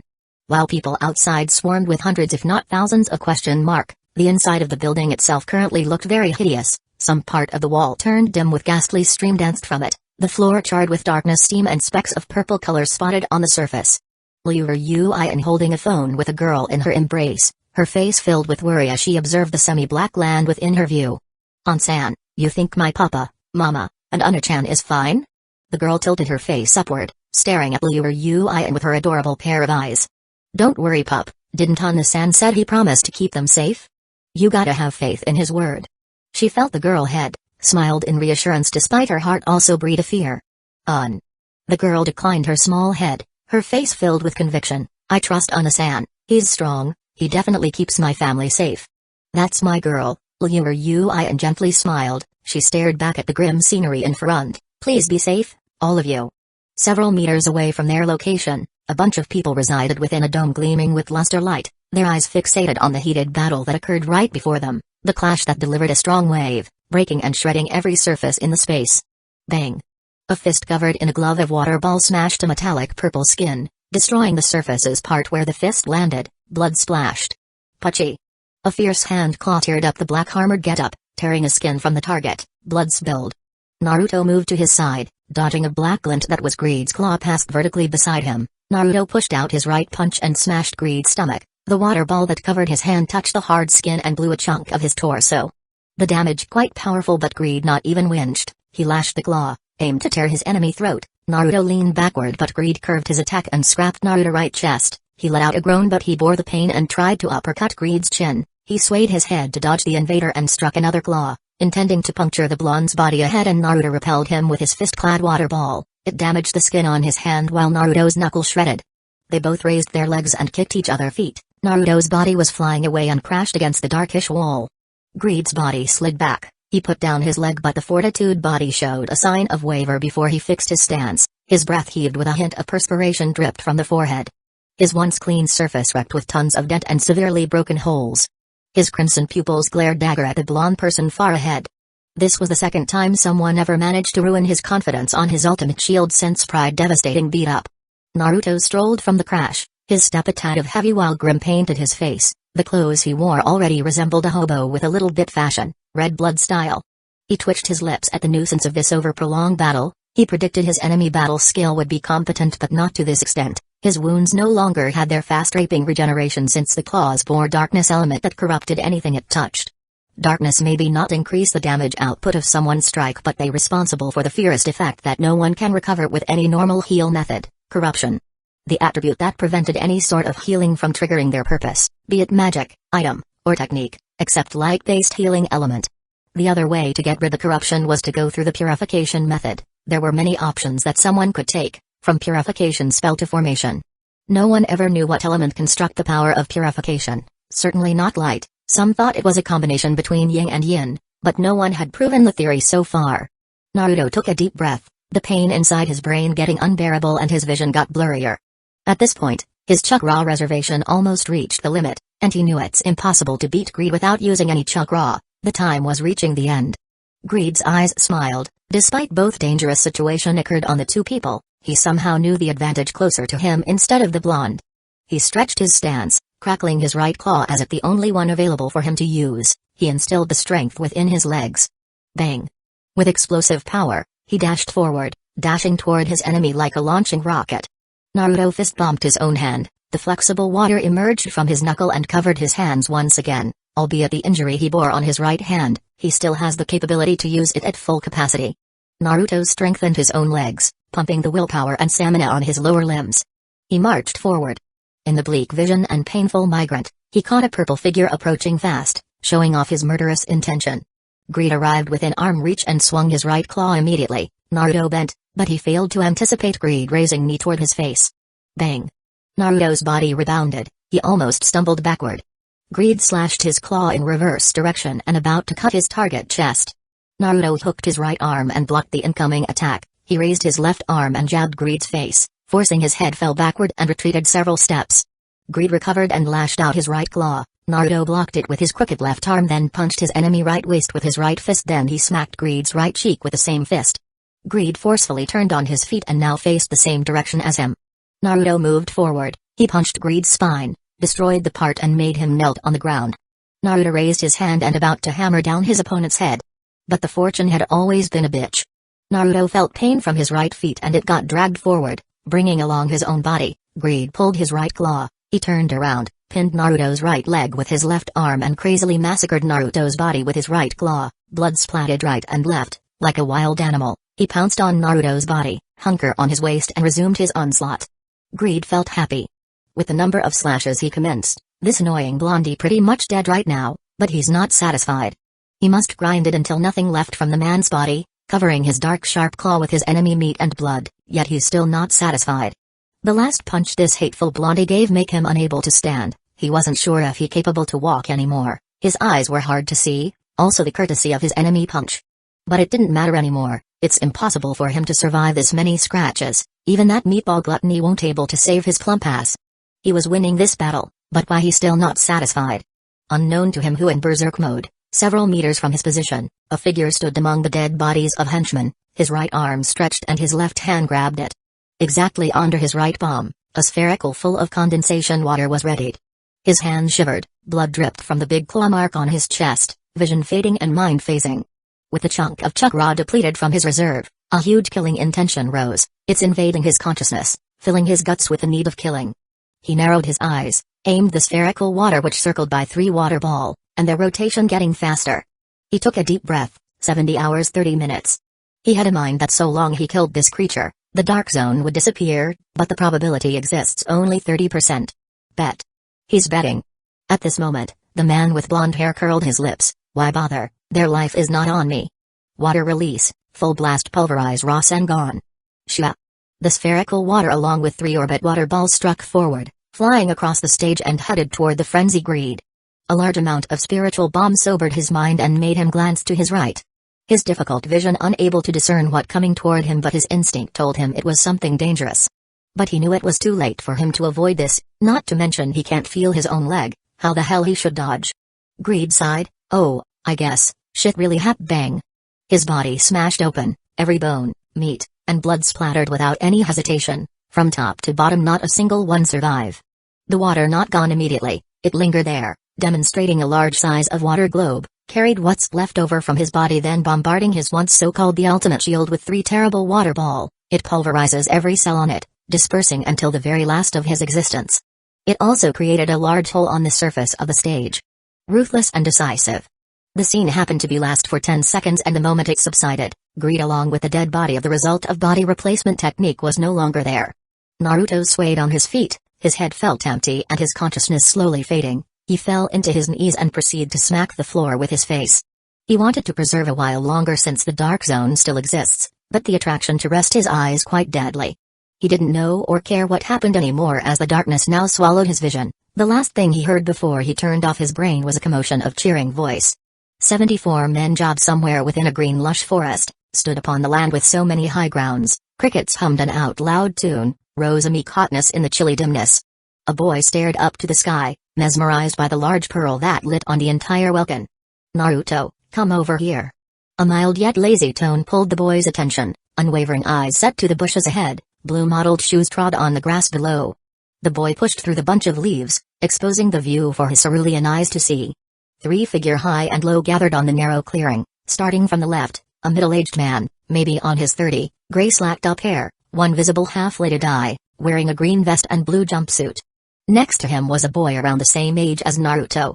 He had a black and short shaggy hair, pair of glowing red eyes with 3 black tomoe on them, he clad in a black shirt with wide neck and a fan-shaped trademark on the back. The last person on the very right was a girl, shared the same age as the 2 boys.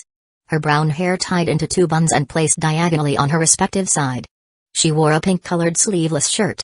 As for himself, his head filled with a blonde strand of hairs, modeled in a spiky style. 3 thin line marked his both cheek, unknown whether it was a hair or just a tattoo. His body covered in a one-piece dark green suit, from the top of his neck, down to the base of his ankle. Naruto strolled carefully, knelt behind the 3 line of people. Okay, let's brief the mission again. The gray-haired man spoke through his half-mask. 3 pairs of different eyes fixed toward him. There had been occasional missing children from the village and hamlets in the Land of Fire, mostly involved kinless toddlers and poor families' child. Albeit the request to handle the problem had been submitted for many times, but the mission management somehow didn't publicize the task openly. Instead, it buried underneath a stack of paper that belongs to a mission: find my cat or help me grow eggs. Truth to be told, they almost picked up a mission: babysit my son, if not for this blonde yawn, and accidentally knocked out the papers. One of the paper flew from the desk and grabbed by the red-eyes boy. It contained the current mission detail. The missing case had been going for the past 5 months. 10 children who usually could be seen on the street somehow no longer appeared, 5 kids from various orphanages also gone while playing outside, and 3 families suffered the loss of their little member. After collecting information and tracking clues all day, they finally arrived at the sizable rundown house. Naruto knitted his forehead, both of his eyes tightly shut. He felt large negative emotions collected in the house: despair, wretchedness, sorrow, hatred, and so many others. After a while, he slowly rose his eyelids, glanced at the people around him. He nodded. The missing children inside, I can't approximately point out how many, perhaps a dozen. And the hostiles? The gray-haired man squinted his eye. 6, maybe 7. Naruto frowned. He rubbed his own chin. There is something strange about this though. What's wrong?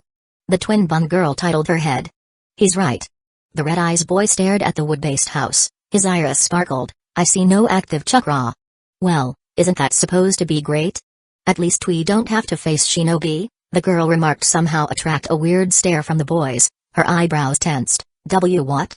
What they wanted to say is, we have to carefully proceed onward, prepare for not falling into enemy's trap. Remember that some shinobi capable to camouflage their presence or hide away their chakra pathway system, the gray-haired man slowly said, scoring a blush of shame on a girl's face.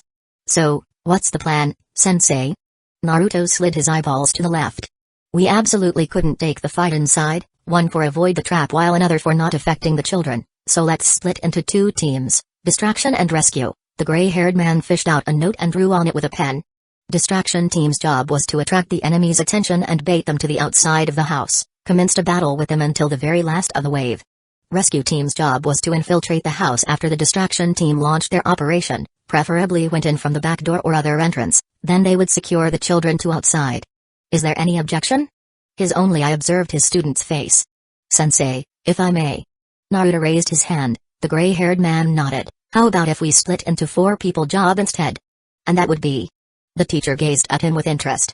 Naruto raised his hand and opened his fingers. Distraction, infiltration, rescuer, and ambusher. How you would assign them? Tenten was noisy and annoying. She'll be perfect for creating a distraction. Hey. The girl puffed her cheek.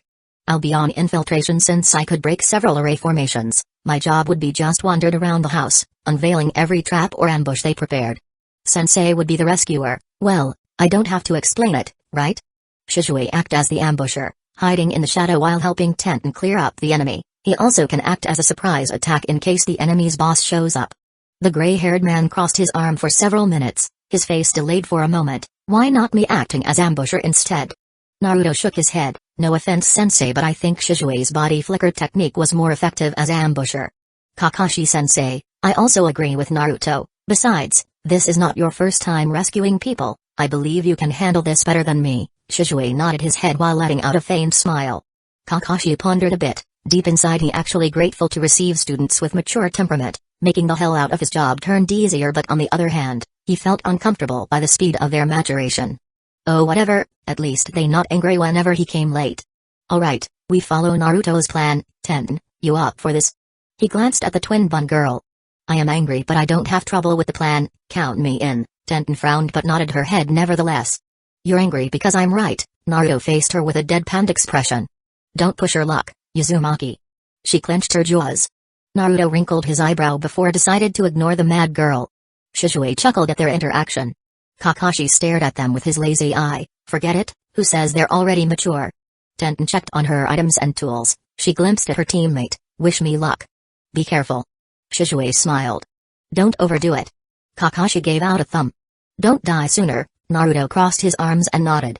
The last comment trigged her annoyance again. Vein marked her temple and shiver rained her body. She approached the house with heavy steps, her face painted in red. She took a deep breath. Die you bastard, die. Her roar pierced through the three-person ears and blew some explosion inside their mind. Birds escaped from the area and squirrels jumped out of range. Naruto turned his face toward his comrades, his stiff expression smeared with a hint of pride. See? Best distraction ever. The two people nodded, then set their face straight at the house. A few moments later, the old house's door banged open, several people in brown plain cloth ran out, anger and gloominess disguised their appearance.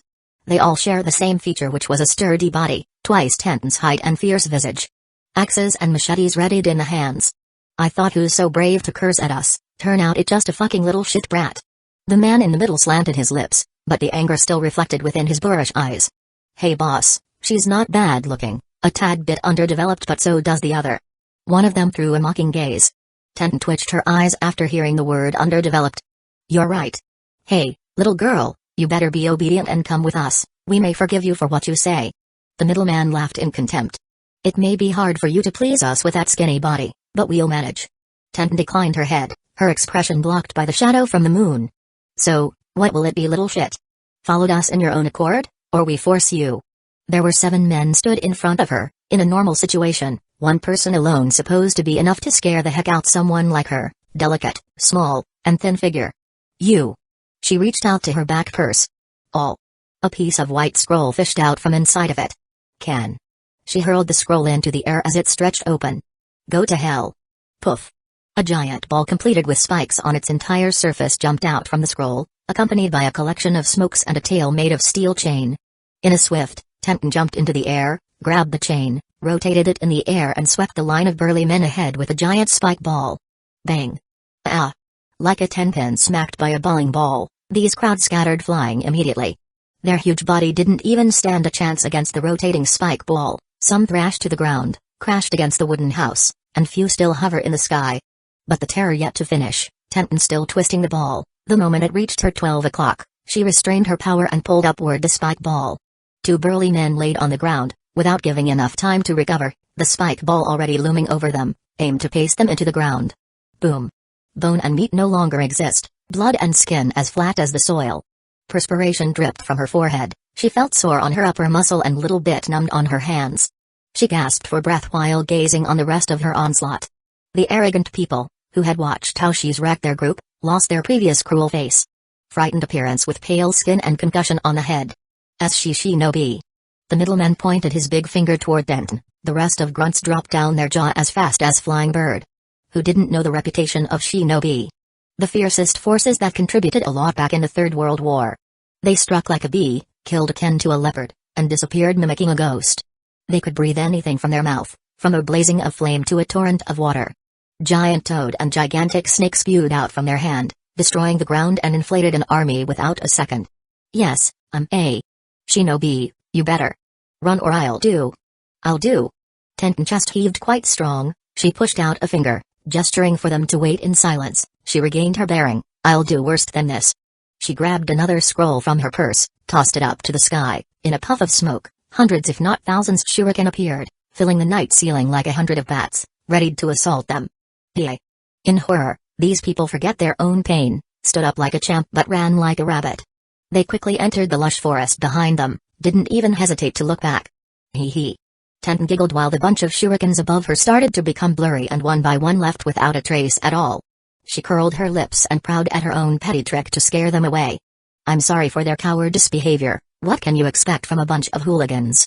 At this moment, a rather hoarse sound entered her hearing, almost jumped out her own heart from their rightful place.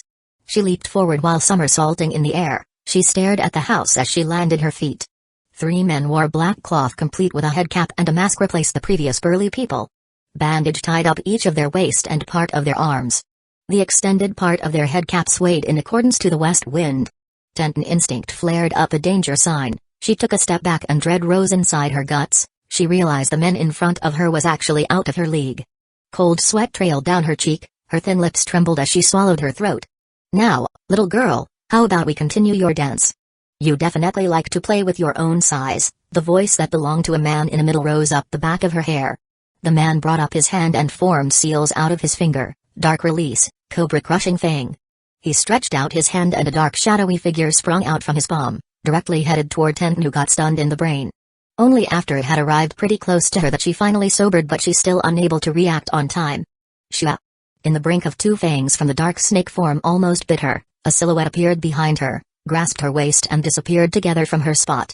The snake munched on thin air and soon faded in the air, the three black suit shinobi surprised by her sudden vanished action. They exchanged glances. A clone? No, it's her real body. My fear miasma impossible to effect a clone. Body replacing technique? Nothing replaced her spot. They frowned before finally reached up to the conclusion. Their eyes glistened with cold light. Without hesitation, they plunged toward the dark forest. Several seconds after they left, Naruto jumped out from the bushes. He swept his surrounding before dashed into the house. He halted his movement, checking the front door with a few knocks. He ran to his right and started circling the house perimeter. This place wasn't exactly an empty clearing. There were a shed on its right, broken fence on the back, and haystack barn within the fence. Naruto hopped onto its roof and wandered around. His feet constantly tapped on the surface, strong enough to feel the concrete but not loud enough to cause a commotion.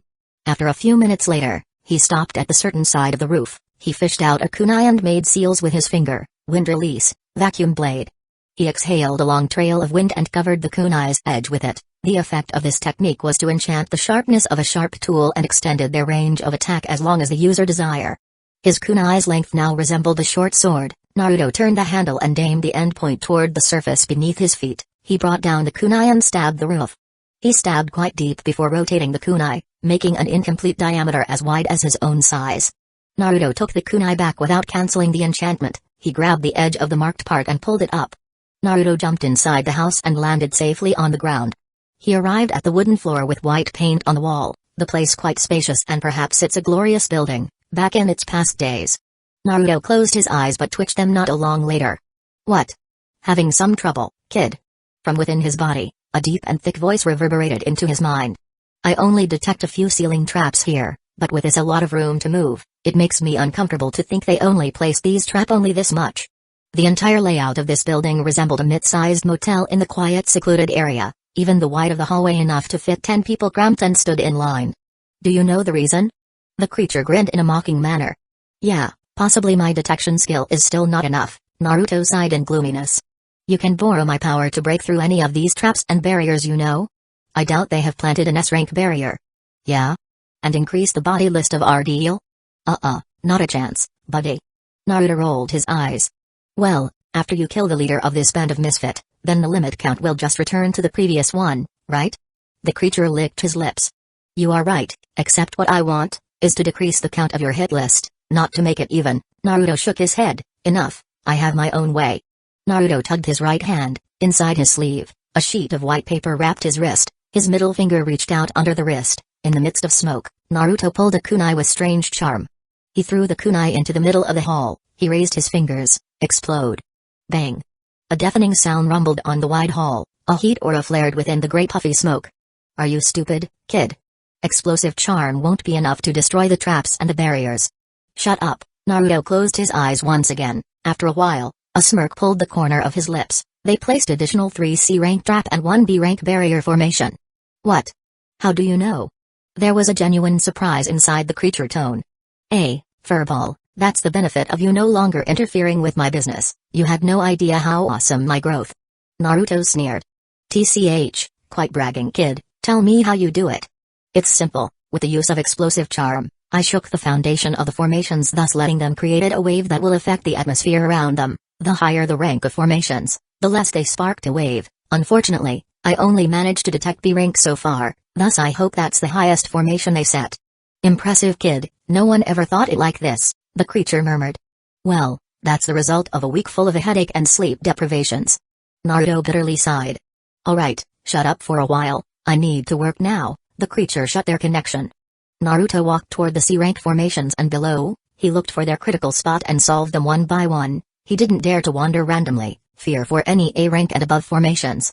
He stopped before the B-rank barrier, took out a piece of paper and stuck it on its invisible wall. Release. The paper let out electric charges and disturbed the barrier harmony. Naruto focused his eyes, searching for the barrier weak spot. Sadly, this method can't be done in one shot and only last for a few seconds. Naruto had to put another and repeated the process. After the third trial, Naruto finally spotted on something. He quickly cast a technique, water release, bubbles technique. From various surface of his body, Dozens of water bubbles spewed out. They lingered around him for a while before launched forward at certain spot on the barrier formation, then created a series of explosion the moment they hit the target. The sound might not as loud as the explosive charm, but the damage certainly bigger since the entire house seemed trembling, as if a small-scale earthquake had occurred. The result of this feat was a crack appeared on the weak spot. Slowly but surely, the crack spread throughout the surface then crumbled the whole barrier like fragments of glasses. Naruto nodded and walked forward, pushing a wooden gate that blocked his view. Dark Release, Hellfire Blast. Dark Release, Shadow Pulse. Dark Release, Torrential Spitfire. Oh, boy, I couldn't get a break at all. Naruto jumped on his feet as soon as he arrived at the room with pentagon layout. There were several wooden pillars on the room and lot of crates along with other stuff. A humongous black fireball, 3-layer of black energy like a fountain, and several black fires like bullets stormed his initial spot which caused devastation on the wall and everything around it. Black fires lingered on the rubble. Naruto placed his feet on the ceiling and quickly made seals, Wind Release, Tranquil Feet. His soul covered in a green-colored energy, then he disappeared from his spot, moving around the area so fast that the enemies unable to follow his movement. He arrived beside an enemy who hid behind a crate, swinging his wind-enchanted kunai and cut his enemy throat before he moved to another spot. There was 5 total of enemies inside the area, 3 already met their maker, courtesy of that blondie. 2 enemies hid behind sacks of grain that quite far from the previous 3, thus Naruto unable to reach them sooner. They stared at their fallen comrades with indifference. Realizing that their life quickly in peril, the 2 black-clothes shinobi joined their right and left hand together while their respective other hand made seals, Duo Dark Release, Chimera Calamity. They sent out a large and strong dark energy wave, sweeping all the vicinity area. Naruto tried to back away from the wave. He already leaped very far from them yet he still felt the impact smacked against his body. Bang!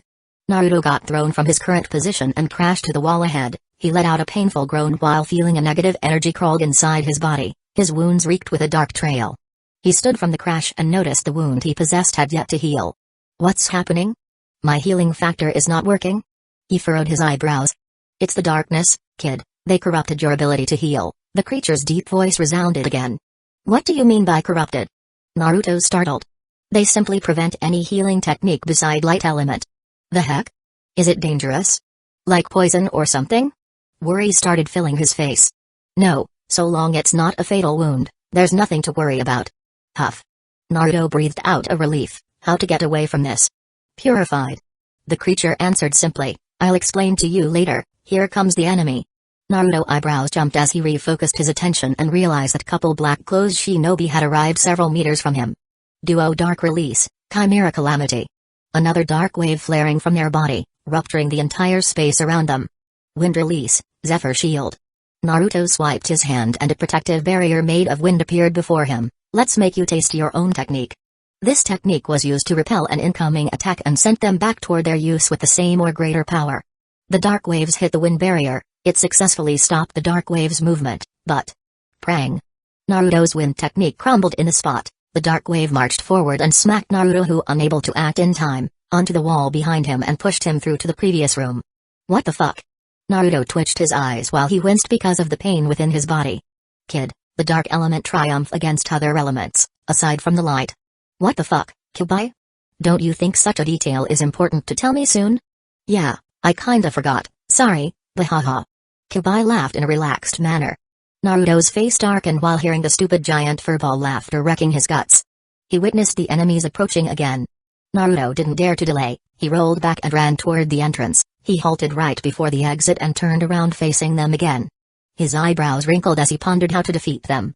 Naruto calmed himself and focused all of his attention toward his enemies and the area around them. He recalled his enemies' movement and their technique pattern. They definitely could decimate me with their attack, but why take time strolling here while holding hand? Wait, stroll and hold hand? Naruto's eyes lightened up, he cast another tranquil feat then his fingers reached out under his both wrists. Naruto waited until both shinobi entered his range. Swoosh! In a flash, Naruto threw 3 explosive kunai and 3 wind-enchanted shuriken. At the same time, he dashed forward and leaped into the air.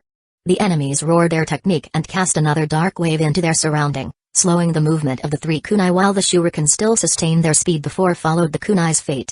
Naruto used another Zephyr Shield but instead utilized it into the dark wave direction. He reversed the direction of the wind barrier while setting them on his right side. Naruto punched the barrier, strong enough to propel him to his left but not injured himself in the process.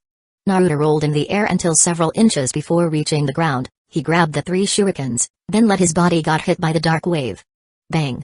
Naruto stomped his left feet on the ground and resisted the incoming attack. After several seconds flagged by the annoying black energy, the current started to become weaker. Naruto took this chance and lashed out his hand toward the couple, releasing 3 enchanted shurikens he previously grabbed. The shurikens twirled with green-colored energy around their edge. It launched toward the enemies in the fastest speed. Their target was the joined hand of the 2 enemies. Realizing if they're not separate the hands, they would lose a limb, thus the united shinobis decided to release their partner. One to the right while another to the left. Naruto's eyes glinted in a cold light. He raised his hand and loudly shouted, "Exploded!" Bang! An explosion banged from the position at the enemy who fled to his right, engulfing his body with series of explosion. At the same time, Naruto's hand flashed out another seal, wind release, blade of wind. The tips of his finger emitted a whirling wind and he slashed it toward the enemy on his left. It traveled through the space in a form of blade shape with incredible speed and beheaded the enemy's head. The victim of the explosion still alive even though his body covered in a burned wound, several limbs also no longer attached. Naruto walked forward. He halted before the barely alive man. His eyes coldly stared at him. "Please. Kill me." His hoarse voice whispered in the room, desperately communicated to the boy who was his enemy. Naruto tilted his head, gazing at the man without a single sympathy. Naruto strolled to his left. "No. Come back. Please." Naruto picked his shurikens and put it inside his pouch. He took a deep breath and strolled toward the second room. Back in the forest, the 3 black-clothed shinobi wandered among the tall trees. The bushes and the lack of bright made them hard to detect any entity besides their own people. Using the lonely light reflected by the moon, they squinted and narrowed their eyes many times just for the sake of catching any figure. Unknown to them, a pair of red eyes with 3 tomos observed their movement like a hunter tailing its prey. In a midst of dread and fear lurked within the heart of this people. A single blade flew from the bushes, aimed for the man in the center. He startled a bit but sneered in contempt afterward, obviously didn't take seriously the incoming attack since it coming from his front and gave him a lot of times to avoid it. The shinobi leaned to his left and avoid the blade, let it pass above his shoulder. At the same time, he cast another technique and let out another dark snake, aimed it toward the bushes. Didn't know whether he realized or not, the blade which just slightly distances from him, it had its sharp part pointed at his back. He and his comrades were looking at the direction of the bushes when a figure blinked and appeared right at their back. He grabbed the blade by its handle which was a ninjato and plunged the blade into the back neck of the man. In the same time, he threw a kunai toward the man on his right and killed him as the kunai stabbed the enemy's head. Far from over, the figure lashed out his left leg and kicked the man on his left sack. Propelled him forward where another figure dashed out from the bushes with a metal rod in her hands. She smacked her opponent cheek, tackled both of his feet before pummeled the top of his head, knocking him out in the instant. Both assaults were fast and swift, no more than 3 seconds. The 3 black-clothed shinobi already fell into the ground, without a single chance to retaliate. Tenten let out a sigh as she strolled toward Shizue who sheathed his ninjato. "You think Uzumaki can handle the rest of them?" She frowned, a trace of concern filled her eyes, albeit her dislike toward the blonde shinobi, he's still her teammate. "You doubting the ability one of the genius gain and never born in the history?" Shizue laughed. "What genius? He slept in a class for entire session." Tenten snorted. Maybe because he thought the lesson no longer interested him. "I still don't believe he's a genius." Tenten shook her head. "I believe the title match you better than him or the Hyuga at least. Will you believe that he and she once have a fight and ended up in a tie?" Shizue narrowed his eyes, his lips curled to his right side. "You're kidding. When? Where? How come I don't know?" Tenten eyebrows jumped. "Aw crap, I just spill a secret, forget what I'm saying." Shizue held his mouth.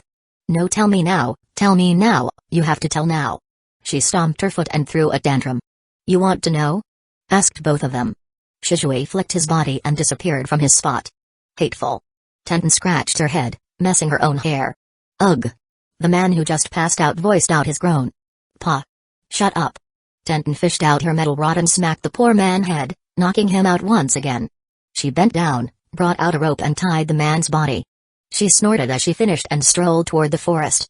71 unique blood. Zonghai City Central Region was the focus of all big office and modern market together, from apparel official center to multi-layers of a shopping building. Many eyes could see many skyscrapers building tore up the sky. Under the gloomy sky, hundreds of waters stormed the concrete and fancy ground, covered by a frosty mist, one extravagant building modeled after a weak X shape from above vision. It lit with few luster lights, just enough to make it shone for the hazy scene. White minivans parked on the nearby cemented hut, complete with a red plus trademark on their right surface. Moving inside, people in various clothes drifted within a wall of green and cream patterned ceramic floor. One middle-aged man with brandy clothes spoke with a pink uniform lady who stood behind a counter. An old man clad in a worn-out sweater, green mask covered his mouth and an old scarf wrapped around his neck, sitting on a comfortable bench among the people, waiting for his number to be called. The smell of herbs and the sound of equipment painted the harmony of the environment. Southeast section, white peon area, third floor. Within a room with a luminous door, a man sleeping above a white sheet bed. His face looked tranquil and the chest rose in a steady rhythm. A slender hand grasped the man's right hand, apricot eyes with crystal clear iris gazed upon the sleeping handsome figure, worry and concern played the tune for the fragile soul. The woman had a beautiful appearance that couldn't compare to a mere thing within this mortal realm. Her figure? Even the curviest model in the world didn't qualify to stand on peer with her. Her body wrapped in a one-piece blue cotton dress, complete with white silk jacket and a pair of black short heels. What happens to you? She meekly gazed the man, her lips curved in the sad way that even the stone heart unable to bear. Was father not enough? Her chest felt heavy, a light shiver playfully shook her pink lips. The man didn't appear to have wounds at all, in fact, his entire body cleaned from many scars and injuries. But why he yet to wake up? His peaceful manner could easily be mistaken as someone who just asleep, but no effort could be done in order to make him sober. A drop of liquid and a beep from heartbeat monitor played the soundtrack of this calm room. Thud. The door toward the room swung open as a person not younger than her walked in. The person carried a stainless basin, pardon me, infusion checkup and washed up routine. The woman nodded without ever moved away from her vision. The nurse walked in a slow gait. She passed the woman from behind and observed the liquid, grabbed the transparent flask with her slim fingers. She faced the blonde man and traced the spot where the end of the hose stuck into the man's arm. Pulling the bandage, she used her finger to sense any inflammation on the man's skin.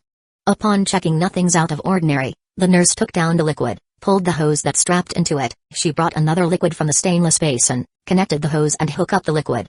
She went back to the basin and fished out a disposable washcloth. She noticed the woman still held onto the man's hand. Her eyes expressed an awkward color. Miss. Can I start washing the patient now?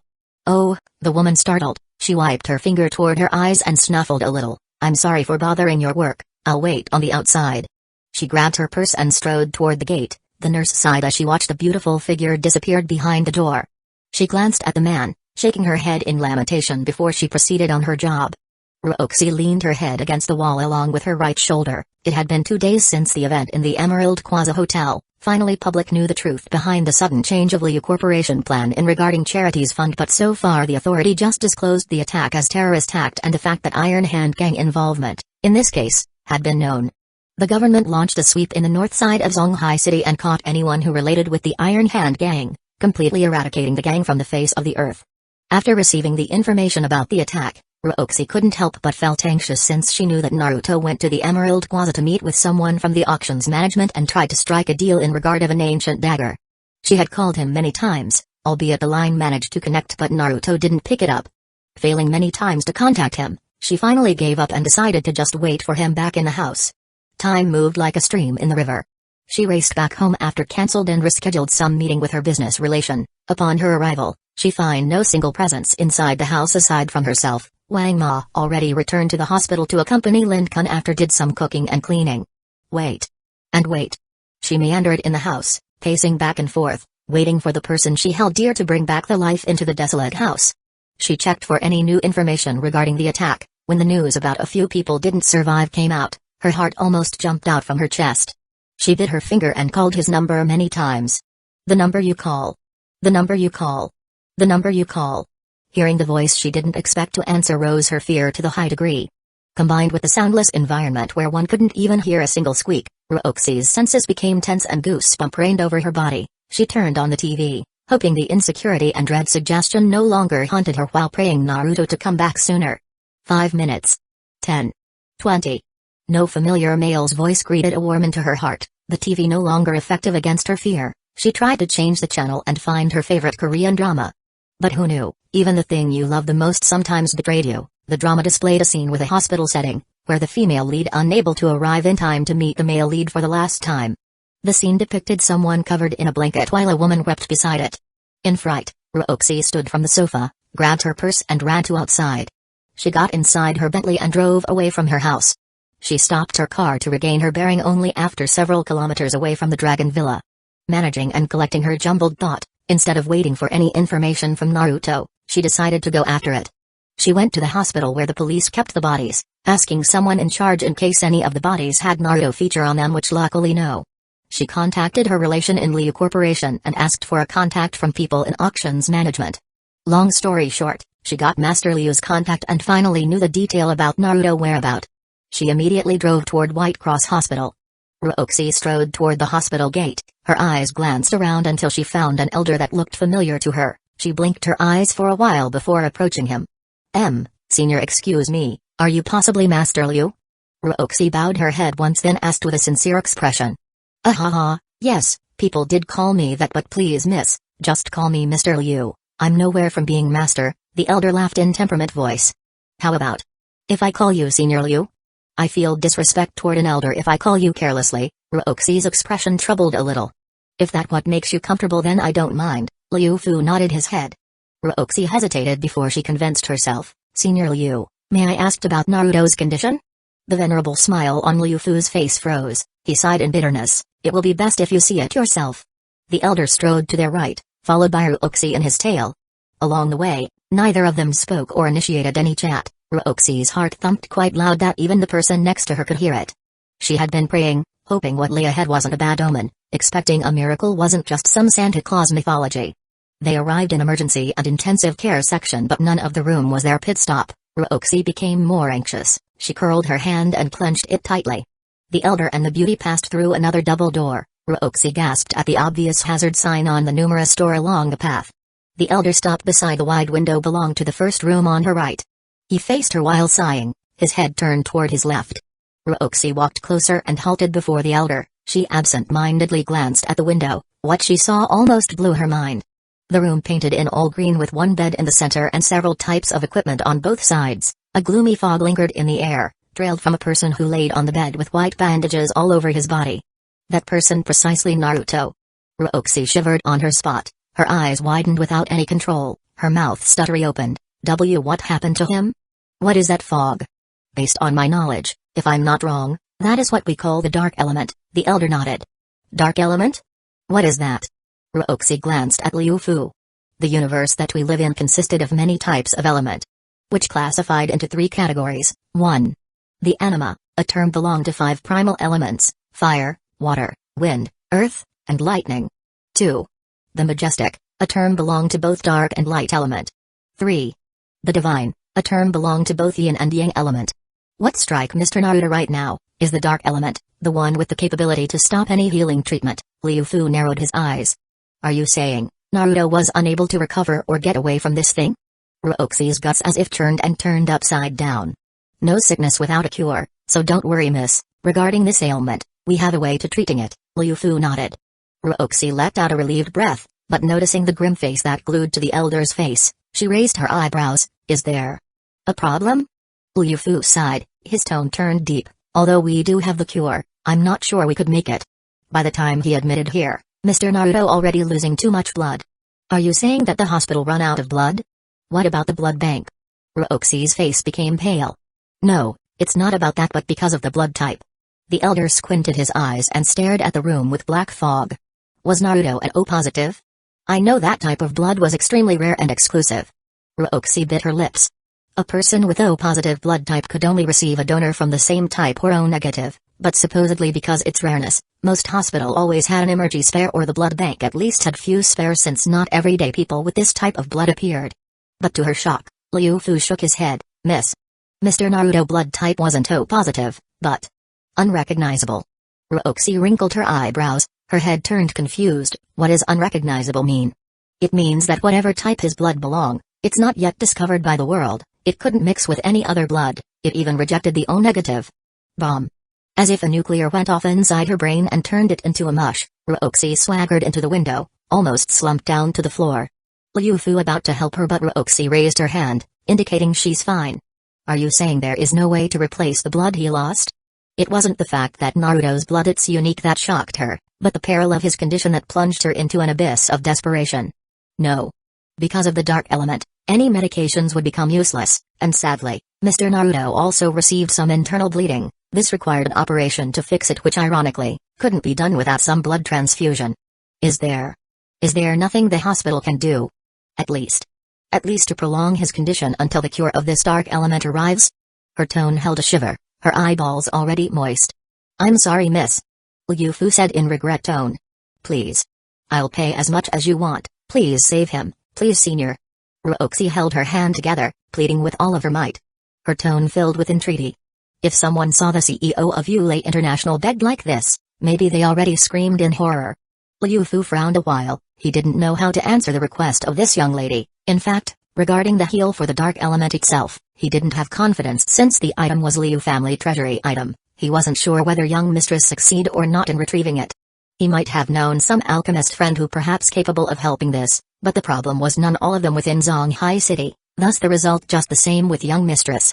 Liu Fu sighed, he felt bad for these two young people. He's not clear about their relationship, but from the tone she let out and her honest care for the man, they probably in an intimate term.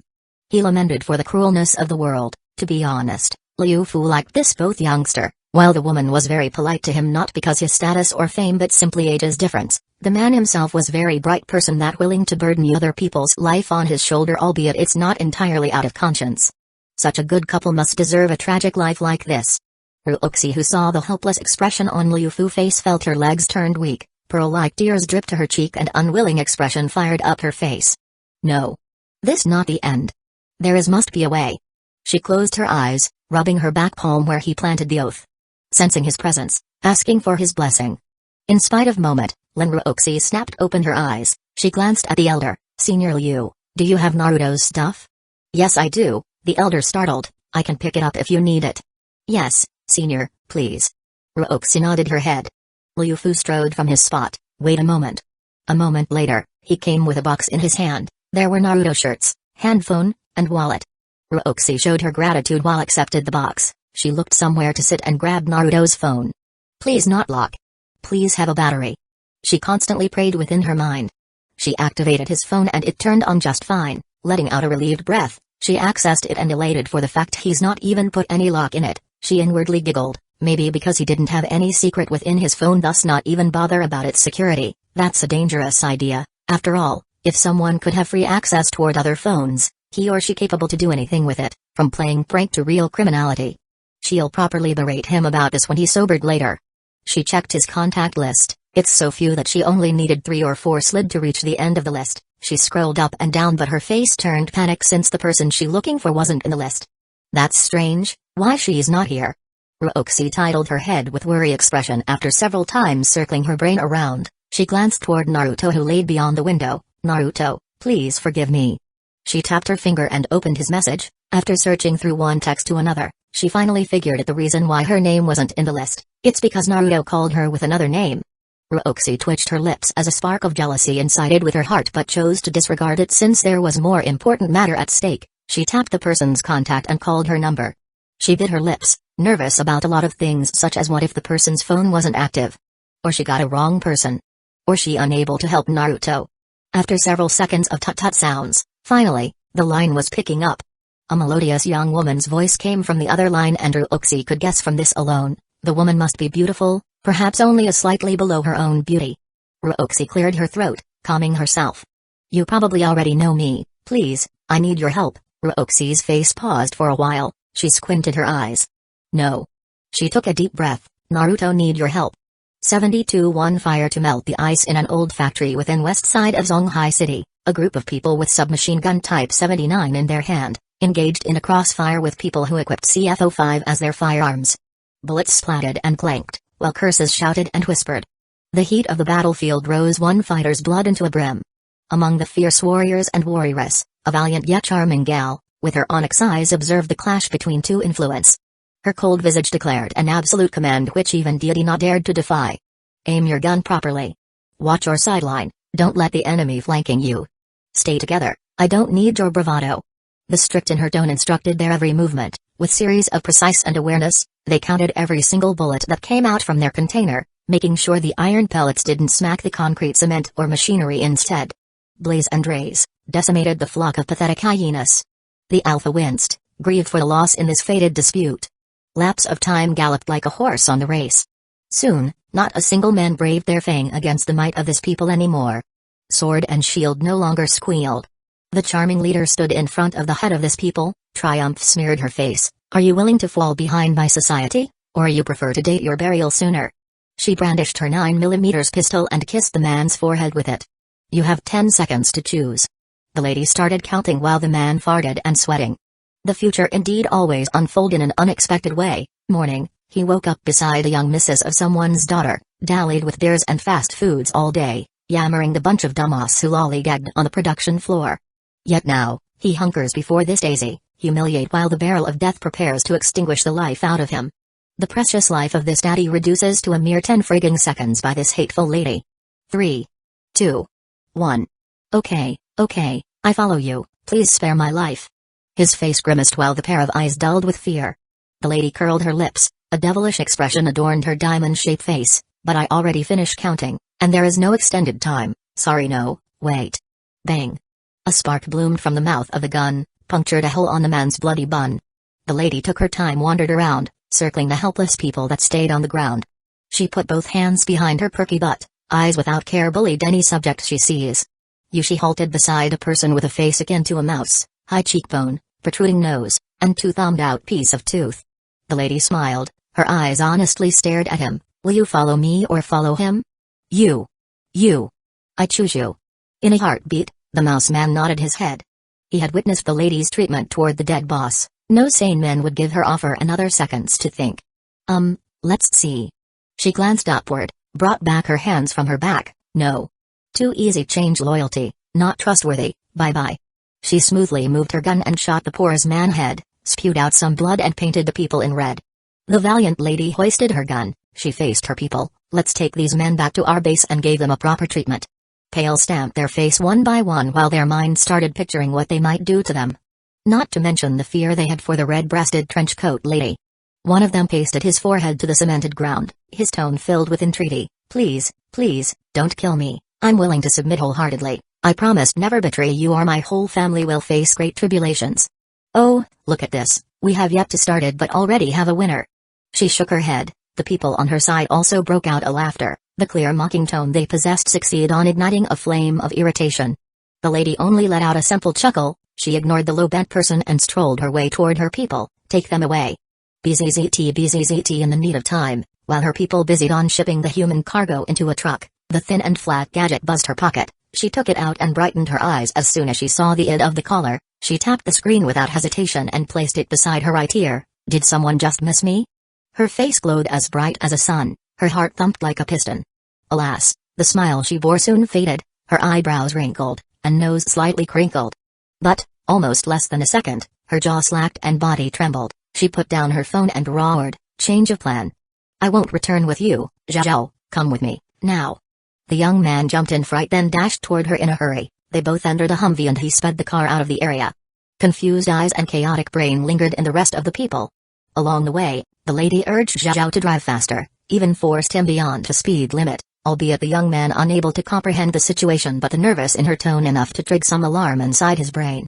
He stepped on the pedal and threw away. They passed a hidden patrol officer. The lamp on the roof of the patrol car blinked annoyingly and horrendous siren crashed the silent. Zhao glimpsed on the middle mirror and twitched his lips. Ignore the cop, just focus on driving, she said in an impatient tone, received a large roll's eyes from the young man. What do you think I am trying to do? He spat a tch. Since the patrol car was like a gum that stuck underneath a sole, they raced along the highway and neither seemed willing to give up. The lady also became annoyed. The temptation to just pull over and shot the cop to death became so ludicrously attractive. Wait, pull over? She frowned a while before sneering deviously. Zhao turned the left sign indicator, slowly decelerated the car and headed toward the rail guard. The lady on the right opened her door and went outside while still facing the same direction as the cars. She raised both hands. Seeing the sincerity of this speeding car, the patrol, who previously planned to stop right beside the car, postponed her idea and stopped behind the perpetrator. The officer gathered her stuff and went outside. She walked in a relaxed manner while holding a contemptuous thought, trying to beat me in a race, eh? Don't you know that I'm a pro like Schumacher? The moment she halfway arrived, the lady suddenly swung her hand and threw something besides her left waist. It traveled through the air and crashed against the patrol car right light. In the same time, Zhao without hesitation, drawed on the gas and accelerated the car in its utmost speed. In the nick of time, the lady plunged into the gap between the passenger's door, her left foot and hand held onto the car while her another pair of limbs stayed on the door. Her long hair flapped angrily as the wind blew on them in a harsh manner. She's been in the situation faster than this, so this strong gale resembled a child play. The officer stared at the disappearing figure in an absent-minded face. She couldn't imagine such scenario could exist. The woman didn't even look back to aim properly, yet she's still capable to precisely hit her target. In the moment of distraction, a big shock distraction, the car suddenly sped away, not waiting for the woman to enter at first. The driver just drove as if intended to left its passenger behind, but who knew the woman could do another shocking feat. She stomped her feet, her face held a great deal of anger on it. This was the second time someone trick and beat her in street patrolling task. Her grudge with that hateful handsome man was not even yet to settle. She eventually sighed, okay, maybe I'm not really fit for the task. I must learn not to infuriate my superior next time. The lady already occupied the shotgun. Zhao laughed in satisfaction and praised his elder sister's capability was really outstanding, but the object of adoration didn't feel flattered at all, even for the fact that she just lost her favorite dagger. What laid inside her heart right now was that she only wanted to arrive at the White Cross Hospital as fast as possible. In the not-so-narrowed hallway, where the hazardous signs plastered all over the doors on both sides, Roxy sat on the cushion belonging to a bench, placed across the wide window. She wiggled her bottom. This was a furniture inside one of the most distinguished health and care facilities within the metropolis city, yet she unable to find a comfort in it. Her mind jumbled with a lot of thought and simulated many scenarios of the inevitable meeting. She bitterly smiled. This actually a lot harder to face than I thought it should. Yeah. How many times do you ever get a chance to meet someone that is your boyfriend, another mate? Not a fling, not a side dish, a one hell of a legitimate mate. What a proper social interaction that serves as a result of the best outcome from this situation. In the eye of law and society, her status supposedly just a mistress, while I, on the other hand, a rightful wife. But in the status of a relationship, we both actually stand in the same stratum, a girlfriend. But she has known him far longer than me, how the heck I can compete with that? Roxy shook her head. She gave this issue too much a headache. She might as well just let the ball roll and watched how it would stop. Not far from her seat, the elder of the Liu family talked with someone over his phone, his face slightly less tense compared to a few minutes ago. He took down the phone and glanced to Roxy. Good news, miss. Young mistress succeeds in retrieving the heel for Mr. Naruto's dark corruption. She's on her way to the airport right now. Roxy's eyes revealed a sincere gratitude. Thank you, Senior Liu. It must be difficult for Miss Ryu to achieve this. I promise I'll fulfill any condition or repayment she wishes from me. Liu Fu laughed. His venerable face shone like a beacon. Miss, don't have to pay anything. Mr. Naruto has done a great service for us. He also saved a lot of people's lives, some of them even not a person from China. You know how troublesome it is if these foreigners died in our land, right? In these past few years, the international relationship between the countries in the same region had been crammed with a lot of disputes. From the right of ownership of some islands and territories to the policy of research and development of a weapon. The tense thread that could easily be cut at any time made each higher-up carefully conduct any activities and the application of their country's regulation, such as tourist protection and international trading. Roxy, as a person who also dabbled in trading which already went international, truly understood the importance of this endeavor. She breathed a relief sigh while stressed out the cost Naruto had to pay. Least I still owe Miss Ryu a great deal of gratitude. She lightly smiled. Liu Fu nodded, but his face became hesitated. Now, we just need to solve Mr. Naruto's blood loss complication. Miss, how big your confidence in the person you called? Roxy's smile faltered. She set her eyes downward, staring at her own thighs. Truth be told, it's almost close to zero. But, do I have the leisure to choose an alternative? She glanced at the elder. A faint smile no longer lagged behind. Senior, have you seen a miracle before? He stunned by her out-of-nowhere question. The elder frowned and soon faced Roxy again. Before I become young mistress protector, I used to be an adventurous person. My journey on Earth had opened my eyes to many strange things that sometimes one logic unable to explain, no matter how hard you beat on it. After some hardship killed my courage to travel further, I thought that I'll never see another miracle again. Liu Fu glanced at the window on the front of him. The wrinkle on his face softened, as if he appeared younger 10 years. I guess I was wrong. Then he spoke without moving his eyes away. How about Miss, have you witnessed a miracle? Roxy followed his movement and settled her eyes on the man who lay in an unconscious. Her mind flashes back to the first time of the encounter. In the dim place reeked of alcohol. Her brain was too mushy to recognize the imminent threat. Her vulgar shoddy behavior almost marked shame for the lifetime. Yet he came, and he saved. The setting changed. Alcohol smell had gone. Replaced by a fragrant bitter of a coffee, painful wind ignited her depression, end of the line rushed approaching. Yet he came, and he saved. Frame by frame, time and time, the scene rolled like a tape of negative film. She slowly nodded, her soft voice rang like a mosquito buzz, too many for my liking. Both old and young people observed the man across the room, filling with hope and miracle soon to come by. Tick dot dot tick. Click dot dot click. 3 twins knocked and beat around the field. The youngest one pitter-patter, while the older one lollygagged, and the oldest one dawdled.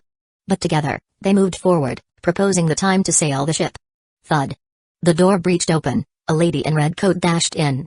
Face flushed red, drenched in perspiration, her upper part of the body heaved like a bouncing ball, went up and down. Ruoxi stood up, moving to face the lady with a beauty that gasped even her own heart. But the lady just went past her right shoulder. Without a slight pause, she ran toward the window and stopped right beside it. She pasted on the glass and body shivered without permission. Ruoxi's expression froze for quite some times. She declined her head, bit her lips for the biting sour result. Liu Fu also stood from his seat, observed the shaky lady with a wrinkled forehead. He approached her from behind. Miss. May I know who you are? Why are you like this? She didn't even heed the elder question, talking as if no other people existed within this room. The elder frowned, getting deeper. It's been a long time since someone dares to ignore me like this. Who is this lady? Miss, are you a friend of Mr. Naruto or the young lady? The elder raised his eyebrows. Attempted to communicate with the somehow strange woman. Take it. The woman in red coat mumbled. Albeit he's a little bit upset from being ignored, but her words trigged his eyebrows to crook on their spot. Excuse me? Take it, anything you need from me, be it heart or eye, take it away, so long he survives, so long he alive. Shock not only filled the elder's face, but even Ruoxi also snapped her face at her, mouth gaped without holding. She willing to go that far for him? Ruoxi thought while her face still in a daze. Miss, we do need a blood donor for Mr. Naruto, but he possessed an uncharted blood type, so we are not sure whether your blood will match him, no matter what type you possess. Liu Fu spat his mouth. Then what are you waiting? She threw her face at him, glaring her somehow moistened eyes. Quick, test my blood. The elder twitched his eyes at her commandeering tone. You still suckled on your mom when I'm already battled a 900-pound leaguer, for God's sake. Nevertheless, with a time of the essence, Liu Fu took the weird hot-tempered lady into the lab, leaving the dejected Ruoxi alone in the hall. She stood there, for a long time. She had dealt with the most vocal merchant before, haggled for a price that smacked the person down. She once met with the bitchiest woman from the opposing company, turned the hag into a dry living stick with her witty action. She targeted by a pervert officer in the past, now he currently lived the rest of his life, staring at the iron bar. But to be ignored, as if her worth not even close to mentioning with a dirt on a pebble. She unable to give a proper response toward that. How can you handle someone who not even gave you a single glimpse? She didn't like the hopeless feeling, but her mind devoid from any clues whatsoever now. Ruoxi sighed, maybe I'm overthinking this. She just too worried about him at the moment. It's true that ignorance was a bliss, but being the target of ignorance was painful as hell. Ruoxi walked toward the window. She gazed at the man with somehow complicated emotion. Am I capable of doing something like her? Sacrificing my limbs for you so you can walk? My senses so you won't be blind? My vocal cords so you can talk? Naruto. Would you do the same for me? Ruoxi tapped the glass with her palm, her breath steamed against the transparent wall. Ouch! At this moment, she suddenly felt an ache from the back of the palm. She held her hand and rubbed the sore spot. It's like someone just pinched it, not in torture manner, more like playful naughty way. She absent-mindedly stared at her own palm. The gear inside her mind also paused and glanced at her palm too. She shifted her eyes toward the man inside the room, her mouth occasionally parched. It's you. A single bead of tear dripped down her cheek. Even in your sleep you take care of me. Then she heard the door opened again. Liu Fu strolled in, but the woman nowhere within a sight. Ruoxi strode toward the elder, her eyes filled with expectant. Liu Fu paused his expression for a while, then he nodded and smiled. Ruoxi held her mouth in the instant, her eyes glistened with a reddish watermark. She ran past the elder, without even giving him any well-mannered goodbye. But the elder didn't look offended. He quickly turned around and said quite loud, go right from the lobby, turn left on the first intersection, third door on your right. She didn't stop, even when she being rude at him. She's not going to stop. Run, run, and run. That's the only thing inside her mind, not minding the heel hurt her soul, sweat dirtied her skin, and hot flaming her head. She's like a reindeer hopped in the forest, avoiding the tall and majestic trees with clumsy feet. She followed the path as instructed and soon arrived in a green-colored door. She pushed it open without any hint. Her eyes caught 3 people inside. All of them were women wearing a different style of clothes. She ignored the other 2 and only focused her eyes on the woman in the bed. Her red coat had been long gone and she's now only in a white shirt. The eyes in the room directed at Rukongai in surprises. One of the women in all pinkish uniform glared, "Who are you? What are you doing here?" The roar fell into deaf ears. Rukongai gazed at the lady on the bed, this time tears unable to contain any while longer. She strode forward and hugged the lady. "Thank you. Thank you. Thank you." The lady at first surprised by the sudden act but softened her eyes eventually, with eyes glistened as well. She brought up her left hand and rubbed Rukonai's back. Both pretty and charming women sunk in tears of joy. One fire was enough to melt the ice. 73 I don't care about your frog. Naruto tugged his tight one-piece suit, the blue sandals on his feet tapped on the oak plank. This confined corridor he traversed only reached so far that he has not even caught a chance to blink.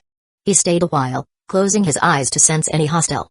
But he soon shook his head. It's no use, the negative emotion inside the room behind this door is too thick. He might capably differentiate between each of the emotions, but the current situation resembled a searching of a needle within a barn full of a haystack. Naruto huffed. He took his time quite a while before pushed the door open. It creaked upon its weight. The room he arrived came with an outline of a square. The place was cleared from any stuff, even no pillars held the ceiling. He needed to squint his eyes since no light source supported the room whatsoever. The chill lingered in the air, felt unnatural. At the heart of the room, a heptagon formation marked the ground. A circle secured each of the sides. Naruto widened his eyes. Are those the missing children? Inside the circles, a group of human a bit younger than him huddled together. Their face filled with anguish and fear while some also wept and snuffled. A girl's body trembled, her both knees touched the plank and curled hands on her eyes. The everlasting trail of water soaked her cheek. 3 men stood in front of the formation, giving their back for a pair of cerulean eyes to see. They wore the same suit with the people he previously handled several minutes ago. It perfectly matched the surrounding scene. Naruto tugged his right sleeve and pulled out 3 explosive kunai from under his wrist. He threw them to the ground of the entrance and fished out 3 shurikens from his left wrist. He swung his hand and launched the star projectiles toward those people. It covered in a pale green energy the moment of rotation began. The shurikens flew across space and reached their target less than 3 seconds. Pa. Pa. Pa. Black barriers appeared on each of their back and deflected his enchanted shuriken that could cut a stone into 1/2 without worry. Naruto's face remained steady. He had experienced worst and it's not the first time he failed at an attempted preemptive strike. He put his senses of danger as high as possible. Are you lost, kid? An eerie voice resounded in the room. The man in the middle turned his body and revealed his face to the blond boy. His face curved in oval line, possessed a pair of deep-set eyes, high cheekbone, and small nose but wide colorless lips. His pale skin appeared in contrast with the view of this room. Naruto stayed quiet, his hands readied for any incoming attack. The pale man curled his lips, his face showed an interest toward the boy across of him. Relax, kid, even if you threw thousands attack at us, we won't fight you back. Naruto knitted his eyebrow, clearly confused with the man's statement. The man noticed this, he shrugged his shoulder. We are at the end phase of our mission. In approximately 5 minutes later, the moon will reach a certain cycle. We can't allow ourselves to be distracted by anything. Naruto looked upward, his expression lagged for quite some time before he took shuriken from his back pouch. He made various hand seals then clapped his palm together with the shuriken inside. Wind around him started moving in agitation before they collected into his palm. It took some time for him to do this until he brought down the joined palm to the left side of his stomach while twisting the palm along the way. The palm's movement stopped right the moment this two palm at intersecting. The winds no longer wildly moved, in fact, it quiet still. Wind release, shuriken gale strike. Naruto slid his right hand as strong as he could and the tool shot out at high speed, sparking a collective of wind the moment of the launch. It traversed forward in the way the man's eyes unable to follow, but he sneered in a mocking manner. He made a few hand seals, dark release, shield of the fallen hero. As he finished the sentence, a black rectangle as big as him emerged. It blocked the path of the shuriken right before it only a few milliseconds to arrive. Pa! The shuriken got deflected after losing its power. Naruto's face like an unwavering stone that even the strongest storm unable to move. He took out another tool and this time a kunai. He did the same with it like the shuriken, but this time, he only clapped the handle and let out the pointy part of the kunai above the tip of his finger. Wind raged and abused, as if a wild animal trashing its cage. The wind inside him palm punched anywhere it could. Naruto's hand trembled, but it soon became steady. He turned his palms from vertical to horizontal and positioned it few inches from his face, the edge aimed at the man. Wind release, javelin gale. Boom. It shot in a supersonic explosion that forced Naruto to slide back from his initial spot. The unbelievable technique this time not even let the man had the chance to sneer as he flashed his hand signs. Another black rectangle emerged but barely able to manifest before the fierce kunai stabbed onto it. Bang! It came with an explosion of wind and managed to push back the three men from their spot. Shock decorated their face and dread born within their guts. From their observation, the boy in front no more but a Gainian, yet the technique he used capable to bear a threat to them. Dangerous, this boy is too dangerous, they thought at the same time. While the three men descended into their inner babble, Naruto reached out to his pouch and took out another tool wordly, a small ball in red. Its size was barely even visible to the naked eyes. Naruto clapped his hand, the wind raging once again. When it became silent, he aimed the ball but not to the man this time, but the person beside him. Wind release, red eyes. The weird red ball shot out but this time with no sound at all. It plunged faster than the previous two and finally managed to hit the person's face before he even had the chance to release a barrier. Splat! The ball exploded the moment it crashed, spewing a red-hot liquid into the person's eyes. Arg! He stumbled backward while holding his face. The shrill of agony he let out made his comrades wince their face. It hurt. It hurt. My eyes. His hand tried to wipe it off but the hateful liquid somehow glued to his face like a relentless ex-lover. His legs thrashed around, kicking the oak plank's surface with his heel. The man knelt beside him and tried to help him get rid of his predicament. Calm down. I can't do this if you act like crazy. Calm down? It's not your eyes that burned like hell. Shit, hey cover me. The man forcefully grabbed his teammate's hand and tore it from his face. He kneed the hand and used his left hand to hold another person's limb while his right hand forcefully tried to banish the red sauce with a thick smell. Naruto stayed a while. He heaved in a rush rhythm since the last three techniques took a big chunk of his chakra. The technique actually required a less one but the user could further strengthen their speed and power by increasing the chakra input. This technique might look strong but the application was hard to do because in order to reach that kind of attack required a lot of time for preparations which it's impossible if the battle was mobile. What a bunch of sorry losers, Naruto shook his head. Bah kid, I couldn't believe you used the chili marbles. Kurama's laughter reverberated inside his mind. Naruto sighed. Yeah, who guessed that actually work on them? You've shown strong techniques before them thus they expecting you'll use something stronger in the next round. They must be ready to use a stronger barrier which required a longer seal. Kurama narrowed his eyes. He chortled in a tease. Humphrey. Human really is pathetic. Hello, we still connected, at least close it if you want to mock us, the human. Naruto rolled his eyes. PFFFTT, where is the fun in that? The ultimate taste of happiness is to shame and insult those human while watching their face turn ugly. Bahaha. Whatever, now leave me alone and crawl back to your cage. I have enough of you today. Naruto rubbed his temple. Kurama's eyes twitched in annoyance. Fine, nothing interests me anyway. As soon as the foxy creature resigned his presence, Naruto refocused his attention back at his enemies. The man still tried to wipe the sauce from his comrade while the other one stood by and protected them. 2 minutes left, eh? Naruto took out a scroll, he unfolded it and bit his finger. The open wound tapped against a strange mark on the scroll. Puff! A large pot made of ceramic appeared above the scroll. It had a white paper stuck on its surface with a big word nose wrote on it. Naruto hopped onto the pot and pulled a rubber cap that plugged its hole. A pop sound came from the pot and soon, a bizarre air danced from within. Naruto quickly activated the same technique and collected the winds inside his palm but strangely he held no tools now. His stuff completely exhausted. The protector wrinkled his eyebrows. This kid bears an unexpected movement. I must be careful not letting my guard down. The fingers he had flashed out several seals. It indeed seemed more complex than they previously used. Dark Release, Demonic King Iron Castle. A large building made of black energy constructed around the protector. It scooped the entire space including his comrades and the kids. He let out a thunderous laughter. His hands remained on the stance. It's over little shit, no matter what technique you use, you will forever never able to break my defense. Naruto pursed his lips. The wind that crazily moved in his vicinity gathered into his joint palm and the bizarre dense air from the pot joined the fray. Naruto took a whole minute to completely free the pot from what it holds. Sweat drenched his head. With high concentration, Naruto molded the compressed air that resided in his palm. His hands trembled in a strong wave before it finally steady. Naruto opened his hand and aimed his creation up above the giant black construction. He shot it out without spoke any technique's name. The protector watched how the explosive of wind propelled in the space, flying toward the ceiling with high acceleration. It slowly losing its speed after reaching a certain altitude and fell toward the center of the construction and they clashed. Swoosh! The pressured air unleashed its might and shook the energy-made building's surface. The protector strengthened his mind, tightly clasped his hand to maintain his technique. While he occupied by his predicament, Naruto brought out his explosive kunai in a swift, he threw them in precise aim, raiding the stronghold with raining strike. Pa! Pa! Pa! None of the tools managed to help him pierce the obstacle. They stabbed but deflected, mingled in the air as they fell to the ground, the protector about to smirk, but he noticed a piece of paper under each of those kunai. Naruto raised his hand and he leaped backward, pushing through the door that led into this room. The moment he entered the short path, he knitted his eyebrows and said out loud, "Explode." One tag triggered and created a small size of the flaming blast in the air. Following this tag, the other also started mimicking its action, filled the scenery with series of explosion. The flame greeted the bizarre air as they hugged in harmonic, gaining and strengthening the once small flames. They collected and ignited the rest of the space and blew the entire area in one giant explosion. Bang! Despite he already made the distance from the blast range, Naruto still got thrown and plunged toward the door at the end of the path. Then he crashed into the next room.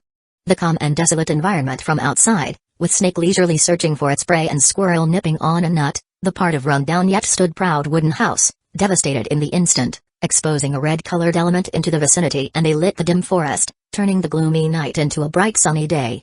Naruto looked into his back, and he watched how the disaster engulfed the world, his body drenched in perspiration as he felt part of his body losing their spirit to fight.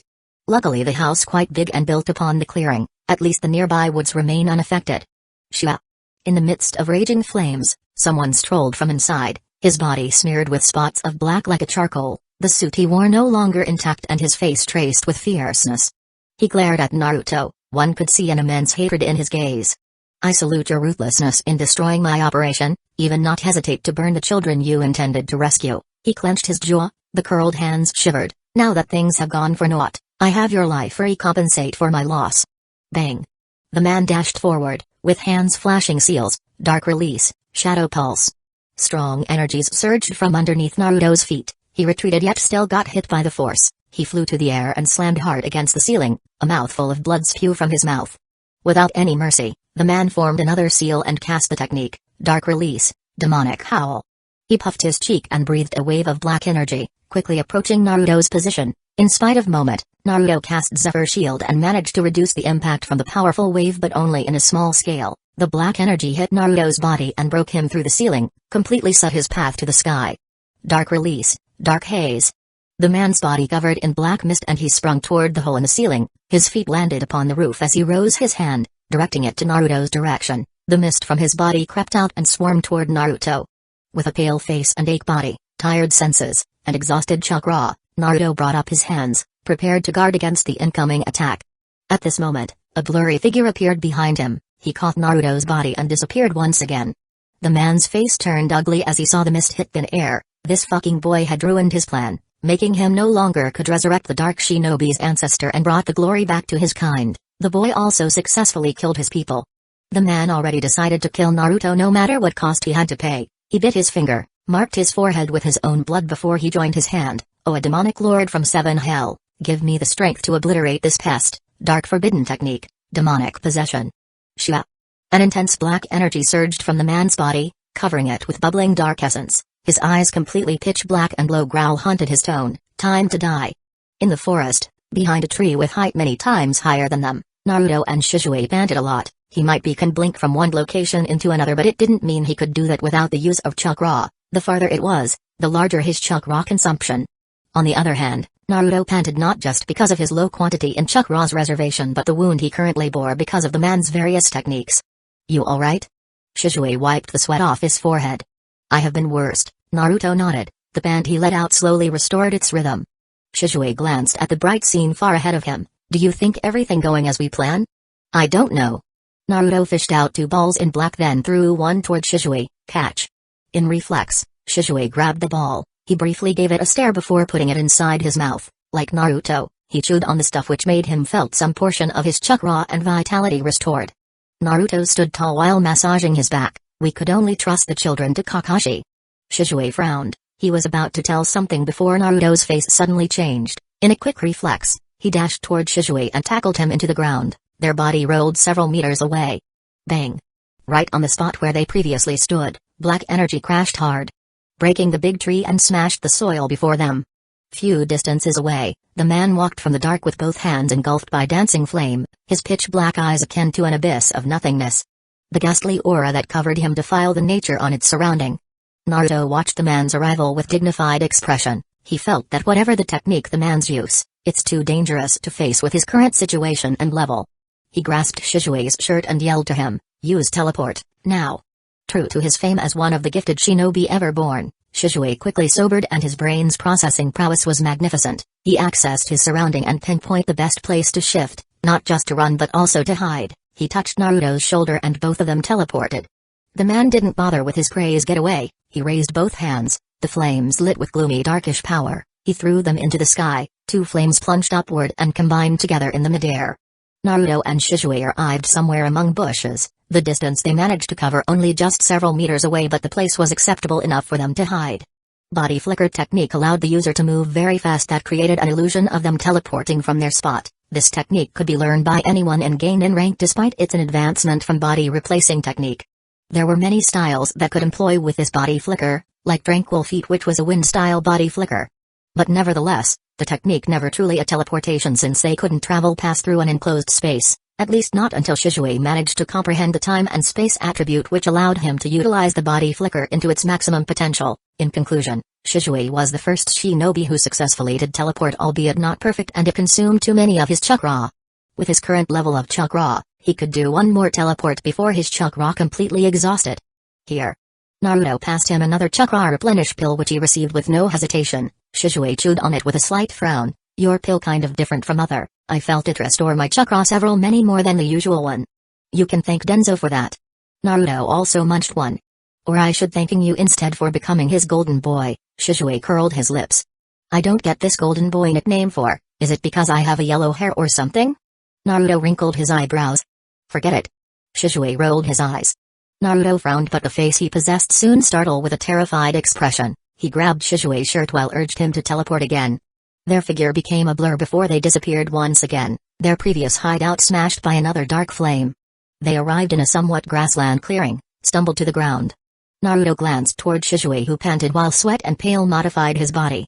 No matter how many chakra restoration medicines you had eaten, your body will not never immune toward fatigue. It's clear that his body flicker, teleportation burdened his body quite heavy. Naruto fished out another pill and put it inside his mouth, urged him to chow on it. In the nick of time, Naruto's heartbeat jumped. He stood up and cast Zephyr Shield to his south. A homing black flame flew down from the sky above. It clashed against his greenish shield but crashed immediately as it stood no chance. Naruto kicked Shizue out of the way, yet his own body got blasted away. Naruto rolled on the grassland. He stabbed his fingers down to slow the speed. In an all-fours position, he glanced toward his south. Another homing flame like a dark meteor headed toward him. Naruto quickly jumped out of the way, but to his surprise, the flame followed his movement and about to collide with him.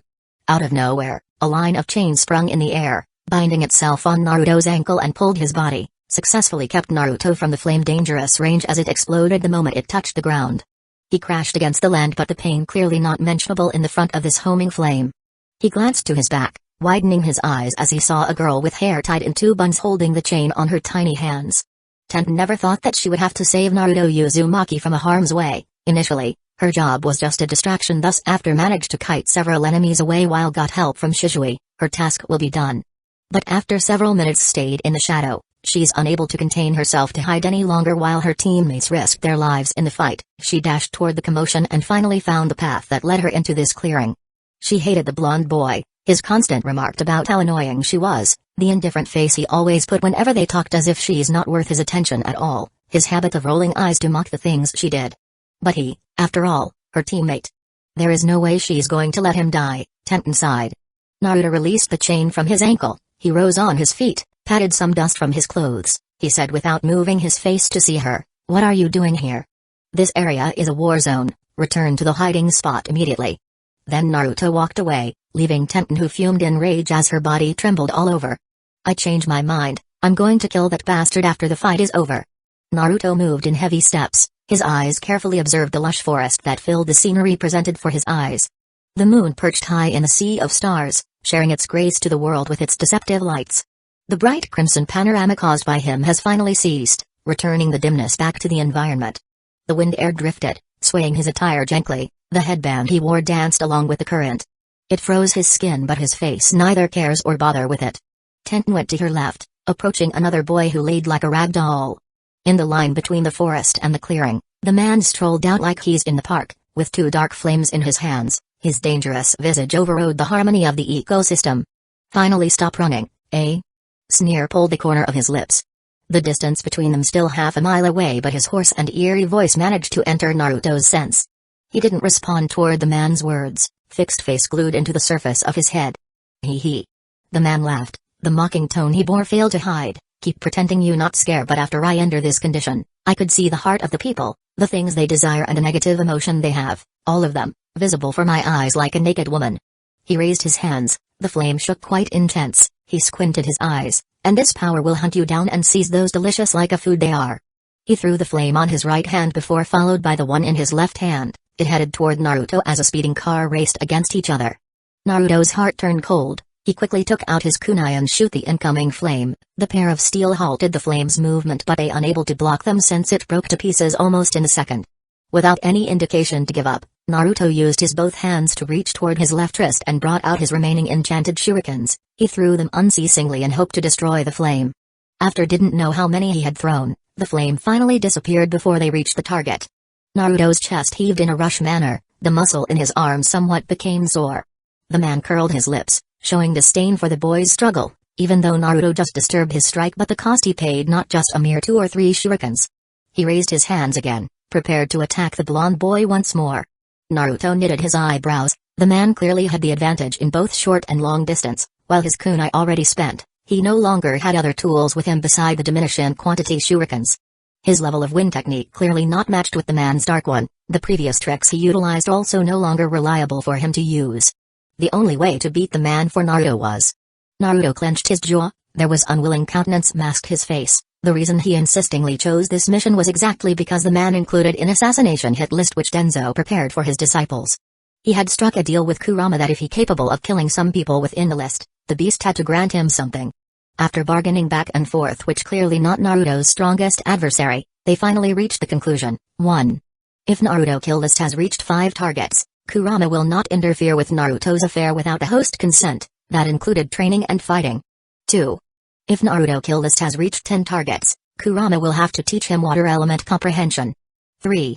If Naruto kill list has reached 20 targets, Kurama will have to teach him how to sense negative emotion. 4. 5. The list kept going until it finally ended with 100 targets, and he only managed to kill 25 targets this far. The reason was that every time he used Kurama's help in those tasks, the kill count for that target will be null, thus made his effort became fruitless. What most annoying was, every target inside that assassination hit list was very difficult to kill. He needed to employ all tactics in his disposal and not all of them was successful.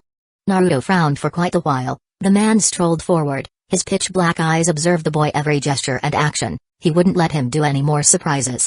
He raised his hands and readied the attack for him to commence. Gritting his teeth, Naruto decided not to fight the man with Kurama's power yet. He joined his fingers, shadow clone technique. Poof! In the once clearing grasslands, 10 to 20 Naruto filled the land. They all shared the same feature including looks and suits. The man startled for a brief but laughed in contempt. "You dare use a low technique like that, aren't you belittle me too much?" The man launched another homing flame and they flew into the air, moving in a certain direction as if it guided by something. It landed among the midst of clone, dispersing their figure in a puff of smoke. Eh?